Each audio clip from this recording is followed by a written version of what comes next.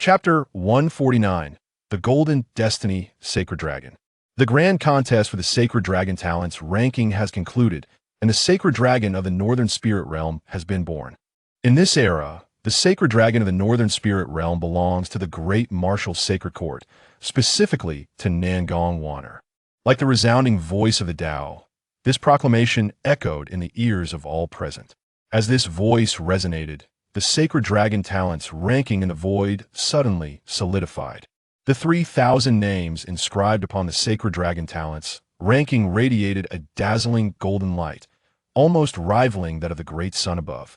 However, the most resplendent were the few names at the pinnacle, particularly the 4 characters of Nangong Waner, which seemed to project from the Sacred Dragon Talents ranking into the void, emanating brilliance. It was even more magnificent than the sun overhead. In the next moment, a golden destiny sacred dragon, stretching a full 10,000 zhong, suddenly coalesced. The dragon's might was overwhelming, its boundless golden light illuminating the entire void, causing all to widen their eyes in astonishment. Even the master of the Qingyun Palace, along with the 5 unparalleled emperors, gazed in disbelief, their eyes filled with incredulity. For they had never witnessed such a colossal destiny sacred dragon. It is worth noting that they had hosted more than one Sacred Dragon Talents competition. Each edition would unveil a Sacred Dragon, personally announced by the spirit of the Sacred Dragon Talents ranking. Yet, the previous Sacred Dragons, which could coalesce 100 zhong Golden Destiny Sacred Dragon, were already a source of great envy.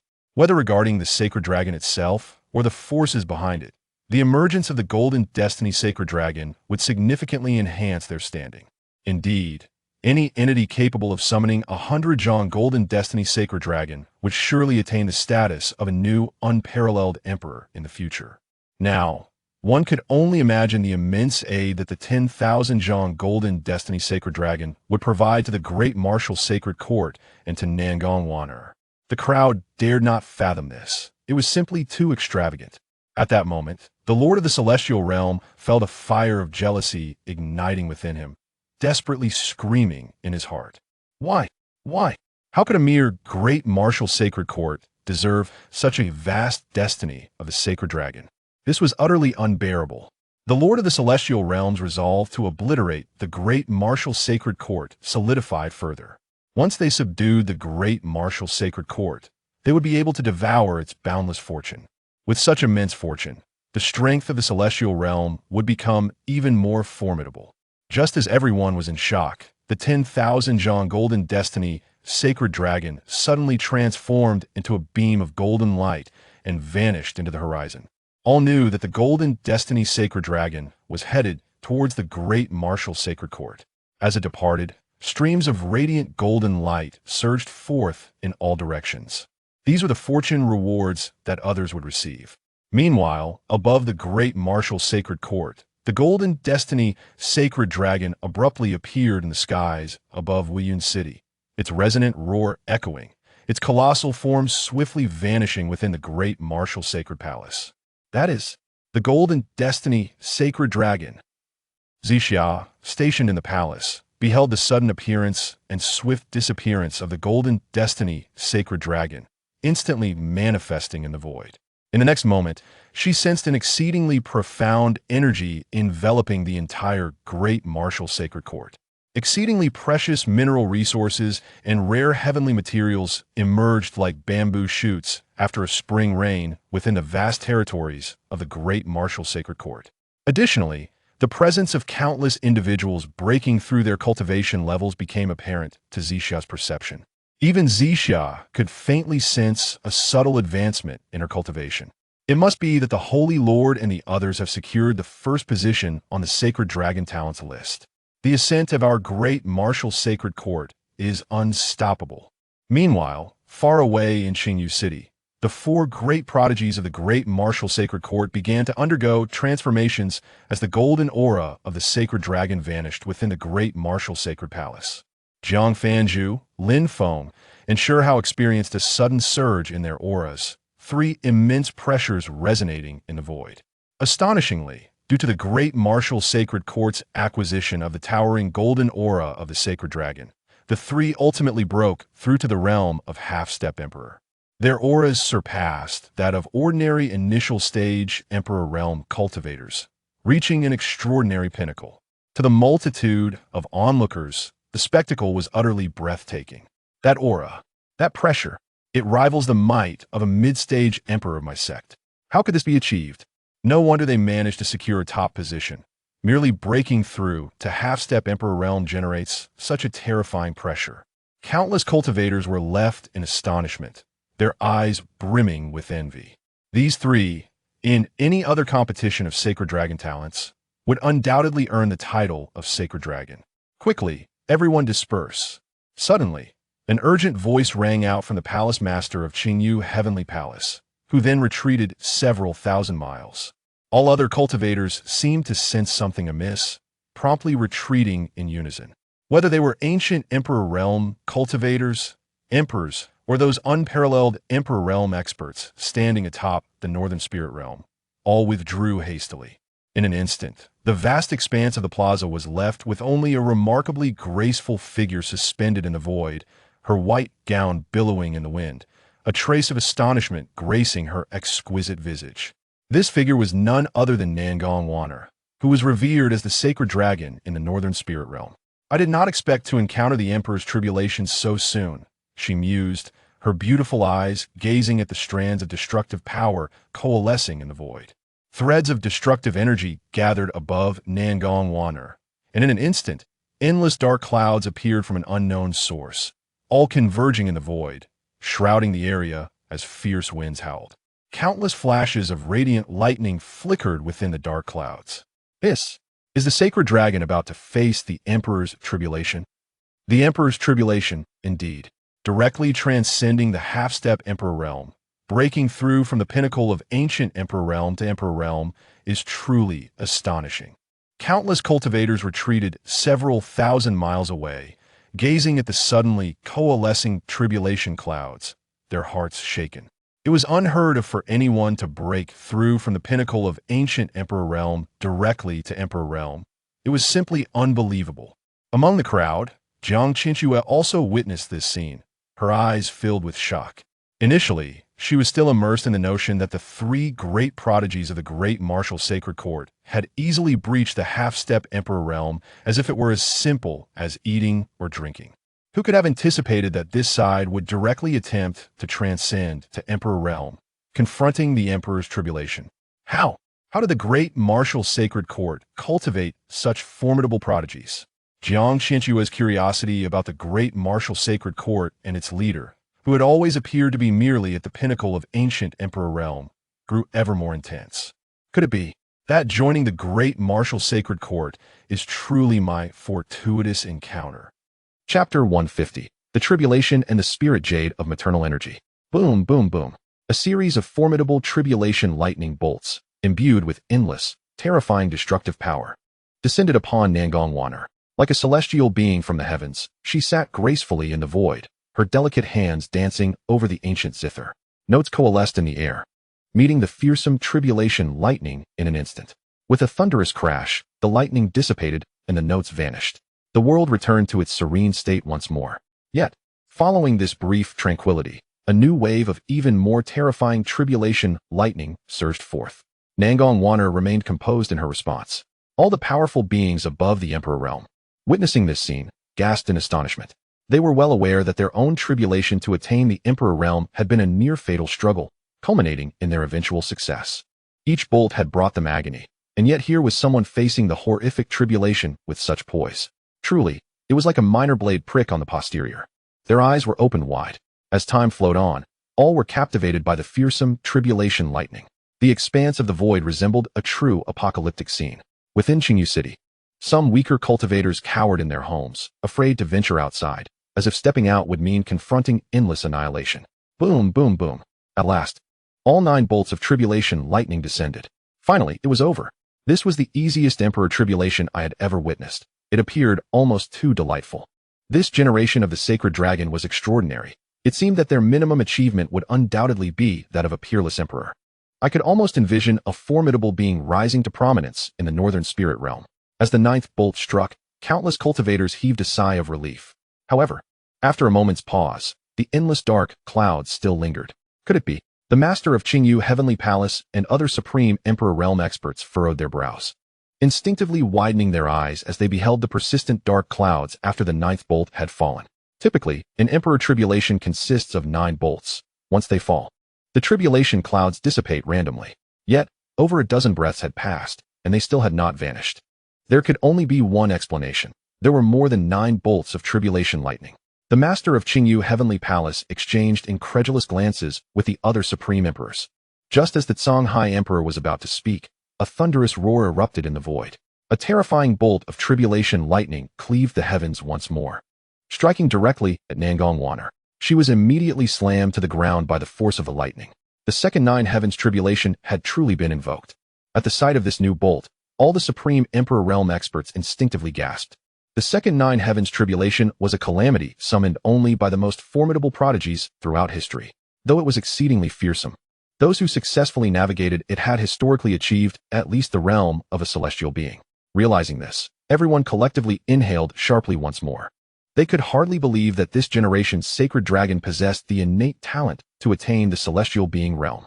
It was evident that the future landscape of the northern spirit realm would undergo a monumental shift. Indeed, Chen Fan stood in the void, nodding in satisfaction as he observed Nangong Wanner, who had been struck by the tribulation lightning and now lay upon the ground. The purple mist was the second 9 heavens tribulation, and she was destined to achieve the celestial being realm. Similarly, Nangong Wanner, facing the second 9 heavens tribulation, was guaranteed to reach at least the celestial being realm. The great martial sacred court now boasted 2 cultivators who were destined for the celestial realm. It was clear that the great martial sacred court was on the rise.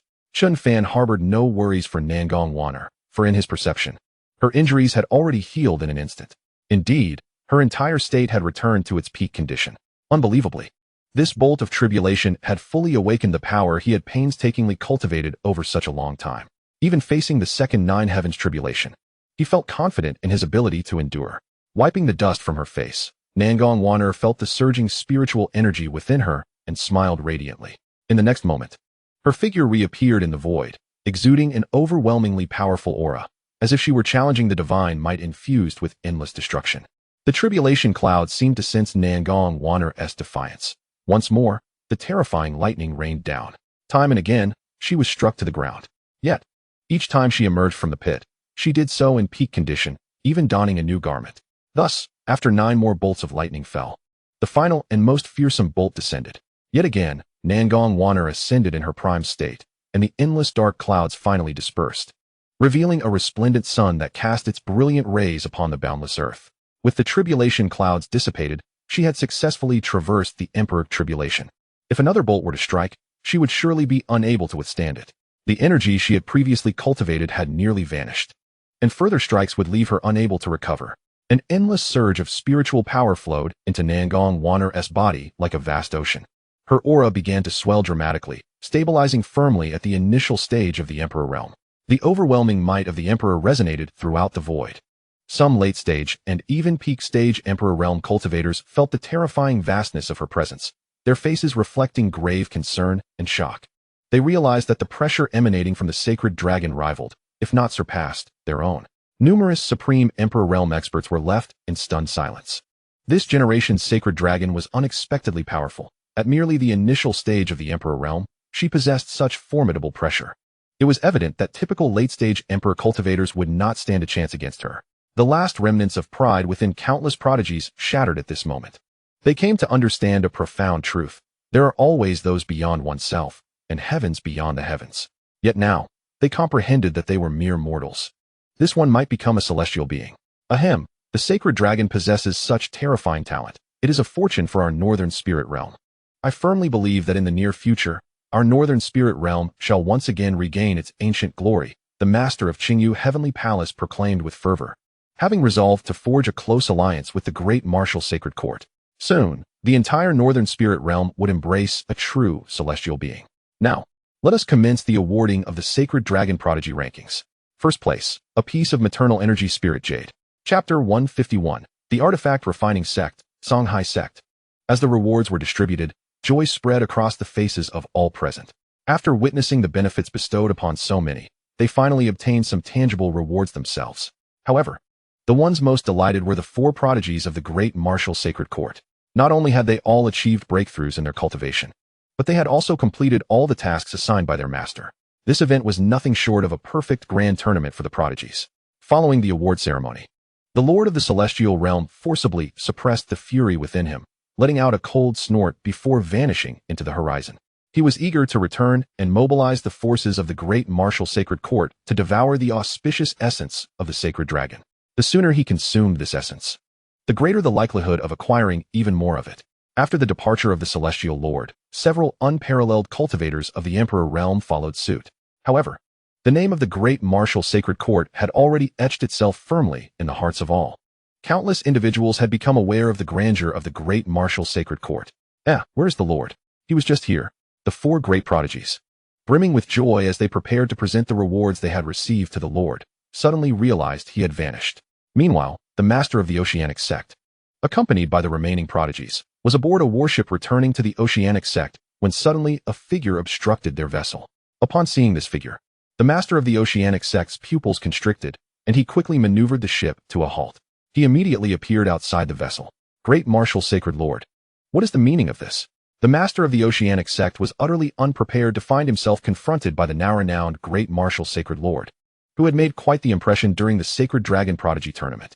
He was filled with confusion. He was neither the Celestial Lord nor affiliated with the Celestial Realm, nor had he ever had any dealings with the great martial sacred court. Why, then, was he being obstructed at this moment? Master of the Ocean, it seems you have forgotten about the matter of the azure-scaled eagle before the Prodigy Tournament commenced. Chen Fan remarked with a slight smile directed at the master of the ocean. Chen Fan had never been one to overlook grievances. He had not forgotten how they had used them as a shield before the tournament. Every action, no matter how small, must bear its corresponding price. The azure-scaled eagle. That flying vessel was under the great martial sacred lord. The master of the ocean's eyes widened in shock. He never imagined that the individual they had used as a shield was actually a member of the great martial sacred court. What was more, they had emerged unscathed from the flock of azure-scaled eagles. He understood that had they become ensnared, even if he managed to escape, it would have come at a substantial cost. Do you remember now? Then prepare to bear the price you owe. Chen Fan's voice turned icy, devoid of any emotion. Bear a price? What do you desire? The master of the ocean frowned, his overwhelming aura as an unparalleled Emperor realm cultivator erupting in an instant. As a supreme being, he would not stoop to apologizing over trivial matters, let alone bear the weight of his own consequences. If it comes to battle, so be it. I fear no one. However, just as the master of the ocean prepared for confrontation, his eyes widened in disbelief, mouth agape, a resplendent sword light, exuding a razor-sharp aura capable of cleaving through the entire spirit realm, appeared before him in the blink of an eye. Swish. He felt no pain as his body was torn asunder. Yet, soon after, an overwhelming vitality surged forth, restoring him. I was wrong. Great martial sacred lord, I will bear any price you demand, but please spare my life. A chill raced up the master of the ocean's spine, and he felt an immense sense of relief. That sword strike had unmistakably conveyed the essence of death. However, he remained alive, aware that the other had chosen to spare him, unwilling to execute him. Otherwise, he would have perished already. At that moment, the master of the ocean finally understood how the great martial sacred lord had led the prodigies of the great martial sacred court out of the flock of azure-scaled eagles unscathed. Possessing the strength to annihilate unparalleled Emperor realm cultivators with a single strike, who could withstand such power? He now suspected that the lord of the great martial sacred court had reached the threshold of semi-mortal cultivation. Otherwise, such formidable strength would be unattainable.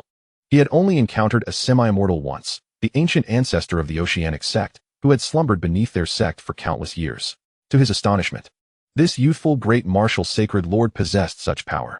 It was utterly terrifying. This is my storage ring, containing 5 billion exquisite mystic crystals and various heavenly materials and elixirs. The master of the ocean hurriedly spoke again, fearing that one misstep might lead to his utter annihilation. Is that so? I shall accept your storage ring. But if you wish to keep your life, I have another condition, Chen Fan replied coolly. A condition? Speak. Whatever it is, I will do it. Even if it means traversing mountains of daggers or seas of flames. The master of the ocean vowed fervently. As long as he could survive, he would do anything. The lord of the great martial sacred court was simply too powerful. He had no capacity for resistance. To rely on the ancient ancestor of the Oceanic sect? The ancestor might not even deign to notice him.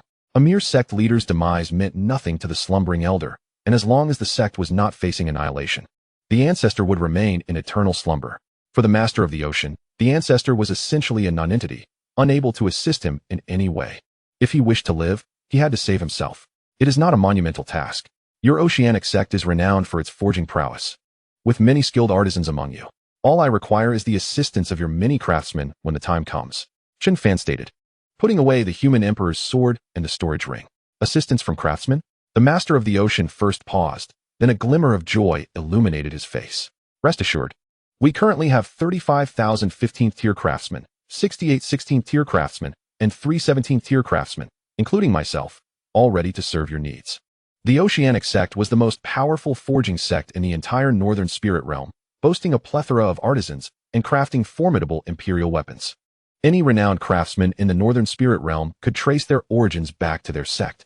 Very well, remain prepared. However, should you have a change of heart, I will undoubtedly claim your life. Even if your Oceanic sect possesses profound reserves and stronger trump cards, I will not hesitate to strike you down. Chen Fan's figure vanished, leaving only a lingering presence echoing throughout the void. Chapter 152. Qin Hongyan, I wish to go as well. Lord, you have returned. Here are the rewards we obtained. As Chen Fan stepped through the door back into the tavern, the four excitedly surrounded him, presenting a storage ring. You performed admirably. Chen Fan smiled with satisfaction upon witnessing their enthusiasm. To be frank, the four prodigies of the great martial sacred court had exceeded his expectations in their performance. After glancing at the items within the storage ring, Chen Fan felt an even greater sense of contentment. With these materials, he was now fully prepared to forge the creation Mother Chi cauldron. Soon, he would be able to commence the crafting of authentic celestial artifacts, the creation Mother Chi cauldron. Once the creation Mother Chi cauldron is successfully refined, the great martial sacred court will be graced with a genuine national treasure of an immortal artifact.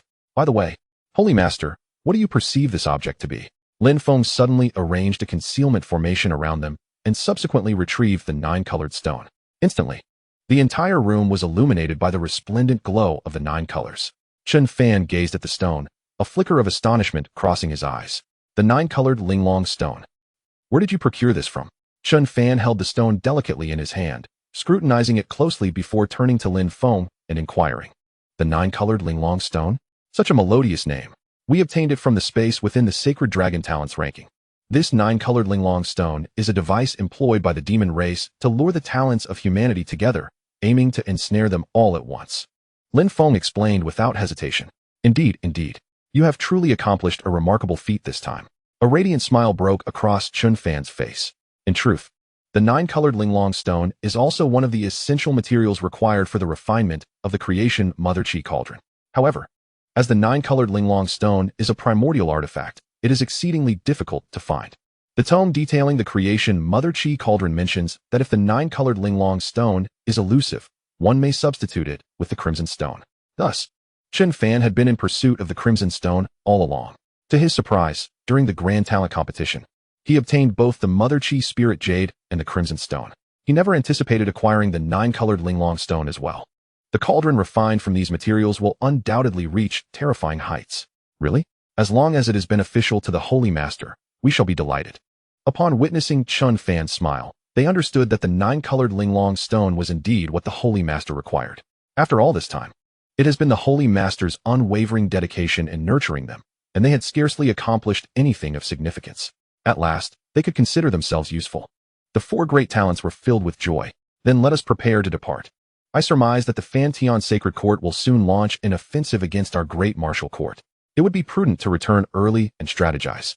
Chen Fan put away the 9-colored Linglong stone and addressed the 4. Yes, Holy Master, this time we must instill terror in them. The 4 great talents responded in unison, their eyes brimming with intent to kill. When facing the open-air legion, they were merely at the peak of the ancient emperor realm, only able to slay some inconsequential minions. Now, their combat prowess had significantly escalated, their cultivation having reached the half-step Emperor Venerable realm, with strength comparable to mid-level Emperor Venerables, capable of effortlessly dispatching early-stage Emperor Venerable practitioners. In due course, they must behead the opponent's Emperor Venerable strongholds to exert a meaningful impact on the war. As for Nangong Wanner, her prowess was enigmatic. They even suspected that she could contend with peak Emperor Venerable powers. All right, then let us set forth.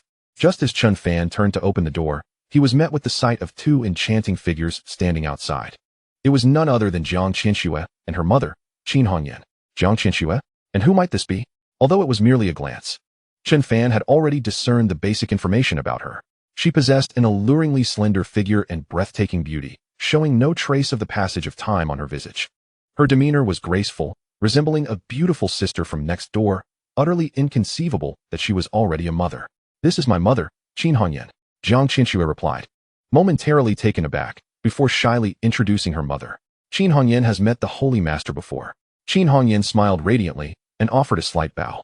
Before her stood the master of the great martial sacred court, who had demonstrated remarkable prowess during the grand talent competition, where the great martial master clashed with the Fan Tian master. Everyone knew that the great martial master was far more formidable than he appeared. The Fan Tian master ranked among the strongest of the unparalleled Emperor Venerables in the entire Northern Spirit Realm. Yet against such a powerful adversary, it was unexpected that the great martial master would prevail, indicating that he might indeed surpass the Fan Tian master. Moreover, he was the master of the sacred court. Although she too was an unparalleled Emperor Venerable, their status differed by a half-tier. Thus, the proper etiquette was maintained. Emperor Hongyan, as an unparalleled Emperor Venerable, "We are equals and need not bow," Chen Fan replied, merely smiling and nodding before asking, "Have you both come to a decision today?" "Yes. My mother wishes to visit you." Xianxiaaudiobooks spoke softly, a hint of blush gracing her cheeks. Previously, she had confidently asserted that she would not agree due to the backing of the five-star power, the Qin Yu Heavenly Palace. Yet now, she found herself contradicting her earlier words. "I see. Then please prepare yourself. We shall return to the great martial court for cultivation shortly," Chen Fan said without surprise. The name of the great martial sacred court had spread throughout the Northern Spirit Realm. Witnessing the glory garnered by the court's talents during the ascending dragon talent competition, no one could refuse his invitation, for they were all incredibly curious about what secrets the great martial sacred court possessed that could nurture talents to such an extent. "All right, I am all packed and ready to go," Xianxiaaudiobooks nodded, excitement evident in her voice. She could hardly contain her eagerness to join the great martial sacred court. Immediately after the competition concluded, she had relayed the news of the great martial master inviting her to cultivate there to her mother. Subsequently, her mother brought her to meet the master of the Qin Yu Heavenly Palace, and after some discussion, they agreed to her departure. "Hold on, Holy Master. I have a small matter to discuss." Qin Hongyan suddenly turned her beautiful eyes towards Chen Fan and said, "Oh, what question do you have?" Chen Fan inquired, puzzled by her query. "It is just that I hold a deep admiration for the great martial sacred court, and I wonder if I might join as well," she expressed. Chapter 153. The Shock of Qin Hongyan and Xianxiaaudiobooks.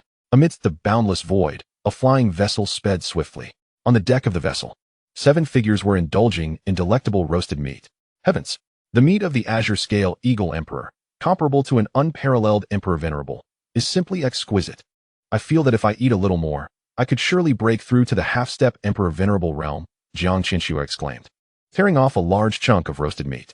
Seated beside her, Qin Hongyan, despite her status as an unparalleled Emperor Venerable, could not help but devour the meat voraciously.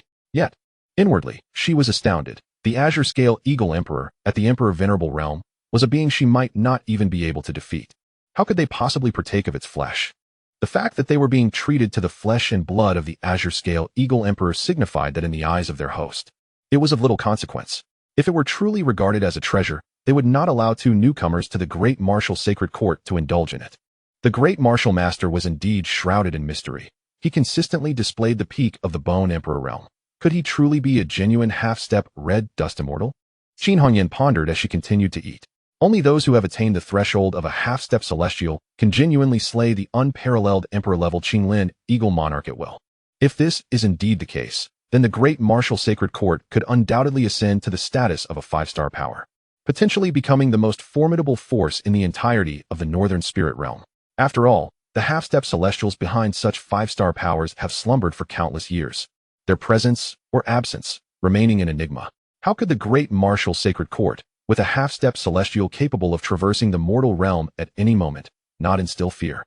This speculation must be conveyed to the palace master at the earliest opportunity. Indeed, her purpose for coming to the great martial sacred court was to immerse herself in the fray, nurturing so many prodigies. While the strength of the great martial sovereign is nothing short of terrifying, such a power is destined to become a towering tree that all in the Northern Spirit Realm will look up to in awe. Perhaps in the near future, the foremost celestial of the mortal realm will be born within the great martial sacred court. Thus, she sought to ensure that the Qin Yu Heavenly Palace would have a voice within the great martial sacred court, while also transmitting some information back to them. As they too were intensely curious about the true might of the great martial sacred court and the secrets behind its ability to cultivate such extraordinary talents. Make sure to indulge yourself, Chen Fan smiled, tossing 1,000 pounds of roasted meat to Jiang Qianxia. As for you, Emperor Hongyan, since you are willing to join the great martial sacred court, regardless of your motives, you are now one of us. There is no need for excessive formality. And you too, little Mao, feel free to relax. Chen Fan glanced at the little Mao beside Jiang Qianxia, smiling. He was well aware that Qin Hongyan's intentions for coming to the great martial sacred court were not entirely pure. However, what of it? In the face of absolute power, all schemes and intrigues are but fleeting shadows. Moreover, he was fully cognizant of Qin Hongyan's true objectives through the eye of heaven's path. Who could refuse the opportunity to gain an unparalleled emperor-level combatant for free? Currently, while the great martial sacred court boasts considerable strength, he remains its sole pinnacle combatant. An additional emperor-level figure would be immensely beneficial to the great martial sacred court. Henceforth, Emperor Hongyan shall serve as the grand mentor of our prodigy academy, while Jiang Qianxia and Little Mao will be the 5th and 6th prodigious talents of our institution. You will receive the full support of the great martial sacred court in your cultivation endeavors. Understood, Lord Sovereign. Grand Mentor, I shall adhere to your wishes. Jiang Qianxia, her curiosity piqued, could hardly contain her eagerness to begin her training at the great martial sacred court's prodigy academy. A glimmer of joy crossed Qin Hongyan's face. Securing a position was all that mattered, as time would inevitably lead her to become an integral part of the great martial sacred court, granting her a voice in its affairs. As soon as their words fell, 2 mechanical voices echoed in Chen Fan's mind, heralding the long-awaited system notifications. Ding! Congratulations, host, on successfully recruiting a reborn ice spirit Dao body prodigy, the heavenly prodigy girl. Rewards are being dispensed.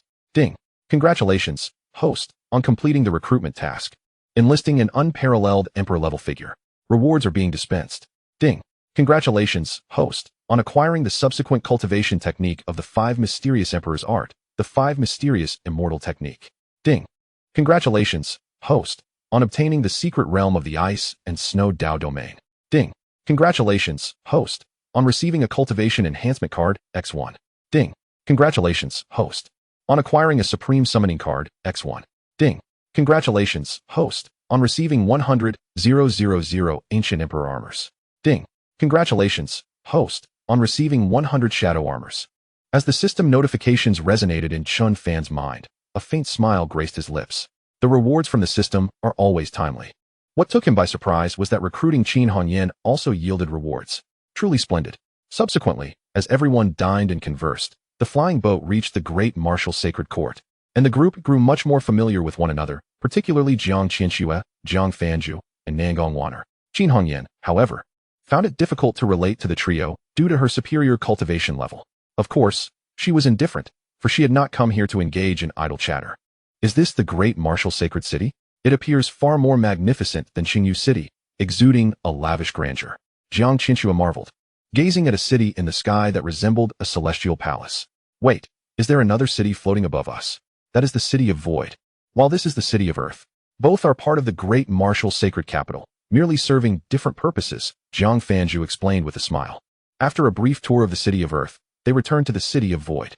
Following the arrangement of their accommodations, they accompanied Chen Fan to the Golden Dragon Hall.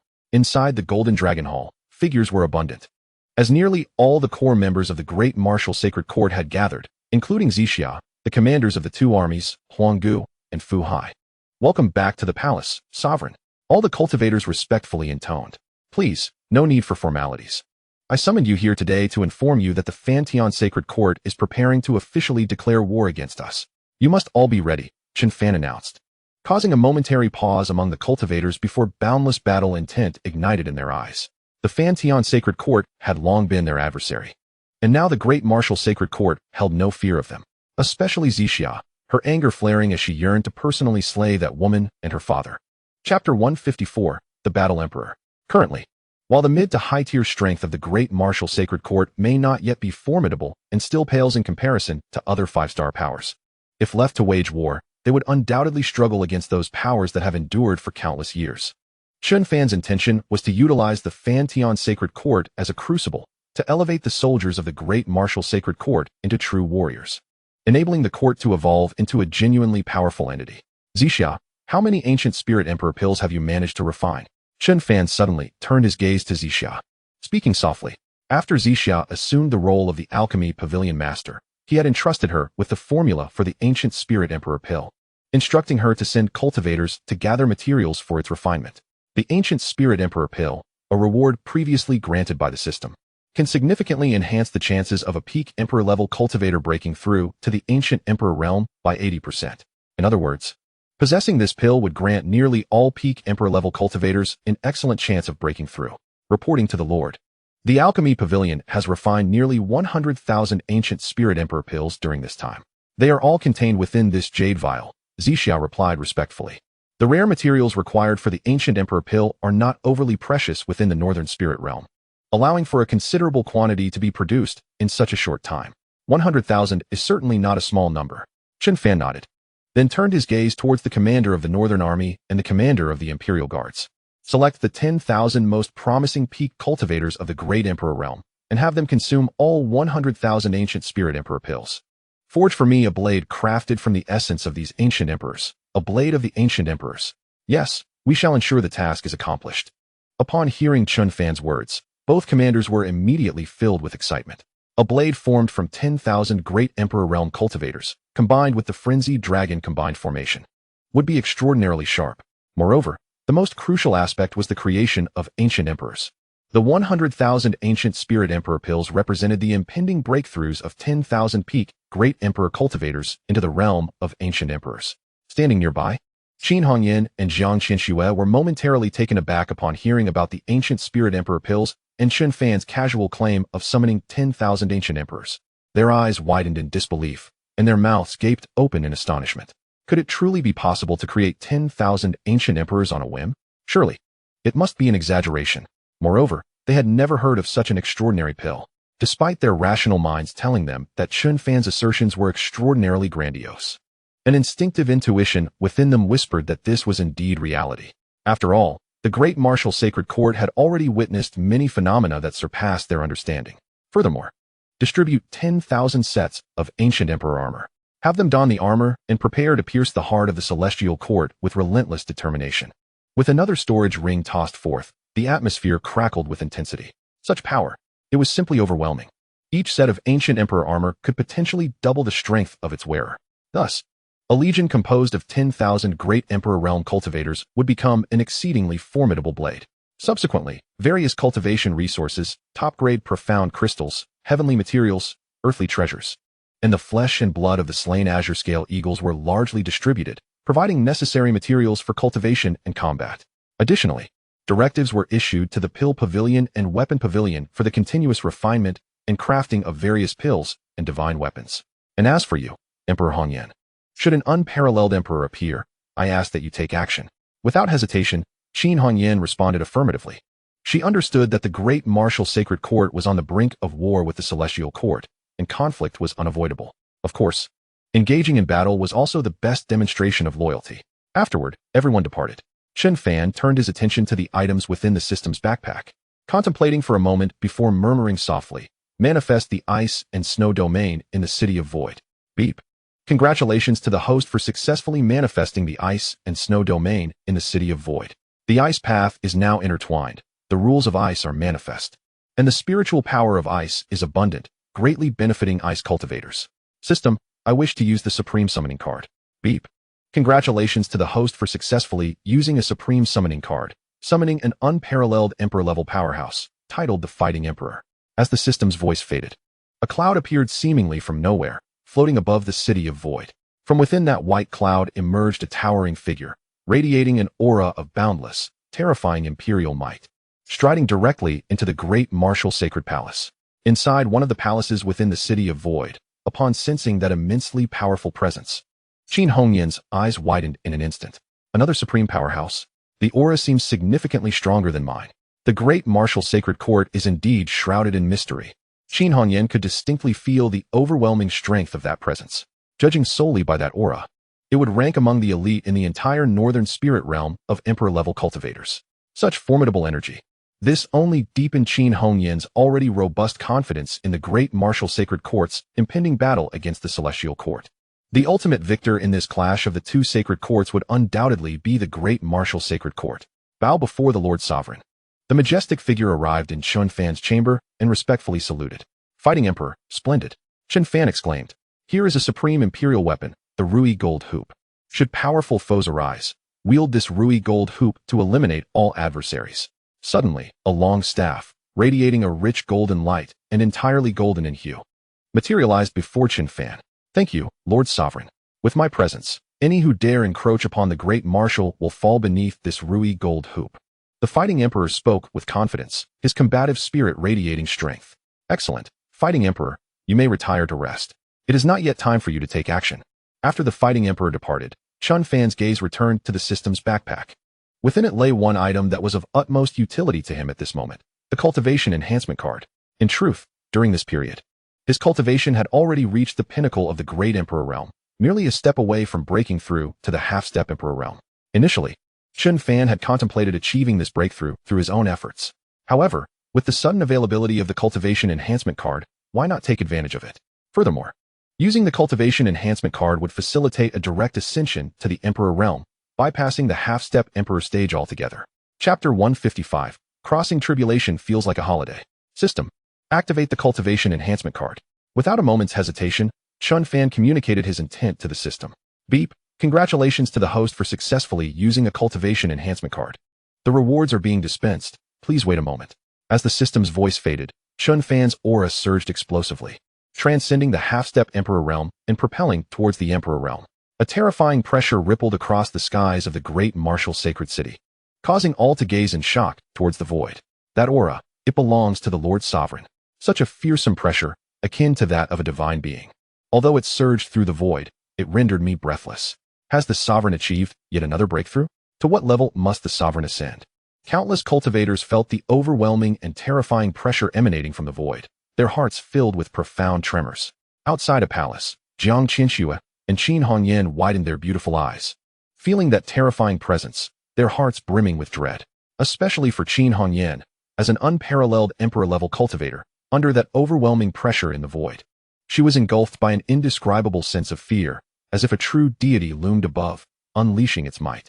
Suddenly, an endless expanse of dark clouds enveloped the entire great martial sacred court, within which flashed endless bolts of lightning, and tendrils of destructive power seeped forth, causing all within the great martial sacred court to tremble not only in body but also in soul. It felt as though, in the next moment, they would be swept away in the annihilation of the entire world. The Emperor's tribulation? Is this the breakthrough to the Emperor realm? Was the Sovereign truly an ancient emperor before? Upon witnessing the suddenly coalescing dark clouds, Qin Hongyan found herself momentarily frozen, her beautiful eyes reflecting an even greater sense of terror. The scene before him was all too familiar, the heavenly tribulation. This was the aura of the Emperor's tribulation. Only by breaking through to the status of emperor would one undergo such a tribulation, thus becoming the true sovereign among emperors. The fact that the Holy Master had triggered the Emperor's tribulation indicated that the peak cultivation he had previously exhibited at the ancient Emperor realm was indeed his genuine prowess. Contemplating this, Qin Hongyan could not help but gasp in astonishment, her heart brimming with disbelief. This revelation was even more shocking than her realization that the Holy Master was a true half-step into the mortal realm immortal. For the Holy Master to slay a peerless emperor with merely peak ancient emperor cultivation meant he had fought against two entire realms. A display of terrifying combat power the likes of which she had never heard before. As Qin Hongyan remained engulfed in endless shock, a figure suddenly ascended into the air. Appearing above the city of void, clad in white, it was none other than their esteemed leader of the great martial holy court, Chen Fan. The Holy Master was about to undergo the heavenly tribulation, yet this tribulation felt even more fearsome than the second heavenly tribulation faced by the Purple Twilight Emperor. It was no surprise, the Holy Master was no ordinary individual, and the tribulation he attracted was bound to be far more formidable than that of anyone else. As everyone sensed the overwhelming aura of destruction emanating from the endless black clouds, they instinctively gasped in horror. It was utterly terrifying. The black clouds in the void thickened, nearly shrouding the surrounding million miles of space, transforming the realm into a nightmarish darkness.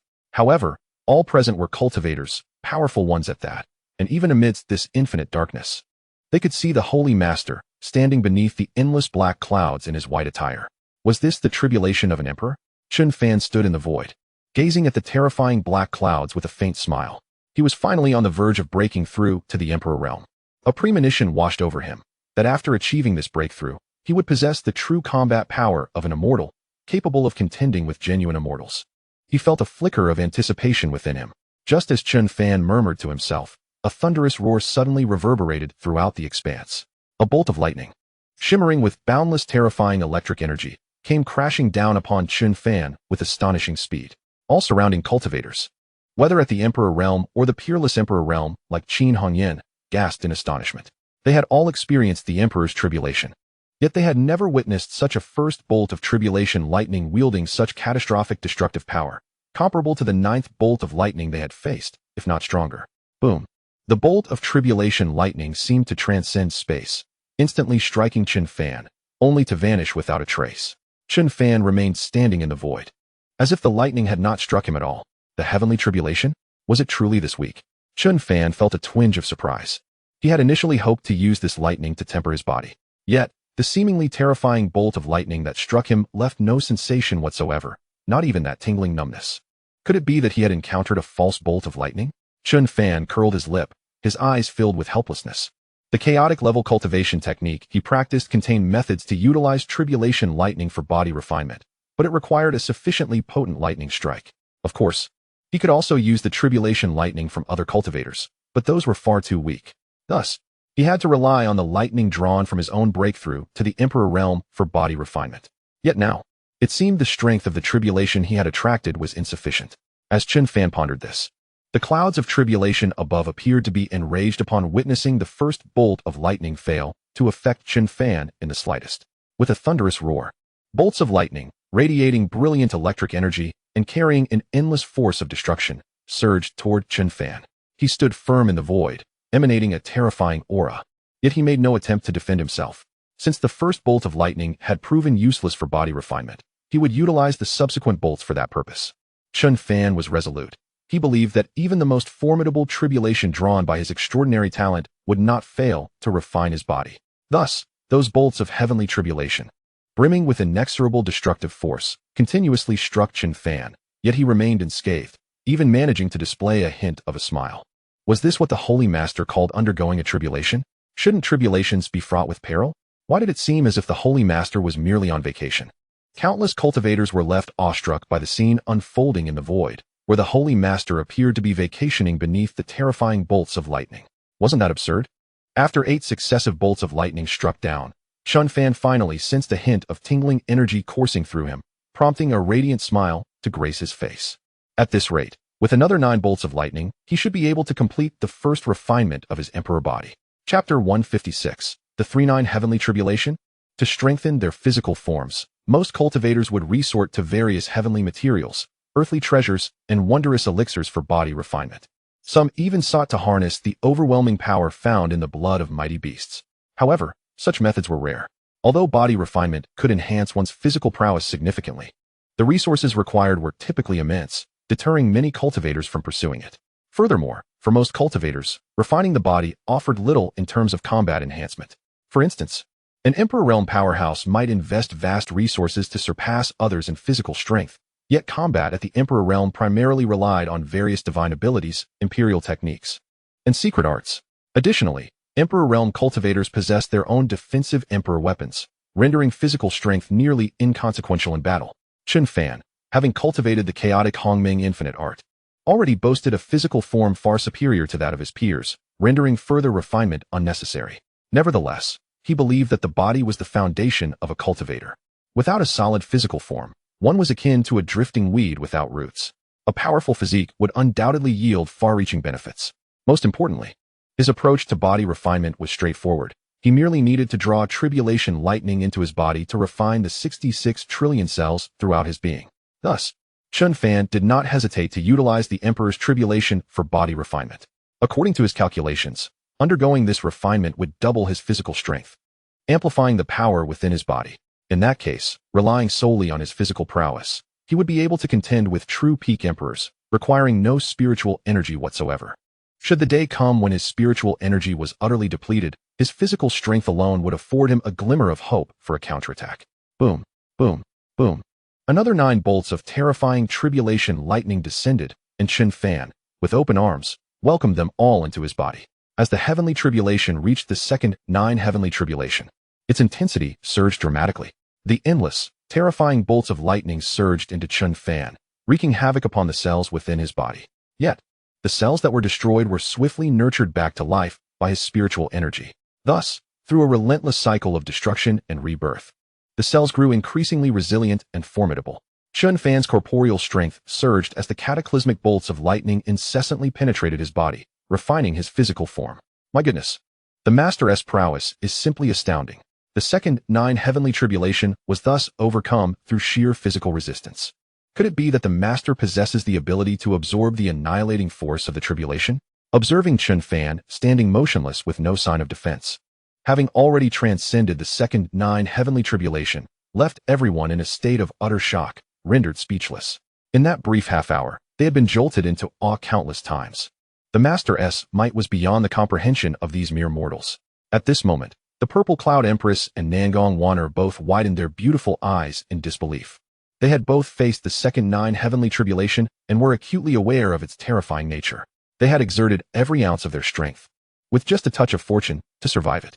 The ease with which the Master had traversed the second heavenly tribulation was simply incomparable. It was overwhelmingly powerful. But wait, the 18 bolts of tribulation lightning had already descended. Why had the ominous clouds not dissipated? Instead, the aura of destruction emanating from them had intensified. Suddenly, the Purple Cloud Empress fixed her gaze upon the void, a flicker of confusion crossing her features. This was not the second heavenly tribulation that the Master had attracted. Beside her, Nangong Wanner also focused on the dense clouds of tribulation. Speaking softly, the Master possesses extraordinary gifts. Even we, hailed as the finest prodigies of the northern spirit realm, are unworthy to be in his presence. Thus, it is not surprising that it is not the second heavenly tribulation. Not the second heavenly tribulation. Could it be the third heavenly tribulation? The Purple Cloud Empress gasped in astonishment, her eyes reflecting profound shock. The third heavenly tribulation existed only in legends. Over the countless years of the northern spirit realm's existence, there had been no record of a super prodigy capable of attracting such a formidable trial. Perhaps during the peak of the northern spirit realm, it might have occurred, but that was lost to the annals of time, leaving no trace behind. Yet here it was, undeniably real. Not only were the Purple Cloud Empress and Nangong Wanner perplexed, but nearly all cultivators were engulfed in confusion. The second heavenly tribulation had concluded. So why did the ominous clouds grow denser and the aura of destruction intensify? Just as everyone was engulfed in bewilderment, a blinding bolt of tribulation lightning streaked across their vision, radiating an overwhelming brilliance. The lightning, as thick as a mountain, arrived before Chen Fan in the blink of an eye. The terrifying power of the lightning surged into Chen Fan's body, wreaking havoc within. Finally, some intensity. A smile broke across Chen Fan's face as he realized that he had initially thought it was merely the second tribulation lightning. But none had anticipated it to be the third 9. If it had been anyone else, they would have been rendered paralyzed with fear. Yet for Chen Fan, it was perfectly suited. Having just refined his imperial physique, the third tribulation lightning would certainly refine it once more, doubling his corporeal strength. By then, his physical prowess might rival that of the most extraordinary emperors. As he felt the terrifying power of the tribulation lightning wreaking havoc within him, he chuckled softly. The stronger the lightning, the greater the refinement of the body. This time, the outcome of this refinement will undoubtedly elevate my physical form to an unprecedented level. Boom, boom, boom. The tribulation lightning continued to descend, and in the blink of an eye, the third tribulation was complete. Chen Fan had successfully refined his imperial physique once more, now akin to a human-shaped supreme imperial weapon, brimming with boundless terrifying power. Is there more? Chen Fan exclaimed in delight, looking up to see the ominous clouds once again coalescing more densely, the released aura of destruction growing ever more formidable, threatening to obliterate the entire Void City. This simply could not continue. If it did, the Void City would collapse. It seemed a change of venue was imperative. After some contemplation, Chen Fan transformed into a streak of light, vanishing into the expanse of heaven and earth, taking with him the dense tribulation clouds and the descending bolts of lightning. Chapter 157, The Semi-Divine Body. As the tribulation clouds receded, the anxiety in everyone's hearts dissipated, and they exhaled a sigh of relief. In that fleeting moment, they had felt the breath of death. The annihilating aura of the third heavenly tribulation was overwhelmingly terrifying. Had they been touched by even the slightest trace, it would have spelled their doom. Thankfully, the Master had departed. It was unfathomable, I believe I have bet correctly. For the great martial sacred hall is destined to become the most fearsome force in the northern spirit realm. In fact, it need not wait. Once the master ascends to the emperor realm, it will be an effortless feat. Qin Hanyan gazed at the retreating clouds, her eyes shimmering with surprise. She had thought she would need to remain at the great martial sacred hall for a long time before witnessing the growth of the sacred dragon, at which point the hall would rise. However, it appeared that by tomorrow, the master might already possess the capability to subdue all-powerful beings in the northern spirit realm. Chen Fan arrived in a desolate area, with the ominous clouds following closely behind, enveloping the entire wasteland in darkness. It was akin to a true apocalypse, instilling fear. The clouds continued to brew. By this time, the third nine tribulation lightning had already descended completely, adding to the previous two instances, resulting in a total of 27 bolts of lightning striking down upon Chen Fan. Is there more? Chen Fan's eyes gleamed with anticipation as he sensed the endless terrifying power coursing through his body, filling him with delight. The 9 bolts of lightning that had just fallen had once again successfully refined his physique. It was now almost at its peak strength. He could contend against those who had just entered the realm of supreme emperors without any issue. This meant that Chen Fan could engage in battle with a super strong emperor without utilizing any spiritual power. What would the fourth 9 tribulation be like? Chen Fan gazed into the depths of the boundless black clouds crackling with lightning, whispering to himself. He had never anticipated that even after the third 9 heavenly tribulation, it was not yet over. The fourth 9 heavenly tribulation awaited. However, for him, this was a delightful surprise. Though his physique was somewhat inferior to that of a supreme emperor, after the refinement of the fourth 9 tribulation, it would undoubtedly reach an unimaginably terrifying realm. Ripping apart a supreme emperor was not beyond the realm of possibility. Boom, boom, boom. The endless terrifying white electric arcs cascaded onto Chen Fan's body. He remained unfazed, continuing to refine his physique with the tribulation lightning. Thus, the fourth 9 tribulation concluded. A total of 36 bolts of lightning had struck. Yet not a single speck of dirt marred Chen Fan's white garments. Should one witness this scene in person, an involuntary gasp would surely escape their lips. Who could have imagined that such a being existed within the northern spirit realm? It has summoned the ancient and unparalleled demon of the 4-9 heavenly tribulation. Yet, the tribulation has not yet concluded. Following the 4-9, there looms the 5-9 tribulation. A flicker of solemnity passed through Chen Fan's gaze, for above him, the dark clouds had seemingly vanished, replaced by a crackling display of potent purple lightning. Indeed, let the 5-9 tribulation commence. I yearn to witness the extent of my potential. The flame of battle ignited within Chen Fan's eyes, and a wildly audacious thought surged within him. It appears today as tribulation for the emperor cannot be halted, and fortuitously, it aligns with my aspirations. Let us see if I can harness this boundless terror of the tribulation to refine my imperial body into a true celestial form. Boom, boom, boom.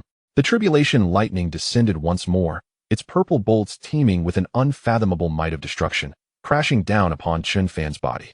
Instantly, his flesh was torn asunder, blood saturating his entire form. Waves of excruciating pain surged into his mind, causing him to draw a sharp breath, his teeth clenched. Yet no sound escaped his lips. The 5-9 tribulation lightning proved its reputation, but such intensity is exhilarating. Heaven continued to amplify the pressure. Chen Fan growled softly, the agony coursing through him solidifying his resolve. No matter how brutally those terrifying bolts ravaged his flesh, they could not shake the unwavering strength of his will. His formidable imperial body was in a constant cycle of destruction and rebirth. With each rebirth, the power contained within his flesh grew ever more magnificent. As the 5-9 tribulation concluded, Chen Fan's body began to emanate a resplendent golden light, resembling a divine statue impervious to harm. Should a true celestial observe closely, they would discern that while his body radiated golden light, there were numerous spots aglow with a faint white luminescence. Celestials would gaze in astonishment. The faint white glow is a phenomenon indicative of the transformation of an imperial body into a celestial form. I feel as though I could shatter the heavens with a single punch, Chen Fan murmured, sensing the unfathomable and terrifying power coursing through him. He then turned his gaze towards the endless black clouds in the void. At that moment, the black clouds were dissipating, and within mere moments, the once menacing clouds of destruction had vanished entirely, replaced by a blazing sun illuminating the desolate expanse. However, beneath Chen Fan's feet, the desert had disappeared, giving way to a colossal pit formed by the overwhelming aura of the tribulation lightning. This was merely the aura. Had the true lightning struck this desert, the entire landscape would have been obliterated, illustrating the sheer terror of the later stages of the tribulation. Alas, It is regrettable that the 6-9 tribulation did not manifest. Had it appeared, would my body not have achieved the status of a true celestial? Nevertheless, the current semi-celestial form should suffice. Within the northern spirit realm, my corporeal strength alone could suppress all forces and establish my supremacy. A glint of determination sparkled in Chen Fan's eyes as he contemplated the moment he would reign supreme over the northern spirit realm. Now, whether through sheer strength or cultivation, he could effortlessly crush all cultivators within the realm. Yet, he primarily needed to develop the Grand Martial Sacred Hall. Through its growth, he would receive the necessary support to become invincible. Should he alone conquer the entire northern spirit realm, it would not only render him powerful, but would also leave numerous cultivators of the Grand Martial Sacred Hall without pressure, hindering their growth. With this in mind, Chen Fan resolved to take measured steps, awaiting the day when the Grand Martial Sacred Hall could sweep across the northern spirit realm without his intervention, thus achieving true strength. Chapter 158, The Deadpool Legion. Within the resplendent palace of the Celestial Heaven Sacred Hall, a captivating woman wept quietly. Enough, Ling Fei, cease your tears. The Celestial Heaven Sacred Hall has gathered all its might. We shall soon embark on a campaign against the Grand Martial Sacred Hall. At that time, whether it be the murderer of our son, the vile xianxia, or all those belonging to the Grand Martial Sacred Hall, they shall all perish. They must all perish. A powerful voice resonated throughout the opulent palace. The Celestial Heaven Sovereign, furrowing his brow, approached Ling Fei, placing a reassuring hand on her shoulder. Though his own fury churned within, he had led the charge at the Sacred Dragon Talents competition, and not only had little Chi perished, but he returned in disgrace. For one of his exalted stature, transcending countless beings, this was utterly intolerable. In recent days, he had issued commands to mobilize all legions, intent on obliterating the Grand Martial Sacred Hall without leaving a single survivor. Yes, eliminate them all. I shall personally consume their flesh and drink their blood. Ling Fei abruptly halted her tears, gritting her teeth as she responded. Ling Fei, it is best not to grieve excessively. We still have ample time to bear more children. The Celestial Heaven Sovereign's temper flared. Upon seeing Ling Fei cease her lamentations, he forcefully knelt her down. Time swiftly passed, and within 2 days, nearly 100 legions of the Celestial Heaven Sacred Hall had assembled. In addition to the 3 elite legions, there was also a long-hidden Deadpool Legion, comprising a total of 100,000 warriors, 90,000 at the peak of the Emperor realm, 10,000 in the Ancient Emperor realm, alongside 30 emperors and 5 peak emperors. Their combat prowess far surpassed that of the other legions, but most importantly, every member of the Deadpool Legion was a death warrior, unconditionally obedient to orders. Should a command be given for them to perish, they would do so without hesitation. Such a legion would fight without regard for their lives. Furthermore, the combat capabilities of these death warriors were significantly superior to their peers, as they practiced an undying technique that endowed them with extraordinary regenerative abilities. With such a legion integrated into the ranks, combined with the 100 elite legions, they would undoubtedly sweep through the Grand Martial Sacred Hall. Over 100 legions, totaling nearly 1 billion elite cultivators, convened outside the Celestial Heaven Sacred Hall. Enormous warships floated in the air, exuding an overwhelming aura of dominance, awaiting the multitude of cultivators to board. 1 billion elite cultivators, thousands of warships. Anyone witnessing this spectacle would be utterly astounded. The strength of this force was simply colossal. With these formidable legions, they could sweep across most of the northern spirit realm. Before long, all cultivators had boarded the warships, each vessel accommodating over 1 million cultivators. Just as the assembly was complete, 3 figures suddenly ascended from the Celestial Heaven Palace. These 3 figures radiated an immense and terrifying pressure, exuding an aura of power akin to that of true deities. The 3 figures that emerged were none other than the Supreme Lord of Brahma and 2 formidable warriors from the inner sanctum, each a peerless powerhouse at the level of the Emperor. All Brahma soldiers, heed my command. Let us march forth to annihilate the great martial sacred court. Upon our victorious return, bounteous rewards shall await. The Supreme Lord of Brahma proclaimed, his authoritative voice resonating in the ears of all cultivators. Victory for the Brahma Sacred Court. Victory for the Brahma Sacred Court. Victory for the Brahma Sacred Court. The fervent cries of the cultivators echoed, their spirits soaring with exhilaration. For every battle they fought, these frontline warriors were guaranteed immense benefits, wealth, resources, and women, among others. This forthcoming war promised the obliteration of a sacred court, allowing them to seize the entire territory governed by the great martial sacred court. Such an expansive domain would undoubtedly yield a plethora of exquisite women, rare treasures, and abundant cultivation resources. They were destined to gain even more from this conflict. Onward to the great martial sacred court. The Supreme Lord of Brahma revealed a sinister smile, shouting as his figure vanished from the spot. The two unparalleled warriors beside him also disappeared in an instant. When they reappeared, it was aboard a lavish warship, which then transformed into a streak of light, vanishing into the vastness of the cosmos. Other warships exhibited similarly terrifying speeds, as countless exquisite mystic crystals ignited, unleashing torrents of spiritual energy. The warships streaked across the sky like meteors. Meanwhile, in the great martial sacred court, all soldiers had assembled. The Northern Defense Army and the Imperial Guard stood tall, radiating formidable auras as they awaited their orders. Beyond these two formidable legions was an additional army of nearly 100,000 warriors. Among them, a staggering 99% were at the early stage of the ancient Emperor realm, with only a select few at other levels. The Blade Legion, consisting of the 10,000 peak Emperor-level cultivators who had ingested the ancient Spirit Emperor elixir as arranged by Chen Fan, stood ready. The aura emanating from these 10,000 ancient emperors was utterly terrifying, especially clad in their ancient emperor armor. In addition to these three legions, numerous other powerful cultivators were present, including the transcendent Purple Cloud Emperor, the summoned Peak Emperors, and those at the half-step Emperor realm such as the Ancient and Sea-covering Warriors. The prodigious talents like Nangong Waner, Jiang Fanju, Lin Feng, Shi Hao, and Jiang Xianxia were also mobilized. War was the finest crucible for a person, and these prodigies could not afford to miss such an opportunity. Jiang Xianxia hovered in the void, her beautiful eyes shimmering with excitement. She felt no trepidation about facing off against the Brahma Sacred Court, having recently received guidance from the Supreme Lord.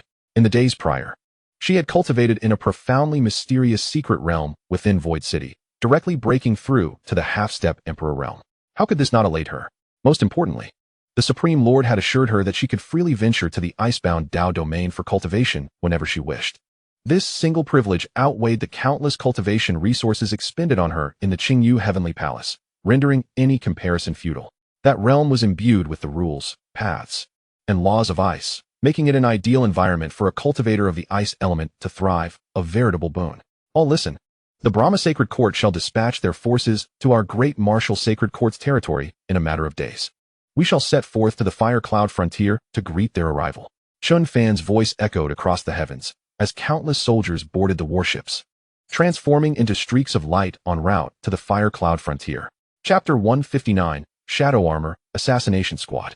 The Fire Cloud frontier was a vast expanse occupied by the Great Martial Sacred Court, situated at the very periphery of their territory. Simultaneously, powerful figures from various occupied continents rallied to the call, converging on the Fire Cloud frontier. The Brahma Sacred Court was their adversary. Should the enemy trespass into the Great Martial Sacred Court's domain to pillage, it would be they who would suffer the consequences. Most crucially, the defense of their homeland was the solemn duty of countless cultivators. Numerous sects and noble families dispatched ample strength to the Fire Cloud frontier. They were acutely aware that their power paled in comparison to the five-star Brahma Sacred Court, yet they would not retreat in the face of such foes. A vast assembly of cultivators, some aboard warships and others soaring through the skies, made their way to the Fire Cloud frontier. The soldiers stationed in the Fire Cloud frontier, initially on alert, were now invigorated, eagerly awaiting the arrival of the main forces. Before long, massive warships appeared in the skies above the Fire Cloud frontier. The main army had arrived. Quickly, welcome the main forces. As the colossal warships of the Great Martial Sacred Court blotted out the sun, the soldiers of the Northern Defense Army and the myriad cultivators of Fire Cloud State stood tall, gazing in awe at the terrifying vessels. Boom, boom, boom. With the resounding roar of the warships, countless cultivators leapt from the vessels, arranging themselves neatly in the void. The sheer number of powerful cultivators nearly obscured the heavens, their combined terrifying auras surging skyward as if to rend the very firmament. The Purple Cloud Emperor and the Heavenly Source Emperor stepped forth from the warships, exuding overwhelming pressure befitting peak emperors. Set up camp, conserve our strength, and await the arrival of the Brahma Sacred Court. The cold, commanding voice of the Purple Cloud Emperor echoed throughout the cosmos, crystal clear to all. As her words fell, countless soldiers descended from the void, instantly filling the ground with formidable warriors. The combined might of the Imperial Guard and the Northern Defense Army totaled a staggering 100 billion soldiers.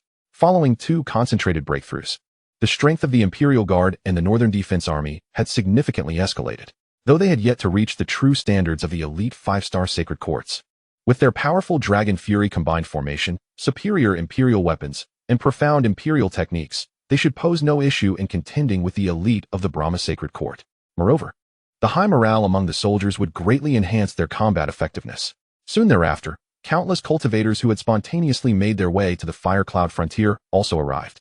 The vast and boundless Fire Cloud frontier was now teeming with warriors, all eagerly anticipating the emergence of the great martial sacred court. Notably, a special legion led by Nangong Wanner trailed behind all the cultivators, composed of 10,000 ancient Emperor Realm warriors, the Blade Legion. Though they appeared to be at the rear now, the Blade Legion would soon strike with the swiftness of lightning, plunging deep into the heart of their adversaries. In a certain void, the figures of the Scarlet Beauty Emperor, the battle-resilient Emperor, and Chen Fan materialized. Saint Lord, our esteemed Emperor-level warriors are significantly fewer in number compared to the 5-star Holy Court, particularly when compared to the formidable Van Tian Holy Court. Qin Hongyan remarked as she surveyed the multitude of soldiers below, hailing from the 5-star power, the Qingyu Heavenly Palace. She was acutely aware that a 5-star force must possess at least 100 Emperor-level beings. Given that the Van Tian Holy Court ranks among the most powerful of the 5-star Holy Courts, she estimated there would be no less than 130 to 140 Emperor-level warriors among them, with more than 100 set to engage in battle. In contrast, the Emperor-level champions of the Great Martial Holy Court, even when accounting for the 4 exceptional prodigies capable of fighting above their rank, barely exceeded 20. The disparity was indeed considerable. The War Emperor, standing beside her, nodded thoughtfully in agreement. At the outset of the conflict, the most formidable cultivators would undoubtedly be the Emperor-level warriors, and their unparalleled power meant that they could not act recklessly. Thus, the Great Martial Holy Court would initially find itself at a disadvantage. Nevertheless, observe that particular corner of the army. Chen Fan interjected with a smile, gesturing towards the Blade Legion, a segment of the 100,000 ancient Emperor-level warriors. What is that? Both of them turned their gaze to the indicated corner of the Blade Legion. There, over 100 pinnacle ancient Emperor-level cultivators stood, their auras faint and elusive, as if they were mere phantoms. Had it not been for their own extraordinary Emperor-level prowess and keen senses, coupled with the Saint Lord's guidance, they might have overlooked the presence of these formidable ancient Emperor warriors. These individuals donned shadow armor, which not only elevated their combat capabilities to the Emperor level, but also allowed them to meld into the darkness. Without the acute perception of an extraordinary Emperor, their existence would remain undetected. 100 warriors possessing Emperor-level strength, concealed from view, constituted a lethal assassination unit, poised to strike at the heart of the enemy, potentially even targeting numerous Emperor-level adversaries. Chen Fan spoke with calm confidence. The shadow armor was part of the previous system reward of 10,000 ancient Emperor armors, and we possess only 100 sets. Its capabilities are immensely powerful. In the absence of a sufficient number of Emperor-level warriors, we shall compensate with the shadow armor, even surpassing the enemy's numbers. Hearing Chen Fan's words, Qin Hongyan gasped in astonishment, her beautiful eyes wide with disbelief. Not only could the shadow armor enhance the combat prowess of ancient Emperor cultivators to that of the Emperor realm, but it also rendered them virtually undetectable by other extraordinary Emperor-level beings. Did this not imply invincibility at the Emperor level? They could ambush any cultivator below the extraordinary Emperor threshold at will, and those struck would remain oblivious to their assailants, even unaware of who had slain them. The power disparity among different stages of Emperor-level warriors is significant, yet the disparity in physical strength is not as pronounced as one might imagine. An early-stage Emperor-level cultivator could potentially annihilate the physical form of a late-stage Emperor-level warrior if the latter did not employ any form of defense. Only those with exceptionally strong physiques could resist such assassination tactics. As the great battle commenced, Qin Hongyan felt a swell of anxiety for the Van Tian Holy Court, perplexed as to why they would provoke the immensely powerful Great Martial Holy Court, a force shrouded in mystery and overflowing with diverse capabilities. Time flew swiftly, and countless soldiers and cultivators silently prepared themselves for the impending clash. Simultaneously, over 1,000 warships traversed the vast expanse of land. Now merely half an hour away from the borders of the Great Martial Holy Court, the Van Tian Saint Lord was filled with exhilaration, eagerly anticipating the annihilation of the Great Martial Holy Court, a means to extinguish the fury that had long simmered within him. After countless years of cultivation and serving as the Van Tian Holy Court's leader, he had never endured such indignity. Send word. We shall reach the borders of the Great Martial Holy Court in half an hour. All personnel, disembark from the warships, form ranks, and prepare to sweep across the entire Great Martial Holy Court. The Van Tian Saint Lord's voice resonated across the thousands of warships. Upon hearing the command, all followed suit, leaping from their vessels to form orderly ranks in the void. Boom! The combined might of countless powerful cultivators coalesced in the void, causing the very heavens to tremble. Hundreds of legions, 3 elite legions, and a death squad trained in the arts of immortality amassed their formidable strength, which few in the entire northern spirit realm could withstand. All soldiers, advance in formation. Crush any cultivators or beings that impede our progress. The Saint Lord's rallying cry echoed once more, as the legions surged forward like a torrent of iron, dominating the sky. Whether airborne creatures or beasts lurking in the mountains, all fled in sheer terror, aware that a moment's hesitation could cost them their lives, to the overwhelming killing intent emanating from the assembled human forces. Of course, many beings were unable to evade in time, falling victim to the intense aura of death that claimed them on the spot. As the two great Holy Court armies drew ever closer, formidable figures began to materialize around the borders of the Fire Cloud region. These were the leaders of immensely powerful factions within the Northern Spirit Realm, or revered elders of profound cultivation. Xianxia Emperor, what brings such a multitude of people here? A voice rang out from the vast emptiness, millions of miles from the Fire Cloud borders, as the Lord of the Qingyu Heavenly Palace withdrew his gaze from the battlefield, directing it towards the newly arrived leader of the Xianxia sect, his tone laced with curiosity. Surely, you do not intend to assist the Vantian Holy Court in their assault on the great martial Holy Court? Nay, I merely brought my disciples to broaden their horizons. The Xianxia Emperor replied with a slight smile. The Qingyu Heavenly Palace Lord was momentarily taken aback, then turned his gaze to the Xianxia Emperor's entourage, which consisted of over 100 figures, all at the Emperor level, including as many as 8 peak Emperor-level cultivators. You claim to be here for a mere excursion? I would hardly believe such a tale. I advise you to refrain from wading into these turbulent waters.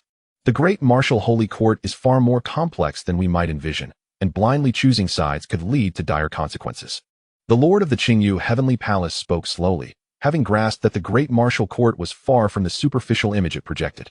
The sheer number of powerful warriors present at the Fire Cloud borders had already surpassed his expectations. Moreover, news from Hongyan indicated that the great martial Holy Lord was highly likely to be a half-step into the realm of immortals. He understood the significance of a half-step into the realm of immortals all too well. Such a being could easily sweep through all formidable cultivators in the entire northern spirit realm. While the Qingyu Heavenly Palace possessed a half-step immortal ancestor, that ancestor would not emerge from their slumber until the very end of their lineage. Thus, if the Lord of the Great Martial Sacred Court truly is a half-step red dust immortal, no force could possibly rival the Great Martial Sacred Court. A being capable of traversing the mortal realm at will, no power can withstand such an entity. Indeed, I shall not tread recklessly in murky waters. The gaze of the Lord of the Xianxia sect fell upon the numerous valiant warriors of the Fire Cloud frontier, a flicker of brilliance glimmering in his eyes. His purpose for coming was quite simple, to add embellishment to an already grand affair. In his view, with the combat prowess of the Lord of the Great Martial Sacred Court, a single individual could easily vanquish the countless warriors of the Fantian Sacred Court. The Fantian Sacred Court was undoubtedly destined for defeat this time. The 100 Emperor-level warriors he brought along were merely a flourish, serving to redeem past transgressions before the Great Martial Sacred Lord. Aside from the Lord of the Qingyu Heavenly Palace and the Lord of the Xianxia Heavenly Palace, the leaders of other 5-star forces, such as the Hongwu Sacred Court, had also arrived here. All were observing the clash between the two sacred courts from millions of miles away. This battle would fundamentally shatter the long-standing status quo that had persisted for countless years in the Northern Spirit Realm, as all eyes were fixated on the impending confrontation. An overwhelming number of cultivators emanated a formidable aura, akin to dark clouds rolling towards the Fire Cloud frontier. The Fantian Sacred Court descended, proclaiming that any obstruction to the advance of its countless warriors would be crushed. Upon witnessing the warriors of the Great Martial Sacred Court, the many peak Emperor-level cultivators of the Fantian Sacred Court bellowed in unison, their terrifying aura erupting forth. In an explosive display, terrifying imperial techniques, blades of light and spear flashes, burst forth from the hands of these peak Emperor-level cultivators, barreling towards the Great Martial Sacred Court. Their aim was to deliver a crushing blow that would shatter the morale of the Great Martial Sacred Court's warriors and bolster the spirits of the Fantian Sacred Court. Yet, how could the Great Martial Sacred Court allow those 10 peak Emperor-level warriors to succeed? Anyone who dares to infringe upon the Great Martial Sacred Court shall pay dearly for their transgressions. The cold voice of the Purple Cloud Emperor suddenly resonated across the skies, as dozens of 10,000-foot-long purple spears coalesced in his hands. Simultaneously, a terrifying sword aura of equal length materialized before the Tian Yuan Emperor, directly confronting the horrifying onslaught of the 10 peak Emperor-level cultivators. Boom! The clash of attacks reverberated through the void, as over a dozen purple spears met the devastating imperial techniques of the peak emperor-level cultivators, effortlessly obliterating their assaults. The Tian Yuan Emperor, too, stood firm against the combined might of 3 peak emperor-level cultivators, decisively extinguishing their offensive. What? 2 peak emperor-level cultivators managed to effortlessly withstand the combined assault of our 10 peak emperor-level warriors? Instantly, all the peak emperor-level cultivators were left astounded. They could hardly fathom that Princess Xianxia possessed such astounding combat prowess. Although the Fan Tian Sacred Court had not yet faltered, the fact that their 10 peak emperor-level cultivators had merely fought to a standstill against 2 of their counterparts significantly diminished the invincible momentum they had so painstakingly built. Chapter 161. Occupying the Advantage. Xianxia? When did she acquire such formidable strength? The Lord of the Fan Tian Sacred Court, observing the scene below from the void, widened his eyes in disbelief, his heart filled with astonishment. In such a brief span of time, she had attained the capability to contend against 10 peak emperor-level cultivators. If she were to continue developing for a few more years, would she not possess unparalleled emperor-level might? Yet, what was most alarming was that the Lord of the Fan Tian Sacred Court noted Xianxia's cultivation was merely at the mid-level of the emperor realm. To fight beyond her rank and stand against 10, how was this possible? Just as the Lord of the Fan Tian Sacred Court was caught in astonishment, a tremendous aura erupted from both armies, crashing together in the void like 2 torrents of steel. The sounds of battle and agonized cries resounded throughout the heavens and earth. Endless crimson blood cascaded from the skies to the ground, staining the firmament and earth in a vivid scarlet hue. With over 100 billion soldiers engaged, this was nearly the largest war the Northern Spirit Realm had seen in nearly 100,000 years. Countless warriors plummeted from the skies like dumplings, both from the Fan Tian Sacred Court and the Great Martial Sacred Court. The 10 peak emperor-level cultivators of the Fan Tian Sacred Court clashed with Xianxia, Tian Yuan, and others. In an instant, Xianxia and Tian Yuan pressed the attack against the 10 peak emperor-level cultivators. The latter found themselves in dire straits, wondering how they possessed such overwhelming strength. Despite practicing top-tier techniques and imperial arts, why was there still such a vast disparity? One of the peak emperor-level cultivators, his face flushed with anger, bellowed. He was utterly baffled. He had believed himself to be among the pinnacle of the Northern Spirit Realm, yet here he was, being outmatched 2 against 10. This was simply untenable. However, the peak emperor-level cultivators of the Fan Tian Sacred Court could not afford to contemplate further, as the immense pressure before them loomed like Mount Tai, compelling them to remain vigilant. Dragon Strike Formation. The North Guardian army roared in unison, as a phantom of an azure dragon suddenly coalesced, unleashing a dragon's roar that decimated one of the opposing legions. Simultaneously, numerous warriors executed the Dragon Strike Formation, sweeping clean the enemies before them. What had initially appeared to be an evenly matched conflict saw the Fan Tian Sacred Court's forces swiftly faltering after this wave of assault. What formation is that? Infuriating, utterly infuriating. Deploy the Deadpool Legion. Flank the rear of the Great Martial Sacred Court's forces and disrupt their formation. The Lord of the Fan Tian Sacred Court gazed grimly at the unfolding scene below, baffled as to where the Great Martial Sacred Court had procured such a formation. With such formidable power, just that single wave had cost the Fan Tian Sacred Court at least 10 legions and over 10 million warriors. The momentum they had painstakingly built was once again severed.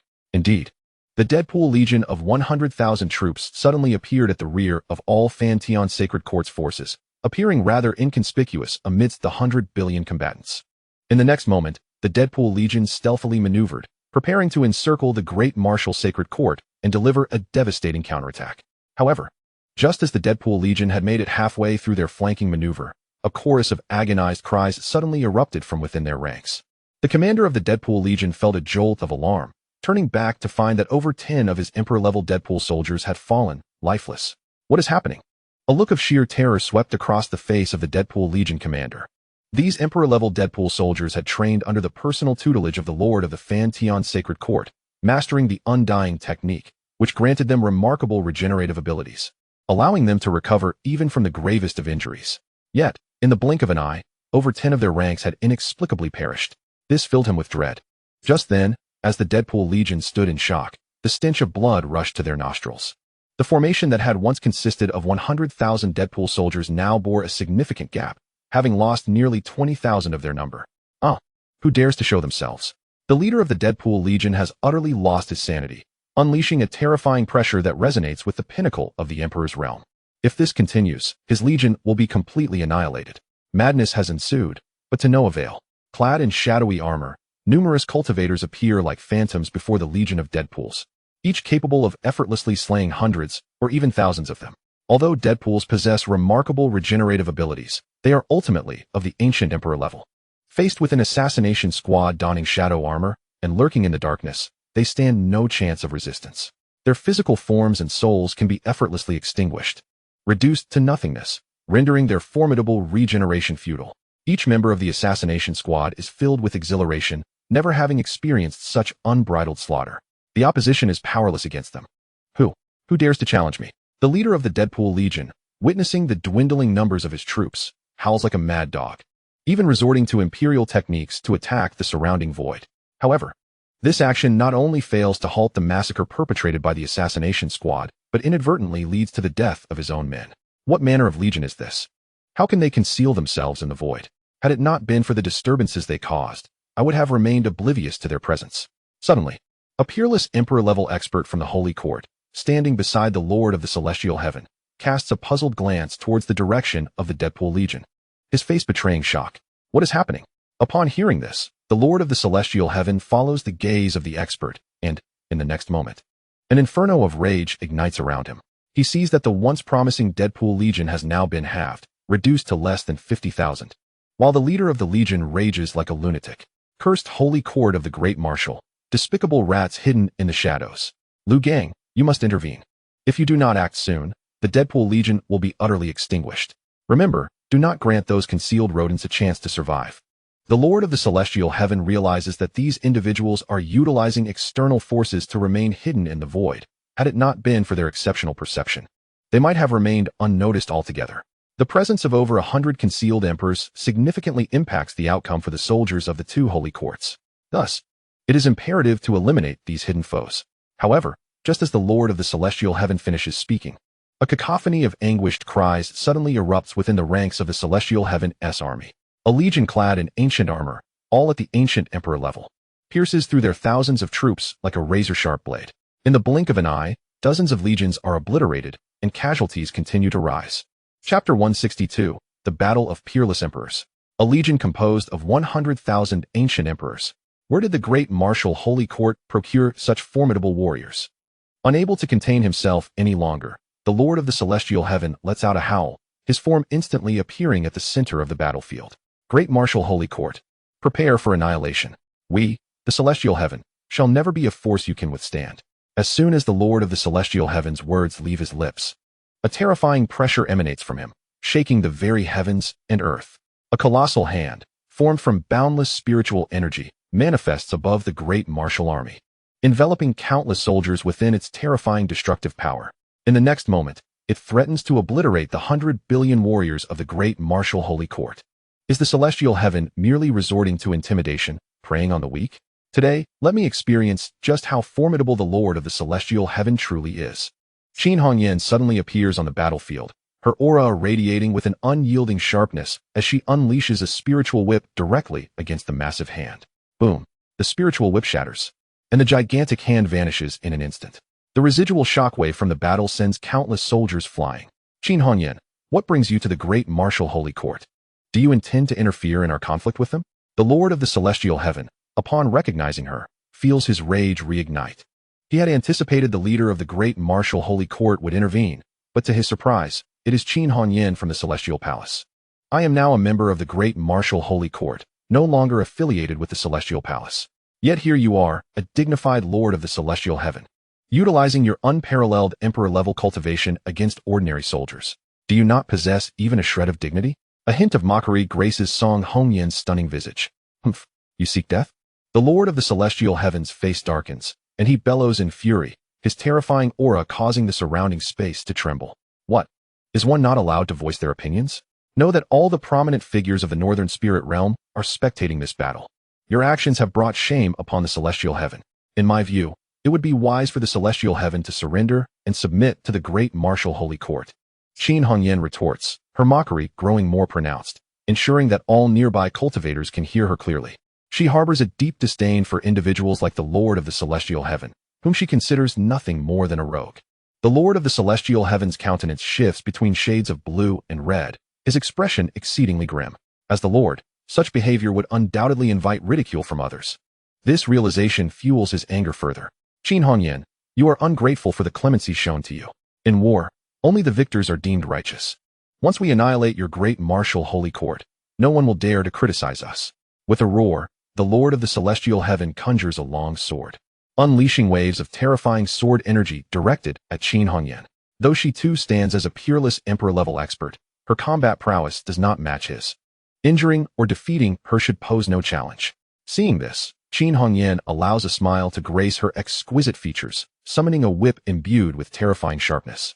Unflinchingly advancing to meet the attack, she has thoroughly transformed through the 5 Xian immortal technique. The current her is not the same as before. Boom.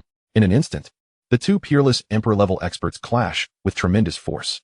Moments later, 2 figures of unparalleled might from the celestial heaven materialize on the battlefield. Lord, do not concern yourself with us. We can annihilate the entire great martial holy court. These two are indeed the 2 peerless emperors dispatched by the celestial heaven. At this moment, they exude a fearsome aura, gathering their formidable imperial techniques to strike down the 100 billion soldiers of the great martial holy court. The celestial heaven has truly disregarded the rules. As peerless emperors, they should not easily involve themselves in battle, serving primarily as overseers. Yet now, not only have they taken to the battlefield, but 3 peerless emperors have emerged, targeting the ordinary soldiers of the great martial holy court. This is utterly disgraceful. Numerous prominent figures of the northern spirit realm stand at a distance of millions of miles from the battlefield, frowning as they engage in hushed discussions. The Lord of the Celestial Palace, observing this scene, furrows her brow in concern. In the clash of warriors, generals face generals. Should the conflict resemble that of the Brahmin Holy Court, unleashing unparalleled emperor-level beings, a few skirmishes would suffice to decimate the entire cultivator populace of the northern spirit realm. Despite the seemingly formidable 100 billion cultivators, they would be utterly incapable of withstanding a casual strike from an unrivaled emperor. It can be said that such emperors are akin to deities. While tales abound of divine beings in combat, have you ever heard of a deity battling a mortal? It appears that the time has come for me to add a flourish to this spectacle. The leader of the Sea of Clouds sect, upon witnessing this scene, could not help but smile, then turned to address the hundreds of emperor-level experts behind him. Accompany me to the battlefield. Every member of the Brahmin Holy Court must be annihilated. Yes, the 100 emperors responded in unison. As the figure of the Sea of Clouds sect leader abruptly vanished from sight, a distance of 1 billion miles may seem insurmountable to weaker cultivators, but for numerous emperors who stand at the pinnacle of the northern spirit realm, it is merely a step away. In an instant, the Sea of Clouds sect leader, accompanied by hundreds of emperors, arrived on the battlefield. They surged in various directions, aiding the warriors of the great martial holy court in vanquishing their foes. The Sea of Clouds sect leader stepped forward, positioning himself between the 2 unparalleled emperors, eager to make a remarkable impression. Sea of Clouds Emperor, are you certain you wish to wade into these murky waters? The 2 supreme emperors of the Brahmin Holy Court exclaimed, their faces contorted with fury. They had not anticipated the Sea of Clouds sect's involvement, especially in opposition to them rather than in support. The great martial holy court is the most trustworthy brother sect of the Sea of Clouds sect. Your invasion of the great martial holy court is an affront to us. The Sea of Clouds Emperor emanated an overwhelming pressure befitting an unrivaled emperor, facing the 2 supreme beings without a hint of trepidation. He understood that should he falter, the leader of the great martial holy court would undoubtedly intervene. However, just as the Sea of Clouds Emperor prepared to engage in combat with the 2 supreme emperors of the Brahmin Holy Court, an earth-shattering explosion reverberated through the air. A colossal, mountain-sized golden rod descended from the heavens, crashing directly toward the 2 supreme emperors. The terrifying aura caused all present to gasp in astonishment. The 2 supreme emperors, sensing the immense weapon plummeting toward them, instantly paled, summoning layers of spiritual barriers in a desperate attempt to ward off the impending attack. With a resounding crash, the formidable golden rod shattered their protective shields effortlessly, continuing its relentless course towards their bodies. The 2 supreme emperors felt an overwhelming force surge into them, one they could scarcely endure. In an instant, they were propelled backward like cannonballs, shattering dozens of mountains before finally coming to a halt. Struggling to rise, they were left breathless and filled with dread. Who are you? They demanded, gazing at the imposing figure in the void. It was unfathomable that 2 supreme emperors, capable of dominating the northern spirit realm together, could be so easily toppled. Remember my name, Battle Sovereign. You shall perish at my hands. The Battle Sovereign stood in the void, radiating golden light, akin to a contemporary deity, instilling fear in all who beheld him. The Sea of Clouds Emperor wore a mask of shock, He had anticipated that if he could not withstand the duel, the leader of the great martial holy court would come to his aid. Yet, before he could act, the two supreme emperors of the Brahmin holy court had been vanquished by the battle sovereign. How many hidden trump cards did the great martial holy court possess? He had been overly naive to believe that his presence was critical to their success. Not only was the Sea of Clouds emperor bewildered, but the assembled cultivators, as well as the emperor-level experts, were engulfed in tumultuous waves of shock. There were but a few emperor-level beings in the entire northern spirit realm, and everyone knew one another. Yet, this overwhelmingly powerful emperor was a stranger to them, undoubtedly an ally of the great martial holy court. What manner of entity was the leader of the great martial holy court, whose reserves seemed limitless? The Brahmin holy court, in terms of both military strength and elite combatants, was now glaringly inferior. The Brahmin holy court was truly in dire straits. The leader of the Azure Feather Heavenly Palace gazed at the suddenly appearing battle sovereign. Filled with astonishment, he could sense the horrific aura of the battle sovereign. From the recent attack, it was evident that his strength surpassed that of the Azure Feather Heavenly Palace leader, who prided himself as the first unrivaled emperor in the northern spirit realm. After all, the two supreme emperors of the Brahmin holy court ranked within the top 10 of the northern spirit realm's emperor hierarchy. If he struggled to handle two opponents, yet the battle sovereign could easily injure both, then his might was undoubtedly more fearsome. Meanwhile, in another part of the void, the Brahmin holy court leader experienced a surge of dread. Impossible. How could the great martial holy court be so powerful? He had never imagined that not only was Chen Fan, before him, stronger than him. The leader of the Brahmin holy court, ranked third among the unrivaled emperors in the northern spirit realm, but the great martial holy court had also revealed a terrifyingly powerful individual capable of effortlessly defeating two supreme emperors. What was the meaning of this? The Brahmin holy court leader was in disarray, utterly unprepared for the prospect of their campaign against the great martial holy court ending in utter defeat from the outset. To engage me in battle while distracted. Brahmin holy court leader, you truly underestimate my prowess. Chen Fan declared, her voice ringing clear. In an instant, a silver whip transformed into a magnificent silver dragon, traversing the space before striking the Brahmin holy court leader with unerring precision. With a resounding crack, the whip tore through the Brahmin holy court leader's flesh, crimson blood gushing forth from the wound. The ferocious force surged into his body, wreaking havoc within. Gasping, the Brahmin holy court leader coughed up blood, his vitality waning further. In the duel of titans, victory or defeat hinges on a mere moment. His attention had wavered due to the sudden appearance of the battle sovereign, leaving him with no chance against Chen Fan, who had already gained the upper hand. You, Chen Fan, stand against the Brahmin holy court. You will meet your demise. The Brahmin holy court leader gritted his teeth, enduring the excruciating pain radiating from his wounds. Will I meet my end? How is it that I sense your imminent demise? Chen Fan exhibits a complete disregard for the threats posed by the Lord of the Van Heaven, once again unleashing her whip directly at him. Were she to care about his menacing presence, she would not have felt compelled to step onto this battlefield. In an instant, Chen Fan and the Lord of the Van Heaven were once more embroiled in combat. However, this time, the fury within the Lord of the Van Heaven had reached a boiling point, an idea festering wildly in his mind. Simultaneously, the battle emperor, akin to a true god of war, subdued the two unparalleled emperors of the Van Heaven Palace, forcing them to the ground and securing an absolute advantage. The two extraordinary emperors of the Van Heaven Palace found themselves in a position of passive suffering before the battle emperor.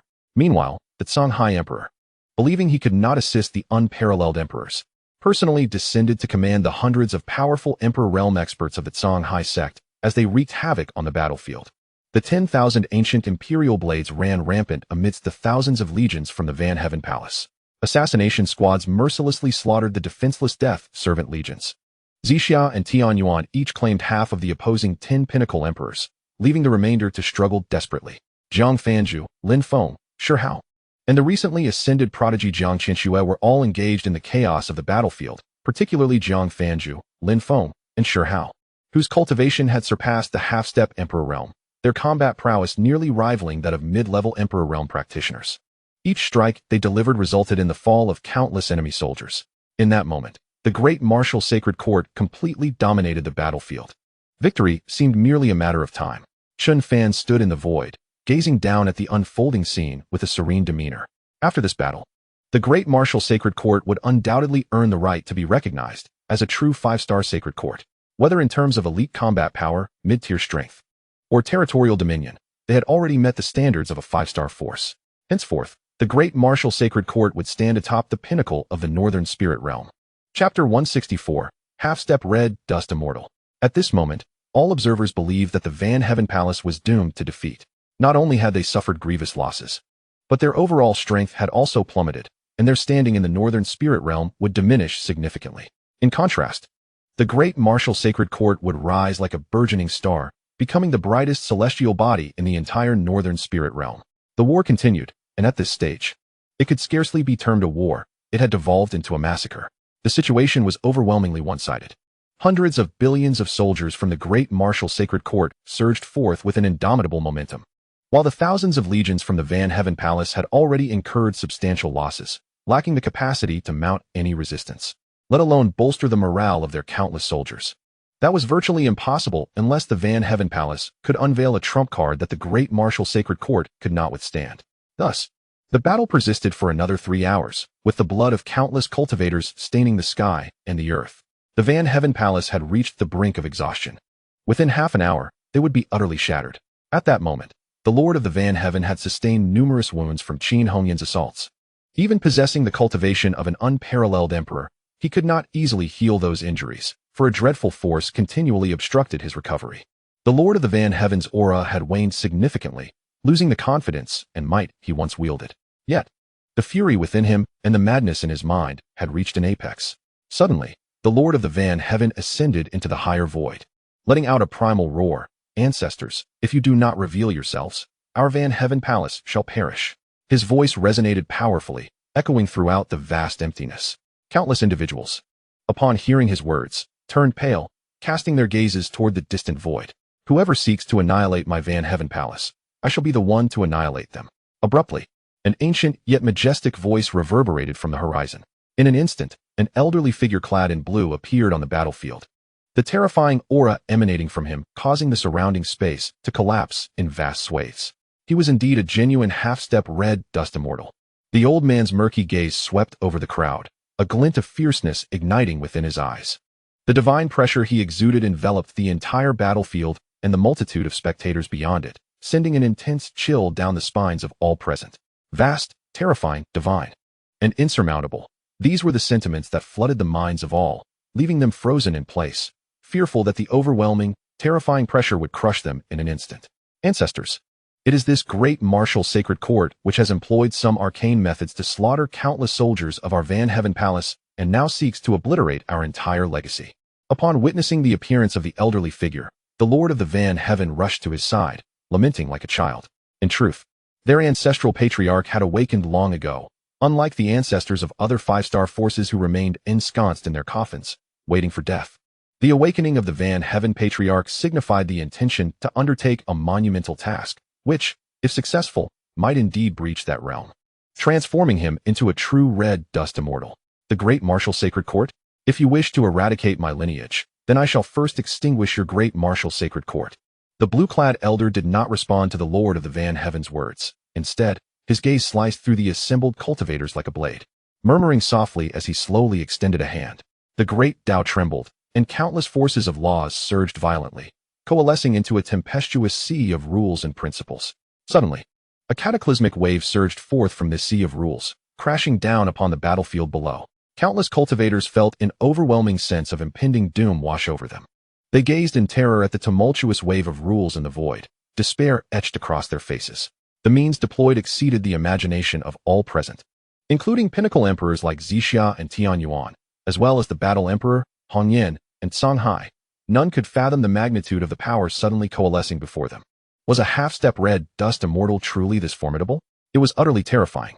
They had never witnessed a half-step red dust immortal in action, and could hardly comprehend such dreadfulness. The overwhelming wave of rules crashing down threatened the survival of all present. The master of Qingyu Heavenly Palace observed with a heart filled with profound dread. He had never anticipated that the conflict between the great martial sacred court and the Van Heaven Palace would rouse the Van Heaven Patriarch from slumber. Just as everyone faced this abrupt upheaval, filled with boundless fear, a cold snort that resonated like the voice of heaven echoed within their hearts. Do you, a mere half-step red dust immortal, dare to bully the weak? Have you no shame? In an instant, the vast sea of rules shattered amidst the heavens and the earth. The great Tao ceased to tremble, and the powers of laws and principles disintegrated entirely. The entire void reverted to its primordial state. As the sound echoed, a figure clad in white, Chen Fan, suddenly materialized before the assembly. There was no overwhelming aura emanating from him, nor any spatial collapse, as he stood there, seemingly an ordinary mortal amidst the emptiness. Yet, the moment everyone beheld Chen Fan, their pupils constricted sharply, and an overwhelming dread washed over their faces. Particularly, the master of the Sea of Rules, the venerable Feng Tian, displayed an expression of profound terror on his aged countenance, his murky eyes filled with disbelief. He was a superlative powerhouse on the verge of the red dust immortal realm, and only individuals of his caliber could command the rules to coalesce into a sea of laws. Even the mightiest of supreme emperors could not disrupt the fabric of this sea. Yet, here was a seemingly ordinary young man in white, who with merely a cold snort, shattered the very sea of rules he had painstakingly assembled, rendering it asunder in the vastness of the cosmos. What kind of power could achieve such a feat? Contemplating this, a grave expression returned to Feng Tian's face as he began to speak. Might I ask who you are? Chen Fan's calm voice interrupted Feng Tian's inquiry. The elder was taken aback, then quickly regained composure, his expression darkening. You should not be so arrogant. I am the ancestor of the Feng Tian sacred court, on the brink of entering the red dust immortal realm. If you provoke me, the consequences will be dire. Consequences? I fear not the repercussions that await me. But I am well aware of yours, Chen Fan replied with a slight smile, his form blurring as he appeared directly before Feng Tian, swinging his arm in a sweeping motion, delivering a resounding slap. Chapter 165, Plea for Mercy. A crisp sound reverberated through the air. Feng Tian's body shot downward like a cannonball, crashing into the earth with a tremendous force, sending tremors across the landscape. A vast, bottomless chasm emerged before the onlookers. Silence enveloped the realm. A deathly stillness as all gazed in wide-eyed astonishment, unable to utter a single word. The scene before them was beyond the realm of description. A visceral shock that transcended comprehension. A half-step red dust immortal was thus struck down to the ground. Just how formidable was the great martial sovereign? The other supreme emperors, too, regarded Chen Fan with eyes brimming with dread. They were aware that the great martial sovereign was a formidable figure, but none could fathom that he could so effortlessly crush Feng Tian, a half-step red dust immortal. Might the master of the Qingyu Heavenly Palace have conceived a bold hypothesis? Could he truly be a genuine red dust immortal? The emergence of such a being within the northern spirit realm would irrevocably alter its dynamics. Yet, the most bewildered among them was undoubtedly the great martial sovereign himself. Initially, he had believed that the arrival of the ancestor would undoubtedly subdue the great martial court and instill fear among all factions in the northern spirit realm. Little did he know that a mere utterance would lead to the elder being embedded in the earth. An overwhelming fear surged within the great martial sovereign, instinctively causing him to retreat several paces, his gaze toward Chen Fan rife with trepidation. If the ancestor had been vanquished, how could a mere supreme emperor like himself withstand such might? Just as he had retreated, a pressure akin to that of a celestial being enveloped him, rendering him utterly immobile.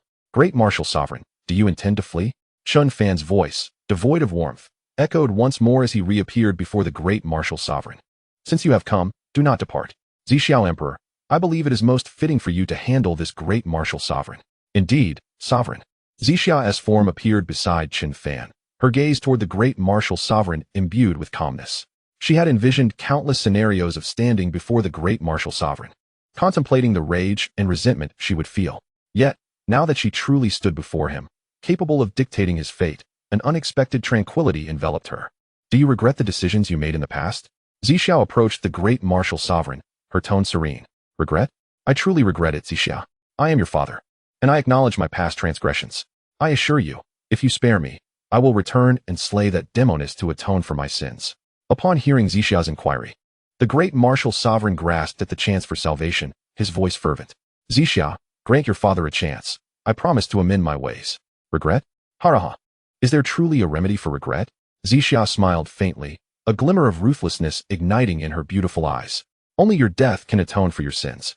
In her hand, a razor-sharp blade materialized unbeknownst to anyone, and as her words fell, she struck towards the great martial sovereign.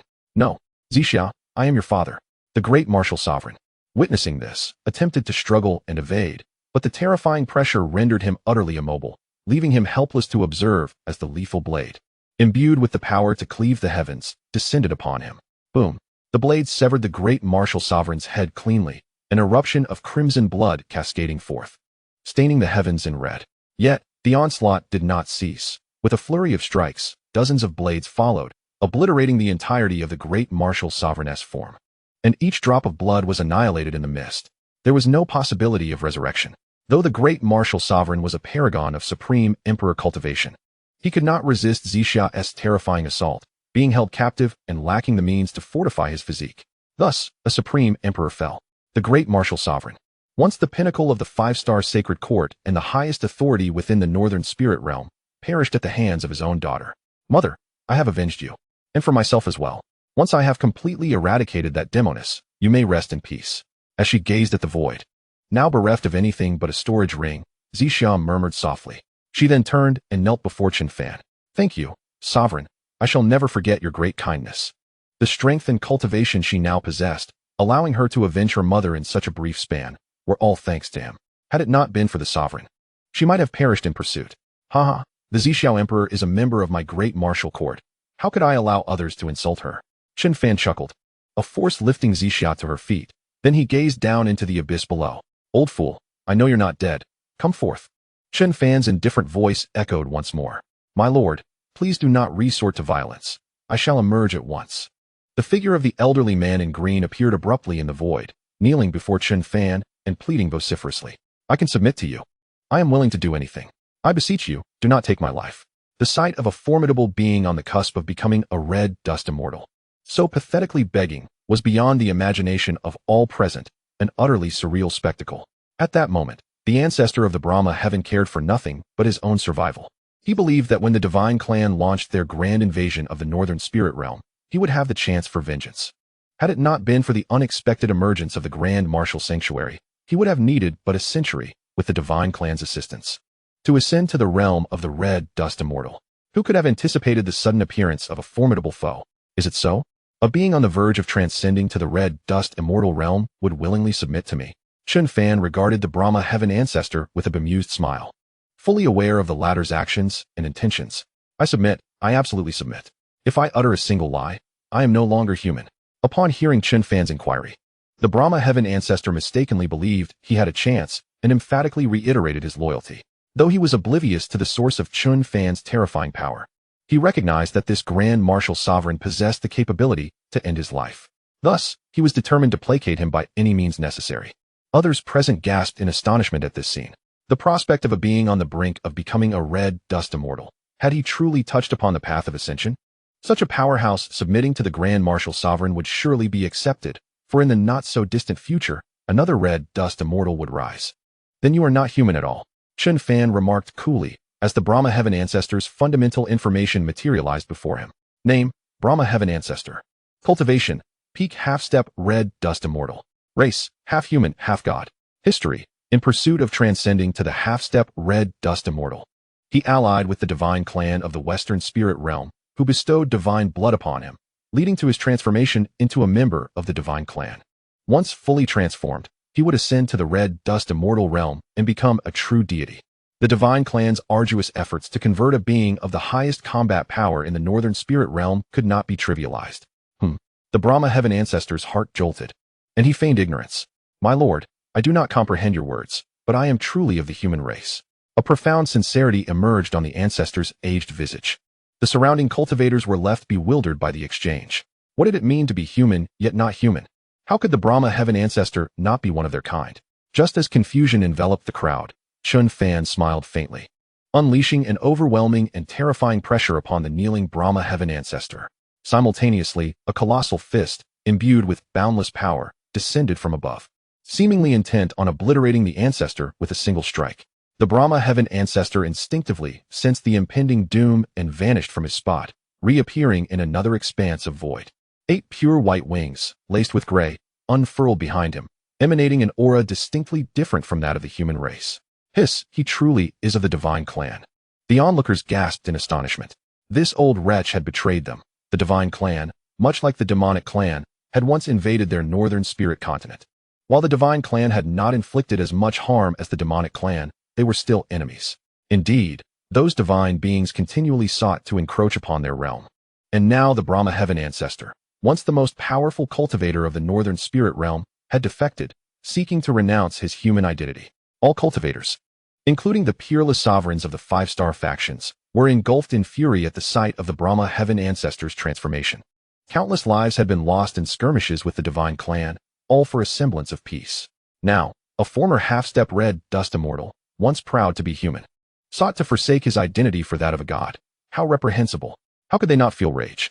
Previously, regardless of the internal strife within the northern spirit realm, it had always been a matter of their own kind. However, once the demonic clan, the divine clan, or any external forces were involved, they would momentarily cease their infighting and unite against the common threat.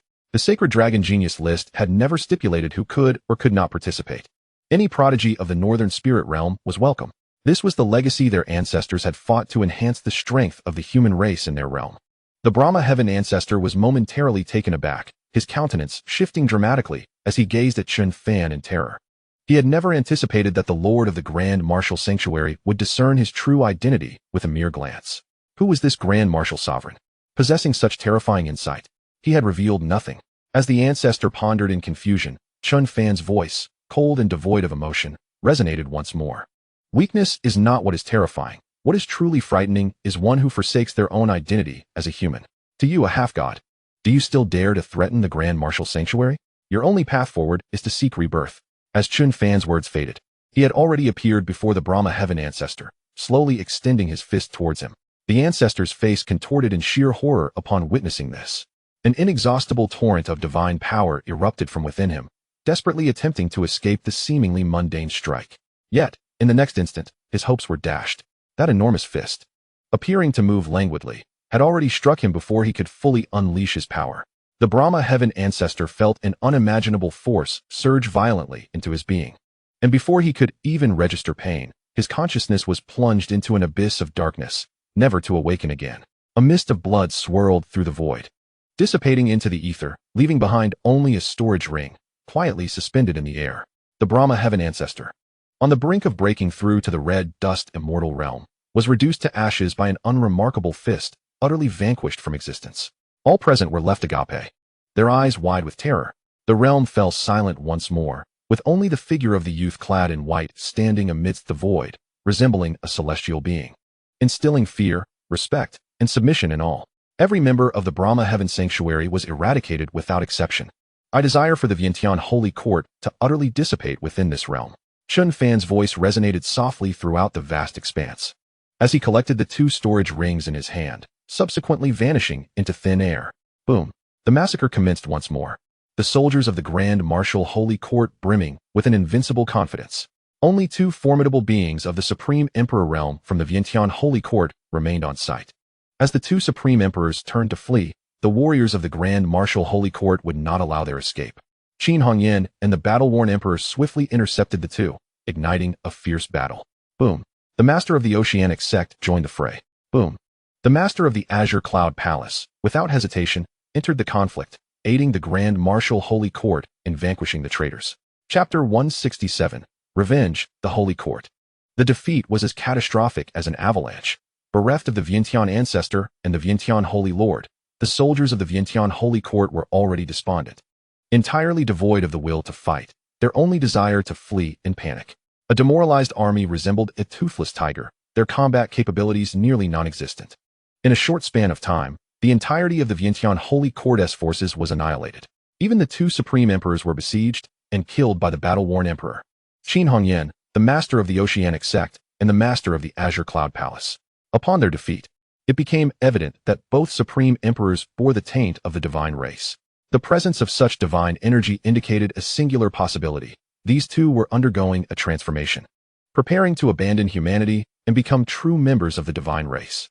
Witnessing this, a surge of anger washed over the faces of many Supreme Emperors. It appeared that the higher echelons of the Vientiane Holy Court were well aware of the divine race's machinations, indicating a collusion between the Vientiane Holy Court and the divine race. Furthermore, it was later revealed that the techniques practiced by the Vientiane Holy Court's Death Guard Legion were not of the human race, but rather of the divine race. This solidified everyone's conviction that the Vientiane Holy Court had irreversibly betrayed the Northern Spirit Realm. Let us accompany the battle-worn Emperor and the Hongyan Emperor to the Vientiane Holy Court and obliterate it entirely, declared the master of the Azure Cloud Palace with fury. Subsequently, led by the battle-worn Emperor, the Hongyan Emperor, along with leaders of other factions in Xianxia, they advanced towards the Vientiane Holy Court to ensure its complete destruction. Following this, the soldiers of the Grand Marshal Holy Court would dispatch personnel to seize control of the entire territory and resources of the Vientiane Holy Court. At the same time, within the Vientiane Holy Court's sacred palace, an extraordinarily enchanting figure stood within the ancestral hall of the Vientiane Divine Court, gazing at the numerous shattered divine soul jade plates. Her exquisite visage filled with boundless dread. Impossible. The Vientiane Emperor and the other two supreme emperors have all perished, with the Vientiane ancestor gone. What on earth has transpired? Ling Fei murmured, her voice trembling. No, something monumental must have occurred. I am filled with an overwhelming sense of unease. I must contact the Holy Court. Anxious thoughts flooded her mind, and she had a vague suspicion regarding the fate of the many powerful beings of the Vientiane Holy Court. It was clear that the Vientiane Holy Court had engaged in battle with the Grand Marshal Holy Court and suffered a complete rout. The ancestor, along with the three supreme emperors and countless powerful beings from the Vientiane Holy Court, had already perished. Their clandestine cooperation plan had evidently failed. Realizing this, Ling Fei's figure abruptly vanished from her location. When she reappeared, it was in the grand hall of her residence. Descending to the underground of the palace, a series of intricate runes coalesced, radiating an aura of profound mystery. This was the sole means of contacting the Holy Court, where she regularly reported information. Ling Fei swiftly transmitted a summary of the situation from this location, then anxiously awaited a response. Before long, a message arrived. The plan for clandestine cooperation has failed, significantly impacting the occupation of the Northern Spirit Realm. The occupation plan is delayed. Upon reading this message, Ling Fei's mind momentarily blanked, and an overwhelming fear filled her eyes. The Holy Court's implication was clear. She was to fend for herself. If fortune favored her, she might receive the Holy Court's protection when the divine race's occupation plan was executed. If misfortune befell her. Thinking this, Ling Fei hastily rose, her figure instantaneously appearing within the grand hall of her residence, where she hurriedly gathered her belongings and swiftly made her way towards the sacred palace. She intended to conceal her identity, waiting within the Northern Spirit Realm for the commencement of the divine race's Holy Court plan. However, just as Ling Fei soared beyond the palace's confines, multiple figures materialized above the Vientiane sacred palace, gazing down upon her from their lofty vantage. Upon spotting the figures that had suddenly appeared above the Vientiane sacred palace, Ling Fei's expression shifted dramatically as she turned to flee in another direction. Yet, before she could cover even a short distance, a familiar figure stood before her, gazing at her with indifference. Xiaxiayu, did you ever imagine this day would come? I have returned, and now, you must face your demise. Although slaying you will not quench my fury, it will at least provide some semblance of closure. Xiaxia's voice rang out coolly, her jade hand extending towards Ling Fei in a devastating strike.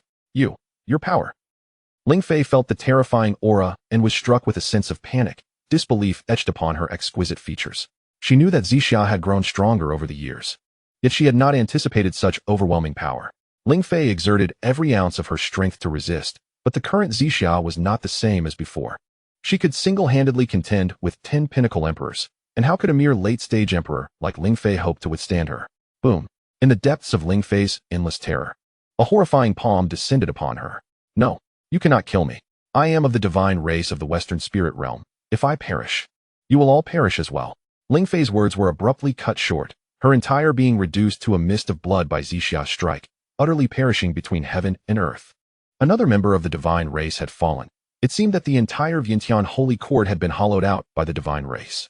The words spoken by the divine woman indicated that the Holy Court of the Western Spirit Realm would make further moves. Hearing Ling Fei's final words, the master of the Azure Cloud Palace furrowed her brow. Within the Spirit Realm, there existed the Western Spirit Realm, Northern Spirit Realm, Southern Spirit Realm, Eastern Spirit Realm, and at the very center, the Upper Spirit Realm. The Spirit Realm comprised 3,000 large states. Although the Northern Spirit Realm was not particularly strong, it had previously boasted significant power, thus occupying 600 large states. The territory of the Western Spirit Realm encompassed merely 300 large states, while the Southern Spirit Realm claimed 600 and the Eastern Spirit Realm 700. The Upper Spirit Realm held the most extensive territory, encompassing over 1,000 large states. Truly vast and boundless. Within the Spirit Realm, myriad races thrived, with the Divine Race being one of the more powerful factions, occupying 300 large states in the Western Spirit Realm, proliferating and flourishing. This territory bordered that of the Northern Spirit Realm, leading to occasional conflicts and wars. Unlike the human race in the Northern Spirit Realm, which was governed by numerous powerful factions, The entire divine race in the Western spirit realm was under the dominion of a singular formidable power, the Western Holy Court. The Western Ling Church governs all divine clans across the 300 great states of the Western Ling realm. When the human race of the Northern Ling realm confronts the Western Ling realm, their adversary is none other than the Western Ling Church, regardless of the divine clan's actions. Our foremost objective is to obliterate the Brahma Heavenly Court, delivering a resounding slap to the face of their Western Church. Subsequently, whatever the Western Ling realm may undertake, we in the Northern Ling realm will possess a newfound confidence, bolstered by the presence of the Grand Martial Sovereign overseeing our domain. Even if the boundary walls are breached, we remain assured in our ability to repel them. Chapter 168, Annihilation, Preparations for Forging. Indeed, let us proceed to eradicate the entirety of the Brahma Heavenly Court. Upon uttering these words, the Lord of the Qingyuan Heavenly Palace turned to the Battle Emperor beside him. The Battle Emperor nodded slowly in agreement. Immediately thereafter, the Lord of the Qingyuan Heavenly Palace revealed an expression of unyielding coldness, his resounding voice echoing throughout the Brahma Heavenly Court. In an instant, an overwhelming pressure enveloped the entire Brahma Sacred Palace. With a thunderous roar, the vast expanse of the Brahma Sacred Palace, spanning 1,000,000 miles, was rendered to ashes. Thus, a 5-star sacred court that had stood as a superpower in the Northern Ling realm for countless years was utterly vanquished. The Brahma Heavenly Court vanished forever from the Northern Ling realm. Following this, all peerless emperors departed, having witnessed the annihilation of the Brahma Heavenly Court, their mission accomplished. They needed to return promptly to make preparations. For the frequent appearances of the divine clans suggested that the Western Ling Church might soon launch significant actions against the Northern Ling realm. The divine clans within the Western Ling Church have long been dissatisfied with their territorial holdings. Their dominion is not only limited in size, but also beset by harsh conditions, barren land, and meager resources. For them, the weakest Northern Ling realm has naturally become the coveted target. Thus, over the years, numerous skirmishes with the human race of the Northern Ling realm have arisen, driven by their avarice for its vast territories. As leaders of 5-star powers, they understood that should war erupt with the divine clans of the Western Ling realm, they would serve as the primary force resisting them. As the numerous leaders of 5-star powers departed, the Battle Emperor, alongside Han Yin and Xixia, began to gather the countless treasures and cultivation resources within the Brahma Sacred Palace before making their way to the Grand Martial Sanctuary. In due course, others would come to thoroughly cleanse the remnants of the Brahma Heavenly Court. The cultivators of Brahma continent were profoundly shaken. The Brahma Heavenly Court had been utterly annihilated. The sacred court that had dominated them for countless years had been so effortlessly extinguished. Many felt as though they were ensnared in a vivid illusion. However, the prevailing sentiment was one of joy and excitement. The long-decayed Brahma Heavenly Court had collapsed, and their lives would undoubtedly become more bearable. Within the Grand Martial Sanctuary, in the Golden Dragon Palace, over 1,000 commanders and warriors gathered, their faces alight with exhilaration. Not only had they achieved victory, but they had also learned that the Grand Martial Sovereign was indeed a true immortal of the mortal realm. How could this not invoke excitement? Chen Fan's figure suddenly materialized within the Golden Dragon Palace, prompting over 1,000 warriors of the Grand Martial Sanctuary to kneel in reverence, greeting their sovereign. Chen Fan smiled gently. Rise. In this moment of great triumph, you all have worked hard. I have decided to allocate all the spoils of war to our martial warriors for their cultivation, along with additional rewards for breakthroughs in realms. Let us further strengthen the might of the Grand Martial Sanctuary. Upon hearing this, excitement illuminated the faces of all present once more. The resources acquired from the annihilation of the Brahma Heavenly Court were immense, and the potential for further riches upon complete dominion over Brahma continent was staggering. These resources would be entirely dedicated to the warriors of the Grand Martial Sanctuary, leading to rapid advancements in their cultivation. In a brief span of time, the overall strength of the Grand Martial Sanctuary would witness a significant enhancement. Ancient Emperor and Celestial Source Emperor, you are entrusted with overseeing the complete takeover of the Brahma Heavenly Court. Should you require personnel, feel free to draw from either army at any time. Furthermore, Han Yin, I appreciate your diligence. Please make a trip to the Xianxia sect and inquire whether the sect master is prepared. If so, bring them here. Understood, Sovereign. As Chen Fan issued his commands, everyone nodded in agreement and dispersed to attend to their respective tasks. If the sect master of Xianxia sect were to arrive, preparations could commence. Chen Fan murmured to himself, a glimmer of brilliance flashing in his eyes. Indeed, the long-anticipated creation of the Mother Qi Cauldron could finally begin. With his cultivation having ascended to the realm of Emperor, he felt more assured in the forging process. Coupled with the expertise of the Xianxia sect master and numerous smiths within the sect, the cauldron could be successfully crafted with a single attempt, adhering to the system's standards. Upon successfully forging the Mother Qi cauldron, the Grand Martial Sanctuary would truly ascend to the pinnacle of power. It could be said that no other force in the Northern Ling realm would rival the Grand Martial Sanctuary in strength. The Mother Qi cauldron would not only suppress, but also accumulate national fortune, and with the passage of time, the foundation and fortune of the Grand Martial Sanctuary would flourish. As the commands were executed, the Grand Martial Sanctuary buzzed with activity, with all resources and matters being reorganized. Meanwhile, the 5 great prodigies once again entered closed-door cultivation. Figures like Jiang Fanju, Lin Feng, Shi Hao, and Zhang Xianxia had all gleaned insights from the recent battle, making seclusion their best choice. As for Nangong Shui, there was little to say. There was no insight gained, only a fear of being overwhelmed. The 5 of them chose the secret realm of time and space as their place of cultivation. Chen Fan had long established this secret realm within the Grand Martial Sanctuary, which originally could only accommodate 1,000 individuals for cultivation in the Taicang realm due to its low world tier. Now, in the Northern Ling realm, the capacity had surged to 100,000. This meant that the secret realm could now host simultaneous cultivation for 10,000 individuals. The 5 great prodigies, along with many others who had gained insights on the battlefield, entered the secret realm for their training.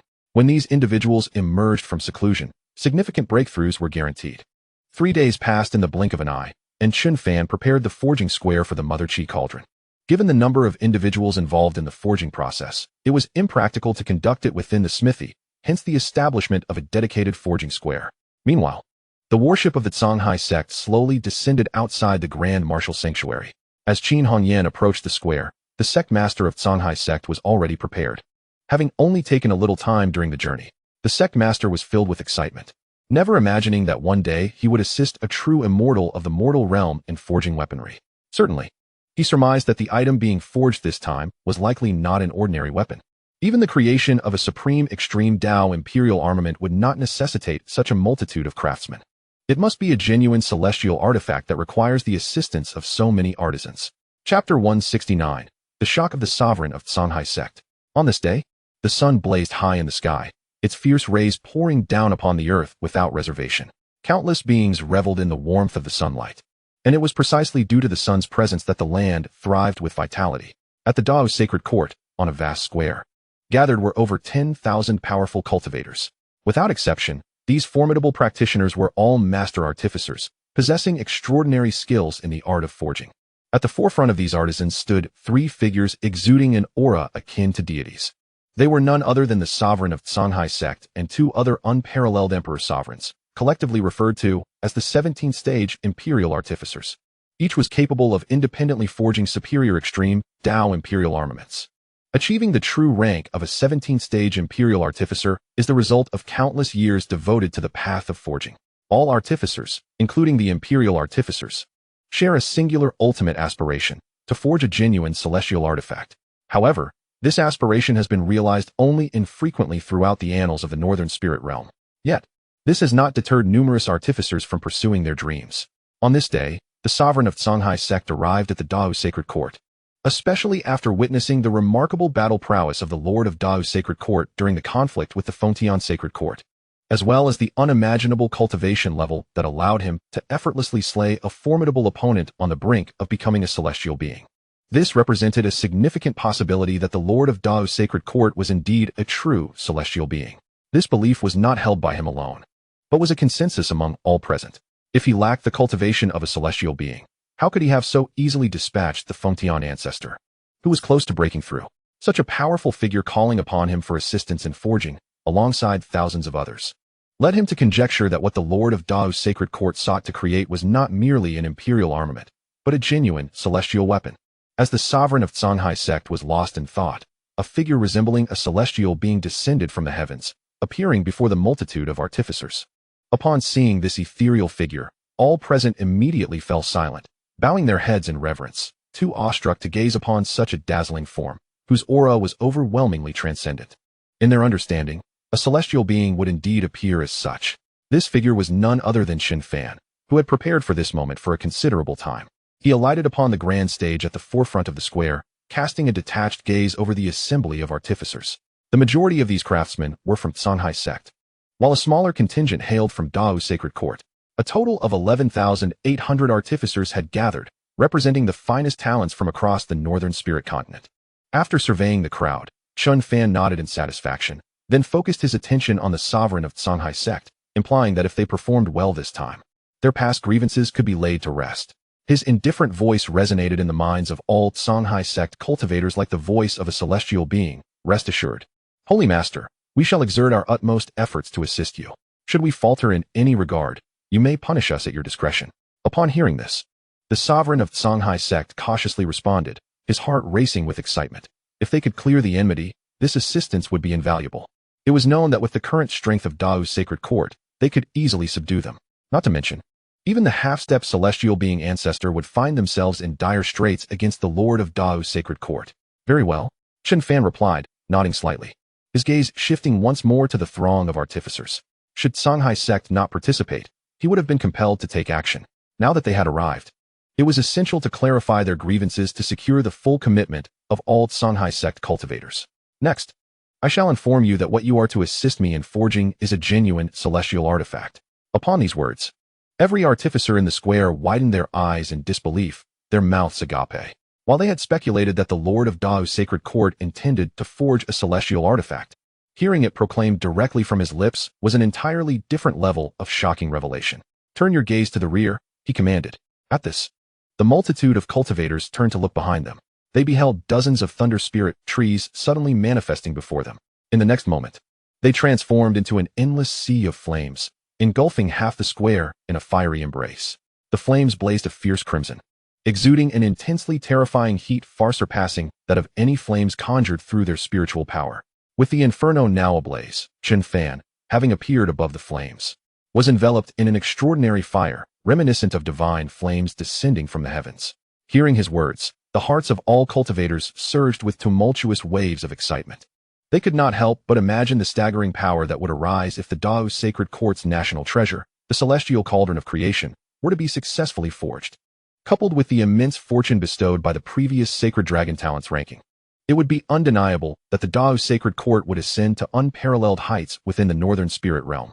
The role of all artificers is to encircle this sea of flames, utilizing your lifetime of experience and profound knowledge of forging to manipulate these vast flames, continually refining the celestial materials. However, you must stand according to the points I designate. As Chen Fan stood suspended in the void, he waved his hand, and platforms resembling stone slabs materialized around the entire sea of flames, inscribed with the ranks of artificers and their designated positions. This was readily comprehensible to the astute artificers, who arranged themselves in mere moments. Very well, the time required to forge the celestial cauldron of creation will be 81 days. During this period, should your spiritual power wane or approach depletion, you may freely consume the pills and various heavenly materials nearby to rapidly replenish your spiritual energy. With another wave of his hand, countless treasures brimming with rich spiritual energy and high-grade pills appeared beside them. Understood. The assemblage of cultivators responded with palpable excitement. Chapter 170. The plans of the Master of Qingyu Heavenly Palace. For the majority of artificers, the pills and heavenly materials dispensed by Chen Fan were among the finest in the entirety of the northern spirit realm. Even certain treasures of heaven and earth, previously unheard of by them, now lay within arm's reach, ready to be consumed at will. These extraordinary materials and supreme imperial elixirs, all intended for the restoration of spiritual energy. The master of the Grand Martial Sanctuary is indeed extravagant. Even the master of Xianxia sect, a rank 17 imperial craftsman, could not suppress a gasp of astonishment upon witnessing the heavenly treasures and top-tier imperial elixirs surrounding them. Were Xianxia sect to produce such an abundance of heavenly treasures and imperial elixirs, it would deplete half of their foundation. The master of the Grand Martial Sanctuary has truly spared no expense to facilitate their swift recovery of spiritual energy. Restore your states in 1 hour. We shall officially commence the refinement of the primordial Mother Qi cauldron, Chen Fan announced, prompting everyone to close their eyes and begin the process of recuperation. Though this time they served in a supportive capacity, the excitement within their hearts was palpable, for they were about to partake in the creation of a genuine celestial artifact. This was, for them, an unparalleled honor. Time passed inexorably, with figures such as the Battle Emperor and the Radiant Emperor, along with numerous martial warriors, standing vigil outside Wuyan City. Should anyone dare to disrupt the crafting of the celestial artifact, they would certainly meet their demise. Meanwhile, within the Qingyu Heavenly Palace, The Palace Master had just returned from the Grand Martial Sanctuary. He received news that the Grand Martial Sanctuary was preparing to forge a celestial weapon. At this moment, a profound shock coursed through the Palace Master's heart. The refinement of a celestial artifact was an unfathomable endeavor. If they could indeed create a true celestial weapon, it was likely that all factions within the Northern Spirit Realm would bow to the Grand Martial Sanctuary. Thankfully, there were still 2 individuals within the Grand Martial Sanctuary with whom he could negotiate. In that case, life for Qingyu Heavenly Palace would improve considerably. The Palace Master patted his chest to calm his racing heart, as this news stirred his previously tranquil mind into a whirlpool of excitement. Suddenly, a thought flashed through the Palace Master's mind. He recalled the Sacred Dragon Talents list. In truth, it would be more accurate to describe the Sacred Dragon Talents list as a damaged celestial artifact rather than a mere pseudo-celestial item. Indeed, the Sacred Dragon Talents list was not in its pristine state. A fully intact Sacred Dragon Talents list was an immensely powerful celestial artifact. If the Grand Martial Master could forge a celestial artifact, he could certainly repair the Sacred Dragon Talents list. Should the Sacred Dragon Talents list be restored to completeness, it would bestow benefits upon all cultivators in the Northern Spirit Realm. As a vessel of fortune, if repaired successfully, it would channel the accumulated fortunes of countless years back into the Northern Spirit Realm. This could provide an opportunity for resurgence, potentially restoring the realm to the pinnacle of the ancient times, when the Northern Spirit Realm was the most prosperous and flourishing region of the spirit world. With this revelation, the Palace Master slapped his forehead, his face alight with uncontainable excitement. He believed it was feasible. This method was undoubtedly viable. At worst, Qingyu Heavenly Palace could offer this artifact of fortune as a gift to the Grand Martial Master. Furthermore, once repaired, placing it within the Grand Martial Sanctuary would ensure that the vast fortunes emanating from the Sacred Dragon Talents list would accrue to the sanctuary. If the fortunes were efficiently harnessed, they could last for millennia without fading. It seemed he must visit the Grand Martial Sanctuary once more. This time, he would wait outside until the successful crafting was complete before approaching the Grand Martial Master to clarify the situation. Murmuring to himself, the Palace Master promptly vanished from his location, soaring towards the Grand Martial Sanctuary. Within the Grand Martial Sanctuary, an hour had swiftly elapsed. Under Chen Fan's leadership, the refinement of the primordial Mother Qi cauldron had commenced. Boom, boom, boom. Chen Fan meticulously placed all the materials required for the cauldron into the boundless sea of flames ignited by the Thunder Spirit wood. Countless craftsmen immediately began to channel their spiritual energy, manipulating the flames to refine the celestial materials. Time flew by, and before long, a month had passed. Throughout this month, numerous craftsmen tirelessly supplied spiritual energy, continuously refining the materials within the fiery depths. Chen Fan maintained control over the process, adhering to the step-by-step procedure for crafting the primordial Mother Qi cauldron. After a month, all the celestial materials had melted. The next step was to shape them. This step was the second most crucial in the creation of the primordial Mother Qi cauldron. Thus, Chen Fan devoted his full attention to the refinement process. Simultaneously, within the temporal secret realm, nearly a year had elapsed. Zhang Fanju, Lin Feng, and Shi Hao, who had been cultivating within, had all reached the threshold of half-step Emperor realm, poised to summon the heavenly tribulation at any moment. The trio chose not to undergo their tribulation within the Grand Martial Sanctuary, aware that the Master was engaged in the crafting of a celestial artifact. Disturbing the Master during this critical time would be counterproductive. Consequently, they opted for a remote location far from the Grand Martial Sanctuary to prepare for their tribulation. After deliberation, the three emerged from the temporal secret realm and headed towards a direction of the Grand Martial Sanctuary. Zhang Xianxia had also reached the half-step Emperor realm, advancing towards the Emperor realm. Other prodigies experienced significant growth as well. Some, upon hitting a bottleneck, exited the temporal secret realm. Among them, one prodigy seemed to experience no such limitation, continuously breaking through.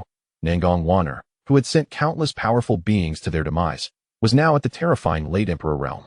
Even after reaching this stage, her aura visibly intensified by the second, as though she were propelled skyward in her cultivation. Of course, it was not only these prodigies. The entire strength of the Grand Martial Sanctuary was surging at an astonishing rate. In the blink of an eye, autumn arrived, and the world was awash in a sea of fallen leaves. 80 days had passed. At this moment, the Grand Martial Sanctuary was a stark contrast to the desolation elsewhere. It was bustling with activity, for today marked the final day of the Grand Master's celestial artifact refinement. If all went well, the artifact would be successfully completed today. Just as countless hearts brimmed with anticipation, a sudden, vast, mysterious, and terrifying aura erupted from the Grand Martial Sanctuary, sweeping across the entire Northern Spirit Realm. Chapter 171. Everyone proclaims the Emperor. A golden cauldron suddenly materialized above the grand martial sanctuary, capturing the gaze of all.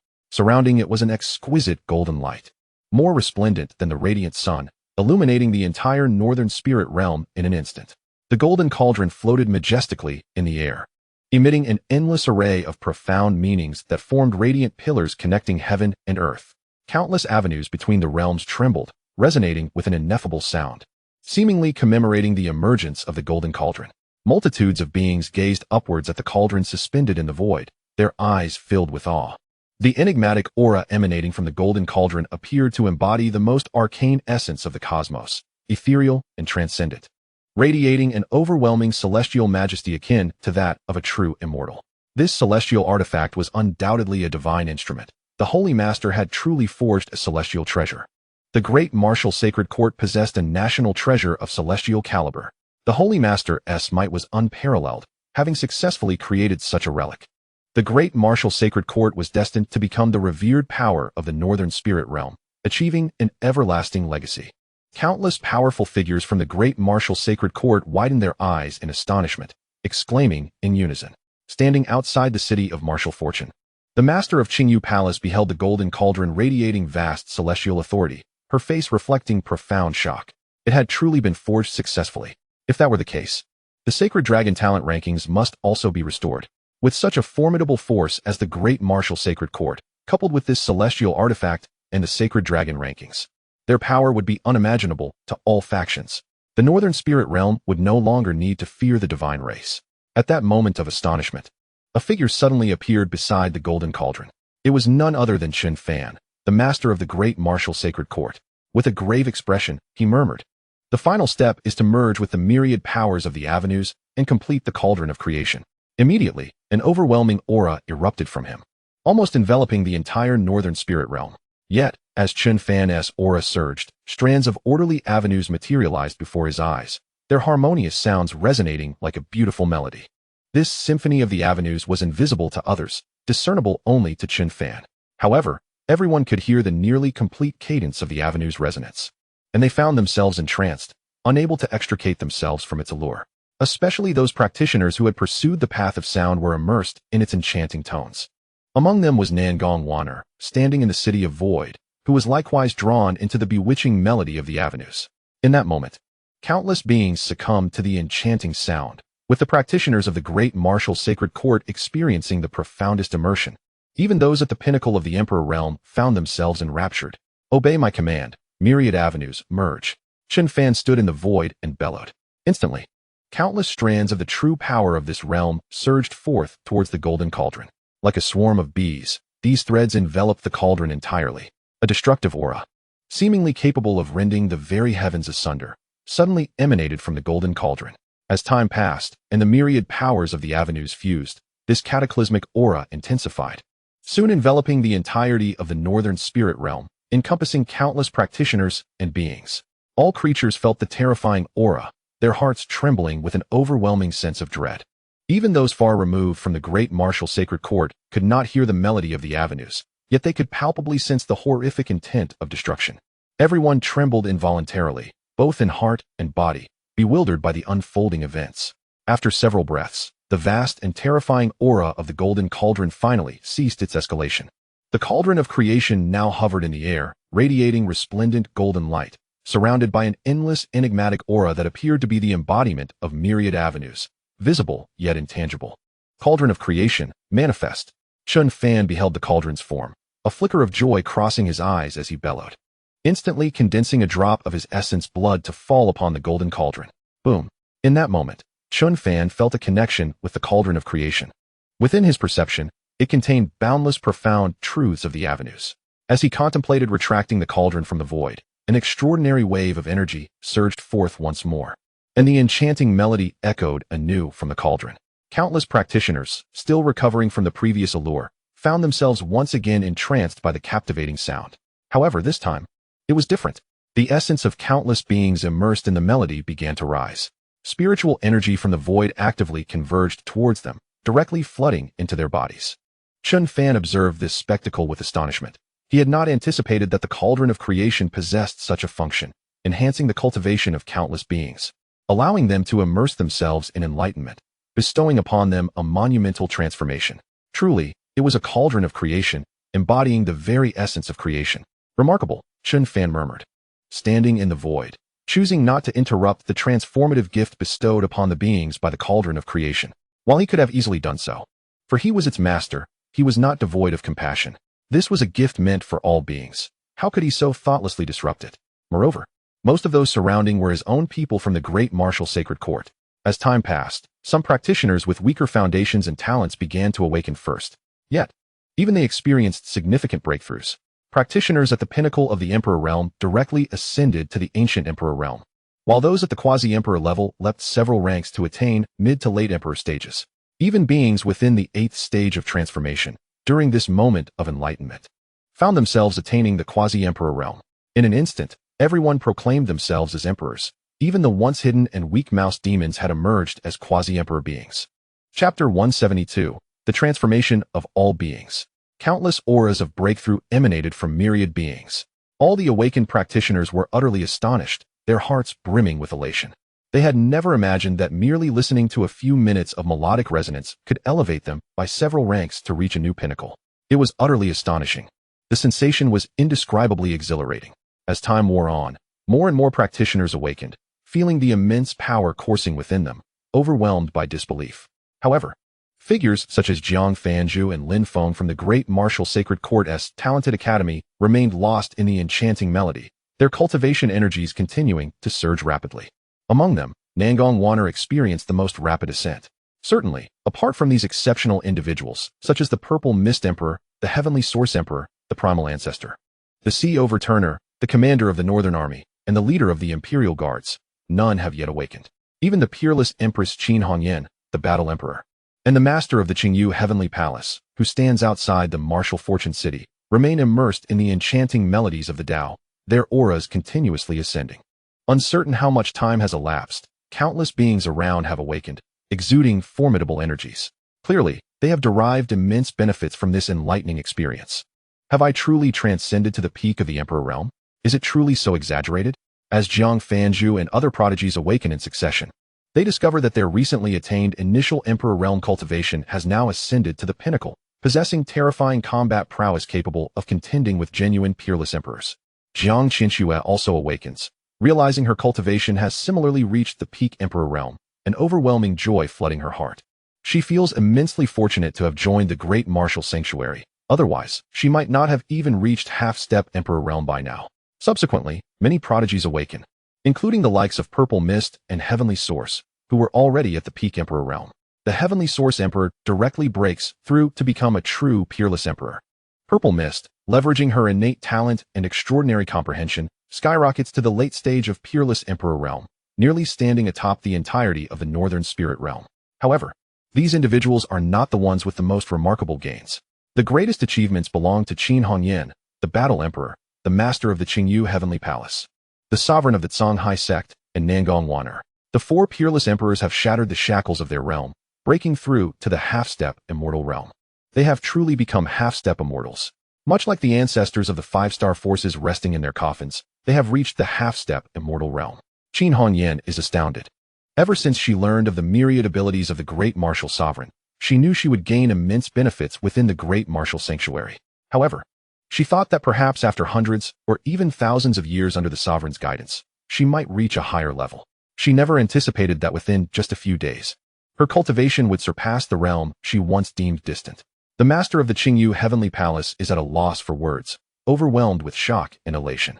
He merely came to seek an audience with the great martial sovereign, yet he unexpectedly broke through to the half-step immortal realm. The sensation is indescribably exhilarating. However, while the 4 peerless emperors achieving half-step immortal is already astounding, one individual surpasses even them, Nangong Wanner, the last to awaken from the enchanting melodies of the Tao. She slowly opens her beautiful eyes, filled with awe. My cultivation, my power. Half-step immortal realm. Nangong Wanner gasps in disbelief, profoundly shocked by her breakthrough. It is unimaginable that she has consecutively transcended her limits to enter the half-step immortal realm. As she is encapsulated in shock, the melodious sounds resonating from the golden giant cauldron, suspended in the void like a radiant sun, gradually fade away. It transforms into a beam of golden light, directly descending into the largest, most opulent palace within the Void City, its resplendent brilliance retracting. It appears as an ordinary giant cauldron, floating within the grand hall. Yet, any who have attained the immortal realm can sense that this cauldron is suppressing the vast fortunes of the great martial sanctuary, ensuring they cannot dissipate. It is well known that the fortunes of any faction can fluctuate, becoming either abundant or sparse over time. However, as long as this giant cauldron remains in the great martial sanctuary, its fortunes will never diminish, continuously accumulating. Chen Fan, of course, perceives the power of the cauldron of creation in suppressing fortunes and nods in satisfaction. Just then, a mechanical notification echoes in his mind. Ding. Congratulations to the host for successfully refining a high-grade immortal artifact. The cauldron of creation. Rewards are being distributed. Ding. Congratulations to the host for obtaining the recipe for the immortal entry pill. Ding. Congratulations to the host for acquiring a high-tier artifact forging inheritance, capable of refining supreme immortal artifacts. Ding. Congratulations to the host for receiving 10 extreme calling cards and 1 mortal realm calling card. Ding. Congratulations to the host for obtaining 1 army cultivation enhancement card. Ding. Congratulations to the host for acquiring 1 cultivation enhancement card. Ding. Congratulations to the host for receiving an immortal grade secret realm, the realm of Tao performance. A series of system notifications resound in Chen Fan's mind, filling his face with a radiant smile. It is truly extravagant. The system's generosity exceeds his imagination. He merely completed a task, yet the rewards are so abundant. Chen Fan feels a twinge of embarrassment. However, this is not the time to ponder these items. Today, the great martial sanctuary has bestowed upon you all a fortuitous opportunity. It is your blessing. Henceforth, the great martial sanctuary officially ascends to the status of a 5-star sanctuary within the northern spirit realm, standing at its pinnacle. Chen Fan's resounding voice reverberates throughout the void. Countless cultivators, upon hearing this, immediately raise their voices. The great martial sanctuary, dominating the northern spirit. The great martial sanctuary, dominating the northern spirit. Even the master of the Qingyu Heavenly Palace, who has already broken through to the half-step immortal realm, shouts with a flushed face. He now fully comprehends how advantageous it is to be beside the great martial sovereign. Had he not whimsically decided to come to the great martial sanctuary, this fortuitous encounter would not have been his to claim. It certainly would have belonged to the sovereign of the Xianxia sect. Should I not also consider making a decision that defies my ancestors? Chapter 173, The Shattered High-Grade Immortal Artifact. As time passes, the clamorous voices of countless beings gradually fade into the ether, and the great martial sanctuary once again returns to tranquility. Within the golden long hall of the Void City, Chen Fan sits upon the imperial throne, his aura subdued, appearing as an ordinary youth. Below him are the many formidable beings of the great martial sanctuary, the ones who benefited the most from this fortuitous encounter. Among them are 2 half-step immortal cultivators who are not members of the great martial sanctuary, the master of the Qingyu Heavenly Palace, Li Qingyun, and the sovereign of the Xianxia sect, Changlong. Both men feel the boundless power within them, their spiritual energy transitioning from white to a faint blue immortal energy. They remain in disbelief, unable to comprehend that they have ascended to this level without any cultivation or cost. The half-step immortal realm has been their ultimate goal in life, as the strongest beings in the northern spirit realm have always been half-step immortals. Thus, they dared not set their sights too high, merely aspiring to break through to the half-step immortal realm. However, the prospect of transcending to the realm of a half-step mortal immortal seemed exceedingly distant for them. Yet, who could have anticipated that upon arriving at the great martial sacred hall, they would effortlessly attain the cultivation of a half-step mortal immortal? Your Holiness, I shall forever be grateful for your grace, the venerable Li Qingyun declared, stepping forward with palpable excitement. However, I have come to the great martial sacred hall today for a specific matter. Oh, what business does the Lord of Qingyu Palace have? Chen Fan inquired, his gaze fixed upon Li Qingyun, a slight smile gracing his lips. He was well aware of why the Lord of Qingyu Palace expressed gratitude. It was, after all, due to the fortuitous bestowal of the primordial Mother Qi cauldron, which had enabled him to directly break through to the realm of a half-step mortal immortal. Yet, he did not place too much significance on it. Since the cauldron had conferred upon him this blessing, it was rightfully his, and he had no intention of coercing the Lord of Qingyu Palace for further gains. Upon hearing Chen Fan's inquiry, the Lord of Qingyu Palace suddenly knelt before him, gazing up with utmost reverence. We, the Qingyu Palace, wish to become a subordinate sect of the Great Martial Sacred Hall, henceforth venerating the Great Martial Sacred Hall above all. The proclamation from Li Qingyun left everyone in the Grand Hall wide-eyed with astonishment. They could hardly fathom that Li Qingyun, the esteemed leader of the most prestigious five-star sect in the North Spirit Realm, and now a half-step mortal immortal, would willingly pledge allegiance to the great martial sacred hall as a subordinate force. Chen Fan raised an eyebrow, surprised by Li Qingyun's unexpected decision. Yet, upon reflection, he recognized the foresight in Li Qingyun's actions. After all, he had previously sent the Red Beauty Emperor to the great martial sacred hall without knowing the consequences, only to fortuitously gain today's remarkable opportunity. There was indeed substance to his character. Just as Chen Fan was about to acquiesce, suddenly, with a thud, another figure knelt before him, exclaiming with unwavering loyalty, "I, the Xianxia sect, also wish to become a subordinate force of the great martial sacred hall, henceforth venerating the great martial sacred hall and the Holy Lord." The speaker was none other than Chang Long, the leader of the Xianxia sect. This decision was, of course, a spur-of-the-moment choice. Upon witnessing Li Qingyun, that cunning old fox, make his declaration, he realized instantly that Li Qingyun was indeed astute. The great martial sacred hall was on the verge of becoming the common authority of the northern region. The distinction between early and late subjugation was monumental. Those who submitted first would feast, while those who followed would merely sip the broth. Thus, upon seeing Li Qingyun kneel and declare Qingyu Palace's allegiance, he too made his decision in an instant, pledging his own sect without hesitation. The proclamation from Chang Long elicited a renewed wave of astonishment from all present, though this time it was tinged with excitement. The simultaneous submission of two five-star sects would surely send ripples throughout the North Spirit Realm, compelling all forces to consider pledging their allegiance to the great martial sacred hall. If this were to happen, the great martial sacred hall would indeed ascend to a position of unparalleled supremacy in the North Spirit Realm. Since both of you have made such declarations, I shall hereby announce that you are now subordinate forces of the great martial sacred hall, Chen Fan stated calmly. Upon hearing this, Chang Long and Li Qingyun's faces lit up with uncontainable joy. They had finally become affiliated with the great martial sacred hall. Any connection to the great martial sacred hall would undoubtedly yield unforeseen advantages. "Thank you, Holy Lord, for your benevolence," they both expressed in unison with utmost respect. Subsequently, Li Qingyun turned his gaze back to Chen Fan, a weathered golden scroll suddenly appearing in his hand. "Holy Lord, I have one more request," he began. "What I hold is the Sacred Dragon's Prodigy List, crafted by ancient superiors of the North Spirit Realm for its benefit. It can gather the fortunes of the five elements and bestow them upon the many prodigies listed within.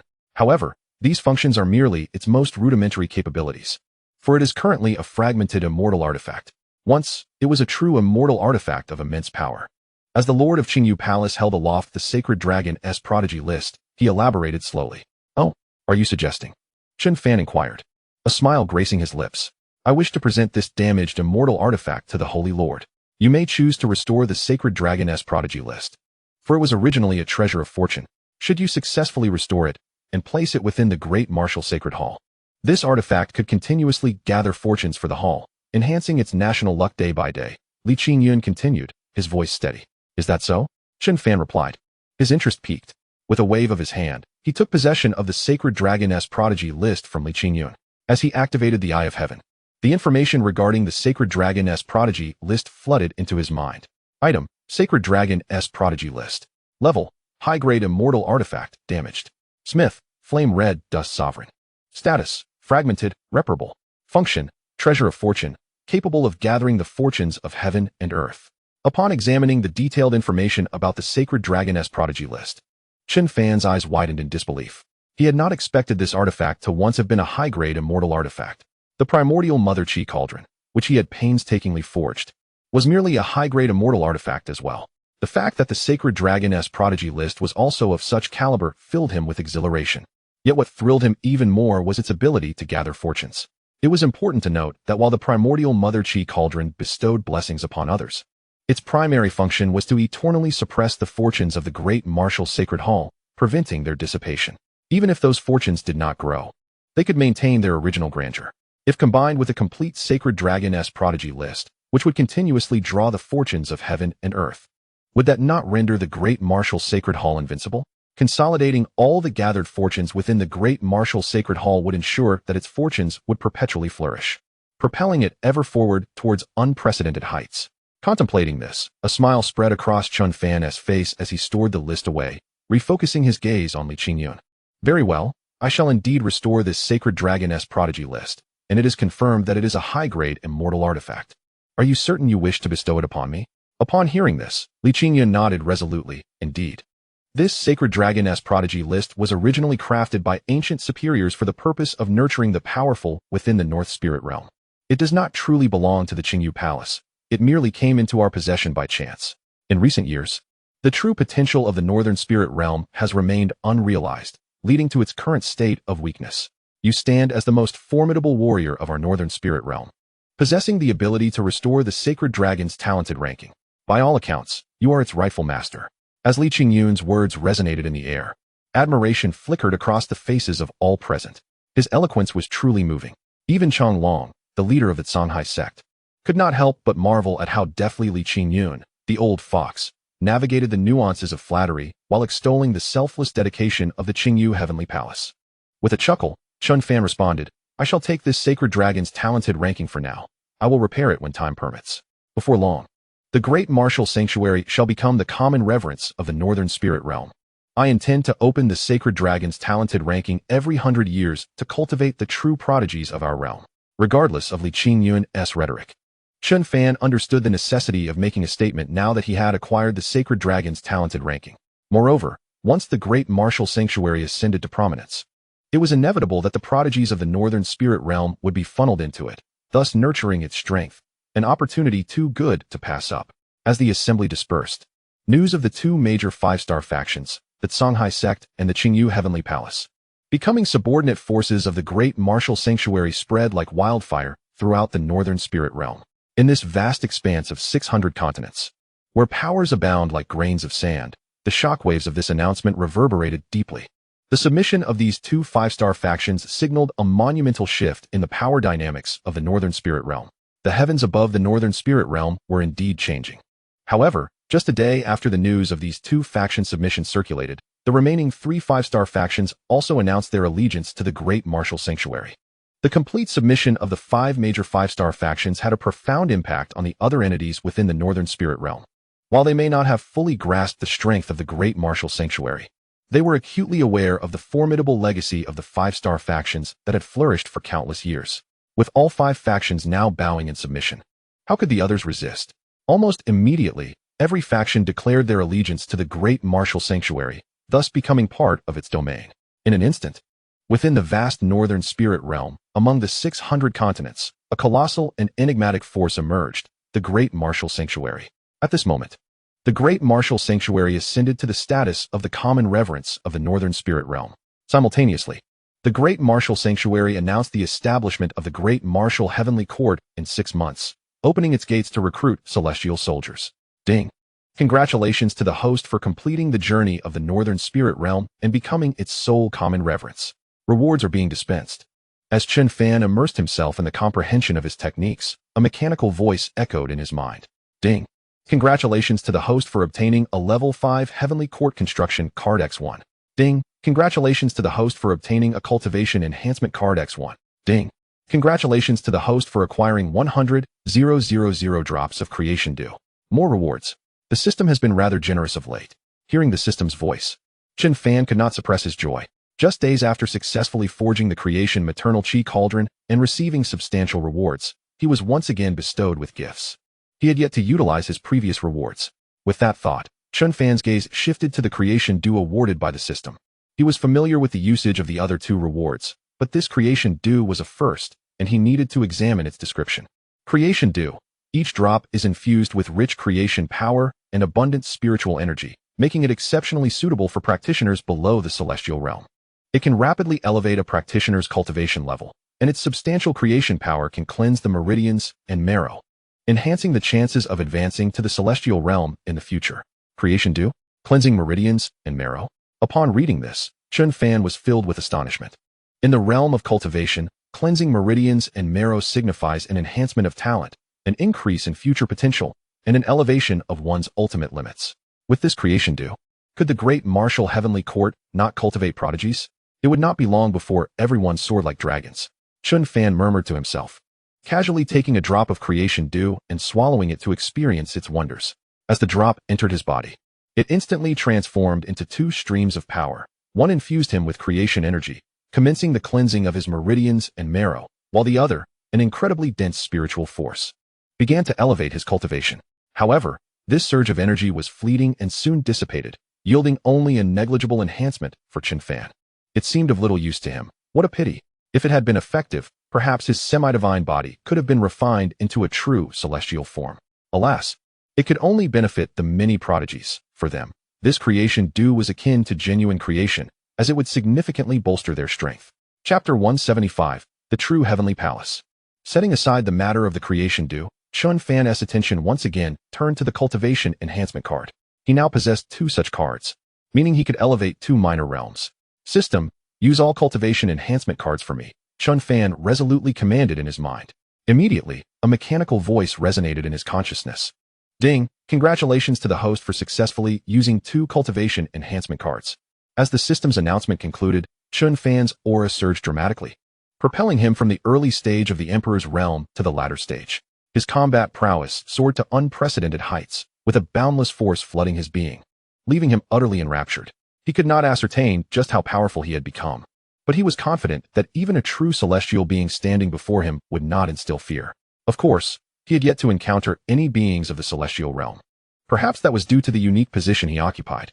The spiritual realms are divided into the Western, Eastern, Northern, Southern, and the Central Upper Spiritual Realm. The Northern Spiritual Realm is the weakest, lacking any genuine celestial beings. Nevertheless, Chen Fan was acutely aware that such beings certainly existed in other regions, along with even mightier forces. Although the great martial heavenly court now overshadowed the Northern Spiritual Realm, becoming its common reverence, the path ahead remained long and arduous. After his elevation, Chen Fan once again examined the military enhancement card. The necessity of this card was apparent. The recent enhancements had already transformed the Great Martial Sanctuary's Northern Defense Army and Imperial Guards into some of the most formidable forces on the entire Northern Martial Continent.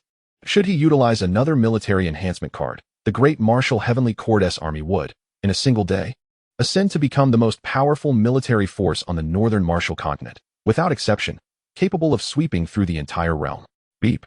Congratulations to the host for successfully utilizing the Army Enhancement card. The cultivation is being distributed now. As the system's voice faded, an overwhelming force descended from the heavens, enveloping all the mighty warriors of the Great Martial Heavenly Court. Boom. Countless breakthrough energies erupted from the bodies of the warriors of the Great Martial Heavenly Court. In the next moment, an inexhaustible flow of spiritual energy surged into these warriors. Shortly thereafter, a formidable momentum capable of shattering the very fabric of existence and sweeping across the world erupted from the Great Martial Heavenly Court. This immense force represented the collective might of all its warriors, embodying absolute confidence and unparalleled strength. The ancient emperors served as soldiers, while the peerless sovereigns commanded them. One might ponder, who in the entire Northern Spirit Realm could withstand such power? After a long period of tranquility, the Great Martial Heavenly Court once again ignited with fervor. Countless cultivators marveled at its might. Thus, the entire Northern Realm enjoyed a period of peace that lasted half a year. During this time, the Great Martial Heavenly Court firmly established its position as the pinnacle of the Northern Spirit Realm, with Mo Yuan Prefecture, where the court resided, blossoming into the most prosperous and thriving location in the entire realm. Numerous cultivators rushed to settle in Mo Yuan Prefecture, eager to pursue their training there. It seemed as though Mo Yuan Prefecture possessed an enchanting allure, akin to unraveling the previously cryptic and perplexing questions of one's daily life, only to find clarity upon arrival. It felt as if one's comprehension had been significantly heightened.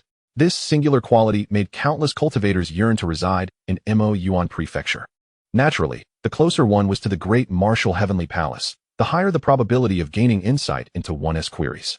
At the heart of Mo Yuan Prefecture stood a grand city, occupying an area of 100 million miles, resembling an ancient, fearsome beast coiled upon the earth, emanating an intimidating pressure.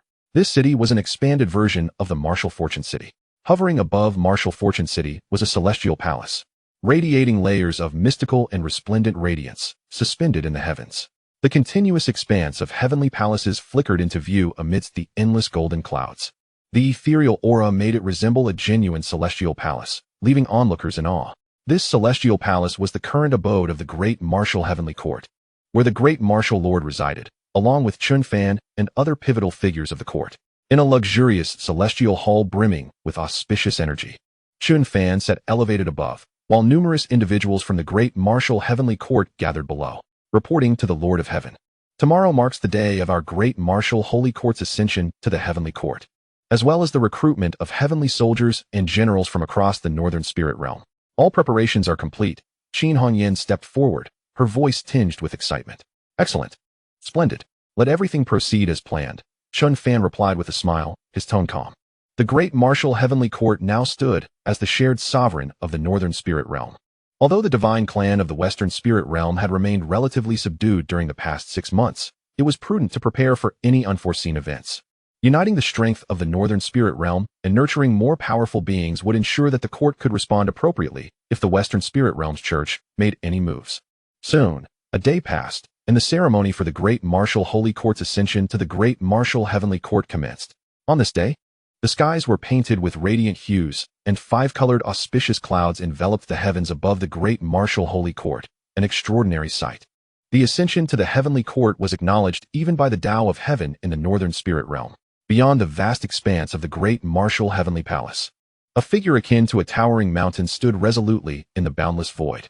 Its scales, dark as ink, shimmered with a mysterious luster under the myriad rays of light, exuding an aura of solemnity. It was none other than the divine beast, the xianxialan. Having awakened after years of slumber, the xianxialan had reached the pinnacle of the unparalleled sovereign realm, emanating an aura that even half-step transcendent beings dared not challenge. Today, the xianxialan stood as the auspicious beast for the great martial holy court's ascension to the great martial heavenly court, a symbol of pride for the court. In truth, the xianxialan was profoundly astonished. It had merely slept for a few years, and the once feeble great martial dynasty had transformed into its current formidable form, exceeding all its expectations. What shocked it even more was its master, who had merely been at the late stage of the sovereign realm. Now, with its own unparalleled sovereign cultivation, it felt as though it were but a fledgling chick before its master, easily manipulated. Leaders and formidable beings from countless factions across the northern spirit realm rode the winds, bearing precious gifts to attend the ceremony of the great martial heavenly court. The sect master of the Ocean Sea sect, the ancient patriarch, the master of the Qingyu heavenly palace, and other slumbering ancients emerged from their coffins. Surely, these elders would not disrespect the great martial heavenly court, especially since their path to transcending into true transcendent realms seemed to hinge upon receiving the court's favor. Chapter 176, The Fiery God King. The ceremony for the ascension to the heavenly court commenced on time, witnessed by countless cultivators, and the great martial holy court officially became the sole heavenly court of the northern spirit realm. Subsequently, the recruitment of heavenly soldiers and generals was initiated. Any prodigies or formidable beings who met the criteria could sign up. Those who attained the ancient emperor realm could apply for heavenly soldier positions, while those at the sovereign realm could seek various general roles. Those at the unparalleled sovereign realm could apply for positions as grand generals. Countless powerful individuals and prodigies eagerly rushed to register for the heavenly soldier and general roles. For them, becoming a heavenly soldier or general in the great martial heavenly court would be the pinnacle of their honor. Most importantly, they would gain access to the most advanced techniques, the finest imperial arts, and the most exceptional cultivation resources within the great martial heavenly court. Their potential would be boundlessly elevated. As long as they proved themselves worthy, they could ascend to levels they had once only dared to dream of. Chen Fan stood in the void, observing the fervent scene of recruitment for heavenly soldiers and generals, a smile emerging on his face. From this moment forth, the great martial heavenly court would reign supreme, unmatched in strength throughout the northern spirit realm. Beep. Congratulations to the host for establishing the great martial heavenly court. Advancing further on the path to dominating the myriad realms, rewards are being distributed. Beep. Congratulations to the host for obtaining a mid-grade celestial artifact, the Celestial Fire Melting Furnace, Alchemical Furnace. Beep. Congratulations to the host for acquiring a Great Stage Cultivation Enhancement card, can elevate one major stage. Beep. Congratulations to the host for obtaining the Celestial Technique, Slash of Radiance. Beep. Congratulations to the host for receiving the Martial Immortal Body Refining Pill, can refine the body. Beep. Congratulations to the host for acquiring a top-grade Celestial Artifact, the Celestial Slashing Blade. More rewards? Hearing the system's notification, Chen Fan's pupils contracted, and he gazed intently at the items rewarded within the system space, inhaling sharply in astonishment. The Celestial Fire Melting Furnace, capable of refining the heavens and earth. It possesses the 9-Li Celestial Fire, with the potential to forge 6-turn Celestial Pills. The Great Stage Cultivation Enhancement card can elevate the host's cultivation by one major stage. The Art of Celestial Slicing, when wielded in conjunction with the celestial slicing blade, can cleave through the very essence of immortals. The martial immortal body refinement pill possesses the remarkable ability to temper the flesh, rendering it immensely powerful. Should a semi-immortal physique partake of this elixir, it can transform into a martial immortal body, achieving corporeal ascension. These treasures are of immense significance to me. Indeed, the system has truly bestowed a bountiful reward this time. Chen Fan murmured in awe, his eyes brimming with delight. With these acquisitions, his combat prowess and cultivation would ascend to unprecedented heights. Not only would he stand unperturbed against the formidable beings of the first layer of the red dust immortal realm, but he would also face the challenges of the second and third layers with equanimity. Indeed, there exists a hierarchy among the red dust immortals. The 9 layers of red dust each present their own tribulations. Each ascension to a higher layer entails confronting a heavenly tribulation, and successfully overcoming it results in a significant elevation of combat strength. Thus, even with such an abundance of treasures at his disposal, Chen Fan conservatively estimated that he could only rival the combat power of a third-layer red dust immortal. Beyond that, the ancient texts of the Northern Spirit Realm offer no detailed accounts, leaving him in ignorance of the true might of the higher echelons of red dust immortals. As the recruitment of troops neared its conclusion, and Chen Fan prepared to utilize these rewards, a thunderous roar suddenly erupted, causing the vast expanse of the Northern Spirit Realm to tremble. What was that commotion? Sensing the tremors throughout the Northern Spirit Realm, all the formidable beings in Martial Fortune City soared into the air, casting their gazes towards the endless void of the west, their expressions grave. Such a terrifying sound, capable of shaking the very foundation of the Northern Spirit Realm, surely heralded a momentous event. Chen Fan too turned his attention to the boundless western skies, a frown creasing his brow. In that instant, Li Qingyun, the master of the Qingyu Celestial Palace, appeared beside Chen Fan in a flurry, urgently proclaiming, "Master, it seems the Western Spirit Realm's Holy See is making a move against us." Although Li Qingyun had reached the threshold of the semi-mortal realm, he felt somewhat outmatched against the divine race. He could only implore the Northern Spirit Realm and the Grand Martial Heavenly Court to confront the terrifying divine beings. "Indeed, I sense the presence of the divine race. Come, summon those present to accompany me. We must ascertain the nature of this disturbance," Chen Fan replied calmly. Li Qingyun swiftly gathered all the semi-mortal beings present, excluding those from the Grand Martial Heavenly Court, while Chen Fan brought along Nangong Wanner. She too had broken through to the semi-mortal realm, her combat strength surpassing that of an ordinary semi-mortal. Having utilized the secret realm of Dao simulation, she had deduced the subsequent cultivation methods leading to the red dust immortal realm. Her imperial techniques were also transformed into celestial arts.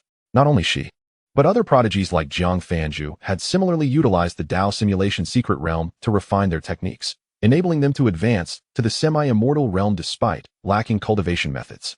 Indeed, the Dao simulation secret realm was a reward from the system, capable of simulating techniques, celestial arts, and more, an immensely powerful tool. Many prodigies had cultivated primarily the methods of the imperial sovereign, with the pinnacle being the semi-immortal realm. To continue their progression, they required further techniques. The emergence of the Dao simulation secret realm brought great joy to these prodigies. Chen Fan's decision to bring Nangong Wanner was predicated on the belief that she might garner substantial benefits. In no time, a contingent of formidable beings, all at least semi-immortal in strength, traversed the vast expanse of the Northern Spirit Realm towards the west. Beyond the thick boundary of the Northern Spirit Realm, in the limitless sky above the boundless sea, stood an imposing array of powerful figures adorned with magnificent white 8-winged wings, over 100 in number. These were none other than the divine race of the Western Spirit Realm. Only the divine race would resemble humanity while possessing such resplendent wings. Yet, at the forefront of this assembly of 8-winged divine beings loomed a singular, towering figure, boasting 10 wings and emanating an aura that sent tremors through the very fabric of reality. Just its presence distorted the surrounding space, a testament to its formidable might. Lord Blaze God, should we continue our relentless assault, this vulnerable section of the Northern Spirit Realm's boundary will be breached completely in a mere quarter of an hour. A divine being with faintly visible 10 wings cautiously reported to the 10-winged figure. Excellent. Our efforts have not been in vain. We have finally identified a weak point on this tortoiseshell. Once we breach this boundary, the human cultivators will undoubtedly rush out of the Northern Spirit Realm to engage us in battle. At that point, we shall gather enough human blood, and our divine race will sweep across the entire Spirit Realm, heralding our dominion over it. The Blaze God chuckled joyously, clearly elated. The ultimate goal of the Holy See is dominion over the entire Spirit Realm, subjugating all its beings, particularly the human race.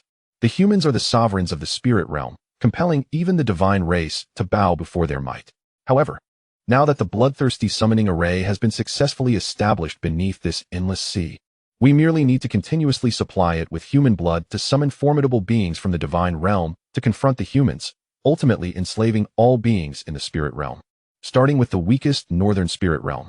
Other spirit realms possess powerful red dust immortals, but this northern spirit realm lacks such strength and boasts an extensive territory of 600 great continents, teeming with countless humans. They require vast quantities of human blood, making this the optimal location for their plans. Exert every ounce of strength you possess. I can hardly contain my anticipation. The blaze god flared his 10 pristine wings, unleashing a terrifying beam of white light that surged forth, crashing once more against the most vulnerable point of the northern spirit realm's barrier. A resounding boom echoed as the boundary trembled, now significantly weakened and on the verge of collapse. Within the northern spirit realm, Chen Fan and the others were but a few breaths away from the source of the commotion. I can sense the presence of the divine race beyond the barrier. There are undoubtedly numerous divine beings awaiting us. Prepare yourselves, Chen Fan intoned, gazing towards the horizon. At his words, the assembly of warriors tightened their expressions, swiftly adjusting their states to peak readiness.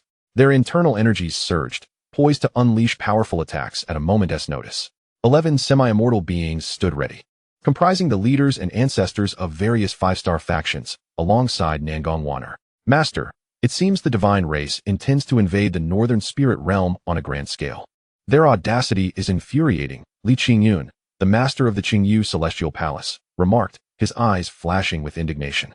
Had it not been for the decline of the northern spirit realm following the battle against the demon race, even a minor faction like the divine race would not have dared to provoke the might of the northern spirit realm. No matter. Let them come and go as they please. Chen Fan spoke slowly, a glimmer of sharpness flashing in his eyes. Having just seized control of the northern spirit realm and become its co-sovereign, the divine clan was already stirring trouble. Was this not an invitation for him to engage in combat? It was an opportune moment to experience the true strength of the celestial beings of the mortal realm. Chen Fan sensed an immensely powerful aura beyond the realm barrier, one that surpassed the energies emitted by all practitioners on the brink of the mortal realm. It must be a being of the divine clan, comparable to the celestial beings of the mortal realm. As he spoke, Chen Fan and his companions arrived at the boundary of the northern spirit realm. The boundary itself was a formidable protective shield formed by a turbulent gray current, enveloping the entire northern spirit realm and safeguarding it within this gray tempest. However, through Chen Fan's gaze, the protective barrier appeared almost transparent, allowing them to discern the figures of the divine clan outside. At that moment, the divine clan continued to assault the nearly translucent boundary with relentless vigor. Indeed, they sought to breach the barrier of the northern spirit realm and launch a full-scale invasion. Upon witnessing this scene, the elder of the Qingyu Heavenly Palace could not restrain his fury, exclaiming that the existence of the northern spirit realm's barrier had prevented the divine clan from invading for many years. This barrier, painstakingly crafted with the last remnants of power by the fallen mighty of the northern spirit realm, was intended to thwart the divine clan's incursions from the western spirit realm. Who would have thought that after countless years, the divine clan had not abandoned its ambitions, but instead discovered the weaknesses of the boundary? A full-scale assault on the northern spirit realm? Chen Fan mused softly. Let us meet this formidable divine clan. With that, he approached the vulnerable spot in the barrier, and before the astonished gazes of his companions, he delivered a powerful punch towards the weak point. Boom! A tremendous sound erupted as the boundary shattered, creating a gaping hole. Chen Fan stepped through this breach without hesitation. Li Qingyun and the others, momentarily stunned, quickly followed suit. Outside the boundary, the divine clan stared in disbelief at the sudden appearance of the human cultivators. After a moment of astonishment, expressions of unrestrained joy spread across their faces. Humans? The boundary is broken. We can enter the northern spirit realm. Observing that only a late-stage emperor-level human had emerged, the assembled 100 divine clan members could hardly contain their excitement. The arrival of a human signified their ability to traverse the shattered barrier and invade the northern spirit realm. Ha ha ha, what a stroke of luck. Who would have thought that a mere late-stage emperor-level human would breach the boundary? The northern spirit realm. Here I come. The flame god king laughed heartily, gesturing casually towards Chen Fan, sending a beam of white light aimed at him. Intent on slaying him first to spill his blood upon the endless sea and activate the bloodthirsty summoning formation. As the white light approached Chen Fan, he merely smiled, making no move to defend himself. Just as the light was a mere meter away from his body, it suddenly vanished, as if it had never existed. In an instant, a dozen figures appeared behind Chen Fan, their expressions grave as they regarded the formidable host of divine clan members before them. At that moment, the divine clan finally realized that the northern spirit realm had gathered numerous powerful cultivators to resist their invasion.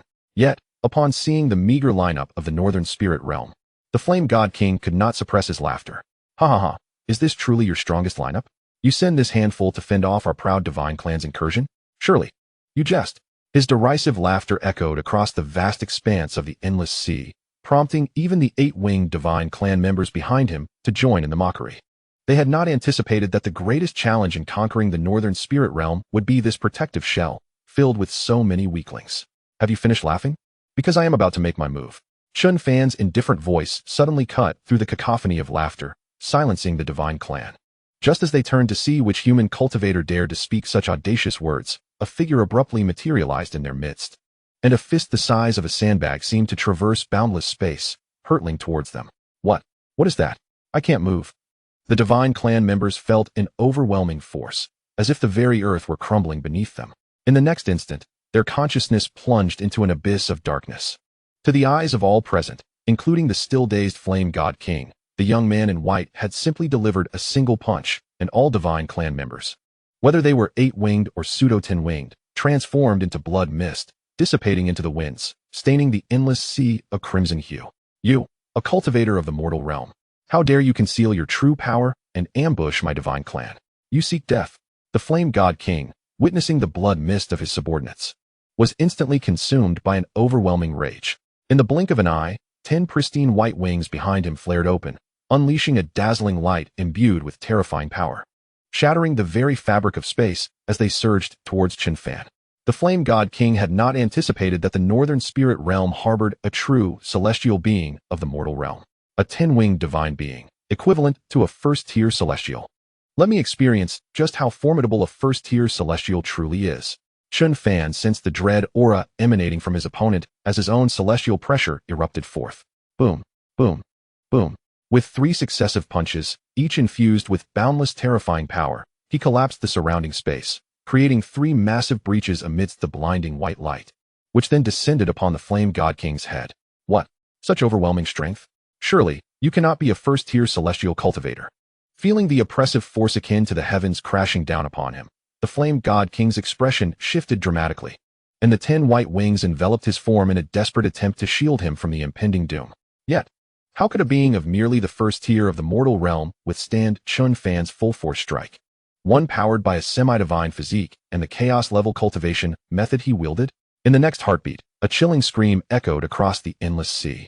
The once formidable and majestic xianxiaaudiobooks, akin to a celestial deity descending from the heavens, has now plummeted into the boundless sea like a deflated balloon. Is this being truly worthy of the title of Divine King? It merely resembles a mere birdman. Chen Fan retracted his fist. Observing the pitiful state of the 10-winged divine clan, he murmured softly. With a grand gesture, he summoned a hand of spiritual energy that extricated the wretched xianxiaaudiobooks from the depths of the ocean. The divine body lay in tatters, particularly the once pristine 10 wings, now reduced to a mere 3, rendering him utterly a birdman. Meanwhile, Nangongwan and Li Qingyun, along with all others at the threshold of the red dust immortal realm, gasped in disbelief upon witnessing the transformation of the once imposing divine king, who boasted power comparable to that of the human race's red dust immortal realm, into such a dismal figure. Their eyes brimmed with shock. Just how formidable is the heavenly master, capable of reducing a divine king to this state with merely 3 punches? The North Spirit world is truly on the brink of resurgence. Their astonishment was overshadowed by a wave of exhilaration. Yet, Nangongwan's eyes sparkled with understanding, seemingly grasping the reason for the heavenly master's presence. A radiant smile adorned her exquisite visage. Pray tell, why have you come to invade our North Spirit world? Chen Fan inquired with a grin, addressing the gravely wounded xianxiaaudiobooks, who was on the verge of collapse. Through this battle, Chen Fan gleaned an understanding of his peak combat capability, approximately equivalent to that of a second-tier red dust immortal. Of course, this was merely his current state. He had yet to utilize the rewards from the system. Should he do so, his strength would surge even further. Foolish human, do you believe this will instill fear in my proud divine clan? Allow me to clarify, you are not worthy. Even if you were to slay me today, Even as a second-tier red dust immortal, before the might of my divine clan's holy sea, you would appear as a mere insignificant mouse, weak and inconsequential. It will not be long before your North Spirit world is entirely subsumed by my West Spirit holy sea. Ha! The Xianxiaaudiobooks, akin to a wounded and frenzied wild dog, spat out his fury with a deranged grin. Oh, is this the resilience of your divine clan? Chen Fan mused, slightly taken aback. In the next moment, he obliterated the Xianxiaaudiobooks' form with a mere squeeze. Thus, a formidable being, comparable to a red dust immortal, met his demise here. Recognizing that he would glean no useful information from the Xianxiaaudiobooks, who had become a fanatic, Chen Fan opted to eliminate him to silence his incessant raving. As numerous divine beings fell, tranquility enveloped the realm once more, interrupted only by the whispers of the wind across the boundless sea and the rhythmic crashing of waves. A mournful melody soon echoed, as Nangong Wan sat cross-legged in the void, her Yaoqin emitting waves of sorrowful notes. Minutes later, the music ceased, and a brilliant smile illuminated Nangong Wan's face. Observing this, Chen Fan nodded, then shifted his gaze to Li Qingyun. The spiritual energy in the boundless sea is far more potent than that in our North Spirit world. Is this perhaps due to the barrier of the North Spirit world? Upon hearing this, Li Qingyun awakened from his stupor, attentively sensing the surrounding spiritual energy. His eyes widened in realization as he gazed at the vast barrier of the North Spirit world behind him, reporting to the Heavenly Master. I believe this to be the case. After a moment of contemplation, Li Qingyun slowly articulated his thoughts. At that moment, he finally comprehended the reason behind the continuous decline of the North Spirit world, which had never regained its former glory. The barrier, while protective, had simultaneously isolated them from the abundant external spiritual energy, causing the cultivators of the North Spirit world to dwindle in strength over time.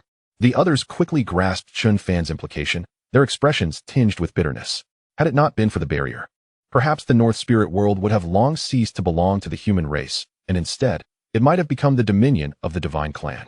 What shall we do now, Heavenly Master? A look of helplessness washed over Li Qingyun's face. What else can we do? For now, let it be. Chen Fan waved his hand dismissively. Once my great martial heavenly court has recuperated, the necessity of this barrier will vanish. Chapter 179, The Divine Clan's Pope. Though the barrier of the North Spirit world has protected it for an extended period, preventing incursions by the divine clan, it has also significantly restricted its development. The primary reason for being the weakest among the spiritual realms lies here. Of course, without the barrier, the North Spirit world might have vanished from the annals of history by now. Overall, its benefits have outweighed its drawbacks. However, with the rise of the great martial heavenly court, it heralds the resurgence of the North Spirit world. In due time, the divine clan will find themselves powerless against them, and the barrier of the North Spirit world will no longer be necessary. Eventually, strong cultivators will emerge in the North Spirit world, nurtured by the turmoil of war and the rich spiritual energy from the outside world. Chen Fan surveyed the endless sea surrounding the North Spirit world, seemingly infinite and without end. Yet, he knew that at the terminus of this boundless ocean lay the West Spirit world, a territory belonging to the divine clan, teeming with formidable beings. He needed to return and commence preparations. The divine clan's ambition to annihilate the North Spirit world equates to their desire to obliterate the great martial heavenly court. Throughout the journey from the great martial dynasty to the present, every adversary of the great martial has been crushed beneath their feet. This time, even against the divine clan, it would be no different. Let us return to the North Spirit world and follow my directives to confront the divine clan. Chen Fan glanced at the others before vanishing from sight. The others, witnessing this, swiftly followed suit, despite a flicker of trepidation towards the formidable divine clan. The presence of the great martial heavenly master assured them that the North Spirit world would not be easily subjugated. However, scarcely had they departed when a splendid warship suddenly materialized above the vast sea. On board, two exquisite maidens curiously peered towards the opening in the barrier of the North Spirit world. The barrier of the North Spirit world has been breached? Xianxia, shall we explore the North Spirit world? We've visited every other place, and with the barrier sealing it for so many years, it must hold countless wonders. One of the maidens, clad in a flowing blue gown, slender and ethereal, exclaimed upon noticing the gaping breach in the barrier. Lu Qingqing, your suggestion sounds delightful. Let us venture inside and take a look. The maiden known as Xianxia echoed her curiosity, gazing into the depths of the North Spirit world. They had embarked from the Upper Spirit world with plans to traverse the entirety of the spirit realm. But the North Spirit world had not been part of their itinerary due to its inaccessibility. To their astonishment, someone had managed to break a hole in the barrier. Instantly, their curiosity burgeoned, and the two decided to enter the North Spirit world for exploration. The exquisite warship then vanished into the vast ocean. At the heart of the West Spirit world, endless, sprawling white palaces occupied the boundless expanse of the land. Amidst these palatial edifices stands a towering palace that seems to pierce the very clouds, as if it is nestled within the ethereal mist. The fall of the radiant God King suggests that the Northern Spirit realm possesses some profound heritage. A figure, towering 3 zhang high, looms above the magnificent palace, gazing towards the distant horizon. There is little emotional upheaval regarding the demise of the radiant God King, as the sole pope of the divine lineage. He had long anticipated such an outcome. After all, he was merely a God King, and his fall is a trivial matter. Perhaps it is fortuitous. If the Northern Spirit realm were inhabited entirely by the weak, activating the array would indeed prove quite challenging. The Pope of the divine lineage murmured softly, and suddenly, 10 wings unfurled behind him with great force. Unlike the others, which should have been pure white, 6 of these wings radiated with a resplendent golden glow. His aura was terrifyingly potent, causing the surrounding space to collapse incessantly, as if the very heavens were on the brink of an apocalypse. The 10 divine kings received their orders, mustering the strength of 300 states of the divine lineage, awaiting his command to prepare for an incursion into the Northern Spirit realm. The radiant God King had sacrificed his life to open the passage to the Northern Spirit realm for them. A resonant voice echoed throughout the void of the Western Spirit realm. As the Pope descended, terrifying figures suddenly ascended across the 300 states, proclaiming, in obedience to the Pope's command. Following this, the entire Western Spirit realm erupted into a flurry of activity. The Pope, Augu, stood amidst the void, surveying the land of the Western Spirit realm, a barely perceptible smile gracing his lips. For the grand mission of the divine lineage, every sacrifice is justifiable. Chen Yun led the group back to the great martial heavenly court. He promptly assigned several tasks. First, to gather a contingent of powerful warriors to guard the borders of the Northern Spirit realm, while simultaneously constructing a vast city there. The spiritual energy in that region was extraordinarily rich, even surpassing that found within the Northern Spirit realm, making it an ideal place for cultivation. The next step was to ensure Qin Hongyan expedited the recruitment of celestial soldiers, who would also head to the borders of the Northern Spirit realm. Subsequently, a significant portion of the resources from the Northern Spirit realm would be consolidated for resisting the divine lineage's invasion, as well as for logistical support. Lastly, a multitude of array masters was to be assembled to deploy formations in the Endless Sea. The battlefield against the divine lineage must not take place within the Northern Spirit realm. The Endless Sea is the most suitable choice, thus designating it as the primary battleground. Once these arrangements were complete, Chen Fan returned to his grand palace, his gaze focused on the system space. Although he had effortlessly slain a divine being of the first realm, he did not underestimate the divine lineage. Since the 10-winged divine beings existed, there must surely be more than one. Moreover, the 10-winged divine being had behaved like a fervent devotee, indicating the presence of even stronger divine entities behind him, controlling everything, much like the Pope of the Western Spirit realm, who wields unparalleled power over all divine beings. It is prudent to first enhance his own strength. Chen Fan had always harbored a sense of invincibility, yet he soon realized that beyond the heavens, there are still greater realms, and beyond mortals, there are immortals. His attention was drawn to the Great Realm Advancement card, a reward bestowed by the system following the establishment of the Heavenly Court, which he had yet to utilize. Great Realm Advancement card allows the designated individual to break through one major realm of cultivation. System, activate the Great Realm Advancement card. Ding. Congratulations, host, for successfully using a Great Realm Advancement card. Cultivation is being dispensed. As the system's voice faded, a surge of energy enveloped Chen Fan, and an overwhelming torrent of spiritual power poured into his body like a tempest. From the late stage of the Emperor realm, he ascended to the early, then mid, and finally the late stage of the Supreme Emperor realm within mere breaths, approaching the pinnacle of that realm. An immense force, as vast as countless galaxies, surged within him, rendering his aura extraordinarily potent. Were it not for Chen Fan's deliberate efforts to maintain the integrity of this space, the entire great martial heavenly court might have been obliterated. What immense power! He exclaimed. If I were to encounter that radiant God King now, not even 3 punches would be necessary. A mere finger would suffice to crush him. The technique he practiced was among the most formidable chaos-level arts across the myriad realms, making it entirely reasonable for him to combat beyond his tier. Should he wield a superior-grade celestial weapon, the slaying immortal blade, he could scarcely fathom who could withstand his combat prowess. In an instant, a long blade radiating a brilliant silver light materialized in his grasp, the slaying immortal blade. a superior-grade celestial artifact, on par with the primordial Qi cauldron. With the slaying, immortal blade in hand, Chen Fan felt as though he could sever the very Tao of the northern spirit realm. Of course, this was merely an illusion born of his sudden surge in power. Nevertheless, his combat strength had undeniably multiplied beyond measure. Yet, this was not the end. In addition to the Great Realm Advancement card, there was another item that would significantly enhance his current strength. Chen Fan murmured softly, and a white jade box suddenly appeared in his hand. As he slowly opened the box, the room was instantly filled with an intoxicating aroma of elixirs. Within the box lay a plump, round pill adorned with 9 distinct patterns. The militant immortal body refining pill, which claimed to transform his semi-immortal physique into a true martial immortal body. He pondered the effects with anticipation as he gazed at the pill radiating rich fragrance. A martial immortal is a supreme being who achieves transcendence through the refinement of the flesh. Any martial immortal capable of refining their body into that of an immortal is essentially invincible among their peers and can effortlessly battle across realms.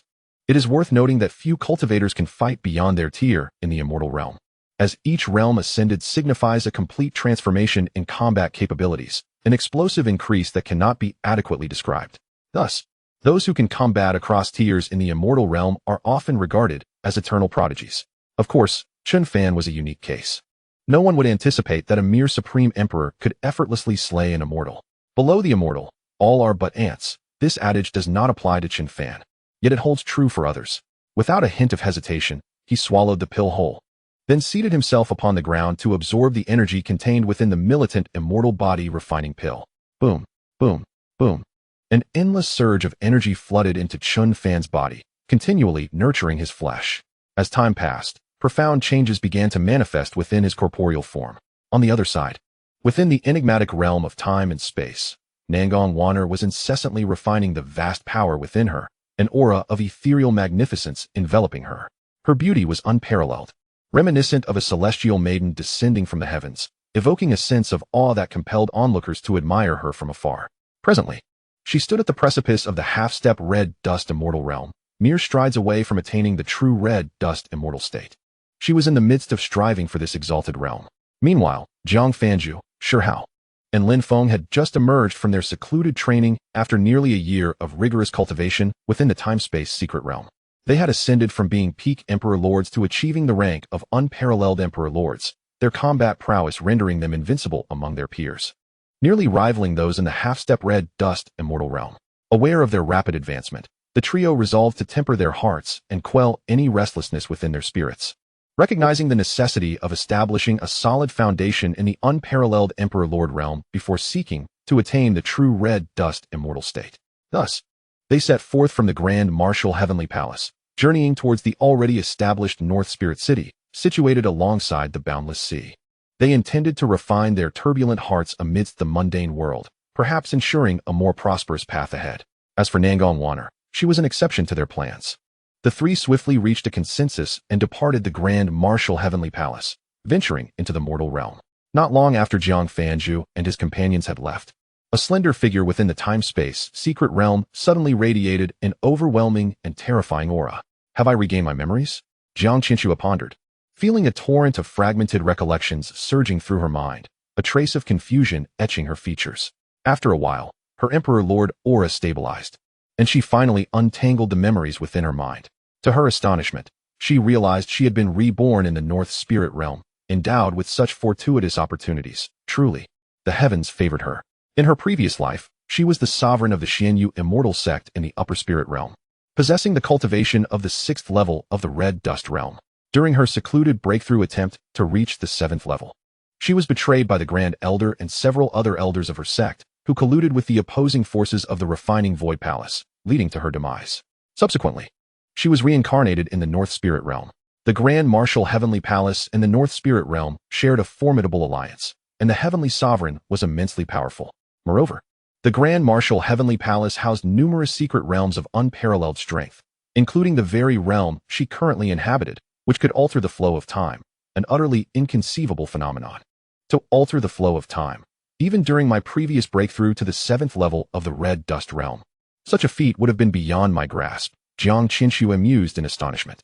If that is indeed the case, with the wisdom from my past life, coupled with the extraordinary resources of the Grand Martial Heavenly Palace, It won't be long before I ascend once more to the red dust immortal realm. One day, those who betrayed me, along with the refining void palace, shall face their annihilation. Xianxiaaudiobooks murmured, a glint of sharp resolve flashing in her eyes. She then settled into a meditative posture within the time-space secret realm, commencing her practice of the celestial techniques and various secret arts to enhance her combat strength. She understood that a great battle loomed on the horizon between the Grand Martial Heavenly Palace and the divine clans of the West Spirit Realm. Thus, she needed to elevate her power to safeguard herself and secure greater achievements and resources for cultivation. Chapter 181, The Malevolent Flood Dragon.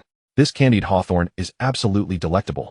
Why is there nothing so delightful and visually appealing in the upper spirit realm? Exclaimed Xianxia, her spirits lifted by the sweet and tangy treat. Indeed, it is splendid. The sourness and sweetness have transformed my mood entirely, she added cheerfully as she and Lu Qingqing strolled through a small town, occasionally glancing around, eager to explore the delights it offered. In this quaint town, they reveled in abundant merriment, just as they savored their candied hawthorns. While the cultivators here were of relatively low power, the charming trinkets and experiences were plentiful. The candied hawthorn was delightful, and the tales spun by the storyteller were irresistibly captivating. Lu Qingqing took a bite of her candied hawthorn, her face lighting up with satisfaction. Yes, especially that legendary tale of the Grand Martial Heavenly Palace's rise. It was incredibly thrilling. Xianxia chimed in, echoing her enthusiasm. The pair had just sampled a myriad of novel delights, including attending the storyteller's performance. From the storyteller, they learned that the entire North Spirit Realm was under the dominion of a power known as the Grand Martial Heavenly Palace. However, this had little bearing on their leisurely visit. They merely wished to enjoy themselves and indulge in delicious treats. Having previously dined on precious spirit herbs and fruits in the upper spirit realm, they found those delicacies overly abundant and somewhat tiresome. It was far more pleasurable to savor simple delights here. However, just as they were about to continue their exploration, a colossal shadow suddenly loomed over the entire town, casting a pall of dread. Quick, run! The malevolent Flood Dragon King has arrived in our town. Panic erupted as countless voices filled the air with cries of despair. We are doomed. The malevolent Flood Dragon King has already devoured dozens of towns amidst the chaos in the North Spirit Realm. Our demise is inevitable. How can we withstand a beast of Emperor Lord caliber? The townsfolk's wails echoed with an overwhelming sense of hopelessness. In this small town, the strongest cultivator barely reached the peak of the ancient Emperor realm. Faced with a beast of such formidable caliber, they stood no chance of survival. It could consume them all in a single gulp. Haha, fear not. To be chosen as sustenance for my noble dragon clan is an honor. The malevolent Flood Dragon, stretching over 1,000 feet, roared with thunderous resonance that shook the very foundations of the town, instilling terror in every heart. To them, the Emperor Lord Flood Dragon represented an insurmountable force. A mere peak Emperor Lord Flood Dragon dares to feast upon the human settlements? Such audacity is tantamount to seeking death. Lu Qingqing's eyes narrowed, her voice cool and commanding. In an instant, she materialized in the void, gazing at the towering Flood Dragon. Her expression starkly contrasting with that of the seemingly innocent young girl she had appeared as moments before. She now exuded an aura of indifference. Human prodigy? I sense no aura of cultivation from you, the Flood Dragon remarked, its eyes widening with wariness. The absence of a detectable aura suggested that this human might possess strength surpassing its own, compelling it to tread cautiously. I advise you not to meddle in affairs beyond your ken. I am of the Thunder Dragon Mountain, and my father is the Thunder Dragon Emperor.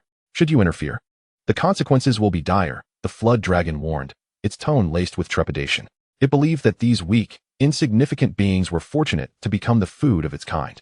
Noticing the human's silence, it assumed its intimidating lineage had instilled fear, and thus, it arrogantly continued, you should feel honored. With that, the Flood Dragon opened its maw, preparing to employ its dragon's breath to consume the entire town's populace. Before my very eyes, do you still wish to harm others? Have you mistaken me, Lu Qingqing, for mere air? Lu Qingqing exclaimed sharply, and in an instant, a long sword of icy blue materialized in her hand, followed by a flash of sword light. A blood-curdling scream erupted, only to be abruptly silenced thereafter. Countless onlookers turned their gaze toward the void upon hearing that agonizing cry. There, a massive, towering evil dragon, stained with blood, fell heavily upon the vast earth, causing the very ground to tremble. Witnessing this, the multitude gazed up at Lu Qingqing, who resembled a celestial being descending from the heavens, and the entire city erupted into jubilant cheers. No one had anticipated that they could survive such dire straits. A peak emperor-level powerhouse had been slain by this ethereal woman, akin to a fairy from the celestial realms. It was utterly astonishing. After accomplishing this feat, Lu Qingqing descended abruptly, and the multitude's eyes were fixed upon her, filled with reverence. Thank you, celestial maiden, for saving the lives of millions of cultivators in our city. Thank you, they exclaimed, their voices brimming with emotion. It is of no consequence. The evil dragon was indeed reprehensible, feasting upon our human kin, and I was bound to slay it. Lu Qingqing replied coolly, though a flicker of satisfaction warmed her heart.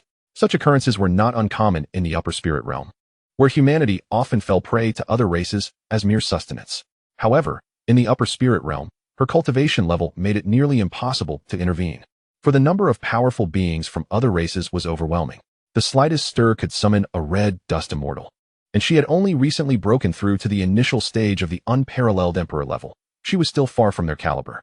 After expressing their gratitude profusely, the multitude gradually dispersed, wary of disturbing the two celestial maidens' leisurely outing. Qingqing, we should depart. There is surely a more formidable presence behind that evil dragon, Xianxia remarked after a few steps. How could anyone be stronger than you? You are already at the pinnacle of the unparalleled emperor level, with your combat prowess. You are virtually invincible in the northern spirit realm, Lu Qingqing responded with a carefree smile. I have considered this. If it comes to it, I would have you take my place. Your calculations are astute, yet I cannot shake this feeling of unease. Let us move to another city, Xianxia admitted, her expression reflecting her confusion. Lu Qingqing was not wrong. Her cultivation had indeed reached the late stage of the unparalleled emperor level, rendering her invincible within that realm. Yet, despite such formidable strength, a hint of apprehension lingered. Very well, farewell to this delightful city, Lu Qingqing concurred, nodding in agreement. The two swiftly ascended, intending to hasten toward another location. However, at that moment, dark clouds gathered, thunder rumbled ominously, and a tempest of lightning materialized before them, accompanied by a deafening roar. Who dares to kill my son? Before the echo of the dragon's roar faded, a colossal dragon, shrouded in wind and thunder, appeared before them. It was you who killed my son. You are courting death. The Thunder Dragon Emperor, consumed by rage, beheld the two maidens, one at the initial stage of the unparalleled emperor level, and the other at the late stage. His son's lifeless body lay upon the ground of the human city. In an instant, flames of fury ignited around the Thunder Dragon Emperor as he opened his maw, unleashing a breath imbued with the power of lightning directly toward the two maidens. Half-step red dust immortal level Thunder Dragon Emperor. Lu Qingqing, we must flee, Xianxia exclaimed, her face pale with terror. With a swift motion, she conjured a golden spiritual shield to intercept the oncoming lethal breath. Boom. Before the two could escape, the terrifying breath collided with the golden shield, unleashing an overwhelming force that sent Xianxia hurtling back hundreds of thousands of miles. Lu Qingqing was taken aback, unprepared for the revelation that such a formidable foe existed, a half-step red dust immortal thunder dragon. Yanxi, do not engage. Allow me to vanquish this vile creature, Lu Qingqing declared, her gaze icy as she conjured a crimson talisman that radiated an aura of unending dread. This talisman, a life-preserving gift from her elders, contained 3 strikes equivalent to that of a red dust immortal. Having already expended one, she deemed it reasonable to use another against the Thunder Dragon Emperor. Seeing this, Xianxia exhaled deeply and quickly consumed 2 healing elixirs to stabilize her internal injuries. Though her combat prowess rendered her invincible among unparalleled emperors, she was still far from matching the half-step red dust-level Thunder Dragon Emperor. Lu Qingqing's talisman was capable of slaying any being beneath the red dust immortal level. Can you withstand a single strike from me? How intriguing. Yet first, I shall devour the true killer of my son before dealing with you. The Thunder Dragon Emperor's fierce gaze darkened, and with a mighty sweep of its tail, imbued with unfathomable power, it struck toward Lu Qingqing, sensing the essence of its son emanating from her. At that moment, the cultivators within the small city were rendered speechless by fear. The 1,000-foot-long evil dragon was already beyond their reach. And now the appearance of an even more formidable Thunder Dragon Emperor, towering 10,000 feet, brought an oppressive dread that made even standing impossible. Lu Qingqing, witnessing this, felt her spiritual energy surge into the talisman, preparing to unleash a strike comparable to that of a red dust immortal, aimed at annihilating the detestable Thunder Dragon Emperor before her. Just as she prepared to strike, 3 figures suddenly emerged before her. Lotus of all laws. / Immortal. Supreme Immortal Fist. 3 powerful roars resounded as a lotus radiating myriad hues, a sword chi spanning 3,000 miles, and a formidable, fearsome fist surged forth to meet the colossal dragon's tail. Boom, boom. The unparalleled fist of might repelled the tail, imbued with infinite terror. The Thunder Dragon Emperor let out a wretched cry, its eyes wide with shock, just as the terrifying sword Qi descended upon its massive dragon form, leaving nothing but a sliver of flesh connecting the two severed halves. Endless crimson blood instantaneously stained the heavens, transforming into a relentless rain of blood that cascaded upon the small city. Ultimately, a lotus flower, no larger than a grinding wheel and adorned with a multitude of hues, gracefully descended. In the next moment, under the terrified gaze of the Thunder Dragon Sovereign, it erupted with a thunderous explosion, a mushroom cloud soaring almost vertically into the sky. At this juncture, everyone stood in stunned silence, including Lu Qingqing, who stood behind the two, and Su Yanxi, who had rushed over to assist Lu Qingqing in confronting the Thunder Dragon Sovereign. The two women gazed blankly at the immense mushroom cloud before them, their hearts stirred by tumultuous waves of emotion. From within the mushroom cloud, they felt no trace of the Thunder Dragon Sovereign's presence, unless unforeseen circumstances arose. The half-step red dust immortal, the Thunder Dragon Sovereign, had been vanquished. Are you both unharmed? That vile dragon took advantage of the great martial heavens gathering of numerous powerful beings to counter the divine clan, rampaging across our territory and devouring humanity at will. This is intolerable. Jiang Fanju, observing the dazed expressions of the two, inquired. Oh, we're fine, just momentarily taken aback, the two women replied after regaining their composure, exchanging glances that revealed the mutual fear reflected in their eyes. Suddenly, a woman and two men appeared before them, their auras comparable to those of the two women, likely at the late or mid-stage of the unparalleled Emperor realm. Yet, the trio had effortlessly slain a peak half-step red dust immortal in a single coordinated strike, showcasing terrifying combat prowess. The final lotus flower had imparted upon them the sensation of a formidable attack unleashed by a red dust immortal. However, which faction do you belong to, possessing such cultivation? I cannot fathom having never heard of you, Jiang Fanju remarked, scrutinizing the two stunning women, both of whom were at the unparalleled Emperor realm. Which power within the Northern Spirit realm has produced such extraordinary talents and beauty, aside from the few core prodigies of our great martial heaven? At that moment, Lu Qingqing and Su Yanxi found themselves at a loss to identify their faction, being unfamiliar with the powers within the Northern Spirit realm. Suddenly, a spark of inspiration ignited in Lu Qingqing's mind as she smiled and spoke. This esteemed benefactor. We are cultivators of the great martial heaven. Indeed, we are cultivators of the great martial heaven, Su Yanxi chimed in immediately. The great martial heaven? Jiang Fanju initially paused, then her exquisite face broke into a radiant smile. Are you certain? Chapter 183, Su Yanxi's thoughts. The grilled dragon meat is ready. You both should have a taste. It should be quite delectable. Jiang Fanju retracted the blazing inferno surrounding them, revealing succulent pieces of grilled dragon meat, crisp and aromatic, laid before everyone. Ah, the aroma of this meat is irresistible, Lu Qingqing exclaimed, unable to restrain her desire as she seized a large piece and began to devour it, oblivious to her image as a beauty. Upon witnessing this, Su Yanxi also took a generous bite, exclaiming in delight, her beautiful eyes sparkling with enthusiasm. The fragrance of the grilled meat lingered in her mouth, and most importantly, the morsel transformed into streams of spiritual energy that coursed through her body, enhancing her cultivation. Though the effect was exceedingly subtle, the pleasure of indulging in such fine cuisine, coupled with an increase in her cultivation, was indeed delightful. Jiang, your culinary skills are remarkable, the two women exclaimed after thoroughly enjoying the feast. Before long, the five of them had consumed nearly 50,000 pounds of dragon meat before finally pausing. Once again, we extend our gratitude for saving an entire city. If the opportunity arises, we must visit the upper spirit realm to witness its splendor and prosperity, Jiang Fanju said with a gentle smile directed at the two women. In response, the two women nodded awkwardly, then resolutely declared, if you truly plan to visit the upper spirit realm, I, Lu Qingqing, shall personally guide you. Just moments ago, upon revealing their affiliation with the great martial heaven, they believed they could deceive their way through, unaware that the three before them were the true prodigies of the great martial heaven. Even now, both women remained astonished.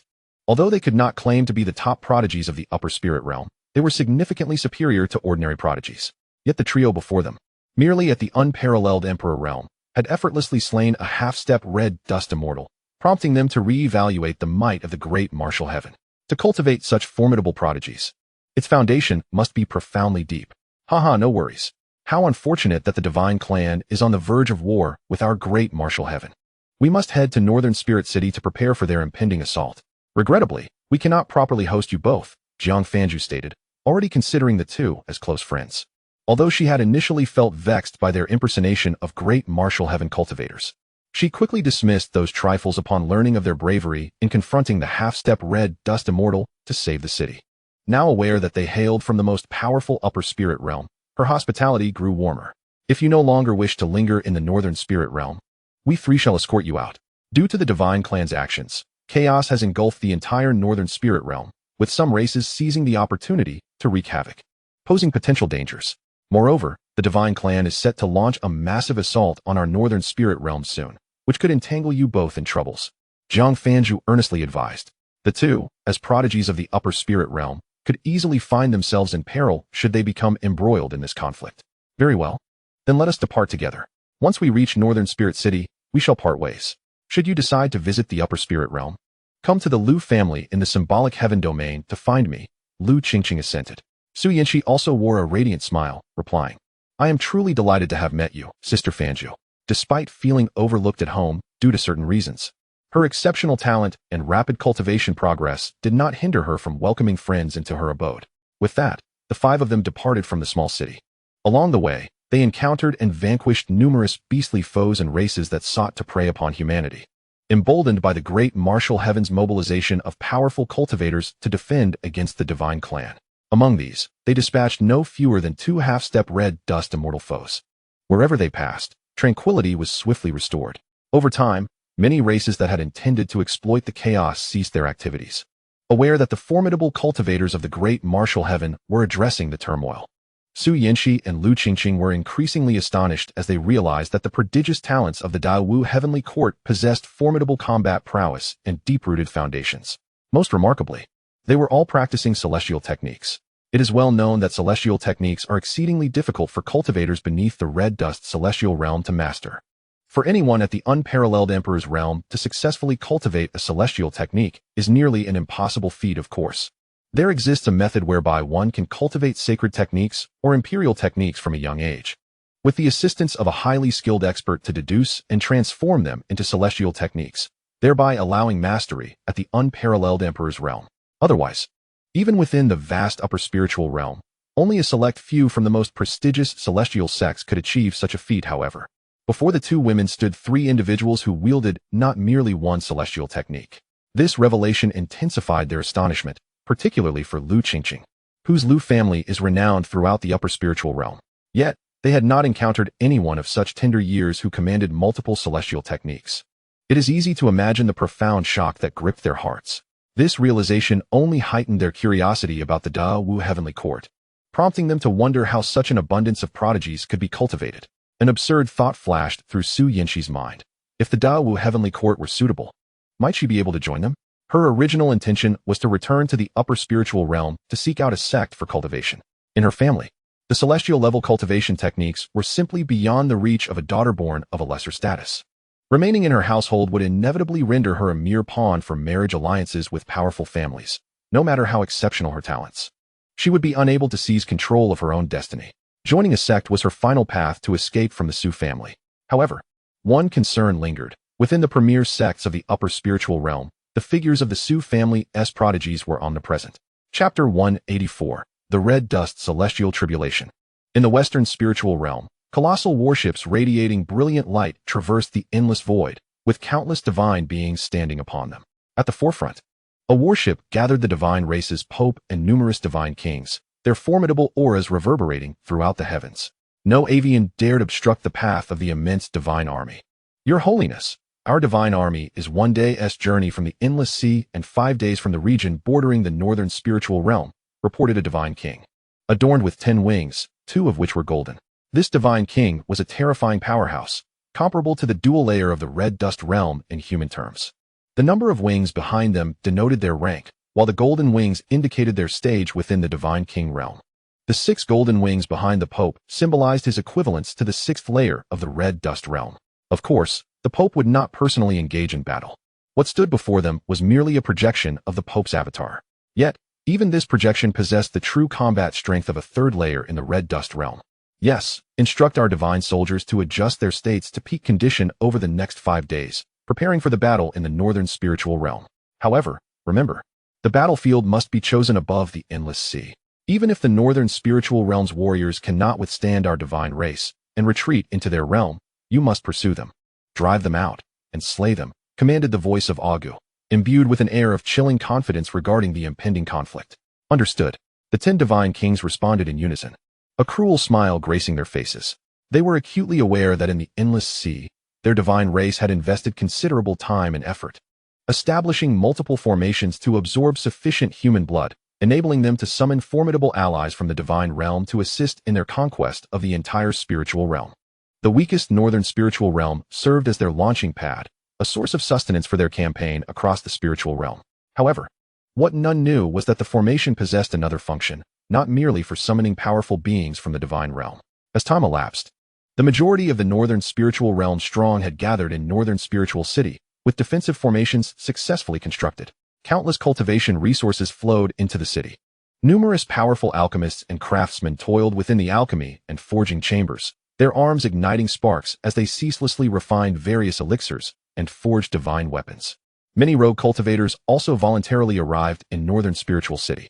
The entirety of the northern spiritual realm's populace understood that should the divine race breach their defenses, millions of human lives would be enslaved, rendered as the divine race's livestock, stripped of human rights and freedom. Thus, this battle required little summoning. Any cultivator of modest strength had already congregated here, united as the human race once was to resist the invasion of the demon race, all for the sake of their homeland. Although in the end, the northern spiritual realm, which made the most sacrifices, did not receive the treatment it deserved, allowing the divine race to infringe upon their territory, had it not been for the last remaining strong individual expending their final strength to establish a barrier. The northern spiritual realm might have long since become a territory of the divine race. Within the Dawu heavenly court, most of the strong had already made their way to northern spiritual city. Figures such as Qin Hongyan, the battle emperor, and Xixia, who had already broken through to the late stage of the unparalleled emperor's realm, alongside the peak emperor-level beings like Huanggu and Fu Hai, led countless prodigies and divine generals towards northern spiritual city, leaving only some weaker cultivators and a few still in secluded cultivation within the time-space secret realm. Just as Xianxiaaudiobooks stabilized her cultivation at the initial stage of the unparalleled emperor's realm and prepared to exit the time-space secret realm, a magnificent and terrifying celestial aura suddenly surged throughout the entire realm. Xianxiaaudiobooks' beautiful eyes widened as she turned towards the direction of Nangongwaner. Is she about to break through to the red dust celestial realm? Before Xianxiaaudiobooks could finish her thought, Nangongwaner vanished from the time-space secret realm. Observing this, Xianxiaaudiobooks also disappeared from the time-space secret realm.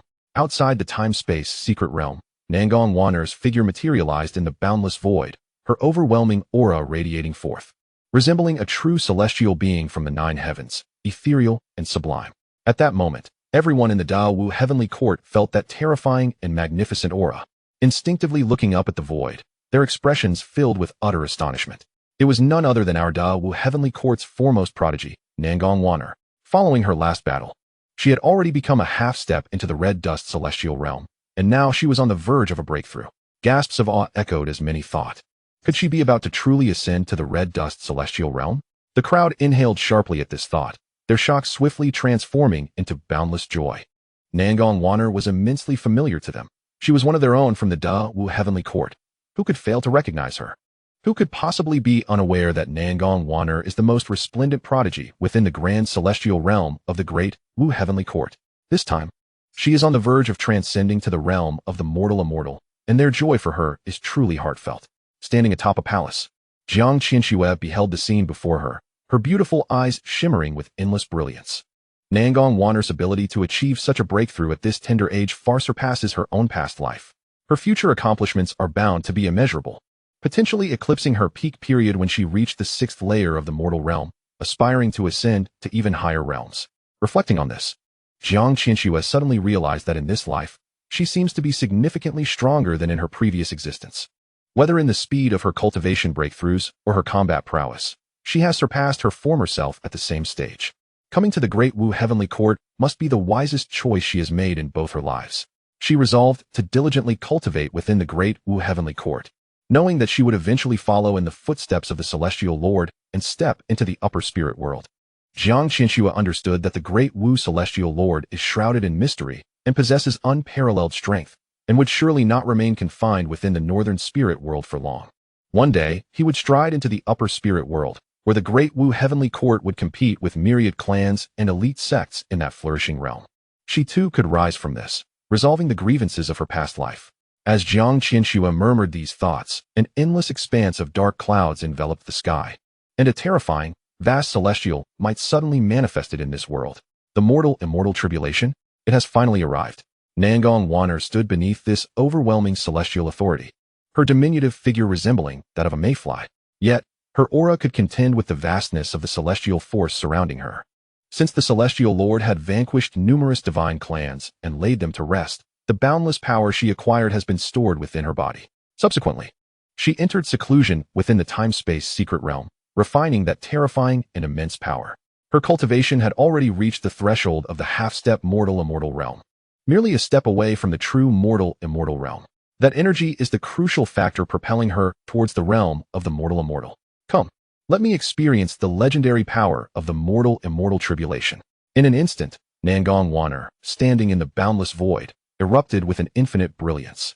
Her formidable and terrifying pressure beginning to clash with the overwhelming will of the heavens. She resembled a true celestial maiden of the 9 heavens. As though sensing the immense pressure radiating from her, a fierce wind howled, and the heavens shifted. Dark clouds, gathering from unknown origins, converged in the endless void above her head. Thunderous roars resonated through the dark clouds, sounding like the ancient horns of deities waging war in a primordial world. Each clap of thunder struck heavily upon the hearts of all who gazed upward. The terrifying thunderclaps rendered their faces pale, for even the sound of thunder was beyond their capacity to withstand.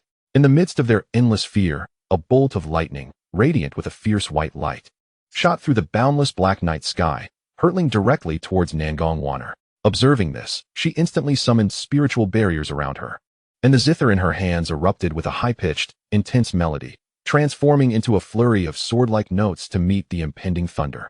In a mere moment, the two forces collided and vanished into the void, as if they had never existed. The dark clouds continued to gather, emanating an unending and terrifying celestial might. Nangong Wanner wore an expression of utmost calm upon her delicate face. She possessed absolute confidence in overcoming this fearsome mortal-immortal tribulation.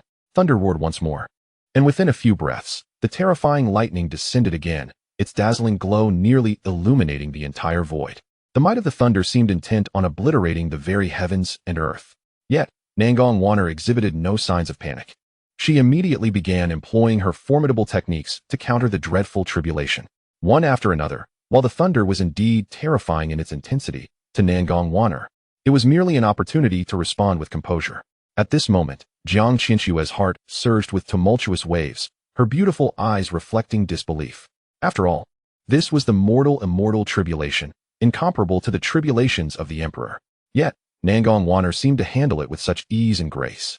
It was worth noting that in her previous life, despite meticulous preparations, the mortal-immortal tribulation had tormented her to the brink of despair, nearly forcing her to abandon her cultivation to become a loose immortal. For her, the mortal-immortal tribulation was an unforgettable and harrowing experience. She could not forget that feeling from her last life, nor could she escape it in this one.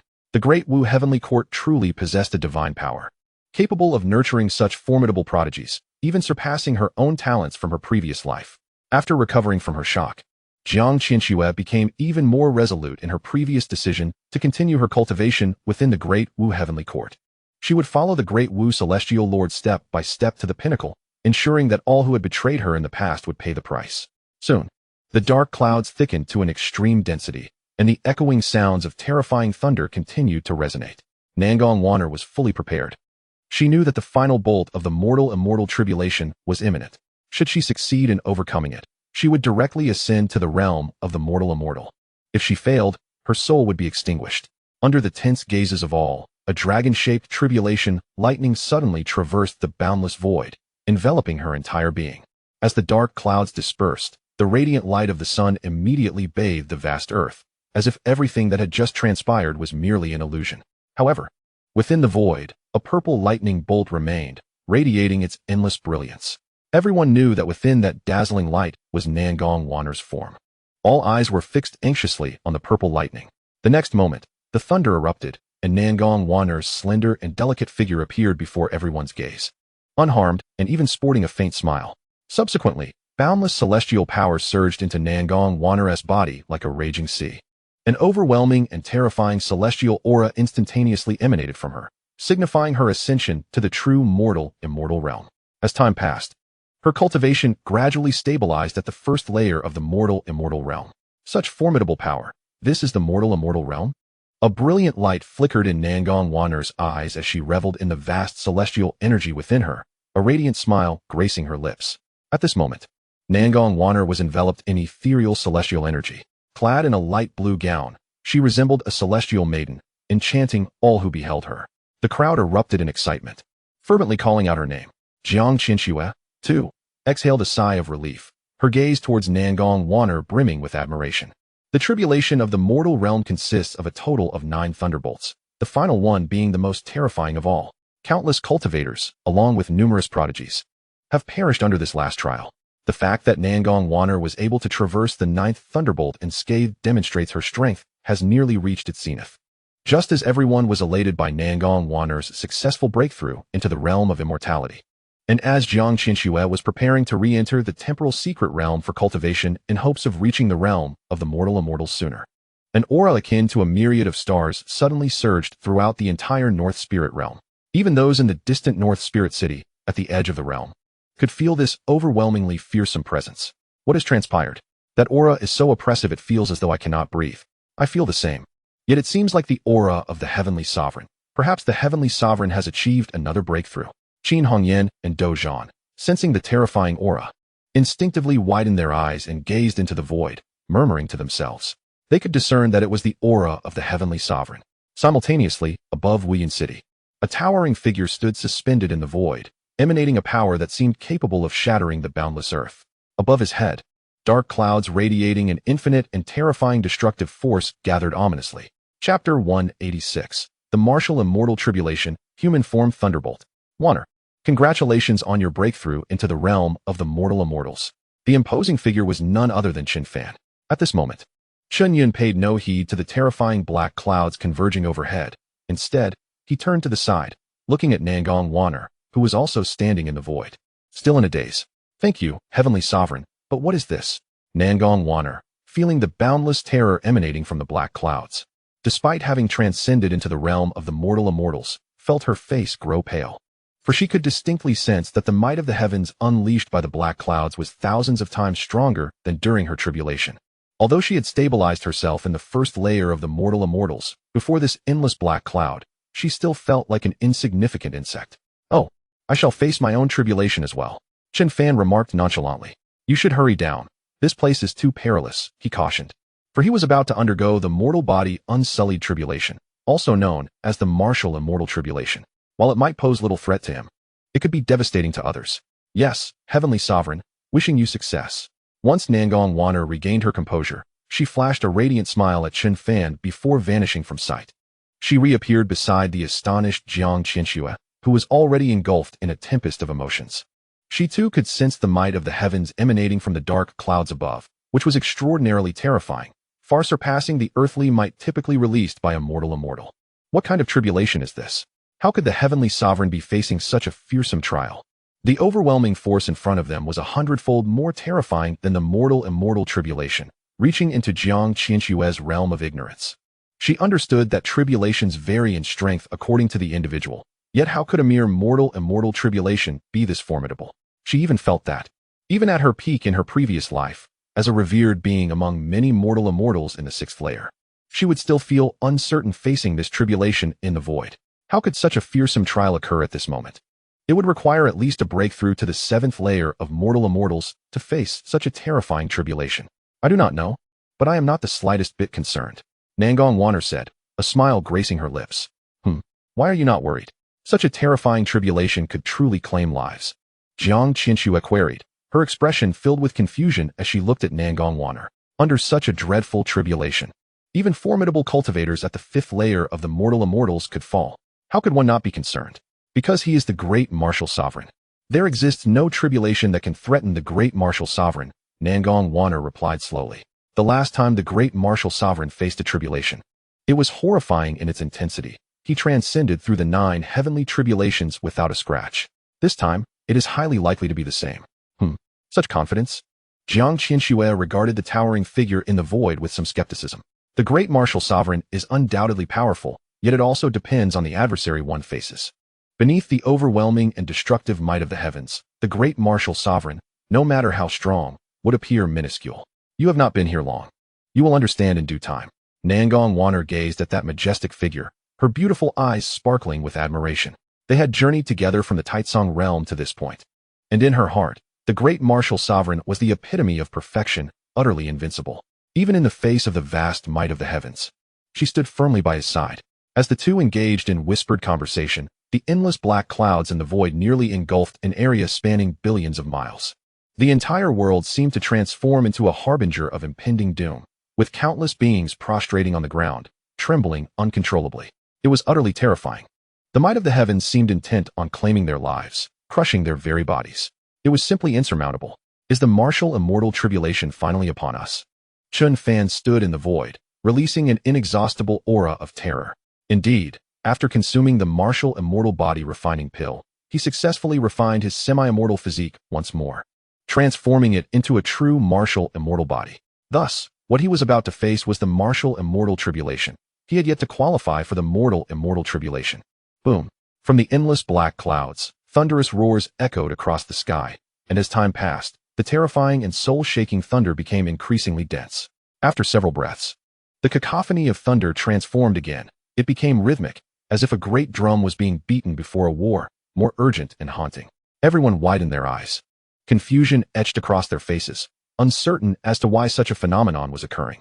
However, in the next instant, countless individuals felt their faces flush crimson. Their eyes filled with terror. They beheld from the vast, boundless black clouds, ranks of humanoid thunderbolts emerging in formation, brandishing lightning spears, radiating an endless brilliance of white light, marching in unison towards Chen Fan in the void. Boom! It was as though true deities had descended from the heavens to apprehend Chen Fan. Hiss! Humanoid tribulations. A legion of humanoid tribulations. What on earth has our great martial sovereign done to attract such envious tribulations? Xianxiaaudiobooks exclaimed instinctively. Her beautiful eyes filled with unending dread as she gazed at the terrifying humanoid tribulations in the void. Nangong Wanner, witnessing the fearsome humanoid tribulations, was similarly rendered motionless. Her mouth agape in shock. Not merely these two individuals, but also the entire realm of Wuyun City, and even the vast expanse of billions of miles surrounding it, bore witness to the manifestation of the humanoid legion of thunder. No one had ever beheld such a spectacle. Everything before their eyes appeared as though it were a mere illusion. Yet, amidst the astonishment of countless onlookers, an array formed by innumerable humanoid thunderbolts surged across the boundless black night sky towards Chen Fan. The air reverberated with terrifying thunderous roars, echoing as if the soldiers of the battlefield were bellowing in unison, "Kill, kill, kill." Despite the astonishment that stirred within him, Chen Fan exhibited no signs of panic. The more bizarre the tribulation, the stronger it became. For one like Chen Fan, who had tempered his physique through heavenly tribulations, this was undeniably auspicious news. Let me experience the might of these humanoid thunderbolts. Will it elevate my martial immortal body to new heights? He murmured, and in an instant, an immeasurable power erupted from his being, propelling him directly into the midst of the humanoid thunderbolts. Chapter 187. Midstage Martial Immortal, Ancient Zither. Chen Fan's audacious maneuver left all spectators utterly dumbfounded, their faces etched with profound shock. Did he truly just plunge in so recklessly? That was a legion of humanoid thunderbolts. By the heavens, the Lord is truly terrifying. It seems this tribulation poses little challenge for him. Countless voices exclaimed in awe. Xianxiaaudiobooks and Nangong Wanner were equally astonished. They had anticipated that the Lord would employ a myriad of formidable techniques to counter those humanoid thunderbolts, yet they never envisioned him entering so boldly. Chen Fan's figure was completely engulfed by the endless horde of humanoid thunderbolts, which converged upon him from all directions. A torrent of terrifying electrical energy surged into his body, and a radiant smile illuminated Chen Fan's face. Indeed, it was capable of refining my martial immortal physique, rendering my flesh even more formidable. He reveled in the tingling sensations coursing through his body, softly whispering to himself. Subsequently, he closed his eyes and surrendered to the ocean of humanoid thunder tribulation. The humanoid thunderbolts could only unleash a single strike before dissipating. As a result, within a mere half-day, the humanoid thunderbolts had nearly vanished. Chen Fan's aura transformed into something far more terrifying and expansive. Standing amidst the void, He exuded a fearsome and magnificent presence reminiscent of an ancient beast, instilling immense dread in all who beheld him. After another half-hour, the humanoid thunderbolts completely dissipated, and the dark clouds parted to reveal a resplendent sun. Is it over? Chen Fan slowly opened his eyes, feeling the terrifying and boundless power surging within him, a faint smile gracing his lips. Indeed, his physical body had not only successfully metamorphosed into a true martial immortal physique, but he had also ascended to the mid-stage of a martial immortal, akin to a transition from the 4th to the 6th tier of earthly immortals. The path to becoming a martial immortal through the refinement of the physical body diverged significantly from that of internal cultivation. After enduring the tribulation of the martial immortal, one did not need to face heavenly tribulations again until reaching the pinnacle of martial immortality, at which point a more formidable tribulation would descend. However, once the physical body transformed into a martial immortal physique, the journey to enhance one's cultivation was no longer a matter of simply consuming resources for steady advancement. The martial immortal physique, when maximized, necessitated the most superior celestial materials, elixirs, and the like to continue its refinement and elevate combat prowess. Yet, resources for cultivation in this world were exceedingly scarce. Where could one find supreme elixirs to refine the body? Over time, martial immortals had become a rarity throughout the spiritual realm, as the resources expended were too great. Coupled with the immense difficulty of achieving a celestial physique compared to the relatively easier path of internal cultivation to earthly immortality. Nonetheless, this time, Chen Fan had leveraged the humanoid thunderbolts to directly refine his martial immortal physique to the mid-stage, significantly enhancing his strength. This power I now possess, how terrifying it feels even to me. I wonder just how fearsome my combat prowess has become, he murmured once more, and in an instant, his form vanished into the void. At that moment, all present awakened from their profound astonishment, their eyes brimming with excitement. They had witnessed a miracle, a legend. They understood that the strength of the great martial heavenly court would only grow more formidable with the ascendance of the great martial lord. Within the great martial temple, Chen Fan sat high upon the celestial throne. Though he intentionally suppressed his aura, the overwhelming power still resonated throughout the opulent and grand hall, causing the two women below to struggle for breath. Suddenly, Chen Fan's gaze fell upon Xianxiaaudiobooks, a peculiar smile gracing his lips. As she sensed his gaze, a sudden tightness gripped her heart, and a hint of unease flickered across her delicate features. My lord, do you have any orders for me? Xianxiaaudiobooks managed to steady her nerves and looked up at Chen Fan, speaking softly. Have your memories returned? Chen Fan's calm voice echoed within the luxurious hall. Beside her, Nangong Wanner wore an expression of confusion. What memories have returned? Did Xianxiaaudiobooks suffer from amnesia before? The impact of Chen Fan's words detonated in Xianxiaaudiobooks' mind like the thunderous roar of the sky outside, stirring tumultuous waves within her heart. After a moment of silence, she nodded. Yes, my memories have returned. She was unsure how the Lord had come to know this. Her memories had only returned in recent days. She had not ventured anywhere or spoken of it, making it impossible for her to display any abnormality. Yet the great martial lord had discerned it, as if he had glimpsed her very origins. Upon her response, anxiety filled her as she pondered how the great martial lord might choose to handle her. As long as you've recovered, focus on cultivating peacefully within the great martial heavenly court. Some grievances will inevitably demand their due, Chen Fan replied, shifting his gaze from Xianxiaaudiobooks, speaking with a tone of indifference. Should you require any cultivation resources, do not hesitate to express your needs. As long as your cultivation can be enhanced. Xianxiaaudiobooks' eyes glimmered with confusion at his words.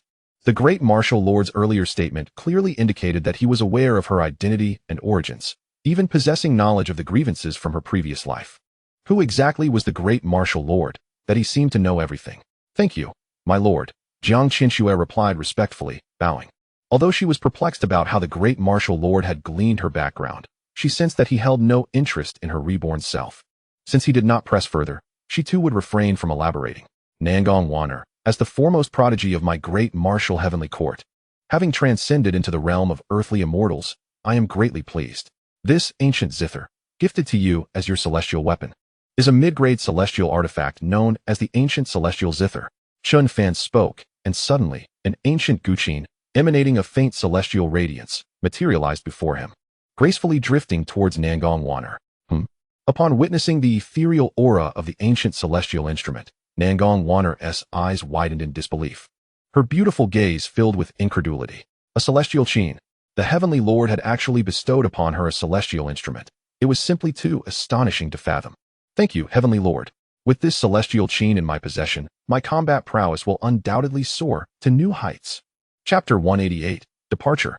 The arrival of the divine clan. Beside them, xianxiaaudiobooks, upon hearing the term medium-grade celestial artifact, also widened her beautiful eyes, a flicker of astonishment crossing her features. A medium-grade celestial artifact. Even in her previous life, she had to cultivate to the 5th level of the mortal realm to possess such an artifact. Until she was wrongfully accused, the weapon she had always wielded was a medium-grade celestial artifact. And now, as a prodigy of the great martial heaven, having broken through to the 1st level of the celestial realm, she was rewarded with a medium-grade celestial artifact as her weapon, so casually. This was indeed too extravagant. At this thought, a glimmer of envy flashed in xianxia's eyes. She too desired one. There's no need for envy. If you break through to the celestial realm, you will also be rewarded with a celestial artifact, Chen Fan stated calmly. Just moments ago, after Nangong Wanner broke through to the celestial realm, the system's rewards had promptly arrived. However, he had been preoccupied with his own tribulation and hadn't had the chance to examine them. This time, not only had he received a medium-grade celestial artifact, but also 100 supreme summoning cards and 10 mortal realm summoning cards, including one previously unused mortal realm summoning card. He now possessed a total of 11 such cards. Each mortal realm summoning card could summon a formidable being at the 1st level of the celestial realm, meaning he could summon 11 powerful entities at any moment. Additionally, with the previous 10 supreme summoning cards, he now held a total of 110 supreme summoning cards, equivalent to summoning 110 peak sovereign beings. Chen Fan could dramatically augment the strength of the great martial heaven in an instant. Do I have one too? Thank you, Heavenly Lord. I shall diligently cultivate to swiftly elevate my own prowess and strive to reach the celestial realm as soon as possible, xianxia exclaimed with excitement.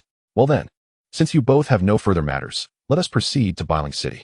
The divine army is soon to arrive, the two women respectfully responded.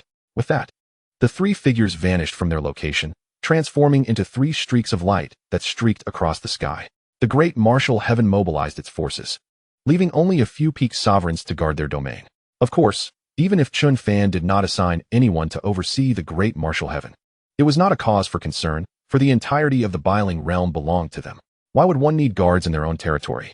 Within the vast expanse of Bailing City, a vibrant scene unfolded.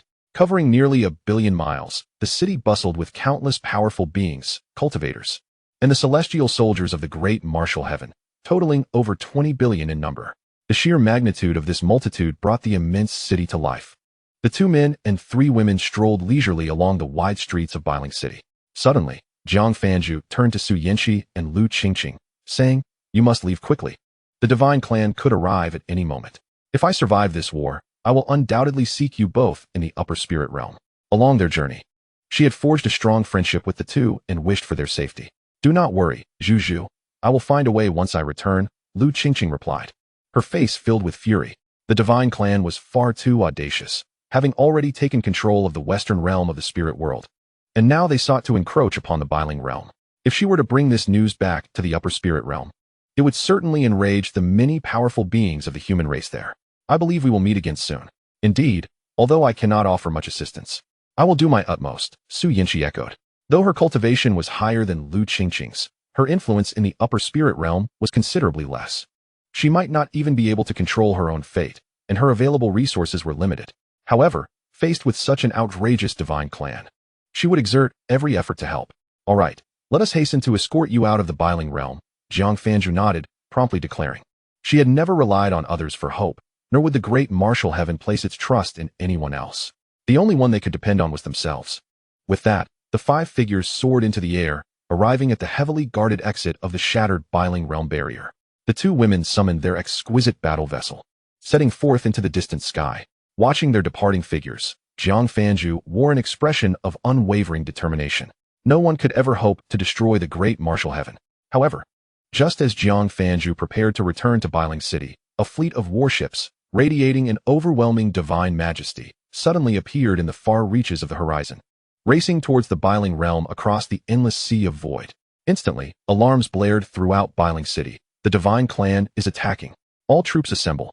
Qin Hongyan was the first to appear in the skies above Bailing City, gazing at the colossal warships in the void beyond the Bailing realm. Her delicate face filled with grave concern. In an instant, the vast expanse of Bailing City began to function like a colossal machine. With countless soldiers flying in perfect unison beyond the barrier, standing vigil in the endless sea above. Numerous powerful beings and cultivators soared forth from Biling City, emanating an incomparably powerful aura as they cast serious gazes towards the approaching horizon. All 10 or more half-step celestial beings of the Biling realm gathered here, alongside the peak sovereigns such as Xianxia and Tianyuan Emperor, and many other formidable sovereigns, all standing in the void of the endless sea, awaiting the divine clan's arrival. Additionally, numerous powerful beings from the Biling realm, essentially all the strong forces of the realm, congregated here, before the multitude of powerful cultivators.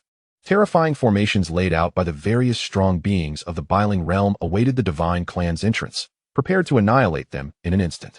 At last, we have arrived. So these are the numerous human powerhouses of the Biling realm? One of the divine clan leaders laughed heartily. Against such feeble humans, we need not even deploy 10 divine kings or countless divine soldiers. A formidable divine king, adorned with 10 wings, 4 of which radiated with resplendent golden light, stood upon the deck of a warship, gazing at the multitude of human warriors in the skies above. He erupted into a thunderous laughter that resonated through the air. Chapter 189, The Birdman. Observing the vast assembly of human warriors, it was evident that merely a handful of over a dozen semi-mortal cultivators could scarcely pose a challenge. Not even a single divine king could be deterred by them. What significance did their numbers hold? The arrogant derision of the divine king incited an overwhelming fury among the many cultivators of the northern spirit realm. Simultaneously, they felt a profound dread towards the formidable beings from the divine clan, especially for the numerous top-tier semi-mortal cultivators, including Qin Hongyan, Li Qingyun, and various patriarchs of influential factions. The atmosphere grew increasingly grave, bordering on despair. The divine clan had dispatched 10 divine kings, equivalent to 10 true immortal beings, along with countless peerless emperors, to invade their realm. The disparity in strength was unfathomably vast, existing on entirely different planes. Although the lord of the northern spirit realm, the great martial heavenly sovereign, had yet to arrive, he alone, being a single immortal, could hardly withstand the overwhelming numbers of divine kings and their countless kin. Nevertheless, even amidst this dire gravity, they could not afford to yield to the divine clan's presence. With a determined step forward, Qin Hongyan unleashed an immense pressure characteristic of semi-immortal beings, which surged across the endless sea, followed by a cold and indifferent proclamation, Divine Clan. This is the northern spirit realm, the dominion of our great martial heavenly court. You have no place here. If you do not depart, we shall not show mercy. As her voice echoed, the human warriors behind her erupted with a terrifying aura, soaring into the heavens. Kill, kill, kill. Huh. Not a single true immortal in sight. Yet you dare to call yourselves the great martial heavenly court? Have you never encountered true power? The leading divine king's face twisted into a mocking smile, and the overwhelming pressure of his divine might bore down upon Qin Hongyan and the others. He was the golden-winged divine king, a being of immense strength, equivalent to the 4th layer of true immortality. In his eyes, even a dozen semi-immortal cultivators were akin to mere insects. The terrifying divine pressure manifested in the void, crashing down upon the assembled crowd, instantly shattering the myriad formations set by the countless cultivators of the northern spirit realm, offering no resistance whatsoever. The sheer force was too immense. All formations crumbled as if made of paper in the face of such overwhelming might. Qin Hongyan and her comrades felt the oppressive weight of true divinity. Their faces turned pale as they attempted to resist, only to find themselves as powerless as mayflies before a god. At this moment, all human warriors understood the profound chasm separating them from the divine clan's power. Despair washed over the hearts of the multitude, realizing the insurmountable difference in strength. Just as the oppressive force was about to crush the human warriors beneath it, a voice thundered through the void. To enter the domain of my great martial heavenly court and seek to annihilate us, the divine clan possesses audacity beyond measure. This voice shattered the horrific pressure like fragile bubbles. Suddenly, a towering figure emerged before Qin Hongyan and the entire human army, emanating an overwhelming and terrifying aura that reverberated through the air. It was none other than the lord of the great martial heavenly court, Chen Fan. The heavenly sovereign has arrived. Salvation for our northern spirit realm is at hand. The heavenly sovereign is invincible and shall surely lead us to victory against the divine clan. Countless cultivators, their faces flushed with excitement, erupted into loud cheers. Even Qin Hongyan, Li Qingyun, and the semi-mortal cultivators, though initially feeling weak and lost, found hope in the arrival of their sovereign, the anchor of their faith against their foes. The dark divine king, witnessing the sudden appearance of this formidable figure, felt his pupils constrict, a hint of gravity flashing in his eyes. for he sensed a formidable threat emanating from the white-robed youth before him. "So, you are the lord of the great martial heavenly court? Is it you who killed the blazing divine king?" Though he sensed the threat, the dark divine king felt no fear. He was not alone, as 10 divine kings stood beside him, including a representative of the Pope. How could he possibly be intimidated? Stepping off the divine clan's warship, the dark divine king fixed his piercing gaze upon Chen Fan. The other divine kings followed suit, stepping down to stand beside him.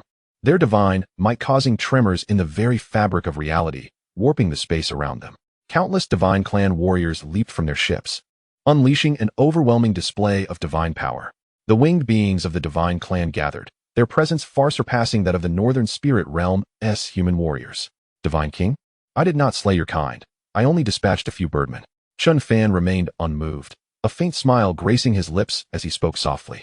Upon hearing this, the divine kings widened their eyes in disbelief, rage igniting within them. "Foolish, insignificant humans. How dare you insult our noble divine clan? You shall face the most horrific punishment known to existence." The dark divine king's voice boomed, his immense power beginning to coalesce. Behind him, the 4 golden wings and 6 white wings stirred slowly, emanating an exceedingly perilous aura. He was truly enraged.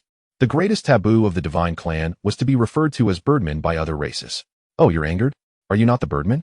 Do you believe that merely calling yourselves the divine clan makes you true gods?" Chen Fan continued, his tone unfazed. Hearing the term birdman, the human warriors behind him could not help but chuckle. "Kill. I shall flay this so-called lord of the great martial heavenly court and personally consume his flesh and blood." The dark divine king could no longer contain himself, his 10 wings flaring to life. A flurry of white energy circles, imbued with unfathomable power, surged through the void towards Chen Fan. The other divine clan members summoned their divine energies, unleashing a wrathful assault upon him. Chapter 190. Decapitating the golden-winged divine king. The battle commences. They sought to ensure that this so-called lord of the great martial heavenly court felt the full weight of their wrathful judgment, making it clear what the consequences of desecrating the divine clan entailed. Faced with the sudden assault of the 10 divine kings, Chen Fan exhibited not a trace of panic. In an instant, a resplendent white long blade, radiating an aura of unparalleled sharpness and celestial might, materialized in his hand. The very essence of Chen Fan transformed dramatically the moment he grasped the blade, akin to a sword immortal descending from the 9 heavens, his presence both domineering and vast. Flash! Chen Fan murmured softly, and in an instant, his figure vanished from sight. The next moment, to the astonishment of countless onlookers, he reappeared amidst the formidable attacks of the 10 divine kings, wielding the celestial slayer with unparalleled precision. Crack! Crack! The crisp sounds of shattering resonated through the void, as the blade's aura, stretching over 30,000 miles, effortlessly severed all attacks from the divine kings. Hiss! What kind of power is that? The 10 divine kings and innumerable members of the divine race inhaled sharply, sensing that something was amiss. Yet before they could recover from their shock, Chen Fan's figure had inexplicably materialized above the 4-winged divine king.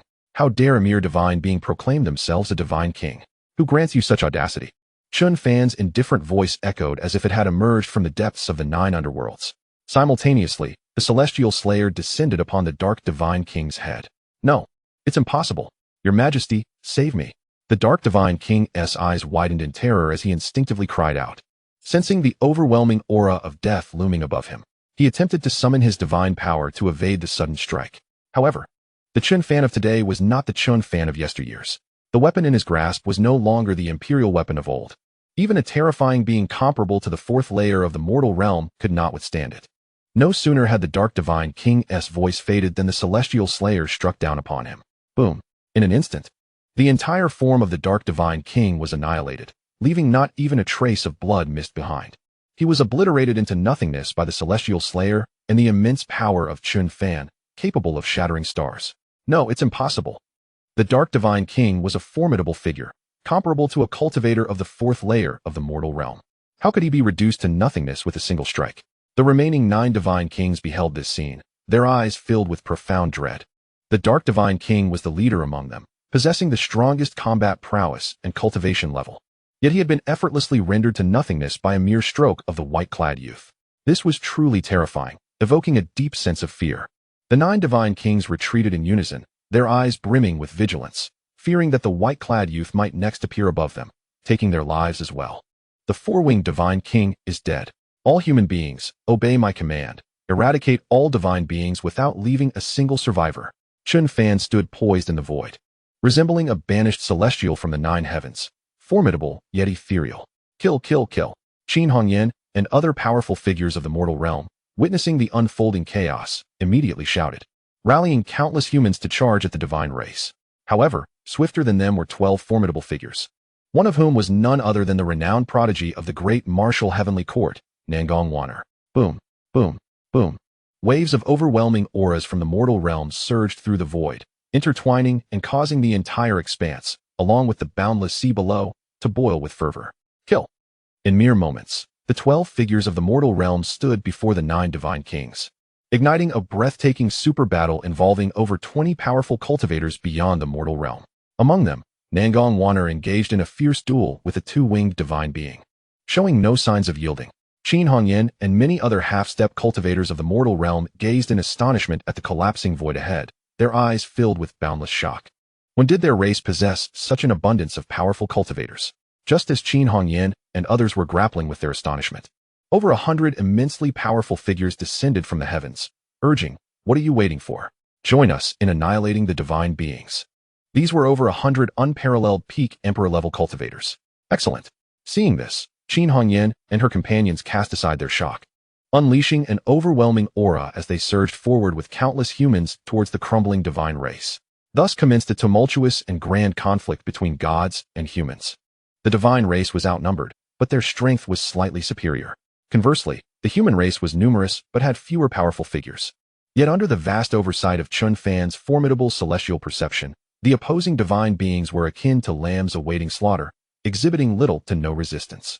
Figures such as Jiang Fanju, Lin Feng, Shi Hao, and the reincarnated Jiang Xianxia of the 6th layer of the mortal realm, alongside the peerless peak emperor-level xianxia, could independently contend with half-step cultivators of the mortal realm, displaying exceptional prowess. Although Jiang Xianxia's cultivation was relatively lower, her peak 6th layer reincarnated form endowed her with formidable means. With her early-stage emperor-level cultivation, she could effortlessly engage divine beings on par with half-step cultivators of the mortal realm. Boom, boom, boom. The battle raged, shrouding the skies in chaos. As the space continued to collapse and the boundless sea surged violently, even raising terrifying waves hundreds of feet high. For a moment, it seemed as though the apocalypse had arrived. The divine race spilled blood, while the human race fought valiantly. Though some humans fell, compared to the divine beings that were slain, their losses could be described as a mere trample. Indeed, the primary reason for this outcome was Chen Fan's overwhelming celestial perception, which suppressed the divine beings' power, preventing them from reaching their peak potential. In truth, Chen Fan could have obliterated them all with a mere gesture. However, such an act bore no significance. It would only eliminate minor obstacles in his grand campaign for the great martial heavenly court across the realms. For the countless soldiers, powerful figures, and prodigies of the great martial heavenly court, there was no valuable experience gained from such a swift victory. One must recognize that the path ahead was still long. The numerous soldiers of the great martial heavenly court, having undergone countless battles, would ultimately become true celestial warriors. The great martial heavenly court would stand invincible among all realms. Meanwhile, a golden phantom coalesced as the Pope of the divine race, Agu, appeared on the deck of a warship, gazing at the horrific battle unfolding in the distance and the continual fall of both divine and human figures, revealing a peculiar smile. This was the scene he had longed to witness. Chapter 191. I allow you 3 strikes. In truth, there was one matter unknown to all divine beings. Only Agu, as the Pope of the divine race, was acutely aware of it. This pertained to another purpose of the bloodthirsty summoning array. All divine beings were aware that the bloodthirsty summoning array was situated in the deepest part of the boundless sea. Any human cultivator who perished within this expanse would have their blood gathered within the array. As long as a sufficient amount of human blood was accumulated, it would enable the summoning of powerful beings from the divine realm to assist them in seizing control of the entire spirit realm.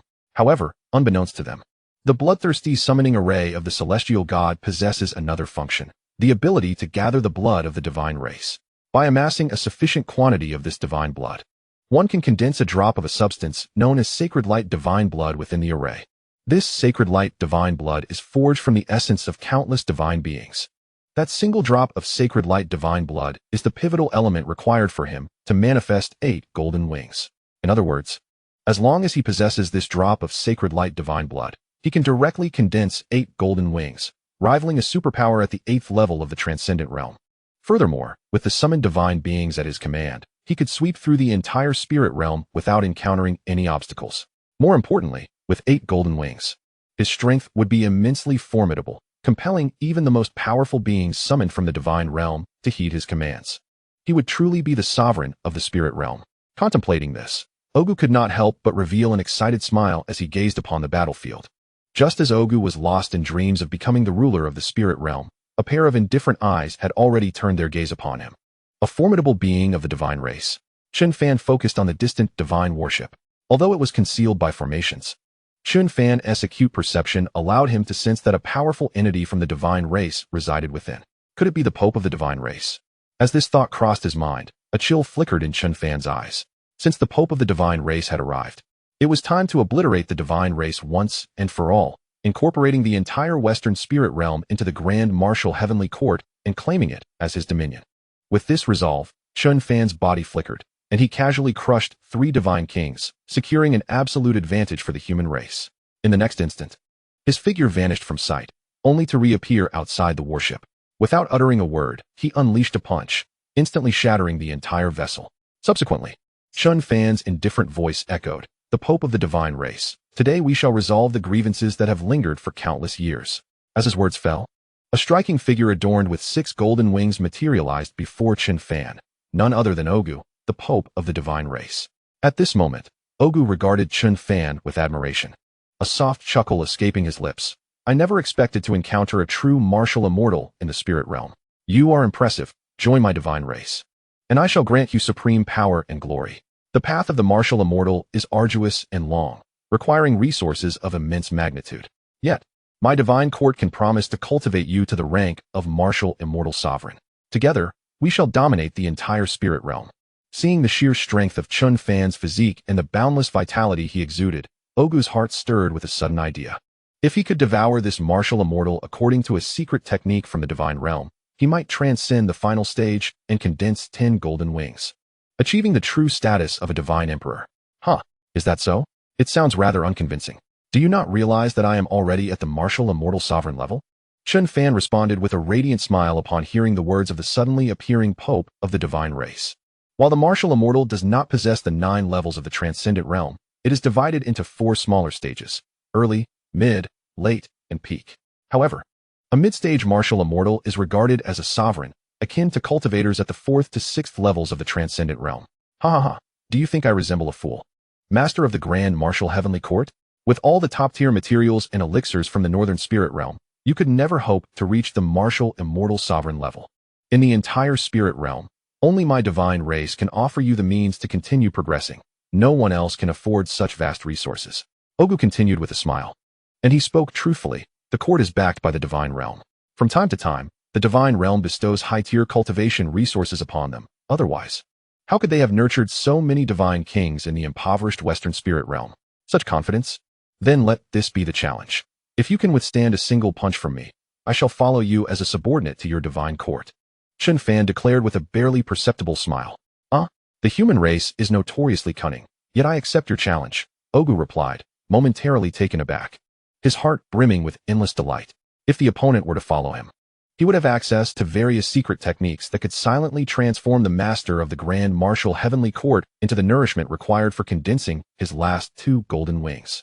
As for whether his avatar could withstand the punch, it was inconsequential. His true form had already swapped positions with his avatar, having retreated to the boundless sea of emptiness. To endure a punch from the human cultivator, his avatar was merely comparable to a 3rd-level transcendent realm being and could not withstand it. However, his true form, with its peak power of 6 golden wings, rivaling the pinnacle of the 6th level of the transcendent realm, would surely withstand a mere initial stage martial immortal. Moreover, though martial immortals possess formidable physiques, the divine race's bodies are equally powerful. Even an early-stage martial immortal might be invincible among their peers and capable of fighting above their level. Yet they would still be unable to breach the defenses of a divine emperor adorned with 6 golden wings. With this thought, Ogu could not help but exclaim, "Come now. I will allow you 3 punches." At these words, Chen Fan's heart was filled with joy. He understood that the Pope of the divine race had failed to perceive his true mid-stage martial immortal level. If he had known, he would never have dared to issue such a challenge. The invincibility of martial immortals at the same level and their prowess in combat against higher levels is well known. Very well, Chen Fan replied, nodding subtly as boundless power surged in his right fist. In an instant, he struck towards the Pope of the divine race, who had encased himself within the protection of 10 wings. The Pope, enveloped by his wings, did not even glance at Chen Fan's attack, confident in his own abilities. Yet, in the next moment, as Chen Fan's fist was about to collide with the Pope's body, the latter's eyes widened in disbelief, flooded with regret. How is this possible? Such overwhelming power! The Pope instinctively exclaimed, unleashing his divine might in an attempt to shield against the tremors of Chen Fan's strength. However, it was too late. In a fraction of a second, Chen Fan's fist collided with the barrier of divine power. A crisp crack echoed through the void as the vast barrier shattered, and the terrifying force surged into Ogu's 10 wings. The sound of devastation reverberated, boom. The 6 golden wings, accompanied by 4 pristine white wings, shattered with a thunderous crash, and an endless stream of blood instantaneously cascaded into the boundless sea, dissipating within its depths. An overwhelming agony surged through Ogu's mind, prompting a cataclysmic, heart-wrenching roar to escape his lips. Cunning human, you truly are a martial immortal. Ogu's heart brimmed with profound regret, yet it was too late to alter his fate. The martial immortal, possessing strength merely comparable to the 6th realm of the mortal world, was utterly incapable of resisting. Unless he could transcend to the 8th level of the Golden Wing realm, which was an impossibility at this moment, as all 10 of his divine wings had been shattered. What? You didn't die from a single punch? It seemed those 10 avian wings still held some defensive power. Did you not just claim you could withstand 3 of my punches? Stand still. One more punch should end this battle.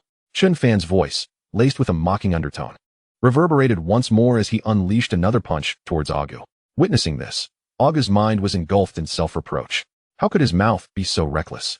Nevertheless, no matter what, reality could not be changed. With a resounding crash, another punch struck Ogu, emitting a tremendous roar. Ogu's head exploded into a mist of blood, swiftly followed by the detonation of his body, showering the endless sea in crimson. As the Emperor of the Divine Clan, a being on par with the pinnacle of the 6th tier of the mortal realm, he fell beneath Chen Fan's seemingly mundane 2 punches. This scene unfolded before the eyes of all within the Divine Clan. In an instant, disbelief clouded the eyes of every divine being. Their eternally invincible emperor had perished at the hands of the great martial sovereign. Could it be that the Divine Clan was truly facing annihilation? Countless beliefs of the Divine Clan crumbled in that moment. With no will to fight left, they turned to flee towards the Western Spirit Realm. Yet, how could the human race allow these gods to escape? It was not the great martial sovereign alone who had averted disaster. The entire Northern Spirit Realm might have already been laid to waste by now. Kill, kill, kill. Leave none alive. Qin Hongyan's cold voice echoed through the heavens and the earth. The human army descended into a frenzy, mercilessly slaughtering the divine beings. In no time, the powerful of the Divine Clan fell like dumplings, plummeting into the boundless sea. With their faith shattered, their strength reduced to a mere fraction. It was only a matter of time before they faced total annihilation, pursued by countless human warriors.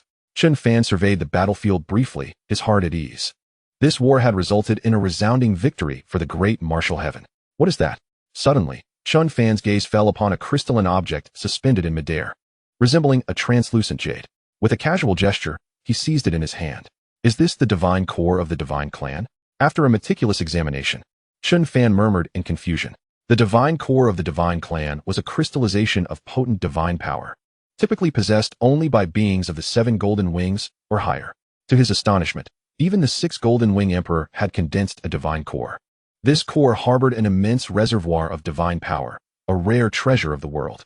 For human cultivators, it could be transformed through secret arts into vast, pure energy, enhancing their cultivation. Chen Fan had only encountered such methods in ancient texts and had never practiced them. What if my chaotic technique proves exceptional? Without hesitation, Chen Fan activated his technique, attempting to absorb the energy within. In the next moment, a torrent of divine power surged from the core into Chen Fan's body, which he promptly refined, elevating his cultivation. I didn't expect this to actually work. Chen Fan marveled. The chaotic level of technique is indeed invincible. He began the continuous refinement of the divine power flowing from the core, as the vast energy transformed to enhance his cultivation. Meanwhile, in a lavish hall within the Divine Clan's cathedral in the Western Spirit Realm, beads of cold sweat dotted Emperor Ogu's forehead, his eyes filled with trepidation. Had he delayed the transition even slightly, his true self might have truly perished. Indeed, at that critical moment, Ago had successfully converted his essence, relocating it here, allowing his avatar to perish in his stead. Human race, you wretched great martial heaven, you have truly provoked my wrath. I shall utterly consume you to sate my vengeance. Ago forcibly suppressed his racing heart, his voice hoarse and low. Although relieved that his true self had not fallen, the loss of his avatar pained him deeply, for it had absorbed countless drops of his blood. Even the divine core bestowed by the heavenly court had been infused into that avatar, with hopes that it would one day grow into a 7 golden-winged entity, a tremendous asset for him. Yet now, he had lost not only the avatar, but also the divine core. However, as long as the blood-devouring divine formation remained, if he could condense a drop of holy light divine blood, he could reclaim all that he had lost. A glint of coldness flickered in Ago's eyes. He had not anticipated that the master of the great martial holy court possessed the cultivation of a martial immortal. Furthermore, there must be secrets within the northern spirit realm. Otherwise, it would not have given rise to a martial immortal. With a murmured oath, Ago's figure vanished from sight as he stealthily made his way to the depths of the boundless sea, awaiting the condensation of the holy light divine blood. Ready to devour it, he was determined to avenge all the fallen divine beings, for they had been slain by the great martial heaven, and as their emperor, he bore the responsibility to seek retribution. Time passed swiftly, and half a day later, the skies above the boundless sea were devoid of any divine presence. All had been exterminated by the human race. Simultaneously, Chen Fan slowly opened his eyes, the energy within the divine core now fully expended. He had remarkably broken through to the pinnacle of the unparalleled emperor realm, on the verge of transcending into the realm of mortals. Chapter 193, Holy Light, Divine Blood.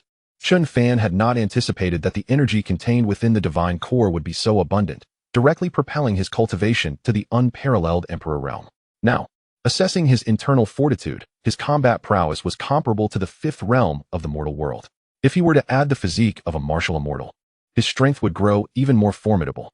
Of course, even in his current mid-stage of martial immortal cultivation, he was more than a match for the 6 golden-winged emperor of the divine clan.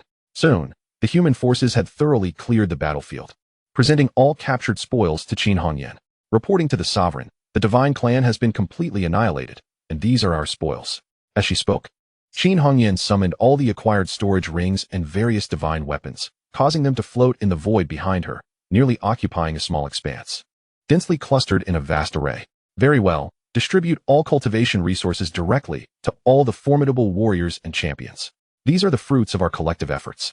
Chen Fan remarked with a nod, his voice calm, yet resonant. Indeed, Qin Hongyan replied promptly upon hearing this. Additionally, inform the celestial soldiers that all troops are to recuperate in North Spirit City. Once they have regained their peak conditions, we shall directly march into the West Spirit Realm. The divine race may encroach upon us, but they shall pay the price for such audacity. Although Chen Fan's voice was not loud, it reached every ear with clarity. Upon hearing these words, the eyes of all cultivators widened, brimming with excitement. After having endured the oppression from the divine race for so long, they were now eager to vent their frustrations.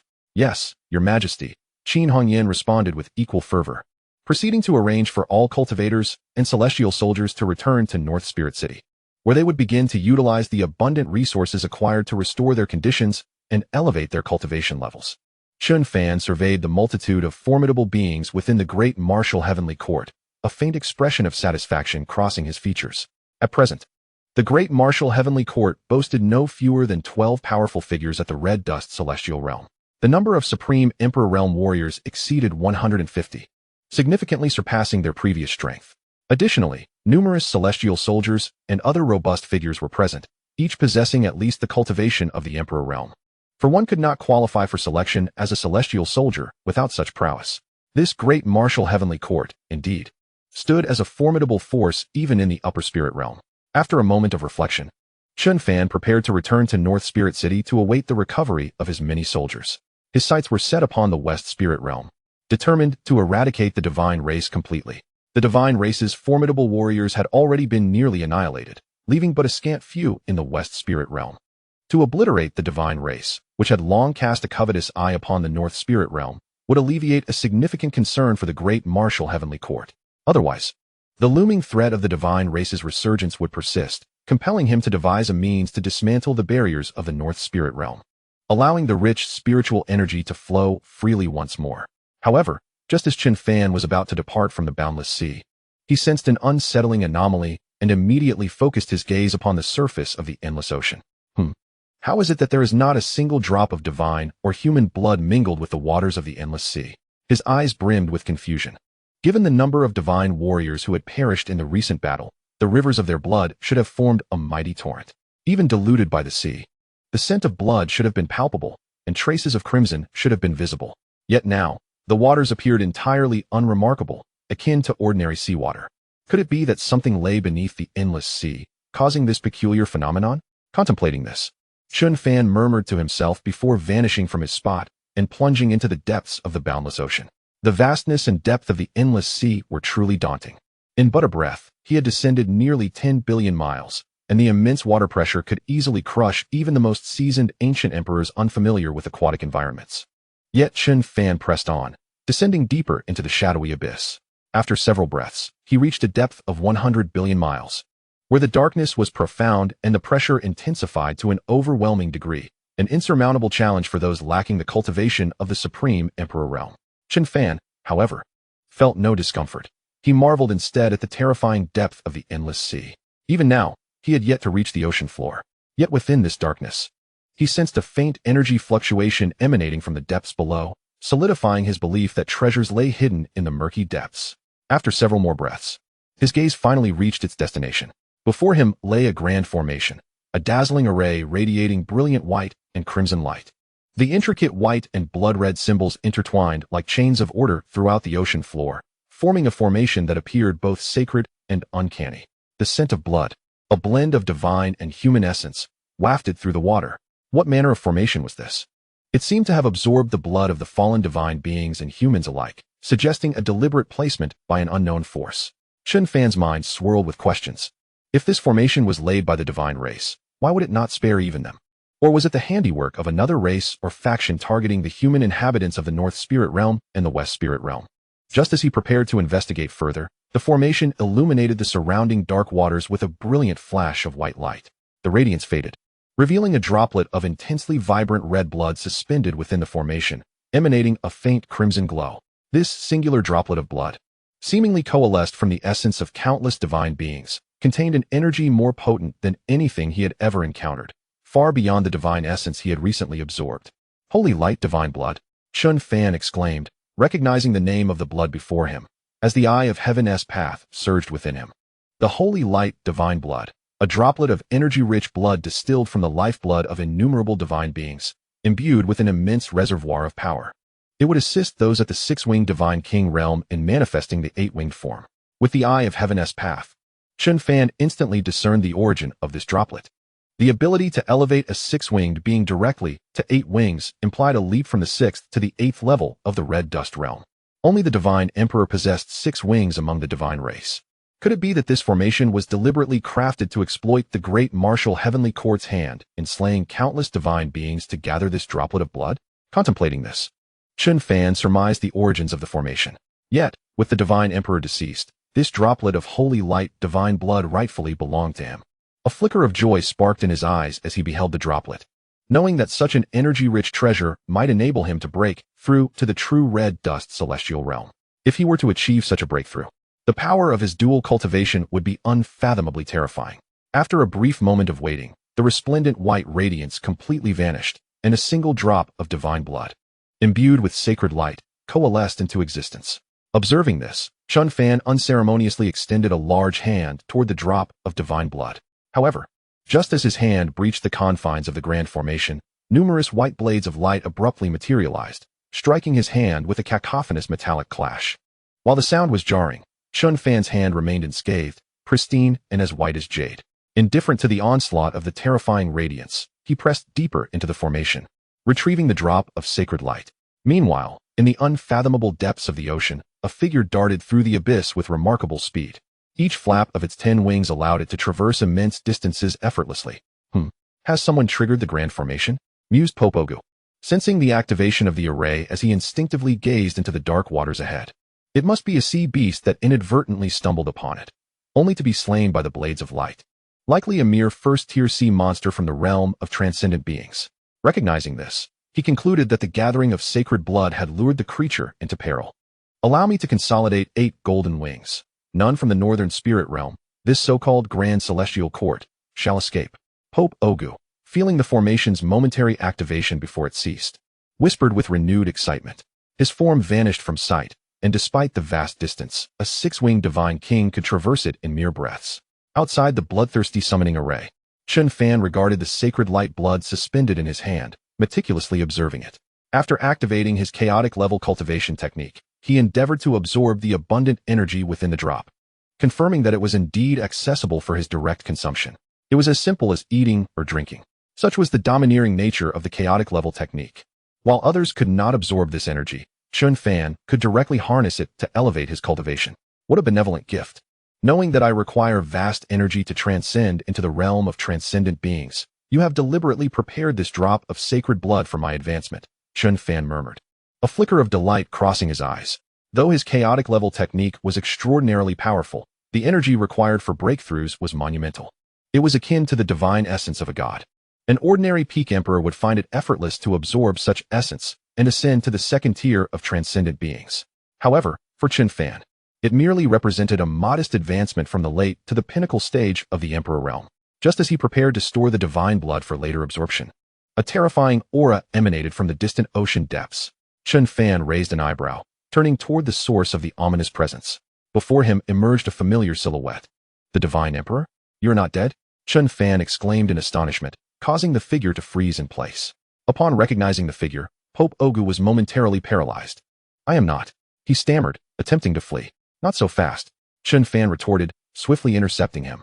In that instant, Chen Fan comprehended that the divine emperor he had slain earlier was merely a projection. The true essence now stood before him. The great celestial sovereign had been outmaneuvered by a divine emperor. This revelation became an indelible stain on Chen Fan's journey. Thus, the divine emperor's true form was destined for demise. I was mistaken. I truly am not the divine emperor, merely an ordinary member of the divine race. Pope Ogu trembled, gazing at the white-clad youth before him. Despite the seemingly gentle aura of the young man, it was merely a facade, possessing the strength of a martial sage. He could obliterate Ogu with a single blow. How could he not be afraid? Let us dispense with the pleasantries. You know well what your intentions are. You have come for the sacred light blood, have you not? I must thank you, for it proves quite beneficial to me. Chen Fan observed with a sly smile directed at Pope Ogu. Fate had intertwined their paths. He had unknowingly dispatched a mere projection of his adversary. And through the grand formation, he had ensnared the true entity once more. How infuriating! You have taken my sacred light blood, detestable human. Upon realizing the blood had fallen into Chen Fan's possession, Pope Ogu could no longer contain his fury, unleashing a deafening roar. Instantly, a towering white blade of light, radiating immense terror, coalesced before him. Sacred light judgment. Boom. The blade surged toward Chen Fan with overwhelming force. Observing this, Chen Fan merely smiled, extending his right hand lazily. With a resounding impact, he shattered the colossal blade. Unyielding, his fist continued forward, striking Pope Ogu's body. The 10 wings protecting Ogu disintegrated, and he was sent flying backward, crashing into the grand formation. Ha! I have survived this blow. Now, you shall be the one to perish. Ogu, struggling to rise, began invoking ancient incantations from the depths of the endless sea. Chapter 195, The Fallen God King. As the ancient chants resonated, the grand formation began to tremble violently. Subsequently, a portal radiating brilliant white light materialized within the array. A terrifying figure flickered within the radiant portal before stepping forth, clad in black and wielding a dark holy spear. With 10 black wings and surrounded by swirling dark energy, the towering figure manifested in the depths of the endless sea. Who dare summon me?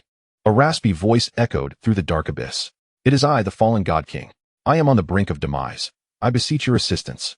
Pope Ogu pleaded, prostrating himself on the ground, summoning every ounce of strength to speak fervently.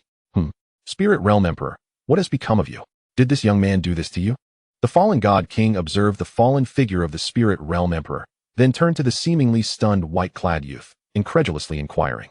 Indeed, I implore you, fallen God King, to heal me, and I shall aid you in conquering the entire spirit realm, Pope Ogu strained to declare, suppressing his agonizing pain. Ah, splendid! The fallen God King, upon hearing this, erupted into a hearty laugh, and then a shroud of black light enveloped Pope August.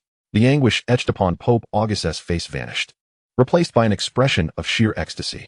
Now it is your turn, young man. How dare you act against my proud divine kin? Speak. How would you prefer to meet your demise? The fallen God King's frigid gaze swiftly fixed upon Chen Fan, as an overwhelming aura of terror surged forth from him, crushing down towards Chen Fan. What are you pretending for? You and that divine pope are merely comparable to my human race's sixth heaven of the mortal realm. What pretense do you have? As Chen Fan sensed the terrifying, dark, bloodthirsty, and brutal aura, a faint smile blossomed upon his lips, and he spoke calmly. How do you know? The fallen god king, taken aback by Chen Fan's words, displayed a look of astonishment. His realm indeed only matched that of a sixth heaven mortal realm cultivator. Yet, as the fallen god king of the dark divine lineage, his combat prowess far surpassed that of the light divine lineage. Though his realm was akin to that of a sixth heaven, his combat strength approached that of a seventh heaven mortal sovereign. Nevertheless, regardless of how you came to this knowledge, you shall not escape today. I cannot let go of a martial immortal body. At this point, an insatiable greed flickered in the fallen god king's cold eyes as divine energy surged around him. Suddenly, chains of darkness erupted from behind him, hurtling towards Chen Fan. The fallen god king was confident. Even a mortal sovereign of the seventh heaven would need to tread carefully against his chains of order. Otherwise, a moment's carelessness could lead to the binding of their physical body and celestial power by his dark artifact, the chains of order. What makes my martial immortal body such a coveted prize in your eyes? You avian folk are truly revolting. Seeing this, Chen Fan remained utterly unperturbed, slowly raising his right fist to strike the chains, which resembled black dragons, with a resounding crash. The immense sound reverberated, causing the surrounding seawater to dissipate into nothingness. The several chains of order, imbued with unfathomable power, shattered instantaneously, transforming into wisps of black fragments that vanished into the ocean. The fallen god king spewed forth a mouthful of black blood, his gaze towards Chen Fan filled with terror. How is this possible? How could you possess such formidable power? He was incredulous, feeling the agonizing pain coursing through his body. His chains of order had indeed been obliterated. This was his dark artifact, capable of contending even with a mortal sovereign. How could they have been so easily shattered? It seems you are somewhat misinformed about the powers of a martial immortal. Chen Fan's voice was chillingly indifferent as he vanished from his position. In the next moment, he appeared before the horrified fallen god king and raised his hand for a slap. With a resounding smack, the fallen god king's head exploded. An endless stream of black blood gushed from the decapitated body, staining the waters dark. Following this, Chen Fan delivered a punch that obliterated the fallen god king's body and the 10 wings behind him, reducing them to nothingness, leaving only a divine essence silently suspended in the void, an echo of the fallen god king's former existence. Now freed from the dark aura, the divine Pope August was once again beset by the agony of losing his 10 wings, grappling to gaze at Chen Fan's position. In the next instant, he stood frozen. An expression of profound dread etched upon his face. Why, you mean the fallen god king has fallen? Pope August could hardly believe his eyes. The fallen god king had been a formidable dark deity summoned from the divine realm with great effort. Despite their equal realms, the fallen god king's combat prowess far surpassed his own. Yet now, the fallen god king was reduced to but a single divine essence. You avian folk truly delight in embellishing your own merits. You are merely birds, proclaiming yourselves as divine, unafraid of the consequences. Chen Fan reached out and grasped the divine essence, instantly transporting himself into the grand formation, gazing at the still radiant portal emanating brilliant white light. This portal leads to your avian realm, does it not? Upon hearing this, Pope August coughed up blood again, yet dared not express any anger, instead speaking with trepidation. Why, yes, my lord, beyond the portal lies our avian realm. Introduce me to your avian realm, Chen Fan requested calmly, his curiosity piqued. The avian realm must be a world larger than the spirit realm, where even a casual inhabitant could rival a mortal sovereign. After all, there were likely not many mortal sovereigns even in the upper spirit realm. Mortal sovereigns are those formidable cultivators at the pinnacle of the mortal realm, spanning from the 7th to the 9th heavens. At your command, my lord. Pope August nodded tremulously and began to describe the avian realm. After listening, Chen Fan nodded thoughtfully and then swiftly annihilated the divine pope, completely dismantling the grand formation before departing from the endless seabed. The avian realm, or so-called divine realm, is an upper-tier plane among the 3,000 great worlds, surpassing the spirit realm in rank. The spirit realm is merely a middle-tier plane, naturally possessing far inferior overall strength. Due to this vast disparity in strength, Chen Fan wasted no time in destroying the grand formation. If an insurmountable presence were to emerge from it, it would spell disaster. Chapter 196, The Schemes of the Su Family. Shortly after Chen Fan's departure, 2 figures reappeared at the scene, a man and a woman, unmistakably Chen Fan and Nangong Wanner. 2 powerful divine kings have perished here. After their funerary rites, it should greatly aid your cultivation, Chen Fan spoke softly.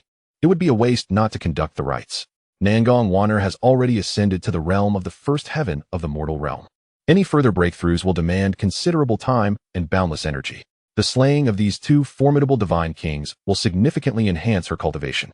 Excellent.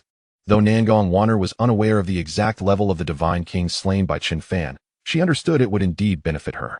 Of course, she had already performed funerary rites for countless divine beings, and the energy from those rites awaited her to refine. Subsequently, Nangong Wanner began to play a mournful tune at the bottom of the endless sea. Even amidst the water, her elegiac melody resonated throughout the shadowy depths. Before long, the two returned to North Spirit City. Upon returning, Nangong Wanner immediately headed back to the great martial heavenly court, for the energy within her was on the verge of overflowing. She needed to enter the temporal secret realm to refine it, as remaining here would yield little benefit over the next few days. After all, they still had to venture into the Western Spirit Realm to confront the entire divine lineage. Meanwhile, the entire community of cultivators within Biling City found themselves in a state of euphoric elation. Regardless of their endeavors, they were imbued with an abundance of energy. And not without reason, they had achieved an unimaginable victory. Moreover, they had acquired a plethora of cultivation resources. Chen Fan hovered above Biling City, observing the exhilaration and excitement etched upon every face below, and a faint smile graced his lips. The grand martial heaven had indeed claimed its rightful place as the true sovereign of the Biling realm. For it was under its protection that the calamity had not resulted in countless casualties, sparing numerous cultivators from the fate of enslavement by the divine race. It is time for me to elevate my own cultivation, Chen Fan murmured, and in an instant, he materialized within a lavish palace in Biling City. He then produced a droplet of divine blood infused with holy light, pondering whether the energy it contained could propel him beyond the threshold of the genuine immortal realm. Should he achieve this, the synergy of his internal and external combat prowess would render him utterly invincible. Contemplating this, a radiant smile blossomed upon Chen Fan's face. He promptly commenced his cultivation techniques, fervently absorbing the energy from the divine blood. Waves of boundless energy surged into Chen Fan's body, which he refined instantaneously, thus amplifying his cultivation level at an astonishing rate. Simultaneously, two grand warships raced across the endless sea. On the foremost vessel, one could discern Lu Qingqing and Xianxia, who had departed not long ago. At that moment, a brilliant smile illuminated Xianxia's delicate features, while Lu Qingqing appeared perplexed. I hadn't anticipated that your status within the Su family would ascend so dramatically, especially with so many reinforcements dispatched to aid the Biling realm against the divine race. Lu Qingqing teased, her curiosity piqued. I truly do not know, Xianxia replied, her smile radiant. I merely returned to my family and informed my cousin Su Chun about the situation in the Biling realm, and thus, they sent forth such a multitude of formidable cultivators. Previously, she had occupied a relatively low status within her family and had not expected any aid. Yet, to her astonishment, 5 powerful beings of the immortal realm had been dispatched, including an elder of the 3rd tier.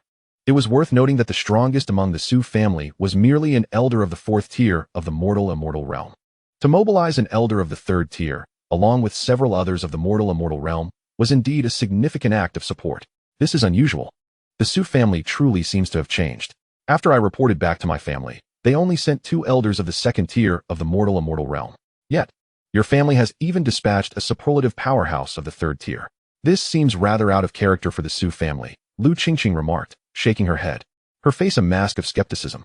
However, she could not discern the true intentions of the Su family at that moment. Hearing Lu Qingqing's words, Xianxia too began to harbor doubts. Indeed, the enthusiasm was somewhat excessive. Growing up in the Su family, she was well aware of the prevailing atmosphere. Such fervor was unprecedented. Even the majority of factions within the Holy Celestial Domain understood that the Su cultivators prioritized self-interest above all else. Could it be? Surely not. They are all human cultivators. Aiding their kin should not carry ulterior motives, Xianxia mused quietly. As Xianxia and Lu Qingqing set aside this matter to engage in lighter conversation, aboard another warship, tens of billions of miles away, an elder exuding a formidable aura stood upon the deck, accompanied by 4 middle-aged cultivators, each radiating an overwhelming presence. All 5 were genuine powerhouses of the immortal realm, a tier that even in the upper spiritual realm represented the pinnacle of strength. Thus, they embodied an aura of authority that commanded respect without uttering a word. If the barrier of the Biling realm has truly been breached, as that young girl Xianxia claims, Our objective this time is to repel the divine race, and thereby earn the gratitude of all beings within the Biling realm. Subsequently, we shall discreetly seize control of the Biling realm. It is essential to recognize that Biling boasts over 600 vast territories, significantly larger than our own holy celestial domain. Once the barrier of Biling is shattered, the vast lands will eventually restore over time. Do you comprehend what the revival of the Biling realm's expansive territory could entail? The elder on the deck articulated, turning to the 4 middle-aged cultivators of the first tier of the mortal-immortal realm, and slowly continuing. What could it entail? The 4 exchanged glances, their faces a canvas of bewilderment, and shook their heads in unison. Reporting to the clan elder, we are uncertain. Ha. Your ignorance is only to be expected. You have yet to grasp the true prosperity of the Biling realm at its zenith, which surpasses even the currently most flourishing upper spiritual realm. The elder chuckled heartily, his demeanor swiftly turning serious. As time progresses, the lands of the Biling realm will awaken, revealing the remnants of countless formidable factions and the legacies of innumerable strong cultivators.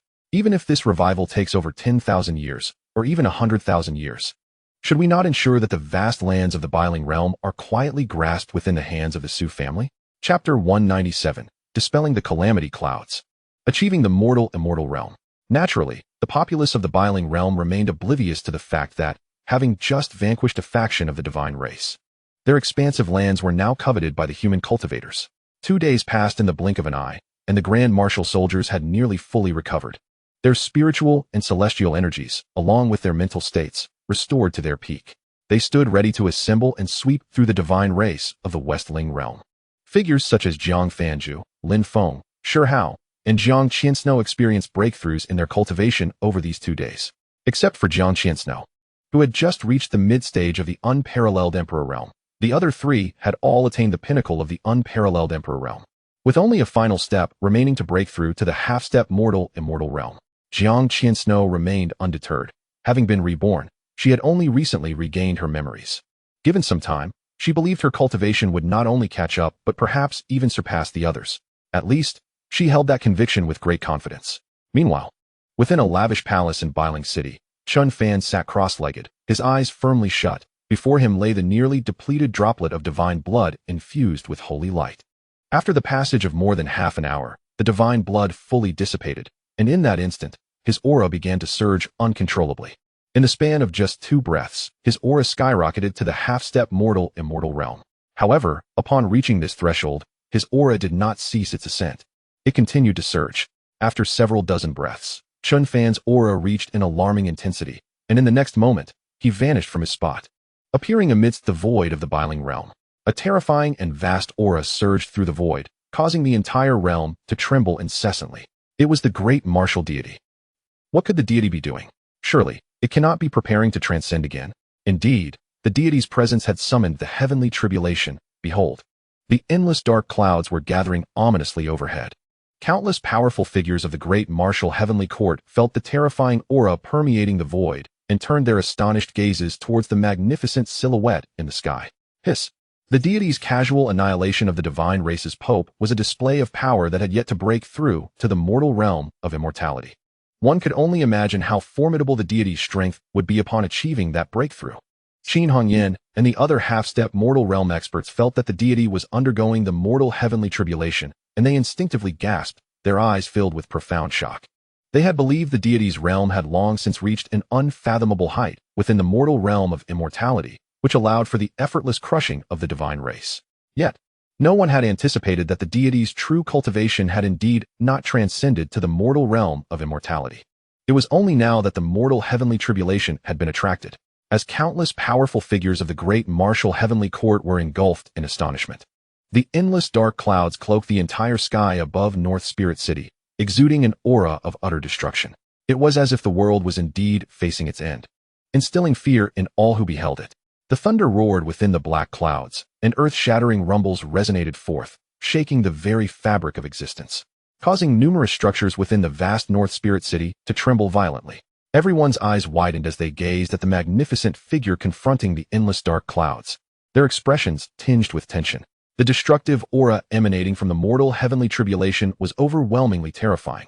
Even before the tribulation thunder descended, they felt an impending sense of death.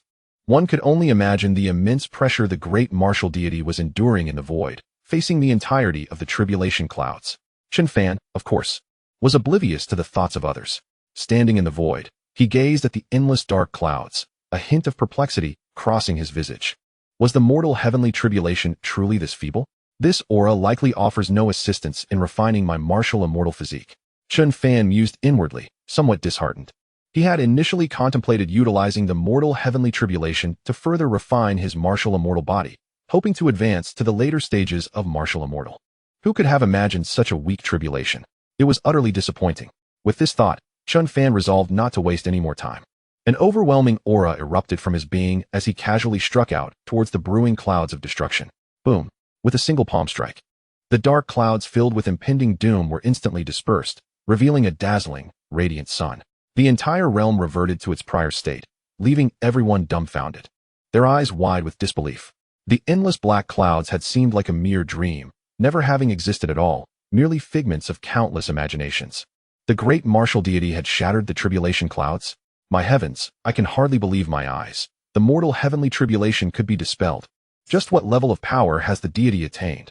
Never before had anyone heard of, nor witnessed, such a method of transcending tribulation.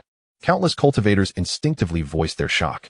Yet, as the crowd remained in awe, the boundless powers of heaven and earth, the spiritual energies, and the auras from beyond the North Spirit realm began to converge frantically towards the figure in the sky.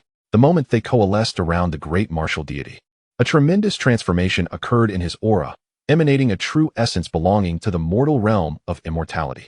He had indeed transcended the mortal heavenly tribulation, reaching the first layer of the mortal realm of immortality. As time passed, the vast, surging spiritual energies gradually stabilized. Chen Fan's cultivation had firmly settled into the first layer of the mortal realm of immortality. So, this is what the first layer of the mortal realm of immortality feels like. Quite splendid. Chen Fan could distinctly sense the significant change in his combat power after breaking through to the first layer of the mortal realm of immortality, as the originally white spiritual power within him transformed into a deep blue celestial energy. Indeed, upon breaking through to the mortal realm of immortality, a cultivator's spiritual power would convert into celestial energy. Typically, celestial energy is stored within a cultivator's body as a light blue energy. However, due to the advanced nature of Chen Fan's cultivation method, the quality of his celestial energy far surpassed that of other cultivators, resulting in its deep blue hue. Of course, Chen Fan was unaware of this, believing that even without relying on his martial immortal physique, he could easily slay the divine race's pope. Having achieved the mortal realm of immortality, it was time for the warriors of the great martial heavenly court to march forth and seize control of the western spirit realm and the northern spirit realm. Chen Fan murmured. Just as he was about to announce this, he suddenly lifted his gaze towards the boundary of the northern spirit realm, where two massive warships materialized. Chapter 198, Xianxia's Despair. Is this the place where the northern spirit realm's barrier has shattered? It truly has broken. But why do I not see any signs of the divine race's invasion? Have they already breached the northern spirit realm? The warships hovered in the void, and from the first warship emerged four figures. Among them, an elder radiating a vast celestial might, a second-layer mortal realm of immortality expert, spoke with a puzzled expression. It should be. Let us hurry and take a look. Upon hearing this, Lu Qingqing immediately voiced her concern. Let us go. Beside her, Xianxia also wore a face of anxiety. Could it be that they have arrived too late? Has the northern spirit realm already been occupied by the divine race? However, just as the four were about to set off, five figures exuding powerful auras suddenly appeared before them. Indeed, the barrier of the northern spirit realm has shattered, and we can now enter. Splendid, this is truly splendid. Among the five figures, the one with the highest cultivation, a third-layer mortal realm of immortality elder, laughed heartily upon seeing the broken barrier. Upon hearing the elder's words, the two elders from the Lu family, along with Lu Qingqing and Xianxia, exchanged glances, their expressions shifting. It was apparent that they were not here to provide support. The elders of the Su family must have other motives for their arrival. Senior Lu, allow Xianxia and me to lead you. The divine race has likely already infiltrated the northern spirit realm. I will guide you to unite with the major forces of the northern spirit realm so we can collectively assist in overcoming this divine invasion. Lu Qingqing's eyes flickered as she stepped forward, bowing respectfully to the five before speaking earnestly. The two elders from the Lu family sensed something was amiss and closely followed behind Lu Qingqing. Indeed, we have already visited once and are familiar with the northern spirit realm. Elders, allow us to lead the way. Although Xianxia harbored a sense of foreboding, she was unaware of the Su family's true intentions. whether they genuinely sought to assist or had ulterior motives. Haha, you four need not accompany us. Just stay here obediently and await our return.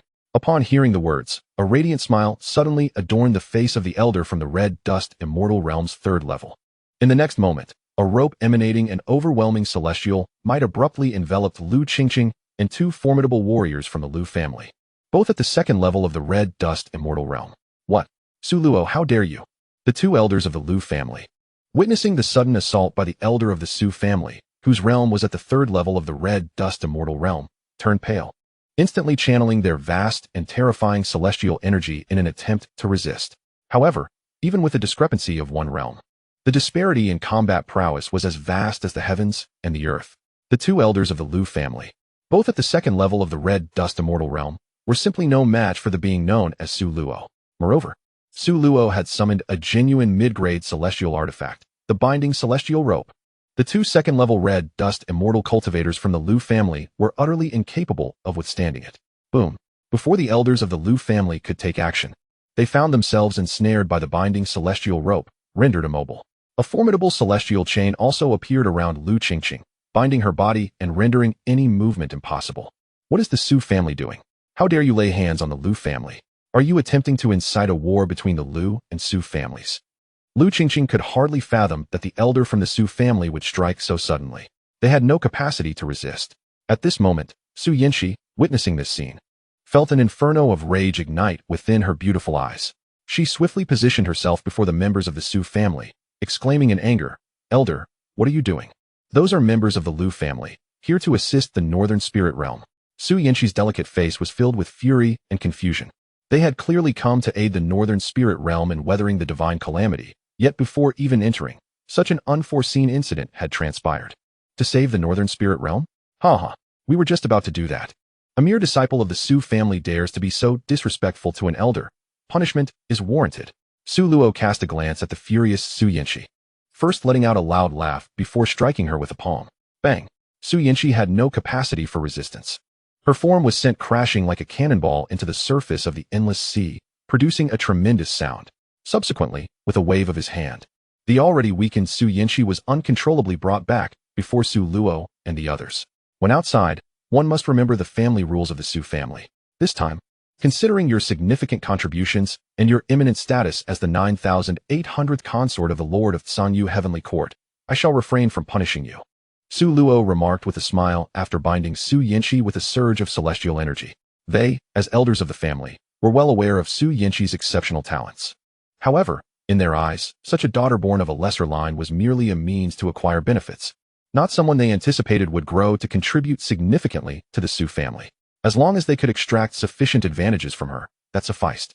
Furthermore, Su Yanxi's talents were not even among the most outstanding within the entire Su family. Why are you doing this? Su Yanxi's tear-streaked face was filled with despair. She understood that this indifferent family would undoubtedly exploit her for some benefit in the future. Yet she had never imagined that they would utilize her to reach the northern spirit realm with ulterior motives. Moreover, they intended to offer her as one of the 9,800 consorts to the Lord of Sanyu Heavenly Court in exchange for advantage. The last shred of hope she had harbored for the Su family was utterly shattered in that instant. She was completely disillusioned with the entire Su family. Why? You are not yet worthy to know. Now, accompany them to the warship and await your fate.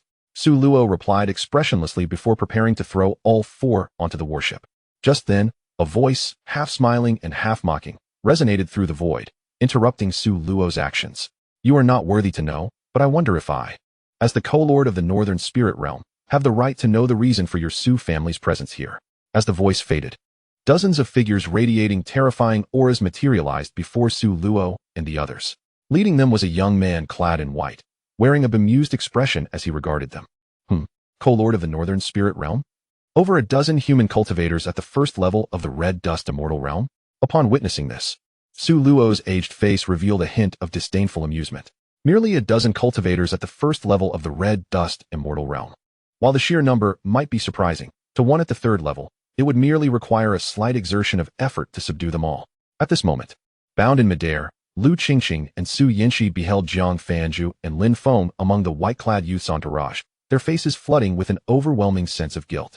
Particularly, Su Yanxi felt an extreme regret. If given the chance to choose again, she would prefer not to return to the Su family for aid.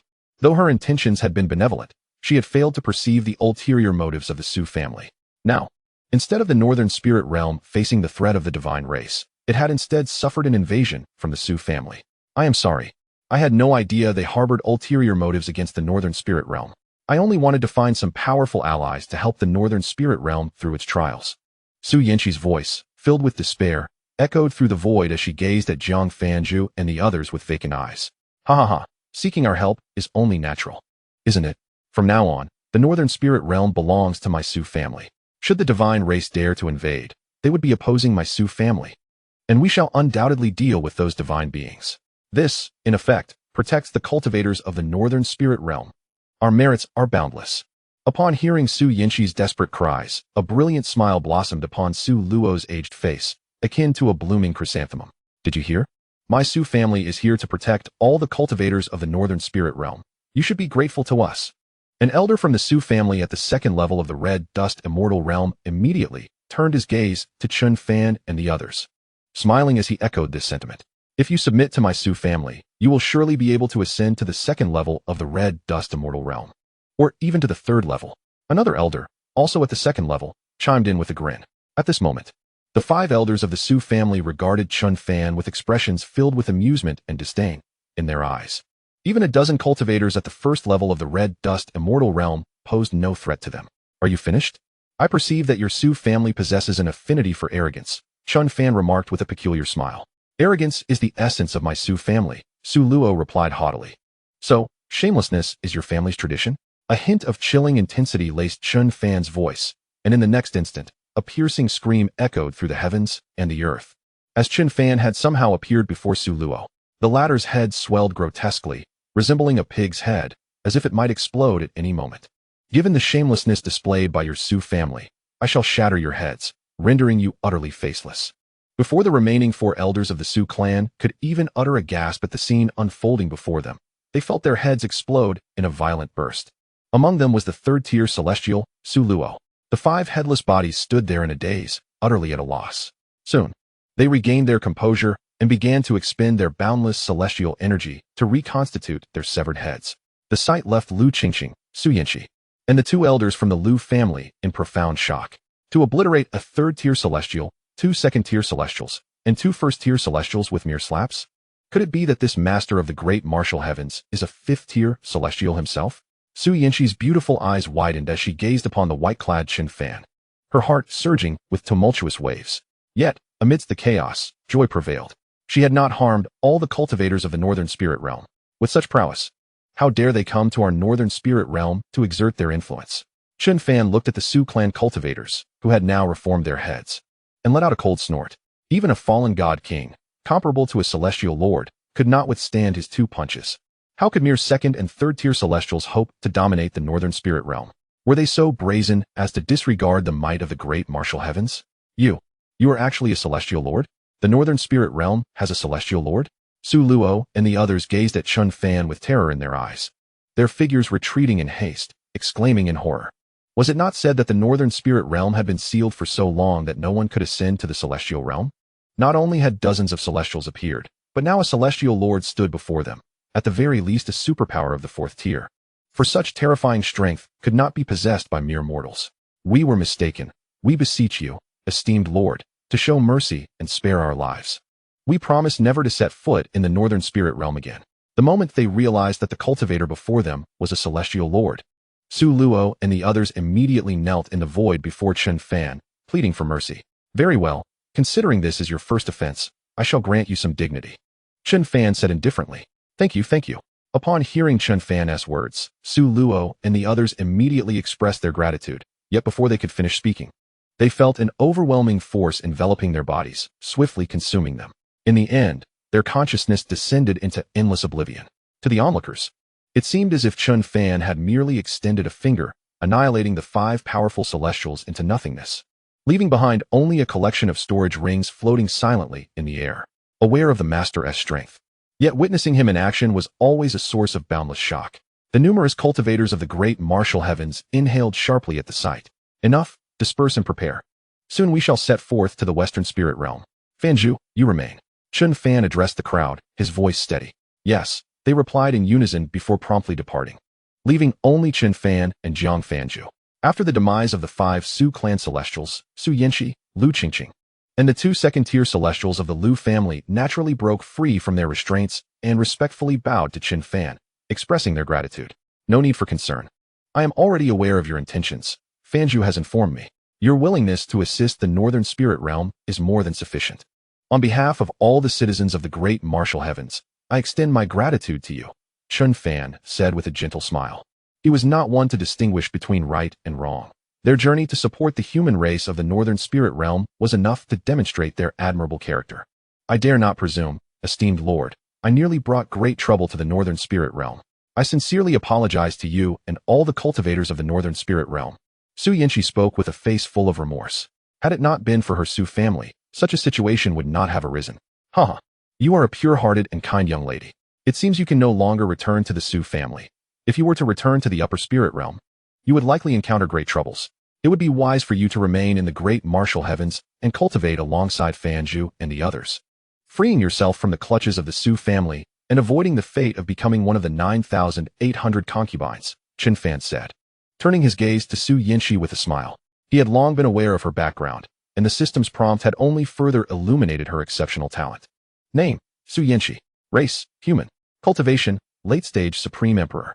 Talent, celestial spirit body. Inactive, activation condition. Achieve celestial realm to activate celestial spirit body. The celestial spirit body ranks as the foremost among various special physiques in the spirit realm.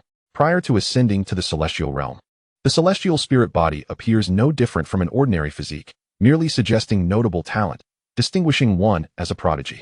Yet, once activated, it enables one to gallop ahead, not only accelerating the cultivation speed, but, most importantly, allowing one to transcend the celestial tribulations without facing any obstacles on the path to the legendary 9th celestial tier.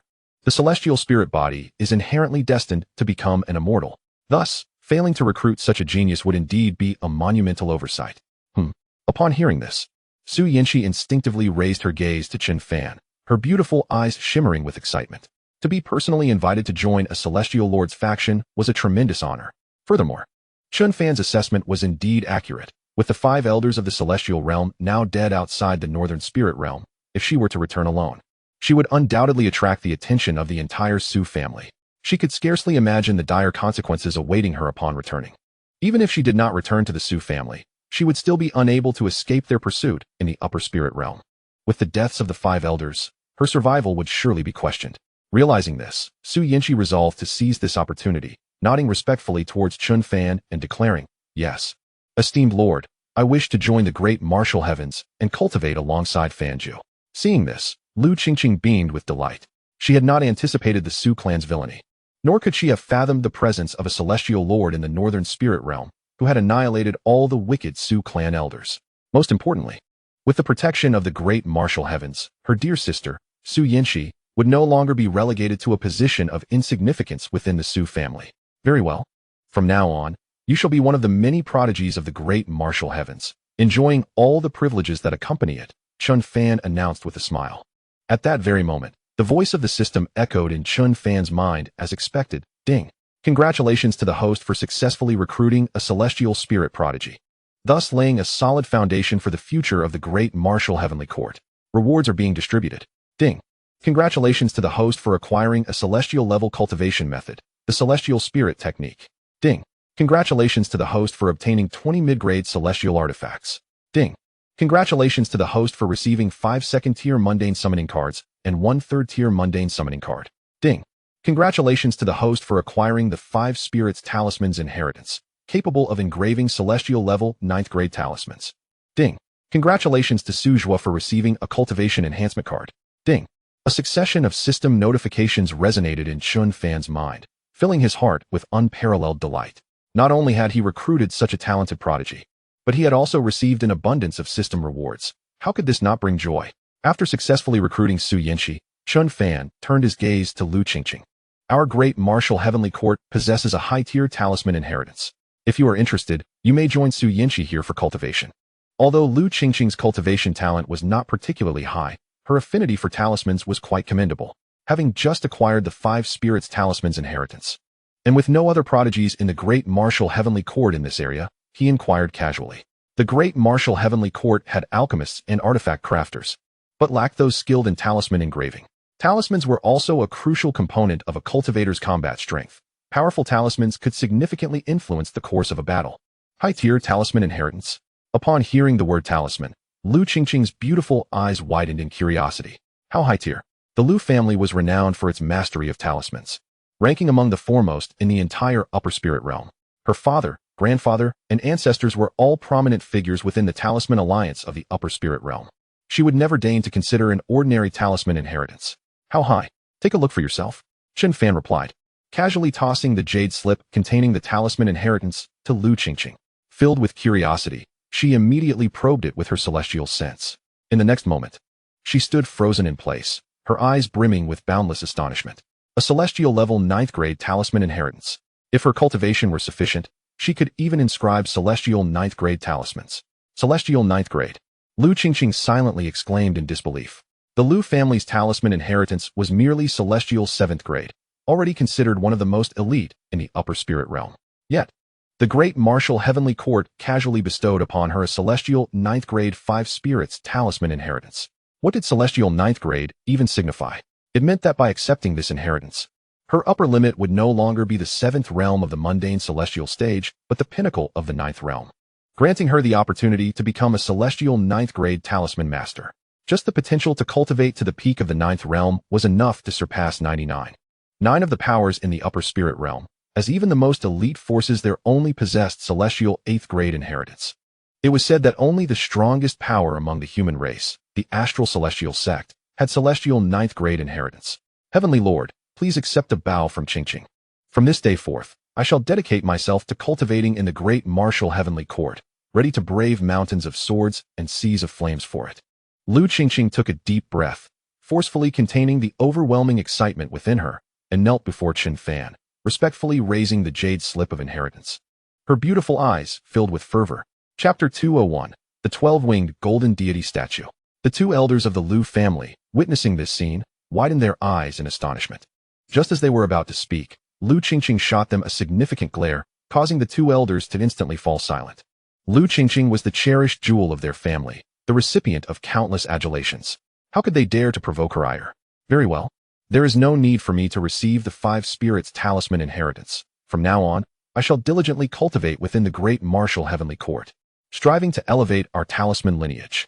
Chen Fan smiled lightly, refraining from taking the jade slip, as he intended to nurture Lu Qingqing to become the future head of the talisman pavilion, just as he had with Xianxia of the martial alchemy pavilion and Songhai of the artifact pavilion. Ever since Songhai had crafted a celestial artifact alongside Chen Fan, he had disbanded the Songhai sect, bringing numerous disciples to the great martial heavenly court's artifact pavilion to immerse himself in cultivation and learn artifact crafting. Lu Qingqing's eyes widened once more, filled with disbelief. The celestial 9th grade talisman inheritance has been so generously bestowed upon me. Is the Heavenly Lord not at all concerned that I might abscond with it? Thank you, Heavenly Lord, she said, respectfully bowing again, though she found it hard to believe. She understood the appropriate response to such a benevolent Heavenly Lord. I have made my decision to join the great martial heavenly court. Elders, please inform my father and grandfather upon your return home. I will certainly astonish them. After arranging for the two elders to return, she followed Chen Fan and the others back into North Spirit City. Chen Fan also imparted the celestial spirit technique to Xianxia, albeit with fewer words, urging her to cultivate diligently and strive to attain the mundane celestial realm as soon as possible. With her unique constitution, only by reaching the mundane celestial stage could she fully unleash her potential. Delaying her cultivation would only deplete her innate gifts. Xianxia was quite elated, although she was unsure if the technique granted by the Heavenly Lord was as formidable as her family's. Transitioning to a new cultivation method marked her definitive break from the Su family. She was filled with excitement and anticipation. Jiang Fanzhu and the other prodigies were equally thrilled to welcome a new companion into their ranks. Soon, the celestial soldiers and numerous powerful beings of the great martial heavenly court had gathered. Just as they were about to embark, Nangong Wanner appeared before everyone, emanating an incredibly formidable aura. Remarkably, within just a few days, she had broken through from the first realm of the mundane celestial stage to the second realm. Having once again undergone the mundane celestial tribulation, the Nangong Wanner of the second realm of the mundane celestial stage appeared even more ethereal. Like a celestial maiden from the ninth heavens, mysterious, beautiful and powerful. Set sail. With Chen Fan's command, over 1,000 grand warships transformed into streaks of light, surging toward the direction of the Western Spirit Realm. Standing on the deck, Chen Fan gazed at the boundless ocean surrounding him, feeling a sense of reflection. After this journey, the great martial heavenly court was poised to enter a period of explosive growth. After all, should they conquer the Western Spirit Realm, they would monopolize all resources from 2 spirit realms.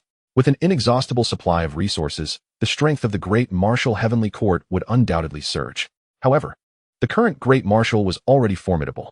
In addition to countless celestial soldiers and numerous unparalleled emperors, there were nearly 30 experts at the half-step mundane celestial stage and 12 at the mundane celestial stage, among whom Nangong Wanner was at the second realm of the mundane celestial stage.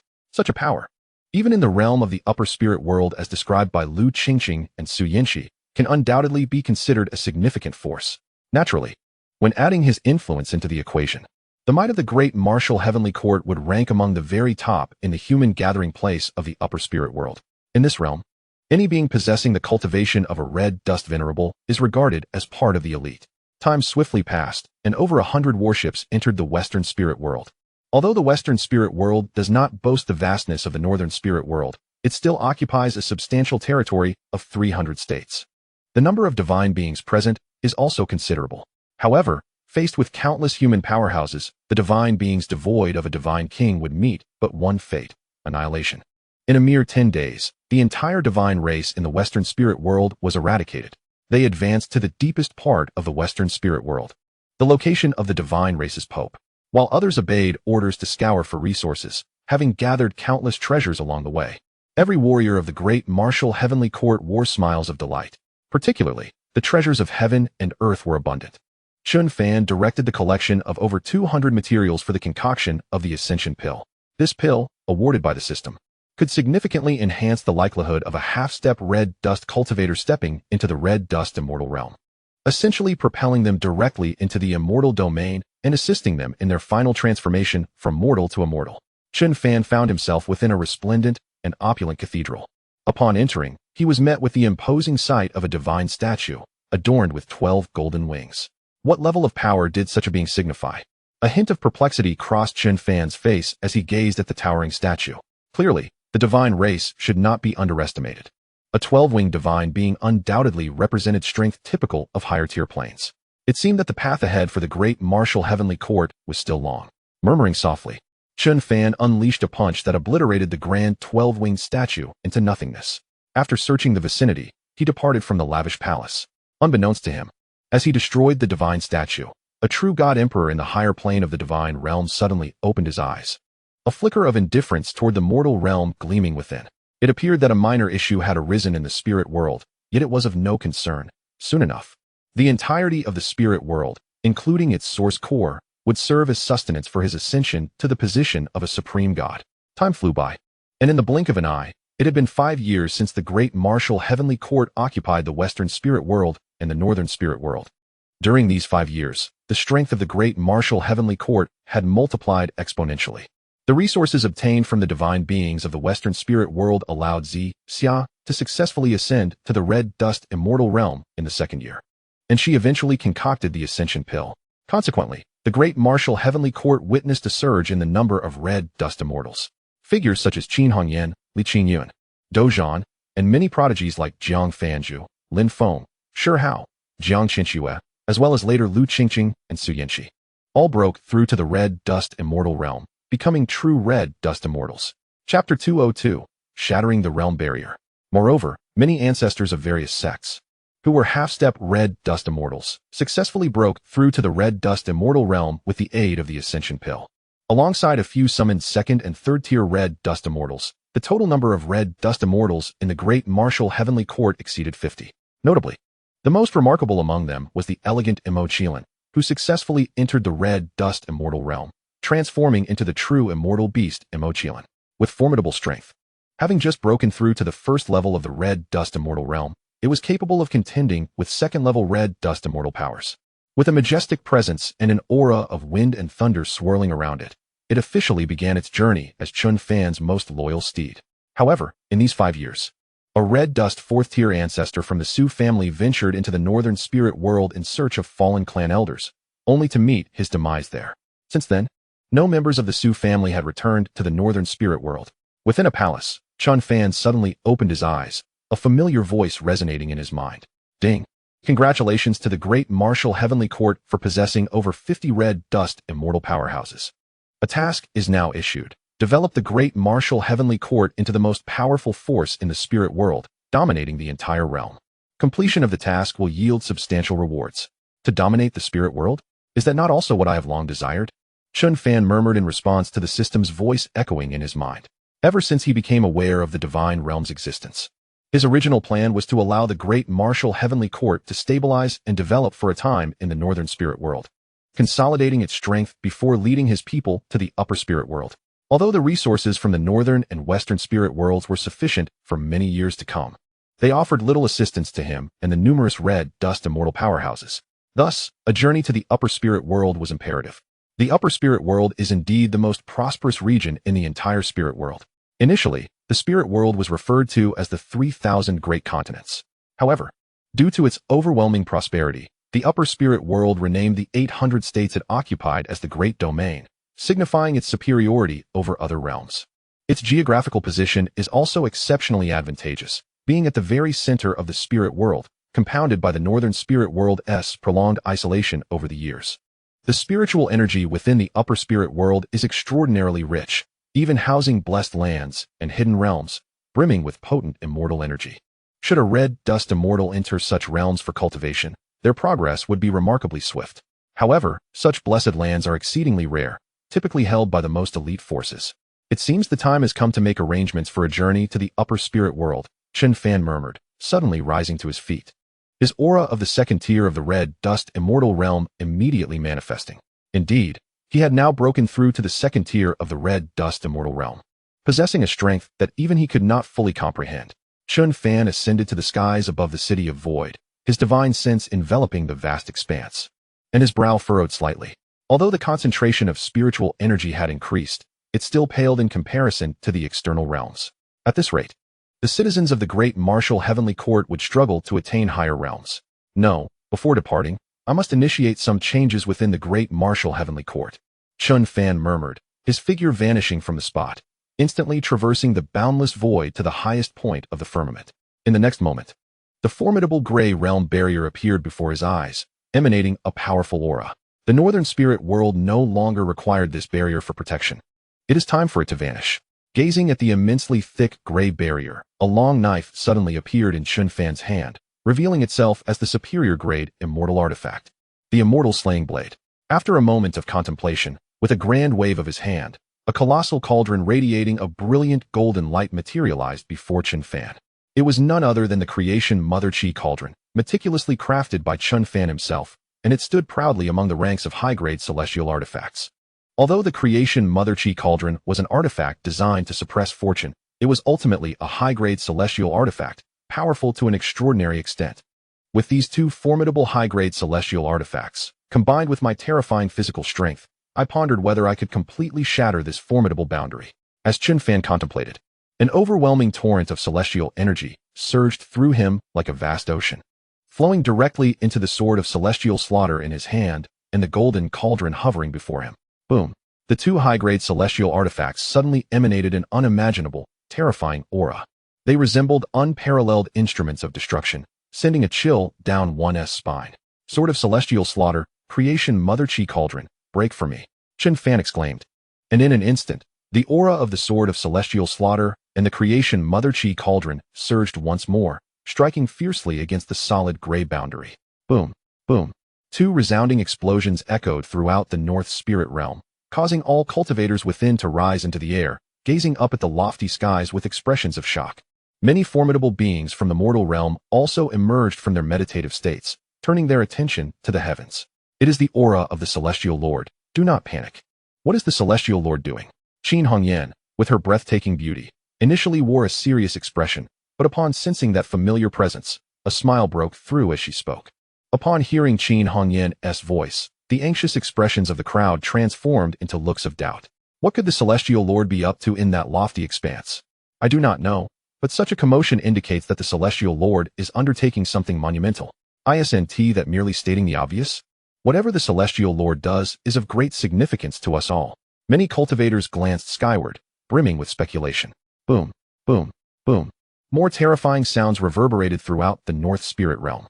Suddenly, the crowd widened their eyes in astonishment, realizing what the Celestial Lord was truly doing. He was breaking the boundary of the North Spirit realm. Gasp! Can the Celestial Lord truly shatter the boundary of the North Spirit realm? This boundary had been formed with the last vestiges of strength from a mortal realm's 8th tier celestial sovereign. Li Qingyun and the other cultivators from the mortal realm gasped instinctively. An 8th tier celestial sovereign was one of the most powerful beings in the entire spirit realm at that time. Could the Celestial Lord truly break through such a formidable barrier? In that moment, anticipation flickered across every face. Everyone understood that should the boundary of the North Spirit realm be entirely shattered, the cultivation environment would undergo a dramatic transformation. Yet, just as they awaited the moment, a shattering sound suddenly rang out across the expanse of the North Spirit realm. Chapter 203, Departing for the Upper Spirit Realm. The shattering sound echoed clearly in the ears of countless cultivators throughout the North Spirit realm. All gazed upwards, feeling as though the heavens themselves were fracturing. In mere moments, they stood frozen in place, for they perceived an endless torrent of rich spiritual energy surging into the North Spirit realm at an unimaginable speed, enveloping them. The concentration of spiritual energy around them surged dramatically. The boundary of the North Spirit realm has been breached. From this day forth, my North Spirit continent shall fear no formidable adversaries. Life and death shall be determined by oneself. Chen Fan's calm voice resonated throughout the void of the North Spirit realm, clearly reaching the ears of all. Upon hearing Chen Fan's words, the cultivators of the North Spirit realm were momentarily stunned, then erupted into cheers. Excitement illuminated every face. No longer shall we fear formidable foes. Life and death depend solely on ourselves. All the cultivators of the great martial heavenly court, whether they were powerful beings of unmatched imperial status or those within the 8th tier of the mortal realm, shouted in exhilaration. Looking down at the citizens of the great martial heavenly court, a smile graced Chen Fan's face. Had it not been for his breakthrough to the 2nd tier of the mortal realm, coupled with the vast strength of a martial celestial, he would not have been able to breach this boundary today. During these past years, despite not actively cultivating to ascend, he utilized a cultivation enhancement card, which elevated his 1st tier of the mortal realm to the 2nd tier. However, the tribulation for ascending to the 2nd tier of the mortal realm could not refine his martial celestial body, resulting in little growth in his physical strength over the years. As time passed, the concentration of spiritual energy in the North Spirit realm began to closely match that of the outside world. Countless cultivators broke through their cultivation levels due to this surge in spiritual energy, each one brimming with determination to advance. With such an excellent cultivation environment, it was only fitting not to squander it. In the opulent palace of the great martial heavenly court, Chen Fan sat regally upon the throne. Surveying the many pillars of the court, the proud sons of heaven, and various high-ranking officials gathered below, all standing among the pinnacle of the North Spirit realm. Esteemed colleagues, it has been 5 years since we eradicated the Divine Clan and took control of the Western Spirit realm, and the strength of our great martial heavenly court has surged multiple times. I have decided to lead all of you, the proud sons of heaven, to venture into the Upper Spirit realm, to forge our own dominion there, and spread the prestige of the great martial heavenly court throughout the entire spirit realm. Chen Fan slowly rose, addressing the many powerful beings of the mortal realm standing below. After we depart, Qin Hongyan shall be in full charge of all matters of the great martial heavenly court. Remember, ensure the development of the court. If upon my return I find the strength of the great martial heavenly court has not reached a satisfactory growth, I shall hold you accountable. Understood. We shall heed the Celestial Lord's command. Qin Hongyan, upon hearing these words, revealed a hint of reluctance in her beautiful eyes. Yet she understood that a man of the Celestial Lord's caliber was destined to ascend to the pinnacle of the spirit realm. She merely needed to govern the entirety of the great martial heavenly court well. Li Qingyun, Dozhan, and others. You are all top-tier cultivators of the great martial heavenly court. I command you to assist Qin Hongyan in managing the court while you cultivate. Otherwise, upon my return, none of you shall escape unscathed. Chen Fan's gaze fell upon Li Qingyun, Dozhan, and the other powerful beings of the mortal realm. Yes, we shall obey the Celestial Lord's command, they replied respectfully, their reverence for the Celestial Lord reaching its zenith. Even in the absence of the Celestial Lord from the North Spirit realm, they dared not entertain any other thoughts. Very well, Nangong Waner, Jiang Fanju, Lin Feng, Shihao, Zixia, Jiang Qinxua, Lu Qingqing, Su Yanxi, you have 3 days to prepare. After 3 days, We shall depart the North Spirit Realm and venture into the heart of the Spirit Realm, the flourishing Upper Spirit Realm. Chen Fan's gaze once again swept over the many proud sons of heaven. In the days to come, these paragons will undoubtedly become the true pillars of the great martial heavenly court. Under his guidance, others may find themselves advancing to realms they could scarcely have imagined. These gifted individuals, with just a hint of his direction, might each carve their own paths, achieving levels that defy the imagination. The pinnacle of the spirit realm is certainly not the zenith for these chosen few. Rather, the superior planes will be their true battleground. This, of course, is the path that the great martial heavenly court shall tread in the future. However, at this present juncture, they must first ensure the name of the great martial heavenly court resonates throughout the spirit realm. In the blink of an eye, 3 days have elapsed. A multitude of exceptional talents, along with Chen Fan, stepped aboard a colossal warship, which in the next instant transformed into a streak of light, vanishing into the horizon. The upper spirit realm occupies a central position within the vast expanse of the spirit realm and is situated a great distance from the northern spirit realm. Even aboard a celestial-grade warship, it would take at least 4 or 5 days to reach their destination. Chen Fan chose not to propel the gifted individuals at full speed, opting instead for a leisurely flight, neither hurried nor slow, in order to relish the tranquil moments and appreciate the scenic views along the way. The path of cultivation is not solely about rigorous training. It requires a balance of relaxation and effort. Over the past 5 years, Chen Fan has keenly observed the diligent cultivation of these prodigies. They possess not only remarkable talent, but also an unwavering commitment to their training. It would be impossible for them not to ascend in their cultivation, except for Nangong Wanner, who has surged ahead to the pinnacle of the third heaven of the mortal realm, merely a step away from achieving the status of a mortal sovereign. The rest remain at the first heaven of the mortal realm. This includes Lu Qingqing and Xianxia, who have successfully broken through to the first heaven of the mortal realm. Since activating her celestial spirit upon her breakthrough, Xianxia has surged forth as though under a divine boon, swiftly catching up to Jiang Fanju, Lin Feng, Shi Hao, and Xia, all reaching the peak of the first heaven of the mortal realm.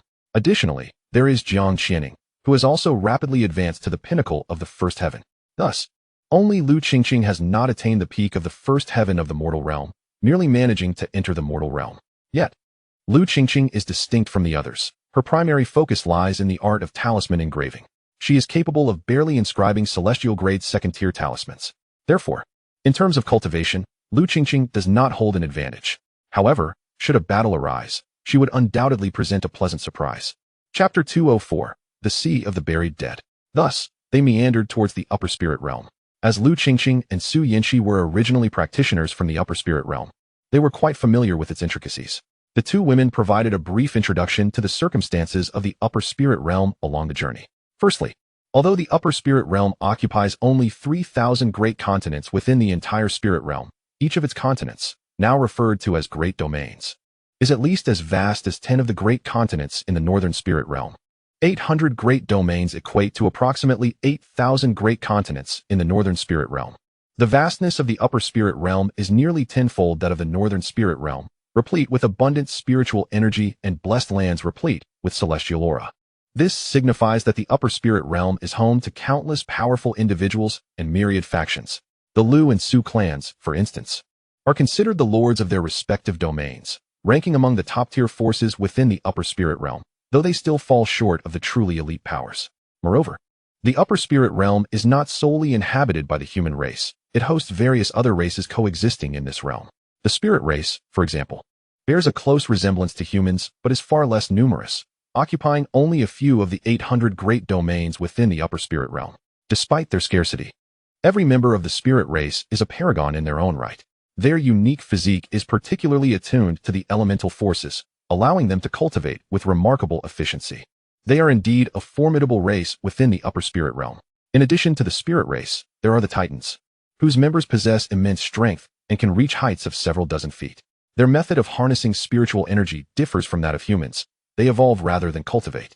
Should a Titan grow to a height of several dozen feet and achieve a golden hue, they attain the status of a golden Titan, their combat prowess rivaling that of powerful practitioners in the mortal realm. Other races, such as the demon race, the Rakshasa race, the witch race, and the soul race, also populate the upper spirit realm. Among the myriad races, humans undoubtedly stand as the most potent, claiming nearly half of the territory within the upper spirit realm. Following closely are the demon race and the soul race, the former being numerous and diverse, while the latter remained shrouded in mystery, rumored to possess peculiar combat abilities. Lu Qingqing and Su Yinxi have yet to encounter any members of the soul race, as they rarely venture into the territories of other races. Should they do so, they might find themselves in peril, with their bodies potentially lost without a trace.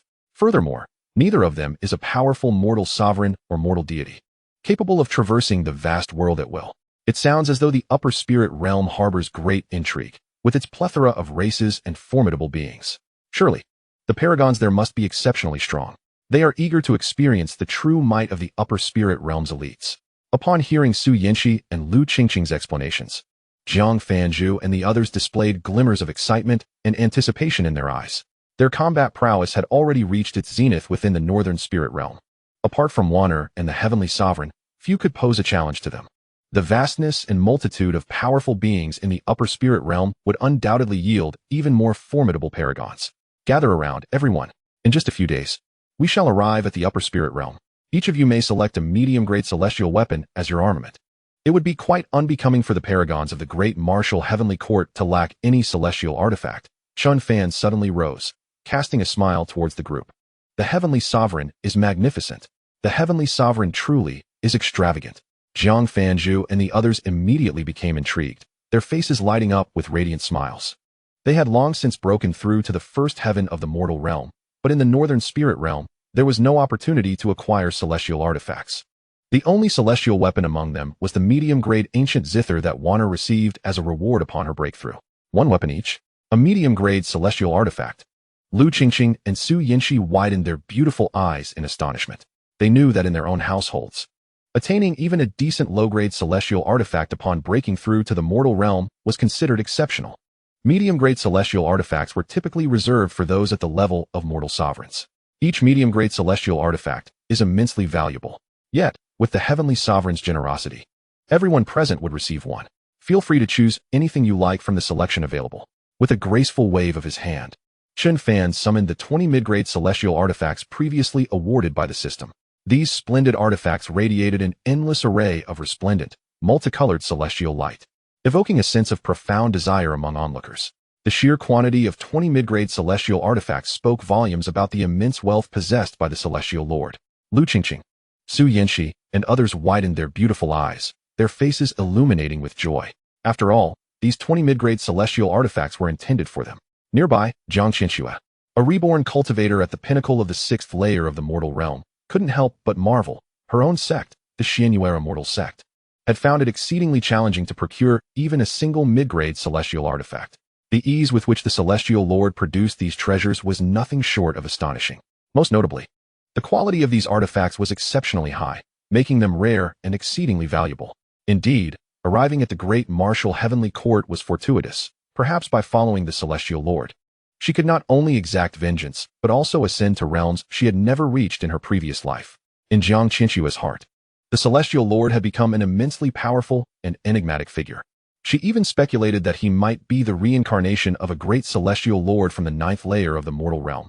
Otherwise, how could he possess such formidable abilities? After the initial shock, many of the talented individuals began to select their suitable celestial artifacts. Soon, smiles of happiness graced their faces, for they too now possessed mid-grade celestial artifacts. Not far ahead lies the graveyard sea. We must proceed with caution, Su Yinxi suddenly remarked, her beautiful eyes gazing towards the distant horizon. The graveyard sea? The group looked at Su Yinxi with curiosity. The graveyard sea was a tumultuous expanse filled with countless small islands, each harboring numerous chaotic and complex factions, primarily pirates who frequently plunder passing warships and cultivators. Countless cultivators met their demise in this treacherous sea every day, Su Yinxi explained softly. However, before Su Yinxi could finish her words, a fleet of warships adorned with terrifying designs emerged on the horizon. Chapter 205, Blood Wolf Pirate Clan. Hey, all cultivators aboard the warships ahead, disembark immediately. Form an orderly line and surrender your storage rings, or face dire consequences. A domineering and fierce voice echoed across the sky. Following this, over 100 menacing cultivators leapt from the fearsome ships, encircling Chen Fan and his companions. This warship was a low-grade celestial vessel, valued at a minimum of 1,000,000 celestial crystals. We've struck gold, second brother, exclaimed a gaunt cultivator at the 2nd layer of the mortal realm, gazing greedily at the exquisite and luxurious ship beside a robust and fierce-looking man. Haha, You see only the celestial warship, yet fail to realize how wealthy the cultivators who command such vessels must be. The brawny man laughed heartily, his gaze returning to the splendid celestial warship. You have 3 breaths of time to disembark. If you do not comply, don't blame us for boarding. The man's aura, embodying the 3rd layer of the mortal realm, surged through the sky. The Bloodwolf pirate clan was one of the most formidable pirate factions in the Graveyard Sea. They had heard rumors of a mysterious relic possibly awakening within the true spirit domain, which might even reveal hidden paradises. Having been on a mission at sea, they received a summons from their leader to return to the Bloodwolf base and join him in pursuing the relic. Unbeknownst to them, they encountered this celestial warship along the way and decided to seize the opportunity to plunder it, as it wouldn't take long. As the brawny man was about to speak again, a clear and cold voice interrupted him. All right, we shall come out. Just as she finished speaking, Nangong Waner, radiating an aura of melancholy and exquisite beauty, stepped out from the warship. Gasp! The robust man inhaled sharply, his face flushing crimson with exhilaration and desire. He was not alone. The other pirates, captivated by Nangong Waner's beauty and grace, involuntarily swallowed hard. A true gem, such a rare sight after all these years. As the leading brawny man could barely contain his eagerness to approach the enchanting beauty, more stunning figures emerged from the warship. The fiery and alluring Xianxiafanju, the icy goddess Xianxiaaudiobooks, the whimsical Lu Qingqing, and the demure Xianxia. The sight of these 4 women rendered the entire battlefield silent, with pirates staring in awe. The only sound being the swallowing of saliva. By the heavens, second brother, it seems we have stumbled upon an extraordinary stroke of luck, exclaimed the gaunt cultivator, utterly thrilled. He could hardly believe his eyes. Such an abundance of exquisite beauties had appeared before them. If I could just be with one, it would be heavenly, let alone all 5. The brawny man, nearly at a loss for words, was equally exhilarated. Quickly, they are all mine, he exclaimed, extending his arms towards the 5 women, eager to claim them all. Alas, I never anticipated we would encounter pirates. However, they do not seem very formidable, sighed Nangong Waner, as she played her ancient zither, a sorrowful melody resonating through the air, manifesting countless musical notes that surged towards the brawny man. The man, seeing this, wore a lewd grin. My dear, there is no need for such sorrow. I promise you'll find joy soon. He felt no threat from the notes and confidently advanced towards the multitude of musical manifestations. Yet, just as he was about to breach the wall of notes and charge at the 5 women, the notes suddenly transformed into fiercely sharp swords, blades, and various divine weapons, piercing through the brawny man's body. No, the brawny man's eyes widened in disbelief as he felt an overwhelming emptiness within him. He had not anticipated that the musical notes could transform into such formidable weapons. Boom! The force of his 3rd layer mortal realm cultivation erupted, forcibly mending his injuries as he bellowed in fury. How dare you ambush me? Kneel! Despite his grievous wounds, a wrathful attack from a 3rd layer mortal realm cultivator was still a terrifying prospect. This sudden turn of events left the pirates momentarily stunned. It is perplexing as to how a quarrel erupted amidst what seemed to be a peaceful moment. However, in the blink of an eye, the 5 women sprang into action simultaneously. Xianxiafanju unleashed a terrifying array of crimson lotuses, targeting a formidable practitioner at the 1st level of the red dust immortal realm. Xianxiaaudiobooks summoned a chilling sword intent, akin to 10 millennia of frozen ice, striking at a solitary practitioner of the 2nd level of the red dust immortal realm. Concurrently, Xianxia and Lu Qingqing directed a formidable assault towards 2 other pirates at the 1st level of the red dust immortal realm. Notably, Su Qingqing cast a 2nd-tier talisman of mass slaughter, enveloping the aforementioned pirate in its deadly grasp. Nangong Waner faced the enraged, brawny man with a calm demeanor, her ancient zither resonating with haunting melodies that transformed into fearsome attacks directed at him. Boom, boom, boom. A cacophony of thunderous roars erupted as the battle commenced, with the 5 women, having seized the initiative, overpowering their adversaries. Xianxiafanju's crimson lotuses ascended, creating a mushroom cloud above the pirate, ensnaring numerous henchmen in its wake. Xianxiaaudiobooks' sword intent sent her opponent flying, enveloped in an aura of chilling cold, rendering his movements sluggish. However, the pirate of the 2nd level of the red dust immortal realm proved to be significantly stronger, and it would not be long before he shattered her icy dominion. Fortunately, Lin Feng and Shi Hao suddenly appeared behind this formidable pirate, unleashing their most potent attacks. The 3 prodigies engaged in a fierce battle against the 2nd level pirate, maintaining a slight edge, a truly terrifying accomplishment. Xianxia ensnared the 1st level pirate with her ethereal silk, while Lu Qingqing, the most ruthless among them, utilized the mass slaughter talisman, effectively incapacitating the pirate. The anguished cries echoed pitifully as Lu Qingqing, gritting her silver teeth, summoned a palm-sized thunder talisman. Thunderous bolts, reminiscent of the calamities of the red dust immortal tribulation, relentlessly struck the first-level pirate. His wretched screams persisted for nearly several hundred breaths before falling silent.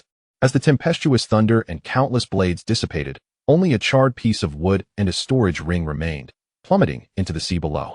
The first-level pirate of the red dust immortal realm had undeniably fallen to Lu Qingqing's overwhelming talisman attack, marking the first casualty amidst the endless expanse of ocean. Indeed, the old adage rings true: one should never provoke a talisman master, for one can never know the extent of the powerful talismans concealed within their storage rings. Witnessing this, the numerous prodigies collectively inhaled sharply, inwardly conceding, "No more fighting. I was wrong. Wrong? Too late. Today, you shall undoubtedly meet your demise before me." Nangong Wanner's voice was cold and devoid of emotion. The pirate before her was a practitioner of the third level of the red dust immortal realm, and she, too, was of the same realm. She sought to claim her first kill among the third-level practitioners to test her prowess. Boom, boom, boom. The sounds of her zither resonated continuously, causing the imposing man's aura to wane. He had not anticipated that despite his fierce swordplay, he could not withstand the power of her melodies, his injuries worsening. Escape was no longer an option. "Please, cease your attacks. I am willing to divulge a secret in exchange for my life." The brawny man cried out in despair. "Oh, speak. Let us see if your secret is worthy of saving your life." Intrigued, Nangong Wanner's expression softened slightly. But her relentless assault on the powerful pirate of the third level of the red dust immortal realm did not falter. "You will undoubtedly be interested. It pertains to the cave heavens and blessed lands. In the true spirit domain, the ruins of the Blood True God sect are about to re-emerge. It is rumored that within those ruins lies a genuine cave heaven and blessed land," the brawny man proclaimed loudly. "Cave heaven and blessed land." At the mention of these four words, surprise flickered across Nangong Wanner's face. Such realms were typically exclusive to the most elite forces in the upper spirit realm. Even the Liu family and Su family could not claim possession of a single cave heaven or blessed land. The prospect of one emerging now was utterly astonishing. This realization spurred Nangong Wanner to intensify her attacks with renewed vigor. Wait. The more I speak, the fiercer your attacks become." The brawny man, feeling the onslaught akin to a raging storm, exclaimed in panic. "Your claim does not constitute a secret. I, too, am from the true spirit domain, and I am aware of it." Nangong Wanner smiled slightly, unleashing a torrent of frenzied assaults upon the brawny man. The news of the revival of such ruins could hardly be deemed a secret. It was common knowledge among pirates, let alone the other forces in the upper spirit realm. The assembled prodigies could not help but chuckle at the exchange between Nangong Wanner and the brawny man, realizing that these pirates were not as formidable as they had imagined. Their intellect lacking. Boom, boom, boom. Under the relentless onslaught of the 7 prodigies, over 100 pirates, including 5 from the red dust immortal realm, were annihilated. None could withstand the terrifying attacks of the 7 prodigies. With the entire fleet decimated, they amassed over 3 million immortal crystals, 10 inferior-grade immortal artifacts, and 1 medium-grade immortal artifact, alongside various rare materials valued at no less than 1 million immortal crystals. After a single strike obliterated the pirate ship, the prodigies returned aboard. Counting their spoils, they approached Chen Fan, their faces radiant with smiles. "Excellent work. Your training has progressed swiftly, though your battle experience still leaves something to be desired. However, with more combat under your belts, your experience will naturally improve. Consider this your initial capital for venturing into the upper spirit realm." Chen Fan nodded in satisfaction, acknowledging the rapid advancement of the 7 prodigies. Their combat prowess was impressive, yet their experience against the powerful practitioners of the red dust immortal realm remained insufficient. "Master, it appears that the ruins of the Blood True God sect in the true spirit domain may indeed be re-emerging, and there are rumors of a cave heaven and blessed land. Should we venture to the true spirit domain?" Nangong Wanner suggested after a moment of contemplation. "Haha, precisely my thoughts. Our target is the upper spirit realm, the true spirit domain. A cave heaven and blessed land would serve as a perfect base for our great martial heavenly court in the upper spirit realm." Chen Fan chuckled heartily upon hearing this, immediately instructing everyone to prepare. He had long been aware of the existence of cave heavens and blessed lands, exclusive to the most elite forces in the upper spirit realm. Within the realms of the celestial paradises, it is said that the ethereal essence is exceedingly abundant for the formidable beings of the red dust immortal realm. Entering this domain for cultivation proves immensely beneficial. Moreover, it is rumored that the paths of immortality within these paradises are remarkably clear. facilitating a deeper comprehension of the immortal way. The great martial heavenly court aspires to ascend as the preeminent force across the entire upper spirit realm. And possessing a celestial paradise is merely foundational. Upon learning of such an opportunity, Chen Fan would undoubtedly seize it without hesitation. Excellent. Let us embark for the true spirit domain. The warship streaked across the heavens like a shooting star, heading towards the distant horizon. Where is the second in command? He is yet to return. Time waits for no one. Gather all members of the Blood Wolf pirate crew and follow me to the true spirit domain. In just a few days, the ruins of the Blood True Divine sect will emerge. We must enter and vie for that celestial paradise. If our Blood Wolf pirate crew secures it, we shall become the first top-tier power to rise from piracy. Commanded a bald man, his face etched with urgency. Understood, boss. Replied a cultivator at the third level of the Red Dust Immortal Realm, promptly departing. Shortly thereafter, thousands of figures boarded the warship, which transformed into a flash of light. Vanishing into the sky, the true spirit domain, along with the surrounding dozens of territories, erupted into a frenzy. Countless powerful factions and cultivators surged towards the true spirit domain, their ultimate aim being the contest for the celestial paradise. Chapter 207, 3000 Red Dust Immortals. The true spirit domain lies in the northern reaches of the upper spirit realm, one of the many territories inhabited by the human race, vast and boundless, with numerous factions and powerful beings. The largest expanse within the true spirit domain is the Chishu Desert, a place where human presence is rare, yet in recent days, it has become teeming with powerful cultivators and factions gathering around a vast, unfathomable green lake, filled with eager anticipation. Indeed, this location, where the Green Spirit Lake resides within the Chishu Desert, was once the stronghold of the Blood True Divine sect. After countless years of time's passage and the shifting of rules, the sect met its demise, and its crumbling ruins faded into the intricacies of those profound laws. However, after an eternity of time and the collision of rules, these ruins are destined to re-emerge before the eyes of sentient beings. The former Blood True Divine sect was one of the most elite powers in the upper spirit realm, possessing a celestial paradise. This time, the emergence of the Blood True Divine sect's ruins will undoubtedly bring forth the celestial paradise as well. Naturally, most factions present are drawn primarily by the allure of the celestial paradise, but they are aware that within the Blood True Divine sect, treasures beyond mere paradises also exist.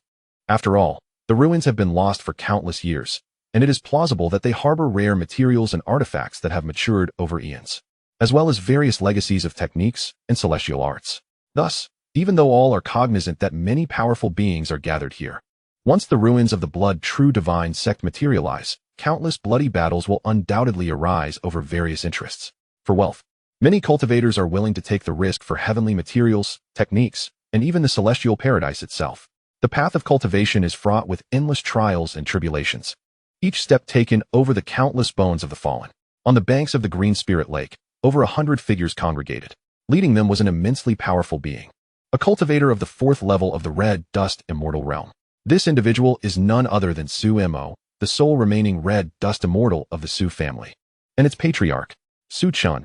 If you enter the ruins this time, your primary task is to seek out all heavenly materials and treasures that can enhance your cultivation. Strive to emerge from the ruins of the Blood True Divine sect having reached the third level of the Red Dust Realm within 2 years.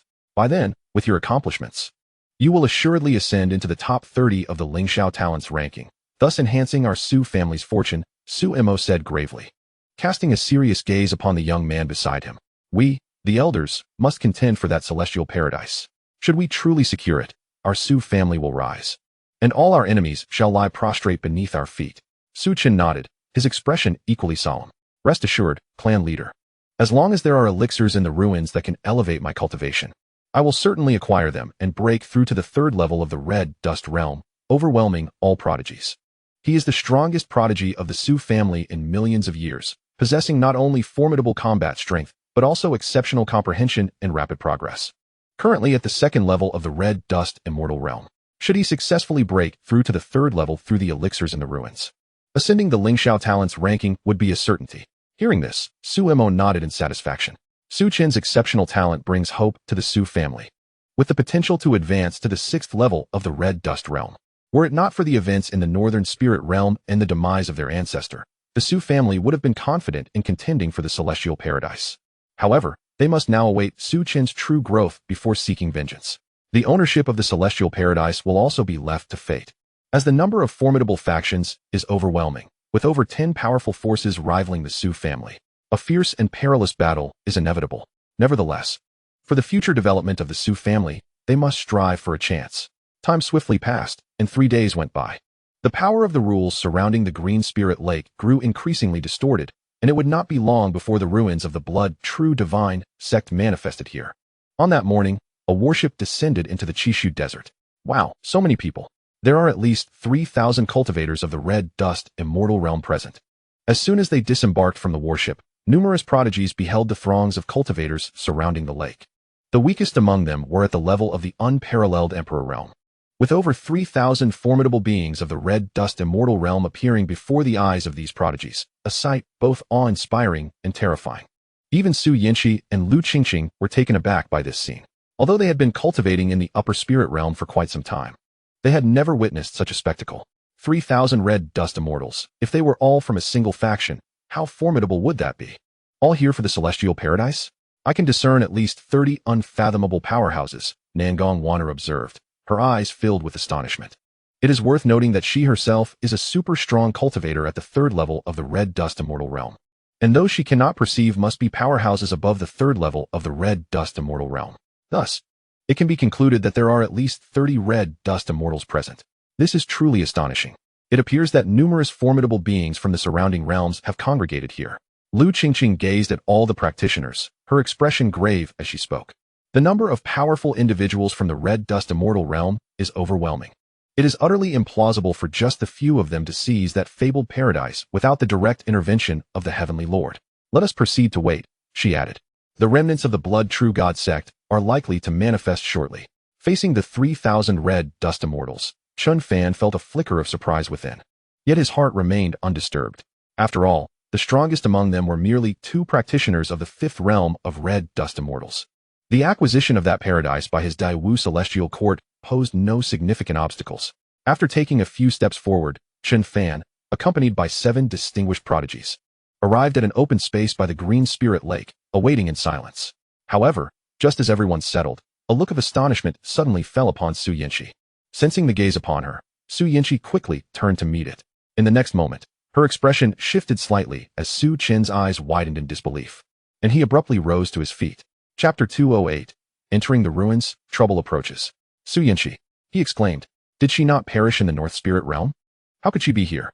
Su Chun's eyes were filled with confusion. Beside him, Su Yinxi, observing Su Chun's shocked demeanor, merely turned her head with icy indifference. Ever since that incident where she was nearly slain by her clan's elder, and was casually offered to the Lord of Tsangyu Celestial Court as one of the 9,800 concubines, the Su family had severed all ties with her. She was no longer a member of the Su clan. With her parents long gone, there was nothing left in the vast Su family for her to yearn for. What is the matter with Su Chen? Su Mo inquired, noticing Su Chen's unusual reaction. Reporting to the clan leader, I have seen Su Yinxi, Su Chen replied promptly. Su Yinxi? Su Mo was momentarily taken aback, but then recalled the astonishing news brought back 5 years ago by a young prodigy named Su Yinxi from their clan, the shattering of the boundary of the North Spirit Realm. Subsequently, several clan elders were dispatched to subdue that realm, only to meet their demise there. The clan's ancestor, unwilling to accept this fate, ventured there himself, but also perished.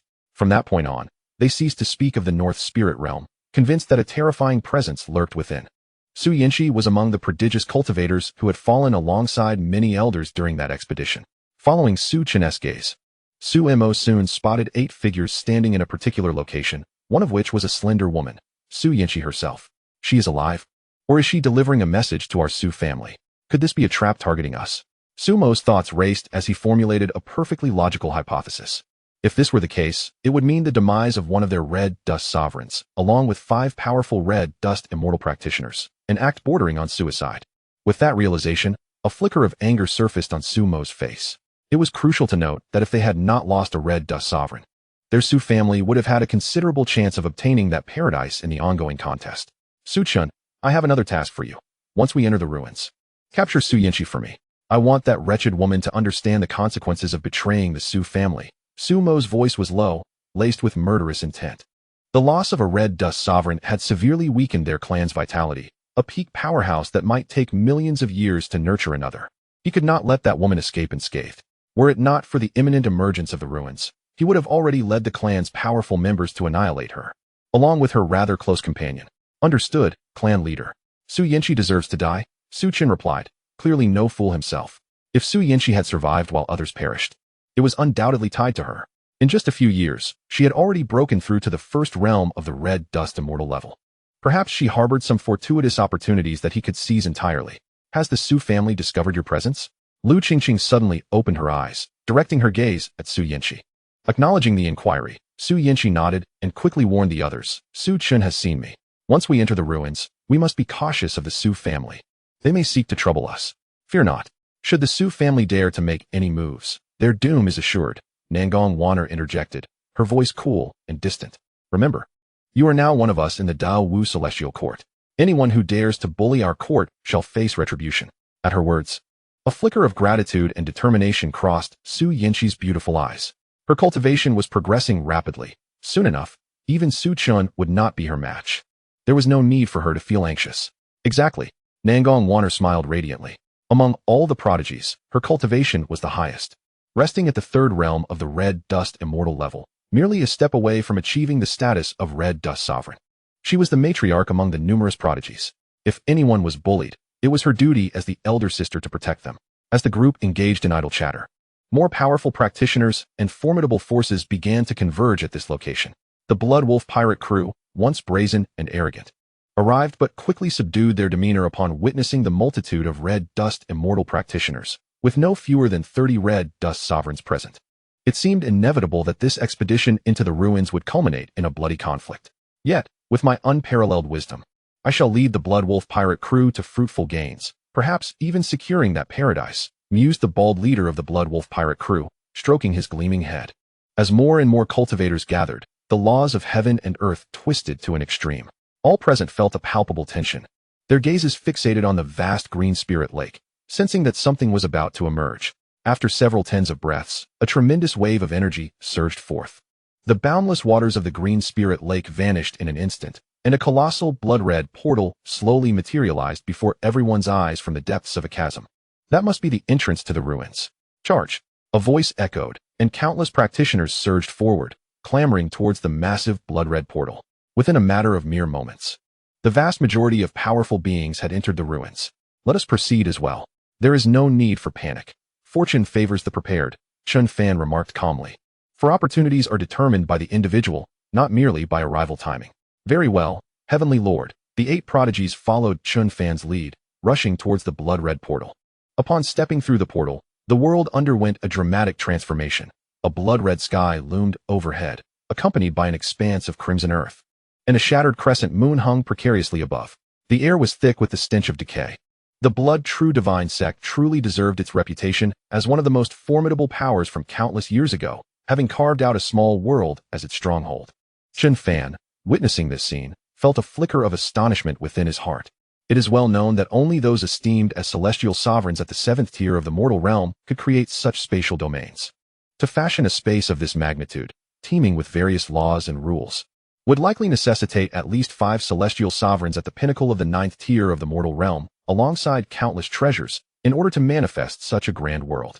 However, just as Chen Fan marveled at the spectacle, a thunderous shout echoed from a distance, followed by the sudden appearance of over 10 figures before the crowd. Leading them was Su Chen of the Su family, flanked by a multitude of his kin. Xianxia, I demand an explanation. Why is it that you alone have survived? Su Chen's icy gaze bore down upon Xianxia as he spoke coldly. Instead of frantically seeking treasures upon entering the relic of the Blood True Divine sect, they had chosen to remain at the entrance, anticipating Xianxia's arrival. They had even surmised that she would ultimately enter this relic, for Xianxia was afraid. Explain what? The good deeds the Su family wishes to carry out? Are you truly so oblivious? Xianxia's delicate face was etched with frost as she retorted disdainfully. She had never expected that Su Chen would be waiting for her here with a throng of his family members. Very well, if you wish to be obstinate, I shall ensure you learn the consequences of betraying the Su family. Su Chen, incensed by her words, unleashed the overwhelming celestial might of the 2nd tier of the mortal realm, his hand reaching out to grasp Xianxia. In his eyes, a mere 1st-tier sovereign like Xianxia could not hope to evade his grasp. Do you dare to lay a hand on someone from the great martial heavenly court? You clearly hold us in contempt. A gentle yet firm female voice suddenly resonated, and a woman of enchanting beauty and graceful figure stood before Su Yanxi, her delicate hand striking out. With a resounding crack, Su Chen's hand shattered, and his body was sent hurtling backward like a cannonball, crashing into the crimson earth and leaving a massive crater in his wake. You dare! The suddenness of this event was staggering. By the time the three-tiered mortal realm practitioners from the Su family reacted, Su Chen was already embedded in the ground. You seek death. How dare you strike the Su family's divine son? Two powerful practitioners from the third tier of the mortal realm bellowed in fury, launching a furious attack against Nangong Waner. They are yours to handle. The rest are for you all. An icy glint ignited in Nangong Waner's beautiful eyes as an array of terrifying notes, imbued with lethal intent, enveloped the two third-tier practitioners from the mortal realm. Instantly, a fierce battle erupted among the three third-tier cultivators. Yet fortunately, the spatial domain was remarkably stable, capable of withstanding the might of formidable beings. Otherwise, the clash would have certainly torn apart the very fabric of this space.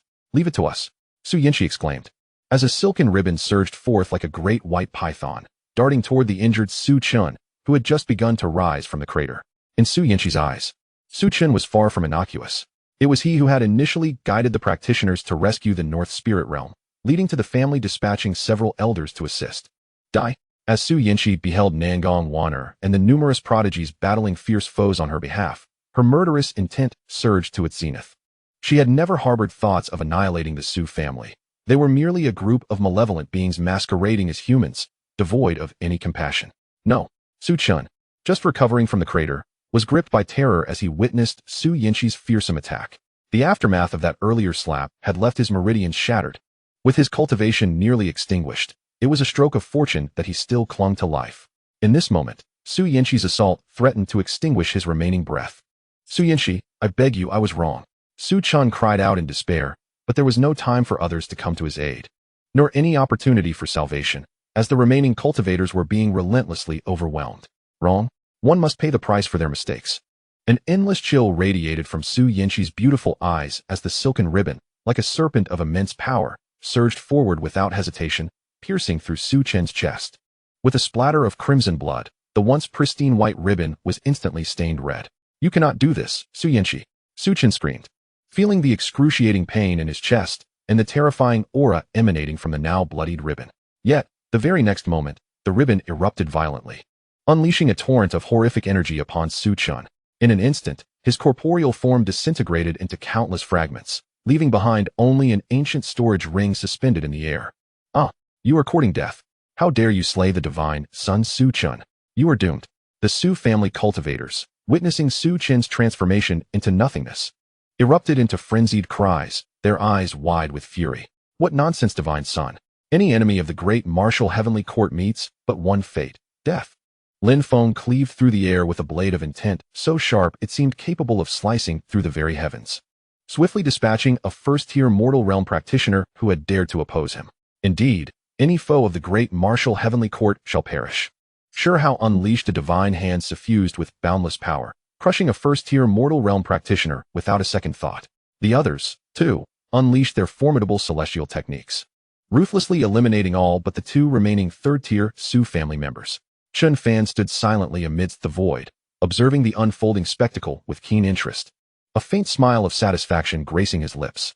These prodigies had evidently gained considerable experience since their first encounter with the practitioners of the mortal realm, dispatching ordinary first-tier foes with remarkable ease and efficiency. Let us assist Sister Waner. We shall leave the Su family here, Jiang Fanju shouted, rallying the group as they surged toward the battlefield where Nangong Waner faced the two formidable third-tier practitioners. How is this possible? How can these youngsters possess such formidable strength, effortlessly slaying their peers among the mortal realm? The two remaining third-tier practitioners from the Su family exchanged glances, recognizing the shared urgency in their thoughts. We must flee.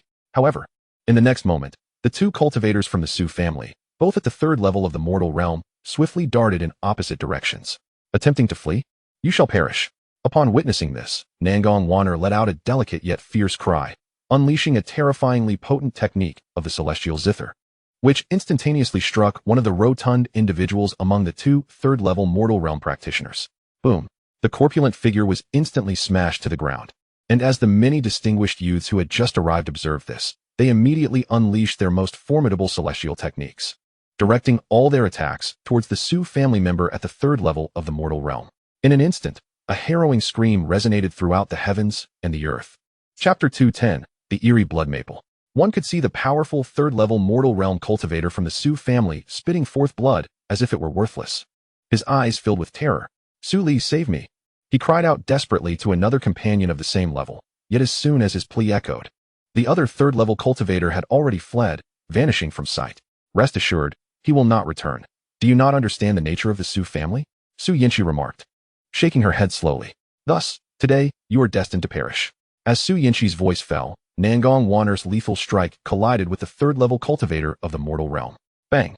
The already near-death practitioner stood no chance against Nangong Wanner's terrifying assault, instantly transforming into a mist of blood that dissipated into the ether, leaving only a storage ring quietly lying on the ground. The battle ceased, and the vast, blood-red earth lay in ruin. After collecting all the storage rings, the group approached Chen Fan, respectfully handing him the rings. "Master, here are the spoils of our battle, which include over 5 million celestial crystals and various heavenly materials." "Very well. Retain the cultivation resources and celestial crystals for your training," Chen Fan replied with a nod and a faint smile. "Your combat effectiveness has clearly improved significantly. It will not be long before you elevate your formidable powers to their utmost potential." "Thank you, Master," though one did escape, Nangong Wanner admitted somewhat sheepishly. She had initially intended to capture both third-level mortal realm practitioners, but their strength had proven insufficient, allowing one to flee. "No matter.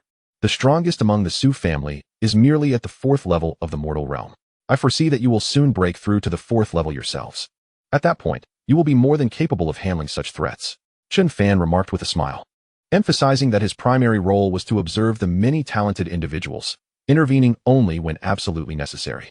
His restraint would enhance their combat experience, equipping them to truly uphold the grandeur of the great martial heavenly court in the future. "Indeed, Master," the group responded respectfully, nodding in agreement. Su Yinxi felt a surge of emotion within her, silently vowing to devote herself to diligent training for the sake of the great martial heavenly court. Following this, Nangong Wanner performed a melody to send off the fallen mortal realm practitioners before commencing the restoration of their expended celestial energy. Within merely an hour, the majority of the talented individuals had returned to their peak state. "Let us set forth. We have lingered here for over an hour without venturing beyond this entrance, and we remain in the dark as to the true nature of the Blood True Sect's ruins." The group embarked toward the depths of the Blood True Sect's ruins. The space was vast. Even many cultivators from the mortal realm could not explore the entire relic in a short time. They could only continue onward across the desolate blood-red terrain. After flying for half an hour, they found themselves in a landscape as barren as the entrance, devoid of even a single tree. Aside from the fellow cultivators who had entered together, they encountered nothing else. As the distinguished youths flew onward, they murmured in confusion. The practitioners they had surpassed had chosen not to fly but walked upon the desolate ground, fearful of missing any heavenly materials or treasures. Indeed, rare heavenly materials and treasures could occasionally grow or be scattered and buried within this vast expanse. However, Nangong Wanner and her companions believed that the true treasures lay deeper within. After flying for several more minutes, a colossal forest of red mist appeared before them. Above the red mist forest loomed an endless expanse of sanguine fog, exuding an aura of extreme danger. Beneath the crimson mist stood countless gigantic blood maples, towering tens of thousands of feet high. Nangong Wanner and her companions even observed many cultivators at the forest's edge, eagerly chopping down the blood maples. Each of these trees, having grown for countless years, was worth a fortune, at least several tens of thousands of celestial crystals, with no less than 1,000 in total here. Just this alone could rapidly swell the contents of everyone's storage rings. Seeing this, Xianxia's beautiful eyes sparkled with surprise. She had not anticipated such a plethora of blood maples growing here. If they were all felled and placed into storage rings, they would surely become super rich, possessing billions of celestial crystals. Are they truly that valuable? We should go down and chop some down, Sure Hao exclaimed, his eyes lighting up. I agree. After flying for so long, we ought to have some rewards, Lu Qingqing chimed in excitedly. I have never chopped down trees before. It sounds quite interesting. The others nodded in agreement, feeling that after such a lengthy flight without any gain, it would be unreasonable to leave empty-handed. However, just as the group reached a consensus and prepared to descend, armed with their celestial artifacts to fell the blood maples, a voice suddenly rang out. Wait. Xianxia swiftly positioned herself in front of the group, her expression grave. Something feels amiss. The cultivators below chopping the blood maples seem off. Huh. What is it, Xianxia? Nangong Wanner queried, perplexed as she looked at Xianxia. Not long ago, Xianxia had educated them about the blood maples, so it was unexpected for her to suddenly stop them now. Look closely at the cultivators down there. They are entwined in thin tendrils of crimson energy, and their states are unusually heightened, as if they were possessed. Xianxia's face turned serious. Is that so? Upon hearing her words, the group immediately directed their gazes downward toward the many cultivators fervently chopping the blood maples. Upon closer inspection, the expressions of the distinguished youths shifted dramatically. If they had not concentrated, they would have felt nothing amiss. These individuals appeared to be in a frenzied state, excessively exuberant as they hacked at the blood maples.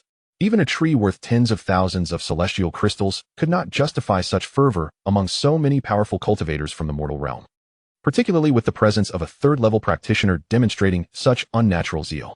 The numerous prodigies were suddenly struck with a sense of trepidation, realizing that the presence of these individuals before them might be closely connected to the felling of the blood maple or the ominous crimson mist. Chapter 2:11. The Celestial Grade 7 Blood Ginseng. Upon discovering this peculiar phenomenon, none dared to descend and sever the blood maple any longer.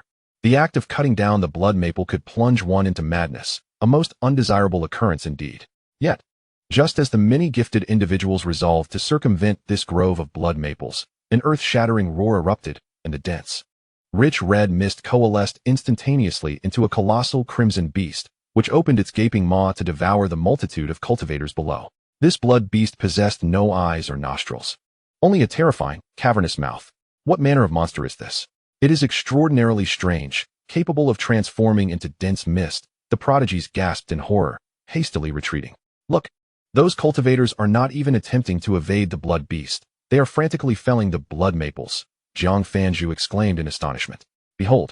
The blood beast opened its maw wide and swallowed hundreds in a single gulp, among which were at least 20 to 30 formidable beings from the red dust celestial realm, all reduced to mere sustenance for the beast. The sound of its chewing echoed ominously in the ears of the onlookers, instilling a sense of dread. Let us depart quickly. That blood beast appears exceedingly fearsome, having swallowed 100 individuals in one bite. It is far too perilous, Lu Qingqing murmured instinctively. The other prodigies nodded in agreement, acknowledging the danger. Nay, we shall slay this blood beast. Xianxia, who had remained silent for some time, suddenly spoke up. A beast that powerful, capable of devouring over 100 cultivators, can we truly withstand it? Nan Gongwaner inquired, her voice laced with doubt. Even as the strongest among the prodigies felt a lack of confidence in the face of such terror. We shall undoubtedly be able to vanquish it. Do not be intimidated by the blood beast's fearsome presence. Observe, it preys only upon those cultivators who have succumbed to madness. Bear in mind, these individuals possess no ability to resist. Even a common demon would find them easy prey. Moreover, wherever the blood beast is born, there invariably exists the Celestial Grade 7 Blood Ginseng. The Celestial Grade 7 Ginseng is the apex of celestial herbs, offering immense benefits to cultivators. If we were to miss this opportunity, would it not be a grave loss? Xianxia's eyes glimmered with excitement as she gazed upon the colossal blood beast. Her recent silence had been spent rummaging through her memories concerning the blood beast. In her previous life, she had never encountered such a creature, but she had read of it in ancient tomes, aware that the Blood True sect often engaged with various forms of blood. Perhaps, through the passage of countless years and remarkable transformations, this grove of blood maples had birthed a blood beast. And the treasure that accompanies the blood beast is none other than the Celestial Grade 7 Ginseng. Celestial Grade 7 Ginseng? We must engage. It is a celestial herb of the highest order, typically accessible only to those of the red dust celestial sovereign realm. How could we possibly let this opportunity slip through our fingers? Nan Gongwaner resolved to take the risk. The sentiments of the others mirrored Nan Gongwaner's, their faces reflecting boundless astonishment at the prospect of a Celestial Grade 7 herb, the blood ginseng, potentially hidden behind the blood beast. United in purpose, the prodigies prepared to act. At that moment, the blood beast, with its maw agape, appeared to be relishing its meal. Onward, let us annihilate the blood beast together. Nan Gongwaner shouted with fervor, and in an instant, 8 powerful celestial techniques arced across the sky, striking true upon the massive body of the blood beast. Boom! The blood beast let out a thunderous roar as the 8 formidable techniques erupted upon impact, disintegrating into a cloud of crimson mist that once again enveloped the blood maples. The aura of the blood beast has vanished. Has it perished? Nan Gongwaner gazed at the transformed red mist, questioning. It has not died. Yet it is akin to death. To reconstitute itself into a blood beast with sentience will likely require countless years, Xianxiaaudiobooks replied slowly. then turned her attention to the fewer than 1,000 cultivators outside the grove. The remaining cultivators should have returned from their madness. Let us hasten into the blood maple grove to seek the blood ginseng. Agreed, the crowd exclaimed with excitement. In an instant, they transformed into streaks of light, racing toward the heart of the blood maple grove. Meanwhile, those who had awakened from their madness emerged with pallid faces, gasping deeply in an attempt to suppress the terror within. It was absolutely horrific, truly horrifying. We nearly perished in the jaws of that gigantic blood beast. Regardless of how valuable these blood maples may be, I shall no longer dare to fell them. Let those who wish to do so proceed at their own risk. I too shall refrain. To cut them down is to waste one's life. Once the cultivators regained their composure, they quickly departed from the fearsome locale, circumventing the grove and continuing deeper into the remnants of the blood true sect. Chen Fan stood suspended in the void, observing the scene with a smile, shaking his head slowly. The blood beast is dead. There is no longer any issue with felling these blood maples. Yet, those individuals have departed. Such is the nature of opportunity. With over 10,000 blood maples, valued at billions of celestial crystals, this serves as the perfect startup capital for my grand martial heavenly court in the upper spirit realm. Naturally, Chen Fan did not accompany the prodigies in search of the blood ginseng. While the energy contained within the ginseng is vast, it bears little significance for him. Even celestial grade 9th tier herbs now possess negligible effect on him. However, for the many prodigies, it could prove to be an excellent opportunity for advancement. With this thought, Chen Fan nonchalantly waved his hand, and over 100 spectral figures wielding various celestial artifacts began to chop down the blood maples. The felled trees soared directly into Chen Fan's storage ring. Chen Fan stood in the void, quietly observing the influx of celestial crystals. Simultaneously, the numerous prodigies ventured to the innermost depths of the blood maple grove, and as expected, beside a blood pool in that secluded area, they discovered a celestial grade blood ginseng radiating a blood-red glow. Indeed, it exists. We have truly stumbled upon a great fortune, Xianxiaaudiobooks exclaimed with excitement. Let us harvest it first, and later we will find a suitable place to divide it amongst ourselves, Nangong Wanner added with a smile. However, she had no need for the blood ginseng. She would simply conduct the funerals for the hundreds of powerful cultivators who had been devoured, naturally gaining enough energy to break through to the 4th level of the red dust realm. She decided to leave this to the others, as their path to cultivation was undoubtedly less effortless than her own. Chapter 212, The Blood Wolf Pirate Band, A Fateful Encounter. Having secured the blood ginseng, the prodigies had scarcely taken a few steps when they suddenly emerged from the blood maple grove. Upon glancing back, they were astounded. Over 10,000 blood maple trees had been reduced by at least half, as spectral figures resembling Chen Fan continued to fell the blood maples. What a thrill! This is undeniably exhilarating. The esteemed prodigies were well aware of the tremendous value of the blood maple trees. Not only did they seize the blood ginseng, but they also proceeded to fell every single blood maple tree, converting them into an astronomical fortune of celestial crystals. They were undoubtedly the greatest victors. Upon this realization, a multitude of these celestial elites swiftly joined in, merrily engaging in the act of deforestation. Boom, boom, boom. Before long, the entire expanse of the blood maple forest had vanished, leaving behind only a barren landscape dotted with tree stumps. Subsequently, the crowd ventured deeper into the wilderness. Along the way, they encountered numerous cultivators and several clusters resembling miniature tribes. The majority of these cultivators were rummaging through the dark chambers of these small settlements, searching for something. Naturally, the prominent powers held no regard for such trivial matters. Essentially, no formidable figures were present to scour these places, as their aspirations lay in acquiring far more valuable and potent treasures. Chen Fan led the group onward, as the structures grew increasingly dense. The sight of various dilapidated crimson palaces and countless ruins unfolded before their eyes, evidently the aftermath of a fierce battle. Yet, who possessed the capability to breach the stronghold of such a top-tier faction and instigate a sect-destroying conflict? As they gazed upon the ravaged earth and the crumbling ruins, the prodigies couldn't help but murmur in confusion. In particular, Xianxiaaudiobooks was beset by profound doubts. The Blood True God sect had once been one of the most powerful forces in the upper spirit realm countless years ago, guarded by a formidable celestial sovereign of the 8th heaven. Who could have possibly obliterated such a terrifying sect? Amidst their bewilderment, the group soared past the densely built area, and in the next moment, all the celestial elites widened their eyes in astonishment. Before them stood no fewer than 5,000 or 6,000 cultivators, all gathered before an array, relentlessly assaulting it. Outside this array, a colossal stone tablet stood tall, inscribed with the 2 characters, Herb Garden. Merely these 2 characters caused all the prodigies to gasp in amazement, their eyes brimming with delight. To their astonishment, within this array lay a veritable herb garden. Each blood maple, having matured over countless years, was worth tens of thousands of celestial crystals. What, then, of the various supreme celestial herbs and treasures? As this thought crossed their minds, the prodigies found their breaths growing heavier. What should we do? Should we join the assault on the array? Or wait patiently for them to breach it before rushing in to seek the treasures? Xiao rubbed her hands together, a radiant smile illuminating her face as she spoke. As an alchemist, she was immensely fond of a herb garden that had flourished for countless years. Just at that moment, she was researching several celestial-grade elixirs. And if any of those elixirs could be sourced from this herb garden, it would undoubtedly be of tremendous benefit to all the prodigies, and indeed, to the entire great martial heavenly court. We must be cautious of sudden attacks from others. Once the array is shattered, a brutal contest will ensue. Nangong Wanner stated gravely.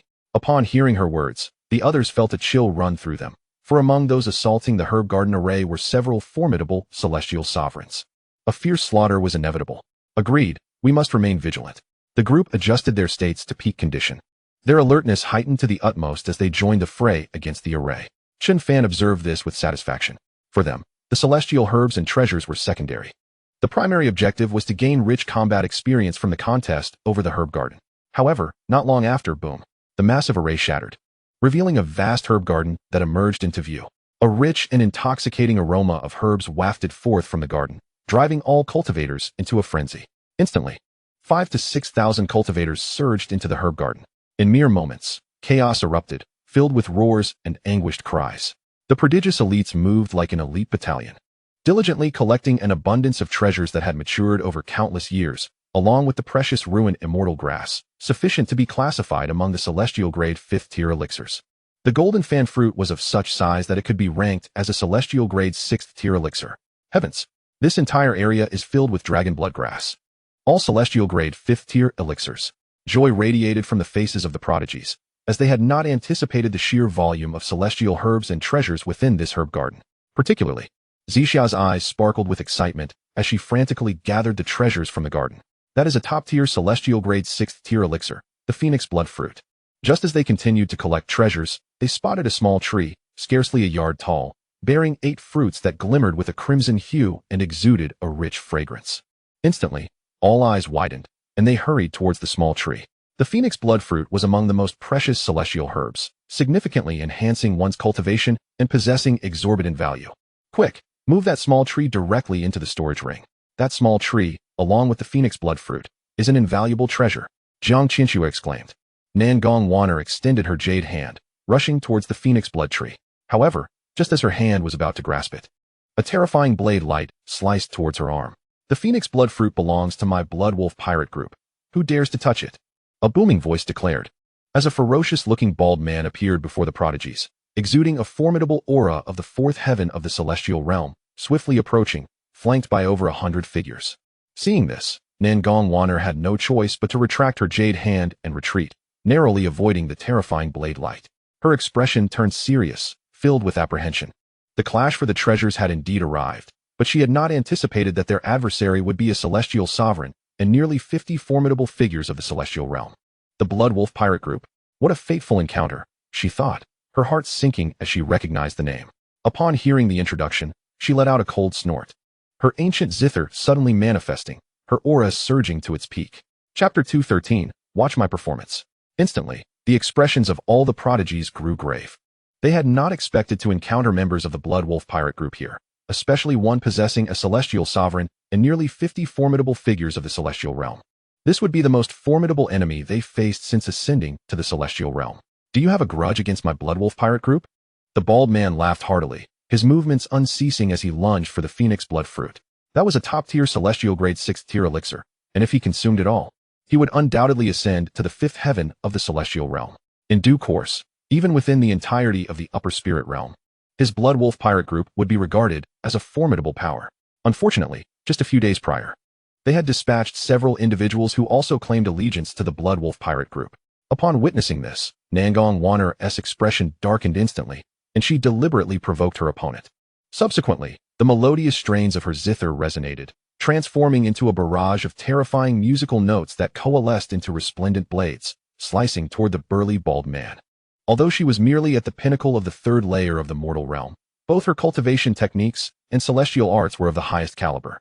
Coupled with her unique method of attack, she could, with great effort, contend against a formidable adversary at the fourth layer of the mortal realm. What? You dare to claim that the second-in-command was slain by you? You are courting death. The bald man instantly recognized whom Nangong Wanner was referring to, and an inferno of rage ignited within him. A fearsome heavy hammer materialized in his grasp, meeting the multitude of musical note blades unleashed by Nangong Wanner. The second-in-command was his own blood brother. The thought of these individuals having slain him filled him with unbridled fury. Yet there was another reason for his restraint. He sensed a genuine threat emanating from her attack.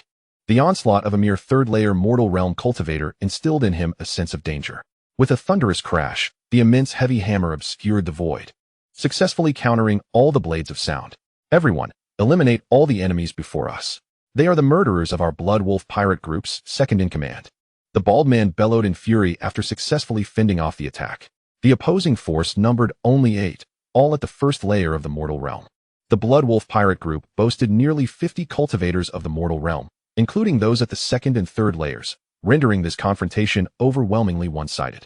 With that said, he turned back to engage Nangong Wanner once more. Meanwhile, a far more chaotic melee erupted. Other factions, witnessing the unfolding turmoil, dared not advance. Who could withstand the tumult of nearly 60 powerful cultivators of the mortal realm? In an instant, many prodigies found themselves at a disadvantage against the almost 50 members of the Blood Wolf pirate group. The situation became perilous. Even the reincarnated xianxiaaudiobooks and the formidable Lu Qingqing, armed with numerous powerful talismans, found themselves in grave danger. If time dragged on, their lives would be at stake. With a resounding crash, Lin Feng was sent flying by 5 cultivators of the mortal realm, hurtling hundreds of thousands of miles away. Damn it! Do you really think I'm just a sickly cat? Lin Feng spat out celestial blood, his sword intent reaching an apex. Since he began his sword cultivation, he had only ever struck others, never having been struck himself. The combined assault of 3 first-layer and 2 second-layer mortal realm cultivators was simply insurmountable, leaving him grievously injured. Yet, this only ignited the true fire within him, and he swiftly retrieved several blood-red roots of blood ginseng, placing them directly in his mouth. Boom! An overwhelming torrent of energy surged from the blood ginseng roots into Lin Feng's body, nearly rupturing his meridians. Breakthrough to the second layer of the mortal realm. Lin Feng's neck bulged with veins as he roared skyward. The energy within him surged forth like an ocean of stars, crashing against the barriers of the second layer of the mortal realm. The magnitude of this energy was beyond the imagination of a cultivator at the first layer. It is essential to note that the blood ginseng was a 7th-tier celestial herb, imbued with boundless energy and vitality. Even a mortal realm sovereign would benefit immensely from its consumption. The quality of this particular ginseng was exceptionally high. Not to mention, a first-layer mortal realm cultivator consuming 7 or 8 roots could potentially be overwhelmed if not refined in time. Lin Feng intended to use this terrifying energy to breach the confines of the second layer, a feat that was audacious in the extreme. The terrifying energy surged repeatedly against the threshold of the second layer of the mortal realm. Lin Feng's face flushed red as he bellowed once more. Second layer of the mortal realm, shatter. Boom. Just as Lin Feng's voice fell, a formidable pressure erupted from his body. In the following moment, the very heavens darkened, and ominous black clouds billowed forth. The cultivators of the Blood Wolf pirate group, witnessing this sudden turn of events, were taken aback and instinctively retreated. He had actually shattered the confines of the second layer of the mortal realm during battle, inviting the celestial tribulation of the second layer. Not only the members of the Blood Wolf pirate group, but nearly all the cultivators vying for treasures within the medicinal garden were struck with alarm. They had not anticipated that someone would choose to undergo a tribulation within the garden. Was he intent on destroying all the precious herbs here? Curse it! How could such a thing happen? Retreat. If we remain under this tribulation, we will be judged by the heavens, and the ensuing lightning will be far more terrifying. Some were furious, while others felt they had already gained enough. After all, the celestial herbs they had acquired were beyond their means in the upper spirit realm, representing a significant opportunity. Regardless, cultivators within the medicinal garden, whether at the first or fourth layer of the mortal realm, began to flee in haste, fearing that the heavenly tribulation would identify them as aiding the one undergoing it. The Blood Wolf pirate group also hastily withdrew. The tribulation did not discriminate, and whoever it targeted would perish. Lin Feng. Nangong Wanner gazed at Lin Feng, a flicker of concern in her beautiful eyes.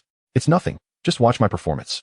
Lin Feng replied with a confident smile, rising into the air like an unparalleled celestial sword. confronting the overwhelming black clouds. Chapter 214, The Mortal Realm's Second Layer Tribulation. Seeing Lin Feng's confident smile, all the talented individuals felt their worries ease slightly. He was the most formidable among them due to his swordsmanship. Enduring the tribulation of the second layer of the mortal realm should not pose a significant challenge. With this thought, they quickly retreated to the periphery of the medicinal garden. Gathering near Chen Fan. Lord, do you think Lin Feng will be all right? Nangong Wanner inquired, still somewhat apprehensive. She understood that Lin Feng had forcibly surged to the second layer of the mortal realm to contend with the numerous members of the Blood Wolf pirate group. Never underestimate any sort of mortal, Chen Fan said, standing calmly in the void, observing Lin Feng beneath the dark clouds. Then that settles it. Nangong Wanner sighed with relief, her gaze shifting back to Lin Feng, who hovered above the medicinal garden. Since the Lord had spoken, she felt assured that Lin Feng would be just fine. However, just as the numerous prodigies had congregated, poised to witness Lin Feng's transcendence into the second realm of the transcendent world, a thunderous voice reverberated once more. It was them. The man belonged to their faction of cultivators, who, rather than summoning the heavenly tribulation elsewhere, had chosen to invoke it over the medicinal garden. This reckless act jeopardized the precious elixirs we had painstakingly sought, threatening to wither under the cataclysmic force of the impending tribulation. A throng of over 300 individuals, predominantly formidable warriors, swiftly converged upon the location where Nangong Wanner and her companions had arrived. Among them were 3 respected figures of the transcendent realm, their countenances radiating fury as they demanded accountability. Upon witnessing this, Nangong Wanner's delicate features hardened, and an aura of terror erupted around her as she coldly scrutinized the assembly before her. Such fortuity is not to be trifled with. What do you intend to do? Her icy voice echoed throughout the expanse. If it were not for the Blood Wolf pirate clan, would Lin Feng have dared to risk everything to break through to the second realm of the transcendent world? It was absurd. Their members could have advanced elsewhere. Yet they insisted on this very spot, endangering countless elixirs with their destructive presence. You bear the responsibility. Speak. How shall you compensate? Should you refuse, be prepared to face the consequences. The bald man growled menacingly, a glimmer of cunning flickering in his eyes. He could exploit this situation without lifting a finger to eliminate the culprits who had slain his brother. Hand over the storage rings you possess, and perhaps we might show you some leniency. His words were echoed by the other 2 transcendent beings, their oppressive presence intensifying, indicating that they were ready to resort to violence at any moment. Their wrath was palpable. The prospect of seizing elixirs in the garden had promised them unimaginable gains, potentially allowing them to break through to the 5th realm of the transcendent world. Now, this monumental opportunity was being undermined by a mere youth striving to ascend to the second realm. How could they possibly endure such a slight? As the tension mounted, a thunderous clap of thunder interrupted their discourse, shaking the very heavens and forcing all eyes instinctively towards the medicinal garden. A ferocious bolt of lightning, imbued with the essence of annihilation, surged towards the figure cloaked in azure amidst the void. Despite their prior encounters with tribulations, the sight of divine retribution instilled a profound fear within them. After all, their own experiences with the heavenly trials had been fraught with peril. This man was undoubtedly doomed. Engaged in battle and unprepared, he would likely falter before the 6th bolt. Alas, what a pity for the countless elixirs nurtured over the years, someone lamented. Yet, before the sentiment could fully escape their lips, astonishment gripped their hearts. Lin Feng suddenly wielded a long sword, striking at the descending lightning at the moment of impact. With a resounding clash, the brilliant sword light extinguished the first tribulation. Such formidable prowess, gasped an onlooker, astonished by the sheer strength displayed. Yet, in the next heartbeat, everyone instinctively surged forward, their expressions a mixture of shock and ire. Even Nangong Wanner and the other prodigies stared in disbelief as Lin Feng, seizing the brief respite amidst the tribulation, moved with ghostly swiftness, uprooting the top-tier phoenix blood tree and stashing it within his storage ring, along with dozens of other elixirs. Before turning to face the terrifying second bolt of lightning, how audacious to gather resources amidst the tribulation. Voices murmured in disbelief. Such audacity is unprecedented. Risking everything against the heavenly trial, I commend your courage. The cultivators were aghast, realizing that if Lin Feng managed to abscond with all the elixirs and treasures, he would possess resources sufficient to elevate himself before reaching the 6th realm of the transcendent world. Yet, they were not benevolent souls. Once the tribulation passed, they would reclaim every last treasure, especially the bald man, whose eyes gleamed with malevolence as he plotted how to seize more for himself. Standing amidst the void, Chen Fan remained unfazed by the threats of others, for the disparity in strength was insurmountable. No amount of shouting could instill fear in him. A A clever tactic indeed. Lin Feng's ingenuity is commendable, Chen Fan mused with a nod of approval.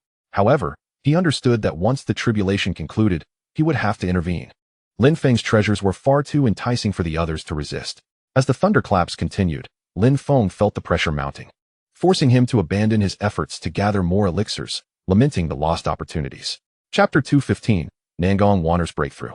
Despite the increased pressure, Lin Feng remained confident in overcoming the tribulation of the second realm. After all, he would not gamble with his life recklessly. Soon, the bolts of lightning rained down. Lin Feng, embodying the essence of a peerless sword immortal, wielded his terrifying sword intent and momentum to confront the tribulation. As the ninth bolt crashed down, silence enveloped the world, the ominous clouds dissipating, and an overwhelming surge of celestial energy flooded into Lin Feng's being. He had fully ascended to the second realm of the transcendent world, his celestial aura vastly surpassing that of ordinary cultivators at this stage. However, at that moment, insatiable greed ignited in the eyes of many, as figures darted towards Lin Feng like phantoms. "You dare!" Nangong Wanner exclaimed. But she was unable to match the speed of the three revered transcendent beings who lunged forward, eager to capture Lin Feng and seize the multitude of treasures in his possession. The bald man's eyes glinted with fierce ambition. Should he acquire the celestial elixir in the hands of the individual before him, he could potentially transcend the sixth realm of the red dust immortal, ascending to a position of unparalleled superiority within the celestial realm. However, in the next heartbeat, a youth clad in white materialized abruptly, obstructing Lin Feng's path, whispering with a smile that was both enigmatic and mocking. "In truth, you had numerous opportunities to retreat, but alas, such is fate." As soon as the words left his lips, the three formidable red dust sovereigns, including the bald one, widened their eyes in sheer terror, as though confronted by a fearsome beast. In an instant, their bodies began to tremble uncontrollably. The next moment, the three red dust sovereigns exploded without warning in the void, crimson blood instantly staining the heavens. This sudden turn of events caused the multitude of cultivators trailing behind the three sovereigns to freeze in place, their eyes brimming with disbelief. A tremor spread through countless hearts, for these were the three most powerful beings to have entered the blood-true god sect's ruins. Yet, in a mere heartbeat, these formidable entities had been reduced to nothing more than a mist of blood, utterly lifeless. How could this not instill fear? A member of the Blood Wolf pirate group, an individual of the third tier of Red Dust Immortal, retreated in horror, exclaiming, "Aren't you merely at the second tier of Red Dust? How can you possess such terrifying combat prowess? You cannot be of the human race. You are definitely not human." Witnessing their leader, a powerful being of the fourth tier of Red Dust, disintegrate into a bloody spectacle, the pirates went into a frenzy, muttering incoherently.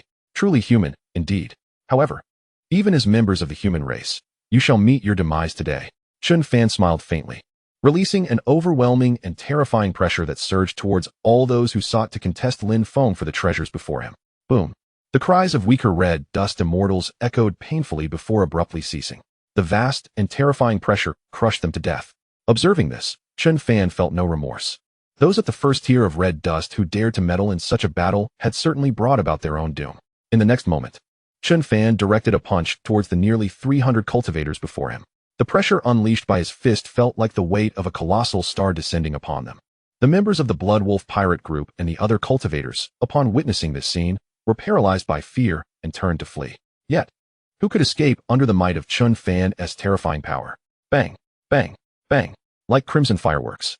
The bodies of nearly 300 cultivators met a brilliant and horrifying end in the void. The thousands of cultivators who had hesitated initially stood dumbfounded, their eyes wide with terror. A single punch had obliterated 300 cultivators, over 100 of whom were formidable beings of the red dust immortal realm. Could this truly be the capability of a human? Bodies trembled uncontrollably as they retreated, distancing themselves from the medicinal garden. Yet, they dared not turn their backs. Should they leave, they might be mistaken for allies of the recently vanquished. "Let us tidy the battlefield, and then we can depart." Chen Fan surveyed the crowd, then addressed Nangong Wanner and the others. "Understood, Lord," they expressed, entirely unfazed by his extraordinary power. The others, hearing his words, felt a wave of relief wash over them and promptly turned to leave. The thousands of cultivators dispersed, leaving only Chen Fan and his companions in the vast medicinal garden. In truth, the treasures they had gathered had already been obliterated by the destructive force of the terrifying tribulations, leaving only what remained in their hands. "What a pity," Lin Feng lamented, gazing at the many withered and vanished celestial herbs. "If only I were stronger, perhaps I could have saved more." Nonetheless, we have done remarkably well. Without you, we would never have acquired such an abundance of celestial treasures and herbs. Xianxiafanju and the others exclaimed excitedly as they collected the fallen storage rings. In a short while, the battlefield was cleared.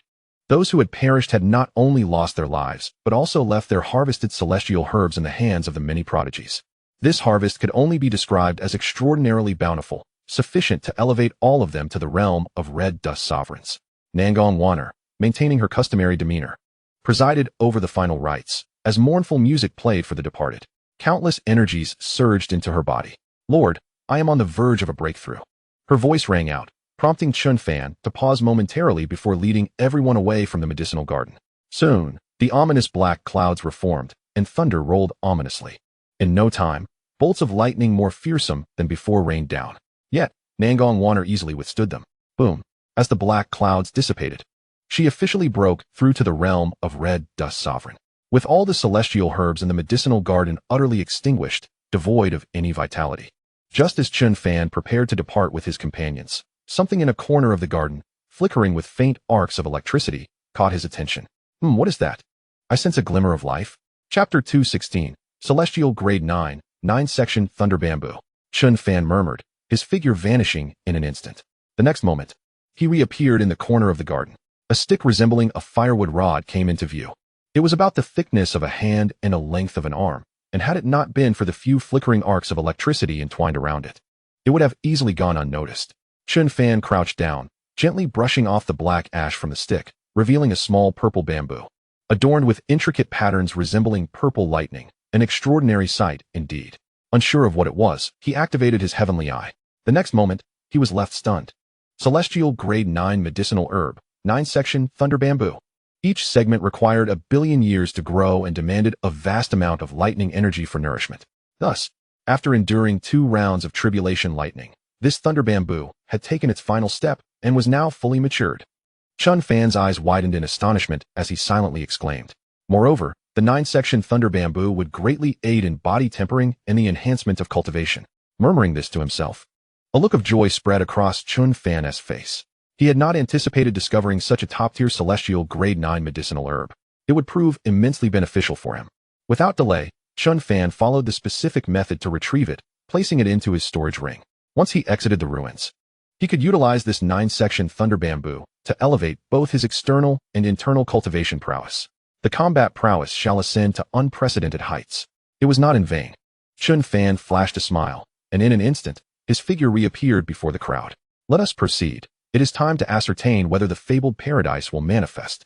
They were undeniably at a disadvantage, especially considering the prominent factions that had entered this ruin with a singular purpose, to seek the ethereal paradise. Should they succeed in obtaining it, its worth would surpass the cumulative value of all treasures within the Blood True God sect's relics. The future would be rife with infinite possibilities. Excellent, my lord. The multitude of prodigies had amassed in overwhelming bounty, each countenance radiating joy. Xianxiaaudiobooks, in particular, was elated beyond measure. The plethora of celestial herbs she had acquired would undoubtedly enable her to reclaim her status as a revered figure in the mortal realm. Although she might not directly ascend to the pinnacle of the 6th stage, the time until her vengeance drew ever closer. Furthermore, in this life, her innate talent was greater, and her cultivation techniques more formidable. Onward, the 9 figures transformed into streaks of light, racing towards the horizon. They paused not at any of the sights along the way, making a beeline for the depths of the ruin.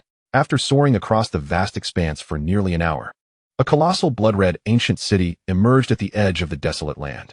Within this ancient city stood a towering edifice, which, despite enduring the ravages of time, remained steadfast, exuding an aura of antiquity and majesty. Is that a supreme celestial artifact? At the sight of the tower, Chen Fan's brows arched, and a look of astonishment graced his features. A supreme celestial artifact was something he had yet to possess, even with his system. To discover one within this ruin was utterly unexpected. However, it was not surprising for the Blood True God sect, once among the most elite powers, to possess such an artifact, given its extensive legacy spanning countless years. While Chen Fan discerned the tower as a true supreme celestial artifact, the others, lacking the eye of the heavenly Tao, perceived it merely as a mysterious tower.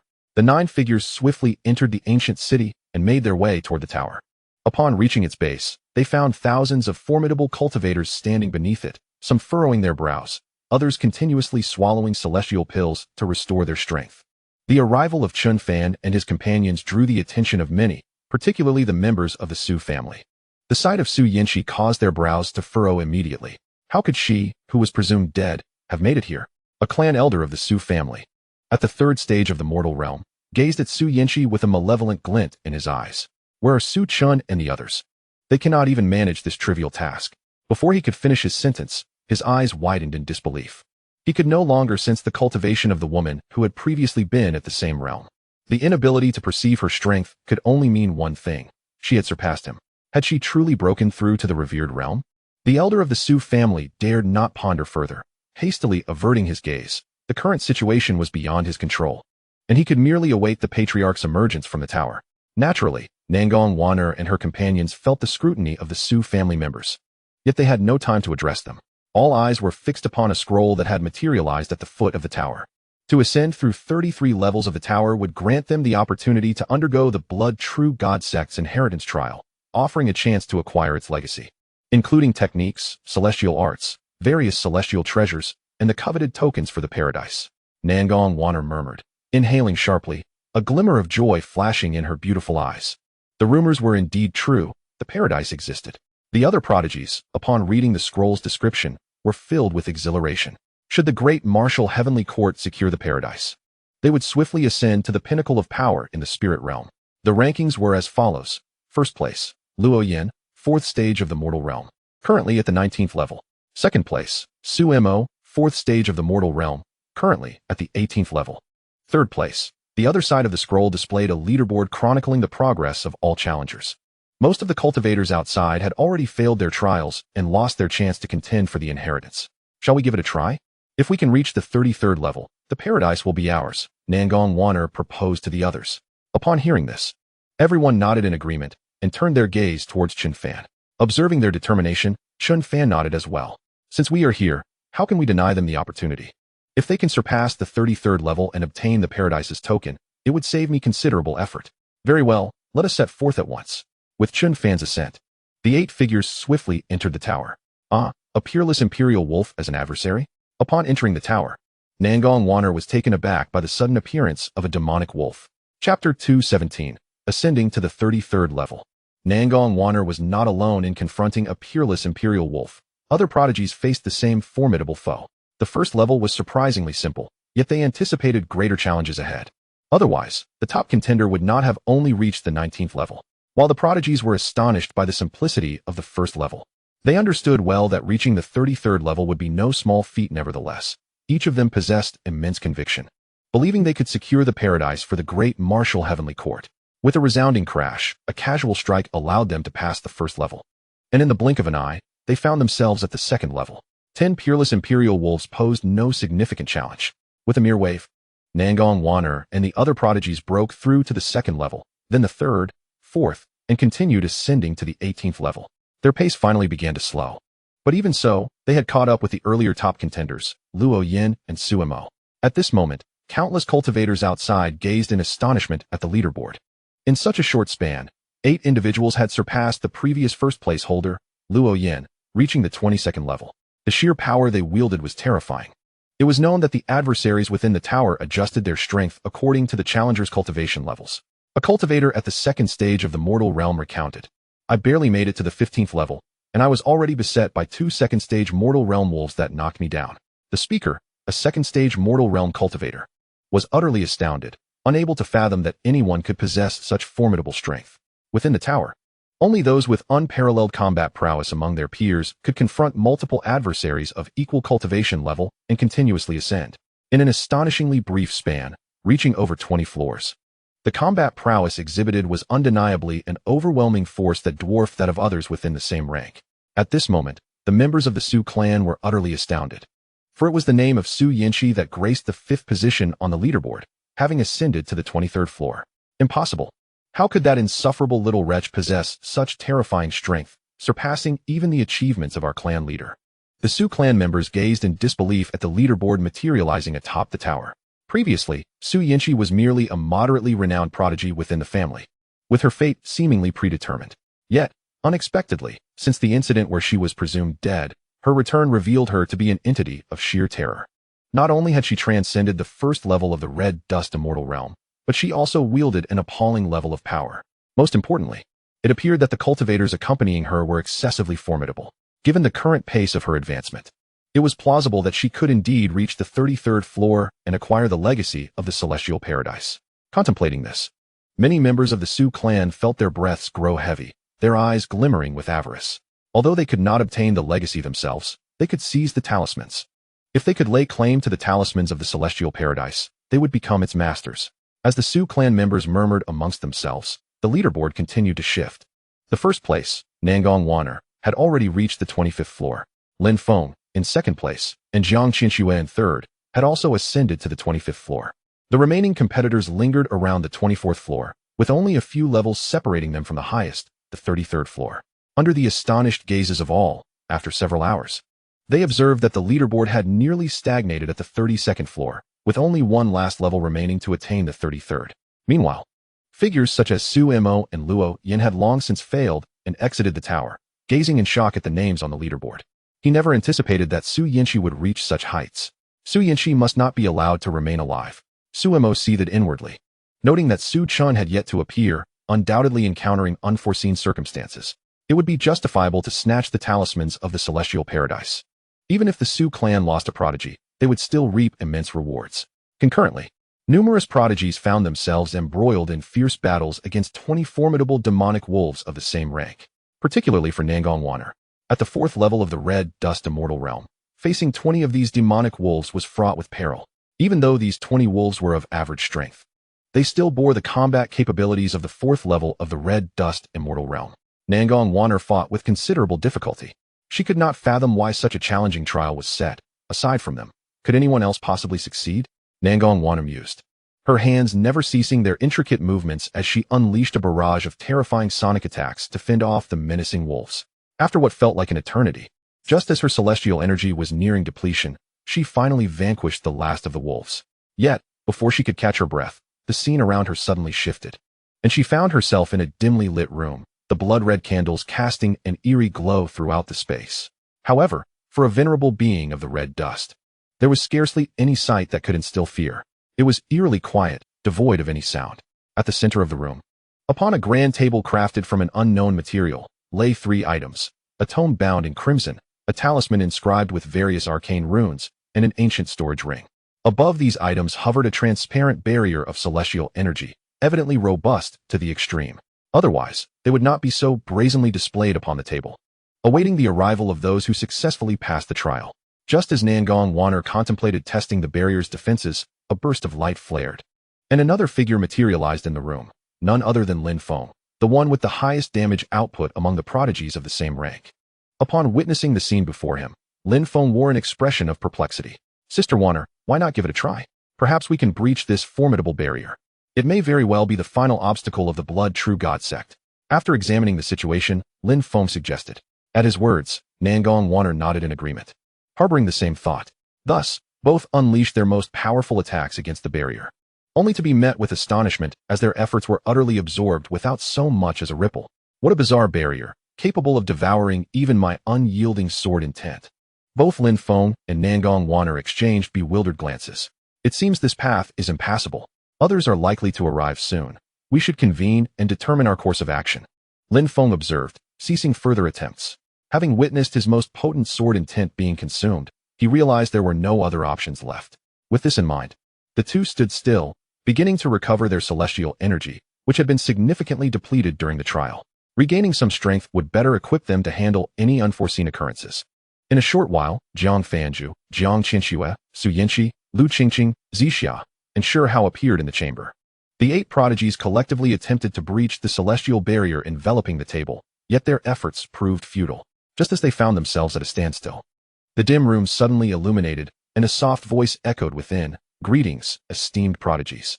Congratulations on passing the assessment of the Blood True God sect, becoming candidates for inheriting our legacy. As the voice faded, a spectral figure coalesced above the room, emanating an ethereal aura. It was unmistakably a remnant soul. The group, upon seeing this, instinctively narrowed their eyes, regarding the sudden apparition with wariness. Who are you? Nangong Waner inquired. Who am I? Ha ha ha. I am the former leader of the Blood True God sect, the Blood God Son, though now I am but a fleeting remnant soul. The specter laughed heartily before speaking in a tone tinged with melancholy. The former leader of the Blood True God sect, once a superlative powerhouse at the 8th level of the Red Dust realm, had left an enduring legacy even after countless years since the sect's demise. The fact that a remnant soul lingered in this ruin was nothing short of astonishing. Xianxiaaudiobooks contemplated the implications of the specter's self-introduction, her caution intensifying. Although the Blood True God sect was a top-tier force among humanity many years ago, their practices were eccentric, diverging significantly from those of most cultivators. They required copious amounts of blood to swiftly augment their strength, necessitating extensive carnage to achieve their ends. Such a sect leader is certainly not to be underestimated. The fact that you have ascended the 33 layers of the Celestial Tower signifies that your cultivation, combat prowess, and other attributes have reached the pinnacle of excellence in the entire upper spirit realm. All of you are indeed qualified to inherit the legacy of my Blood True God sect. Thus, I intend to bestow upon each of you 8 individuals a portion of the blood refinement transformation technique, which is one of the most superior cultivation methods in the upper spirit realm. Should you possess sufficient talent, coupled with a stroke of fortune, you may even step into the realm of true immortals. The ethereal figure revealed a faint smile and spoke slowly. True immortal? Upon hearing these words, the crowd was instantly astonished. Their astonishment was not merely due to the power and sophistication of the blood refinement transformation technique, but rather the revelation that there exists a realm beyond the Red Dust Immortal, the true immortal realm, of which they had never before heard. The astonished expressions on their faces were interpreted by the Blood God Son as anticipation and excitement for acquiring the blood refinement transformation technique. The 8 prodigies exhibited extraordinary talent, leaving him uncertain about whom to choose. The Blood God Son harbored a flicker of hope within.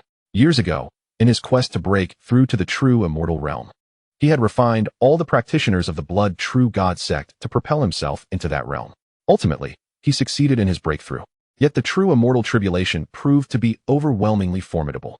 At that time, he was entirely unaware of such a tribulation and, compounded by inadequate preparation, he perished under its weight.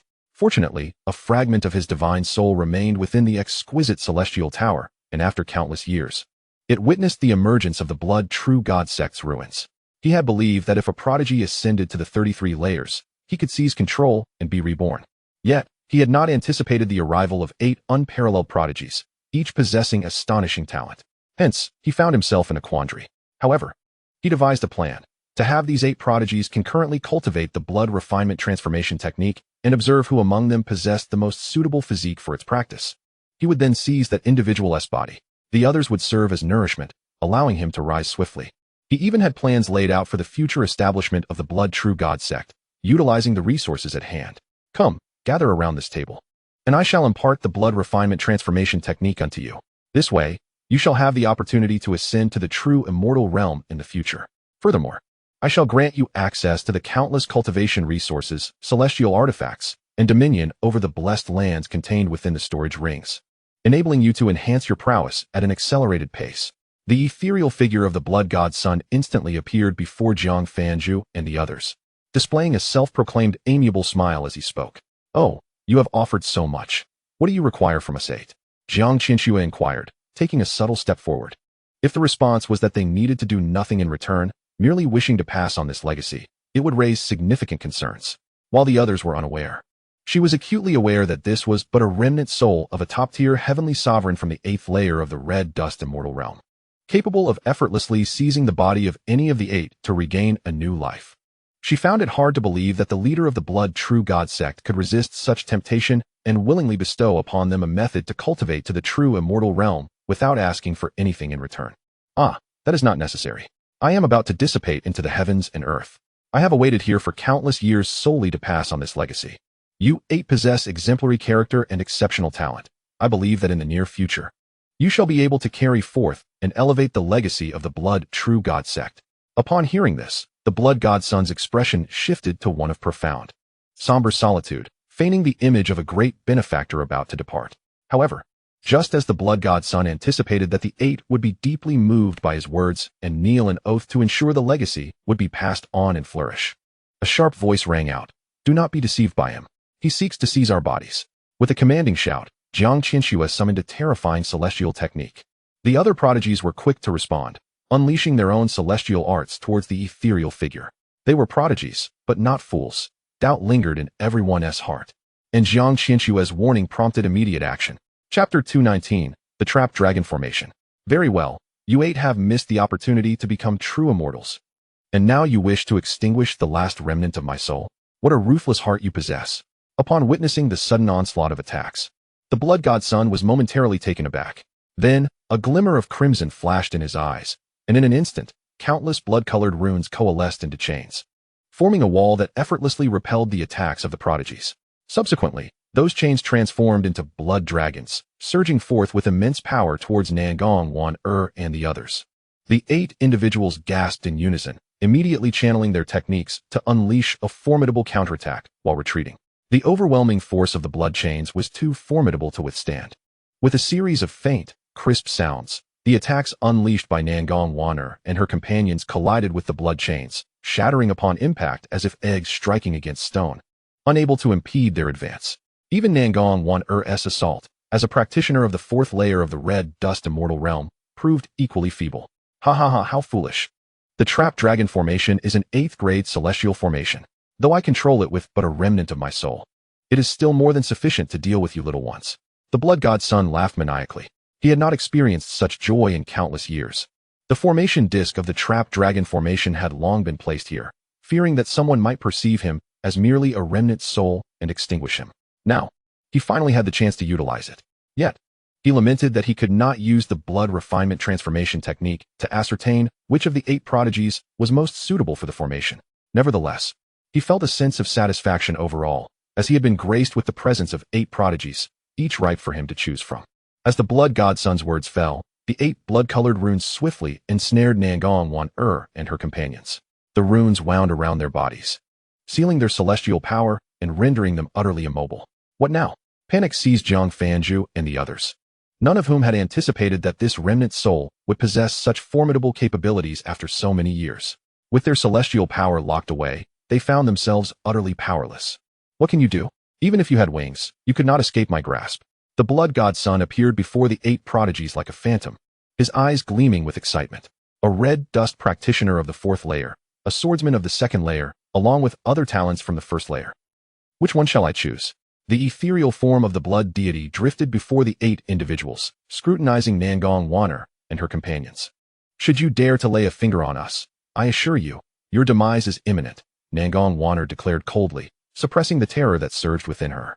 You wish to devour our souls, yet you are oblivious to the fact that we are under the protection of a formidable red dust celestial, who has already established safeguards for our souls. A mere remnant of a spirit such as yourself will find no refuge in our minds. Should you attempt to seize control, you will undoubtedly perish. Her words caused the blood deity to falter momentarily, his phantom gaze fixating on her. A cruel smile then crept across his visage. Oh, you little girl, your bluster is quite amusing. Pray tell, what level of red dust celestial could possibly provide such protection within your minds? Once, I existed at the 9th tier of the red dust immortal realm, and even I could not achieve such a feat. The blood deity was not merely a figment of the external world's rumors regarding the 8th tier of the red dust immortal. He had successfully breached the true immortal realm, only to fall victim to the true immortal tribulation. Upon hearing his words, Nangong Wan and her companions turned pale, realizing that their deception had failed against this remnant spirit. Since you are so eager to be the first to act, your body shall become mine. The blood deity cackled with glee, his eyes alight with fervor. Despite standing before him as a woman, he regarded her with indifference. Gender held little significance for him, especially as she was the only one among them at the 4th tier of the red dust realm. Seizing her would save him considerable time in his cultivation and expedite his return to the pinnacle of power. As this thought crossed his mind, he could not contain his delight, exclaiming, "Then I shall come for you." With that, the blood deity's remnant spirit transformed into a crimson beam, hurtling towards Nangong Wan's consciousness. Her face drained of color, despair filling her eyes. What transpired here was surely beyond the knowledge of the celestial lord. Were they truly destined to be usurped? Such audacity from a mere fragment of a spirit, seeking to seize the most distinguished prodigy of the great martial heavenly court. Your audacity is remarkable. Suddenly, a voice, cold and detached, echoed through the room. A figure materialized before Nangong Wan, extending a large hand to grasp the crimson light. Who dares? Release me. The bloodlight swiftly morphed back into a phantom, struggling against Chen Fan's grip, but to no avail. Release you? Very well. Chen Fan responded with an enigmatic smile, and with a swift motion of his hands. He crushed the blood deity into a blood-red orb before kicking it against the surrounding walls. How dare you? The blood deity roared, fury igniting an inferno of crimson flames around him. The confining dragon formation was suddenly activated, and countless blood-red runes transformed into chains, racing towards Chen Fan. Celestial Lord, be wary. Those blood chains are immensely powerful and can restrain your celestial energy, Nangong Wanner warned. Feeling a surge of safety in Chen Fan's presence, yet still apprehensive at the sight of the approaching chains. Is that so? Chen Fan replied with a grin, his figure flickering as he appeared before an array disc inscribed with countless chains. Infusing it with celestial energy, he obliterated a trace of spiritual power within the disc. In the next moment, the blood-red runes and chains vanished from the room. Now the confining dragon formation is mine. Reveal any further tactics you possess, for this may be your only chance, Chen Fan said with a smile, addressing the blood deity, who stood frozen in disbelief, fear flickering in his eyes. How did you acquire the array disc for the confining dragon formation? The blood deity shouted in terror. He had concealed the array disc within the 32nd level of the Tower of Heaven, ensuring it enveloped the 33rd level to prevent anyone from discovering and seizing it. This was his last resort. Yet, he had not anticipated that it would be taken so swiftly by this cultivator. Do you wish to know? Then descend into hell. And perhaps I shall tell you. Chen Fan raised his long blade, slashing forth a luminous arc capable of cleaving through the very Tower of Heaven, which reached the blood deity's remnant spirit in an instant. The immortal Slayer blade could sever all that exists, and extinguishing a fragment of a soul was trivial. Like a bubble, the blood deity disintegrated upon contact with the blade, unable to utter a final word.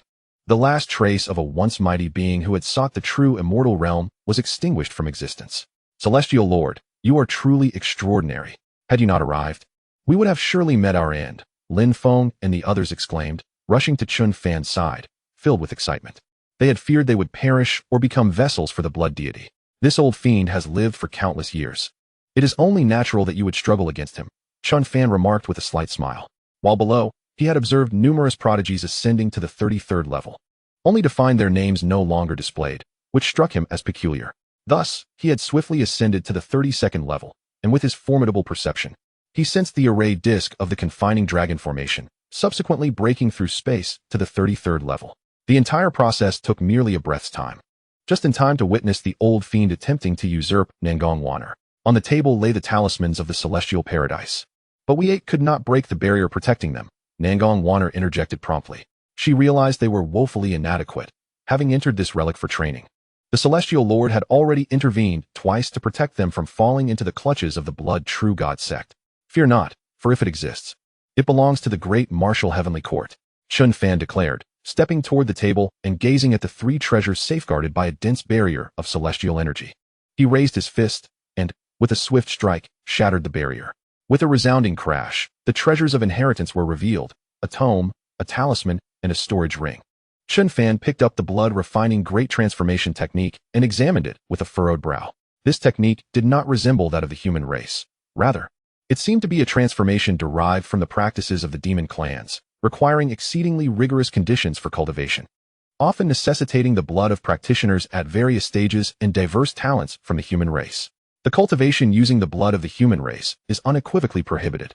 The Blood True Divine sect typically displays only the blood of beasts, monsters, or other races, rarely allowing others to know about their practices involving human blood. This is likely a tome of dark arts. Should one embark on its cultivation, the speed of ascension would be remarkably swift, potentially reaching the realm of true immortality. Yet in my eyes, it is nothing but refuse. Chen Fan held this so-called inheritance in disdain, believing that even a casual technique of his could rival it, if not surpass it entirely. Boom. A brilliant flame ignited, incinerating the blood refinement grand transformation technique to ashes. He then picked up the two remaining items, the talisman and the storage ring. A sweep of his celestial sense revealed the contents of the storage ring to Chen Fan. Within it lay a plethora of elixirs, rare materials, precious ores, various celestial techniques, and most notably, an abundance of celestial crystals, exceeding 1 billion in total. A quantity that nearly filled the entire storage ring. 1 billion celestial crystals. What a staggering amount in the upper spirit realm. Suddenly, Chen Fan turned to Su Yanxi and Lu Qingqing, a smile gracing his lips. 1 billion. Lu Qingqing gasped in astonishment. 1 billion. that nearly qualifies as one of the wealthiest individuals in the upper spirit realm. Master, does that storage ring truly contain 1 billion celestial crystals? Lu Qingqing inquired. Her curiosity piqued. Chen Fan nodded. And many other elixirs and rare materials. When the time comes, feel free to select what you need. Chen Fan glanced around, noting that the only items he could utilize were a handful of 8th-grade celestial materials, while the rest were largely unusable. Finally, his gaze rested upon the last object in his possession, the talisman that commanded the paradise of the cave heavens. The paradise of the cave heavens, as a symbol of the upper spirit realm's supreme powers, is undoubtedly one of the most precious and invaluable treasures in the realm of cultivation. Each cave heaven is a gem within the spirit realm. Bound to the spirit realm, only the holder of the talisman can unlock it. Wherever one may be within the spirit realm, possessing the talisman enables instantaneous travel to the paradise of the cave heavens. It is a miniature world, replete with a complete heavenly path and countless celestial avenues. The energy contained within is distinct from the spiritual energy and earthly power of the spirit realm. It is, in fact, true celestial energy. Strengthened beings from the mortal celestial realm can cultivate within it, rapidly enhancing their power through this celestial energy. This implies that possessing a cave heaven will result in a continuous birth of powerful beings from the mortal celestial realm. With this thought, Chen Fan's celestial power surged into the talisman. Instantly, the talisman radiated with celestial brilliance, transforming into a portal exuding celestial light, which appeared before everyone's eyes. Is that the entrance to the paradise of the cave heavens? Many prodigies gazed in awe at this spectacle. Neither Lu Qingqing nor Su Yanxi, who had previously cultivated in the upper spirit realm, nor Jiang Qianxia, who had returned from rebirth, had ever witnessed a cave heaven. Such places were beyond their reach. Let us proceed within and take a look, Chen Fan said with a slight smile, stepping forward to enter the paradise of the cave heavens. The other prodigies, filled with excitement, followed suit. In an instant, they felt a flash before them, and the overwhelmingly rich celestial energy invigorated their spirits, revealing a world that resembled an earthly paradise. Chapter 221. The Greed of the Su Clan. Beneath a blue sky and white clouds, lush green fields and grass, celestial energy swirled around, coalescing into a thin mist that enveloped this realm, evoking a sense of tranquility and elation. In the depths of the cave heaven, countless verdant trees were shrouded within, and one could vaguely discern blood-colored structures. Without a doubt, these were edifices established by the blood-true divine sect. The entire space, while not excessively vast, was certainly not small, spanning several 100 million miles. The celestial energy was dense, and the environment was most conducive to cultivation. Wow, the celestial energy is so rich, exclaimed Lu Qingqing and the others. Absorbing this celestial energy for cultivation is immensely faster than drawing upon the earthly power outside. I can even feel my cultivation improving slightly. They were already authentic strong beings of the mortal celestial realm, and every advancement in their realm required vast amounts of power and years of accumulation. To feel even a slight increase in their cultivation within just a few breaths was nothing short of extraordinary. Chen Fan observed the conditions of the cave heaven, a radiant smile illuminating his face. The great martial heavenly court now had a base in the upper spirit realm. Let us exit for now, he said. Once the great martial heavenly court is established, I will place this talisman within the court. You may enter for cultivation at any time. Yes, master. The group responded with unbridled joy. If they could cultivate here, combined with the numerous elixirs, their power would experience a significant surge. This expedition into the ruins had deeply impressed upon them the multitude of powerful beings in the upper spirit realm, where danger lurked at every corner. Only by becoming stronger could they avert unforeseen calamities. Subsequently, the group followed Chen Fan as they stepped out of the paradise of the cave heavens, reappearing on the 33rd floor of the celestial tower. You may exit first. The value of this celestial tower is second only to the paradise of the cave heavens within these ruins. It is a supreme celestial artifact. I will refine it and will naturally emerge afterward. You need only wait for me here, Chen Fan stated calmly. Upon hearing his words, the prodigies widened their eyes, filled with disbelief. They had never anticipated that the tower beneath them was a supreme celestial artifact. One must understand that only the most powerful beings or factions in the upper spirit realm could possess such a treasure. Even formidable families like the Su clan or Lu clan could only aspire to possess mid-tier celestial artifacts, while high-tier artifacts were beyond their wildest dreams. Understood, master, they exclaimed, promptly departing. They merely needed to descend from the 33rd floor to the first to exit, without any further battles to engage in. Once the prodigies had left, Chen Fan settled at the table, his vast celestial sense emanating forth as he began the process of refining the entire celestial tower. After emerging, The prodigies discovered that most of the powerful beings outside had yet to depart, their gazes fixated on Nangong Wanner and the others, filled with a myriad of emotions, restraint, greed. And particularly, Su Mo's eyes glinted with avarice as he looked upon Su Yinxi and the others. The paradise of the cave heavens could very well be within the grasp of these 8 individuals. And the inheritance of the blood true divine sect might also rest in their hands. If they could seize these 8 individuals, perhaps the Su clan could soar to unprecedented heights, reaching for the clouds. As these thoughts crossed his mind, Su Mo could no longer contain himself. He led a multitude of formidable members from the Su family and positioned himself directly beside Su Yinxi, his face a mask of fury. Su Yinxi, as a member of the Su family, you have caused the demise of several esteemed elders. What punishment do you deserve for such transgressions? Come with me back to the Su family to face the consequences. The moment Su Mo and his companions appeared, a terrifying hand of celestial power materialized. Reaching out towards Su Yinxi, a glimmer of cunning flickered in his eyes. Ha ha ha, Su Mo, how hypocritical you are. You come here for the sake of inheritance and the treasures of the realm, yet you cloak it all in such grandiloquent pretexts. Su Yinxi scoffed repeatedly, her cultivation at the pinnacle of the first tier of the mortal realm erupting in an instant. However, against the hand crafted by Su Mo, who was at the 4th tier of the mortal realm, she felt utterly powerless. Seeking death, you dare to lay your hands on a member of the great martial celestial court? Do you truly believe that we are mere clay to be molded at your whim? A sharp voice rang out, and a blade of celestial sound cleaved through Su Mo's hand. In a flash, Nangong Wanner stood protectively in front of Su Yinxi, her beautiful eyes radiating coldness. Su Mo's gaze flickered towards Nangong Wanner, astonishment gripping his heart. He had not anticipated that this woman possessed such formidable strength, effortlessly shattering his attack. It was worth noting that she had only just entered the 4th tier of the mortal realm, while his own cultivation had reached its zenith at that same level. The power she displayed was indeed commendable, befitting a prodigy who had triumphed in the trials. This is a matter of the Su family. Why do you obstruct me? Su Mo emanated a terrifying aura, the medium-grade celestial artifact in his hand radiating brilliant celestial light, as if poised to strike at any moment. Enough of your nonsense. Why waste breath on you? You have attempted to suppress the great martial celestial court time and again. It seems there is no longer a need for your Su family to exist, Nangong Wanner declared, refusing to indulge his brazen insolence. The ancient zither in her hands erupted with a resounding melody, and with a swift motion, notes transformed into formidable weapons that surged towards Su Mo. The other prodigies had already endured enough. Lin Feng unleashed a terrifying sword intent that cleaved through the air, annihilating 3 first-tier and 1 second-tier members of the Su family in an instant. The battle erupted in an explosive crescendo. The prodigies, having honed their skills within the Tower of Ascension, displayed their combat experience to the fullest, unleashing their power with unparalleled ferocity. Their peers were no match for them. Even Lin Feng, at the 2nd tier of the mortal realm, was able to hold his ground against a 3rd-tier expert from the Su family, leaving all members of the Su family in a state of shock. Furthermore, the terrifying prowess of Nangong Wanner plunged many Su family members into an abyss of despair. In just 2 exchanges, their sole patriarch, a fearsome figure at the 4th tier of the mortal realm, was grievously wounded and on the brink of death.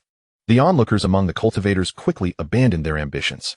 While the treasures of the realm were enticing, one must also consider the value of life. Had they exited sooner, they could have sold the information for a handsome sum. Chapter 222, The Establishment of the Great Martial Celestial City. Boom, boom, boom. The battle came to a close, leaving the area around the Tower of Ascension littered with corpses. None of the Su family members remained standing. All had perished on this ground. Su Yinxi gazed at the lifeless bodies of the Su family, lying in an endless pool of blood, feeling a mixture of emotions. Yet, not a shred of regret lingered in her heart.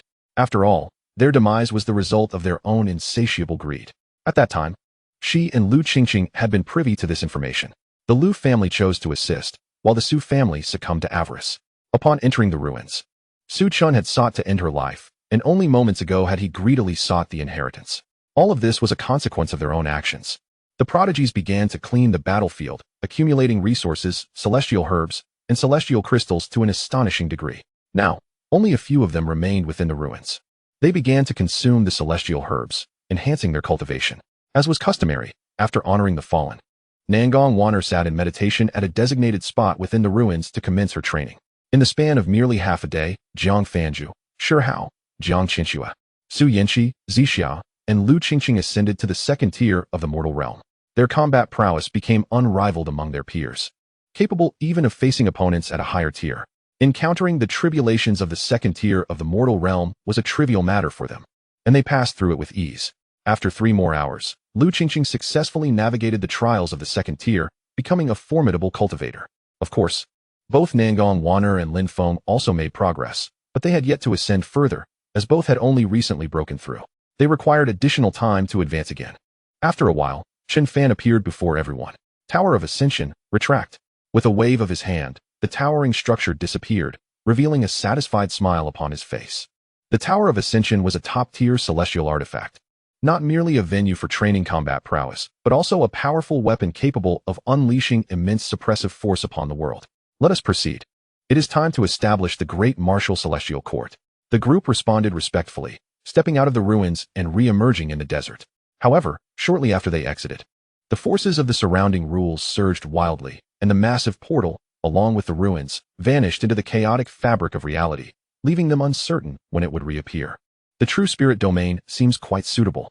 Let us establish the great martial celestial court here. Chen Fan surveyed the surroundings and, with a wave of his hand, transformed the entire desert into a verdant oasis, no longer the barren sands of before. With another gesture, a magnificent celestial city materialized before their eyes. At the grand gates, for powerful characters were inscribed, Great Martial Celestial City. Within this celestial city, numerous ethereal pavilions exuded an aura of mystery and reverence, akin to a true celestial court. From this point onward, the Great Martial Celestial City would serve as the stronghold of the Great Martial Celestial Court in the spirit realm. The grand ambitions of their enterprise would commence from here. Chen Fan gazed at the celestial city he had conjured with a sense of profound emotion. Once, he had established the original Great Martial Imperial City, but that had been through the system's construction card. Now, he could manifest it with a mere wave of his hand. Subsequently, Chen Fan deployed an 8th-tier celestial formation, the Dragon Binding Array, within the Great Martial Celestial City, fortified by an abundance of celestial crystals, endowing it with terrifying power. Should anyone dare to cause chaos within the Great Martial Celestial City or intrude without permission, they would face the full might of the activated Dragon Binding Array. Merely hearing the name evokes the formidable Dragon Confinement Array. Even the most terrifying dragon clan in existence can be ensnared by it, let alone mere miscreants. Subsequently, Chen Fan manifested the Celestial Tower within the Grand Wu Immortal Palace, allowing the Grand Wu prodigies to enter at will for training. Moreover, should other factions attempt to launch an assault on the Grand Wu Immortal City, with but a single thought, he could command the Celestial Tower to unleash boundless suppressive force, subduing all intruding miscreants. Upon entering, Chen Fan placed a talisman within the Grand Wu Immortal Palace, thereby unlocking the Cave of Fortune, fortuitously acquiring a celestial grade 9th-tier treasure. By entering this Cave of Fortune and harnessing the endless celestial energy, along with the 9th-tier 9-section Thunder Bamboo, his power would undoubtedly witness a monumental enhancement. In this realm teeming with formidable beings and diverse races, swiftly transmuting existing resources into personal strength is the wisest course of action. Naturally, within the Cave of Fortune, there were numerous other prodigies present. With an abundance of celestial herbs at their disposal, coupled with the Cave of Fortune's blessings, their prowess was poised for a significant surge. As they entered the cave, many heavenly prodigies took out celestial grade 5th, 6th, and even 7th-tier blood ginseng, embarking on frenzied cultivation. Meanwhile, Chen Fan began to absorb the powers of the 9th-section Thunder Bamboo. According to his estimations, should he completely deplete the energy contained within this bamboo, his internal cultivation would ascend to the 3rd realm of the mortal celestial stage, while his martial immortal physique would reach the latter stages, comparable to that of a martial immortal sovereign in internal cultivation. A martial immortal sovereign commands the highest echelons of strength within the entire upper spirit realm, far surpassing even ordinary mortal celestial sovereigns. Indeed, Chen Fan's internal cultivation alone had already vastly exceeded that of a typical mortal celestial sovereign. When combined with his external martial prowess, he was uncertain whether his combat strength lay within the 8th or 9th realms of the mortal celestial stage, or perhaps at even more formidable levels. While the others were diligently enhancing their strength within the Cave of Fortune, news began to reverberate throughout the gathering places of the human race in the upper spirit realm. Whether among small or medium factions or the most elite powers, they all became aware of a force in the true spirit domain known as the Grand Wu Heavenly Court, consisting of a mere 9 individuals who had obtained the coveted Cave of Fortune, a dream for countless beings and factions. In the luxurious palace of the Xianxiu immortal sect within the Xianxiu domain, dozens of formidable presences congregated. Among them, An elder emanated an aura so terrifying that it overshadowed even those at the sixth realm of the mortal celestial stage nearby. He was, in fact, a genuine seventh realm mortal celestial sovereign, known as the Mortal Celestial Sovereign. The elder surveyed the more than 10 figures standing within the palace. His voice, ancient and indifferent, rang out. Our Xianyu immortal sect has thrived for countless eons in the upper spirit realm, with an exceptionally profound foundation, ranking among the foremost powers. Chapter 223. Gathering at the Grand Wu Immortal City. If even our Xianyu immortal sect, which has endured for innumerable years, lacks a cave of fortune, we must seize this opportunity to acquire it and ascend to become the supreme force among humanity in the upper spirit realm. As the elder's voice crescendoed to a thunderous climax, it resonated with an overwhelming sense of dominance. He was the sect leader of the Xianyu immortal sect, who had long sought to breach the eighth realm of the mortal celestial stage, yet always felt something was missing. However, upon hearing the news of the Cave of Fortune, he finally understood that he needed to cultivate within it, harnessing the abundant celestial energy to potentially elevate his realm to the eighth. Throughout the upper spirit realm, all factions possessing a Cave of Fortune had a formidable mortal celestial sovereign at the eighth realm. Conversely, factions lacking such a resource, like the Xianyu immortal sect, could never hope to give rise to a superlative being at that level. This was not only true for the Xianyu immortal sect, even their allies, the Rakshasa immortal sect, were incapable of producing an eighth realm mortal celestial sovereign. Therefore, for the advancement of the Xianyu immortal sect and his own path to ascension, acquiring the Cave of Fortune was imperative. Indeed, sect leader, the more than 10 mortal celestial sovereigns below replied respectfully. They too had heard of the Grand Wu Heavenly Court in the true spirit domain, consisting of 9 individuals who had obtained the Cave of Fortune within a relic. They were immensely envious, for should they acquire the Cave of Fortune, after countless years of cultivation, they too would surely break through their current realms. Prepare the warship. I shall personally lead the expedition to the true spirit domain. The elder's gaze flickered, and suddenly, the fearsome aura of a seventh realm mortal celestial sovereign erupted around him, shaking the heavens and the earth. Simultaneously, from the Rakshasa domain, a middle-aged man exuding an overwhelming killing intent led over 10 powerful figures clad in black, brimming with malevolent energy, as they ascended onto a warship radiating a dense aura of slaughter, vanishing like a shooting star into the horizon. I never imagined a Cave of Fortune would truly manifest. It is destined to belong to my Rakshasa immortal sect. Anyone who dares to impede our acquisition shall face a singular fate, death. A chilling glimmer passed through the middle-aged man's eyes. He was resolute in claiming the Cave of Fortune for himself. Not only these 2 premier sects of the upper spirit realm, but the news had spread throughout the entirety of the human race's gathering places. Except for the top-tier factions that already possessed Caves of Fortune, virtually all first- and second-tier forces, as well as independent cultivators, were converging towards the true spirit domain, all with the intent of acquiring the Cave of Fortune. Meanwhile, Chen Fan and his companions remained oblivious to the external upheaval, continuing their relentless cultivation. Time passed unmeasured, and soon, Nangong Waner, having distanced herself from the other secluded area, faced the tribulation of the fifth realm of the mortal celestial stage. With her formidable strength, she effortlessly overcame the celestial tribulation, achieving the fifth realm of the mortal celestial stage. Following her, Lin Feng unleashed a flurry of sword light, easily obliterating the tribulation of the third realm and stepping into the third realm of the mortal celestial stage, his body infused with boundless celestial power, resembling a true, unparalleled sword immortal, radiating brilliance. Subsequently, Xianxiaaudiobooks, thriving in her rebirth, fully unleashed her advantages at this moment, having just crossed the tribulation of the third realm. Her cultivation surged to its pinnacle, poised for another breakthrough. Naturally, the others were equally determined, each stepping into the third realm of the mortal celestial stage. Although many had advanced, they had consumed barely a fraction of the numerous resources available. Furthermore, they had yet to utilize the celestial grade 7th tier blood ginseng. Without a moment's hesitation, the invaluable celestial herbs were devoured by the prodigies, transforming into an overwhelming surge of medicinal efficacy that accelerated their cultivation.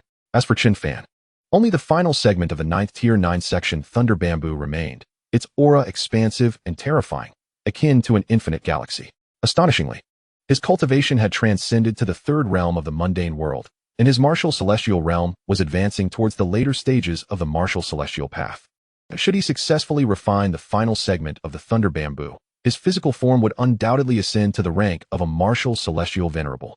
The martial celestial venerable stands above countless beings, surpassing innumerable mundane celestial entities, embodying an unparalleled power.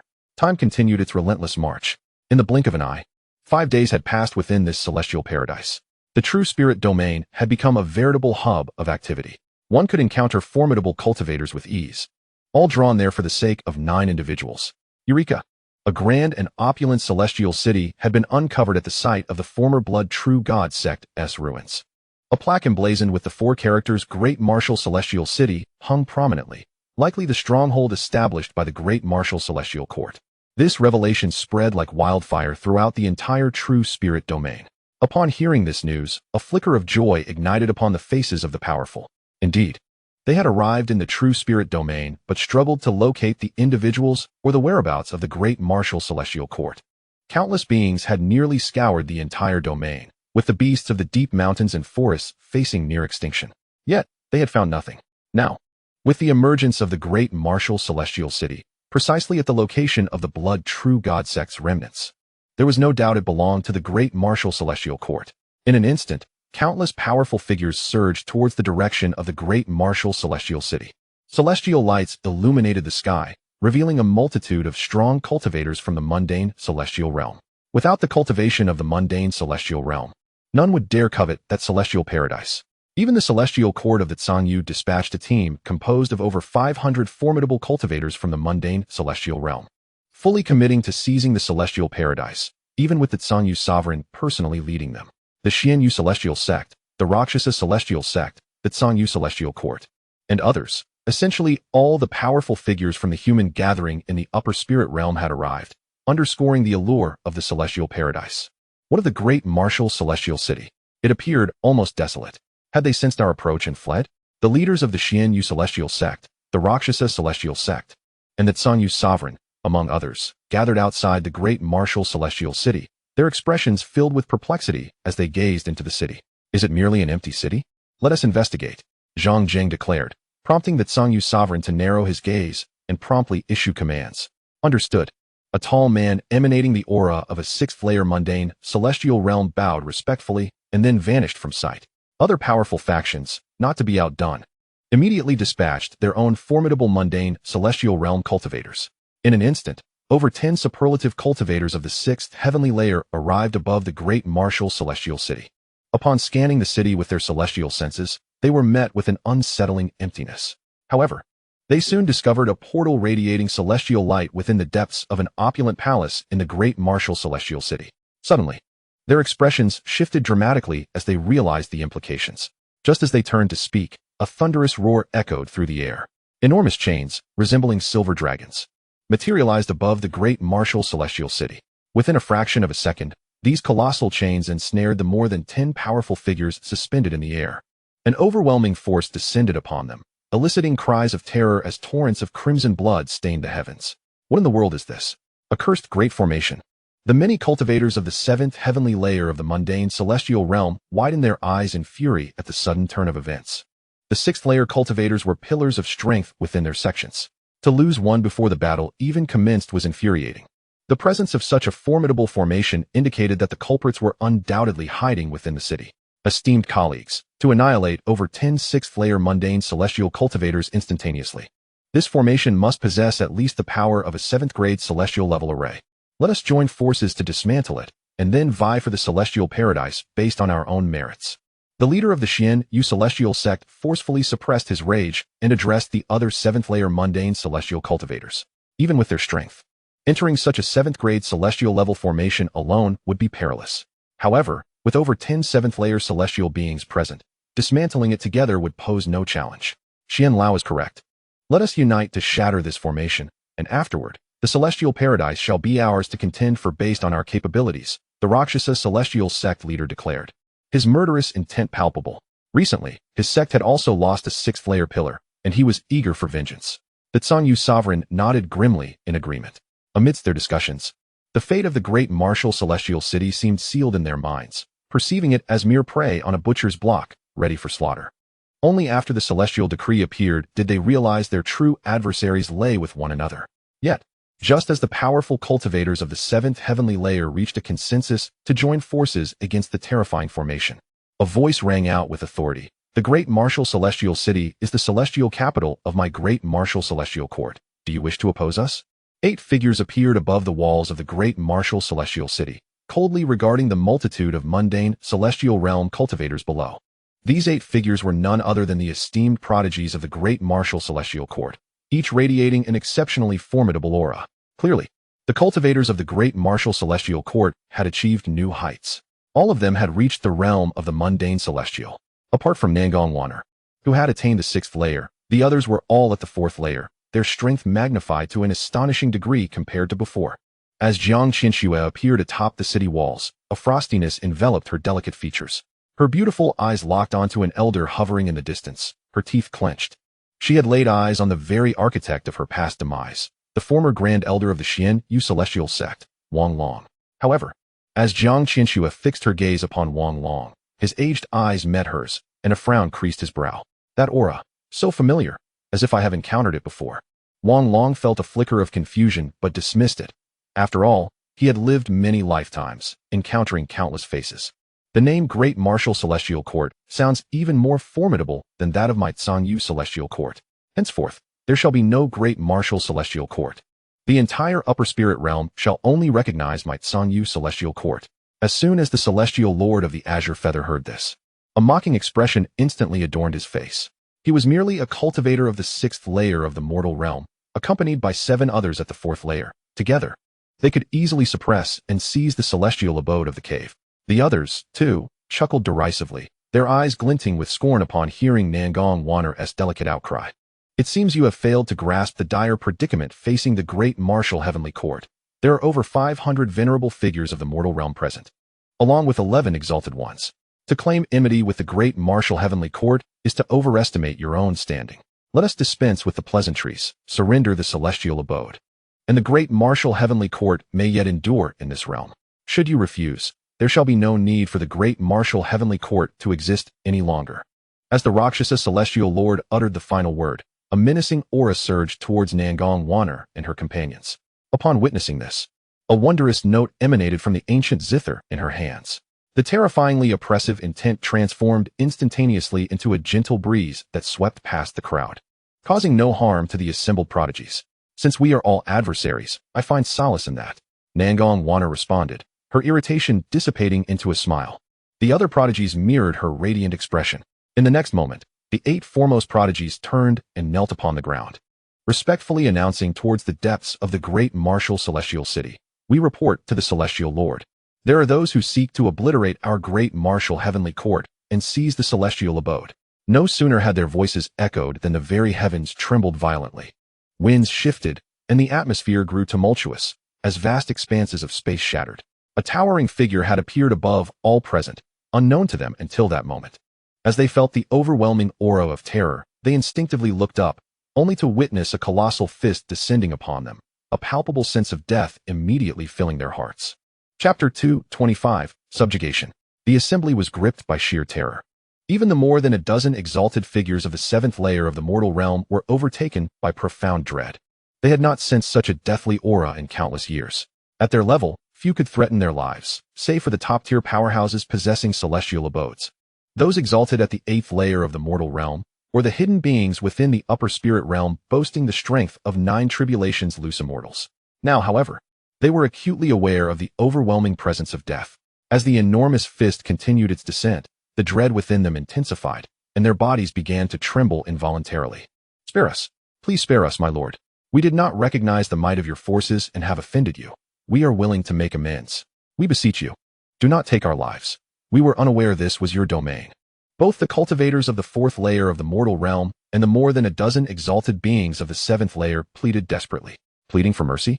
Alas, it is too late. Chen Fan's voice, void of emotion, resonated, and in an instant, the fist imbued with unimaginable power struck down. Faced with the incomprehensible terror of that fist, they found themselves devoid of any will to resist. Boom! The resounding echo reverberated through the realms, and everyone felt as if they had perished. However, after a prolonged moment of waiting, they discovered they were still alive. Confused, they opened their eyes and looked around, confirming that indeed, some had met their demise. Not they, but the members of the Azure Feather Heavenly Court, all from the Xianxiaaudiobooks Celestial sect, including the formidable exalted ones of the 7th layer of the mortal realm, and every practitioner from the Rakshasa sect. The leaders of the three major factions were all utterly annihilated, reduced to nothingness by that single strike. The remaining individuals stood in stunned silence, too fearful to utter a word or make a move, apprehensive that they too might be turned to dust in the next instant. Xianxiaaudiobooks. Your vendetta has been avenged by this celestial lord in advance. You harbor no objections, do you? Chen Fan's voice drifted through the air once more. Hearing this, Xianxiaaudiobooks trembled slightly, kneeling in gratitude and exclaiming, "Thank you, celestial lord, for avenging my grievances." The moment she emerged from the Xianxiaaudiobooks celestial sect, she recognized the so-called sect master, the very elder who had conspired with their enemies to betray her, leading to her demise. She had never anticipated that he would break through to the 7th layer of the mortal realm. She had thought it would take years to exact her vengeance.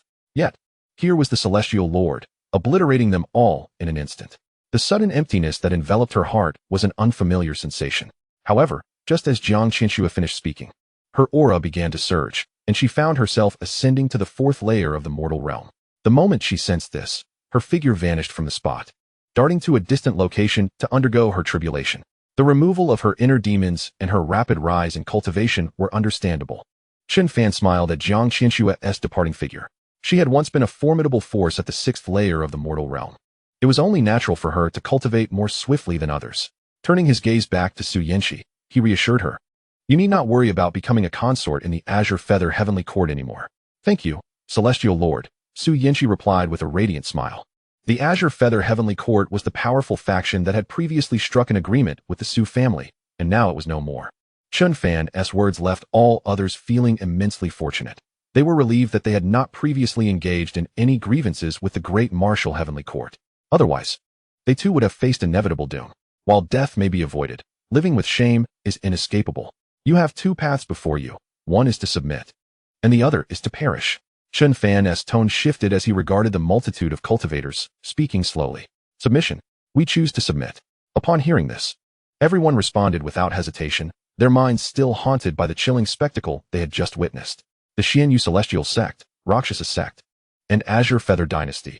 Each of these factions was renowned within the upper spirit realm for their formidable strength.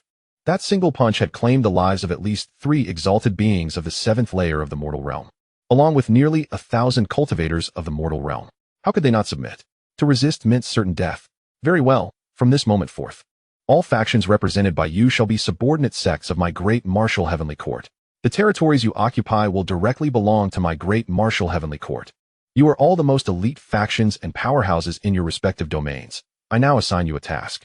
Upon your return, you shall govern your entire domain and announce to the upper spirit realm that you are under the jurisdiction of my great martial heavenly court. Chen Fan declared calmly. Having captured such a multitude of powerful factions, he intended to leverage them to expand the influence of the great martial heavenly court throughout the upper spirit realm. After all, the system's task was to develop the great martial heavenly court into the most formidable force in the upper spirit realm.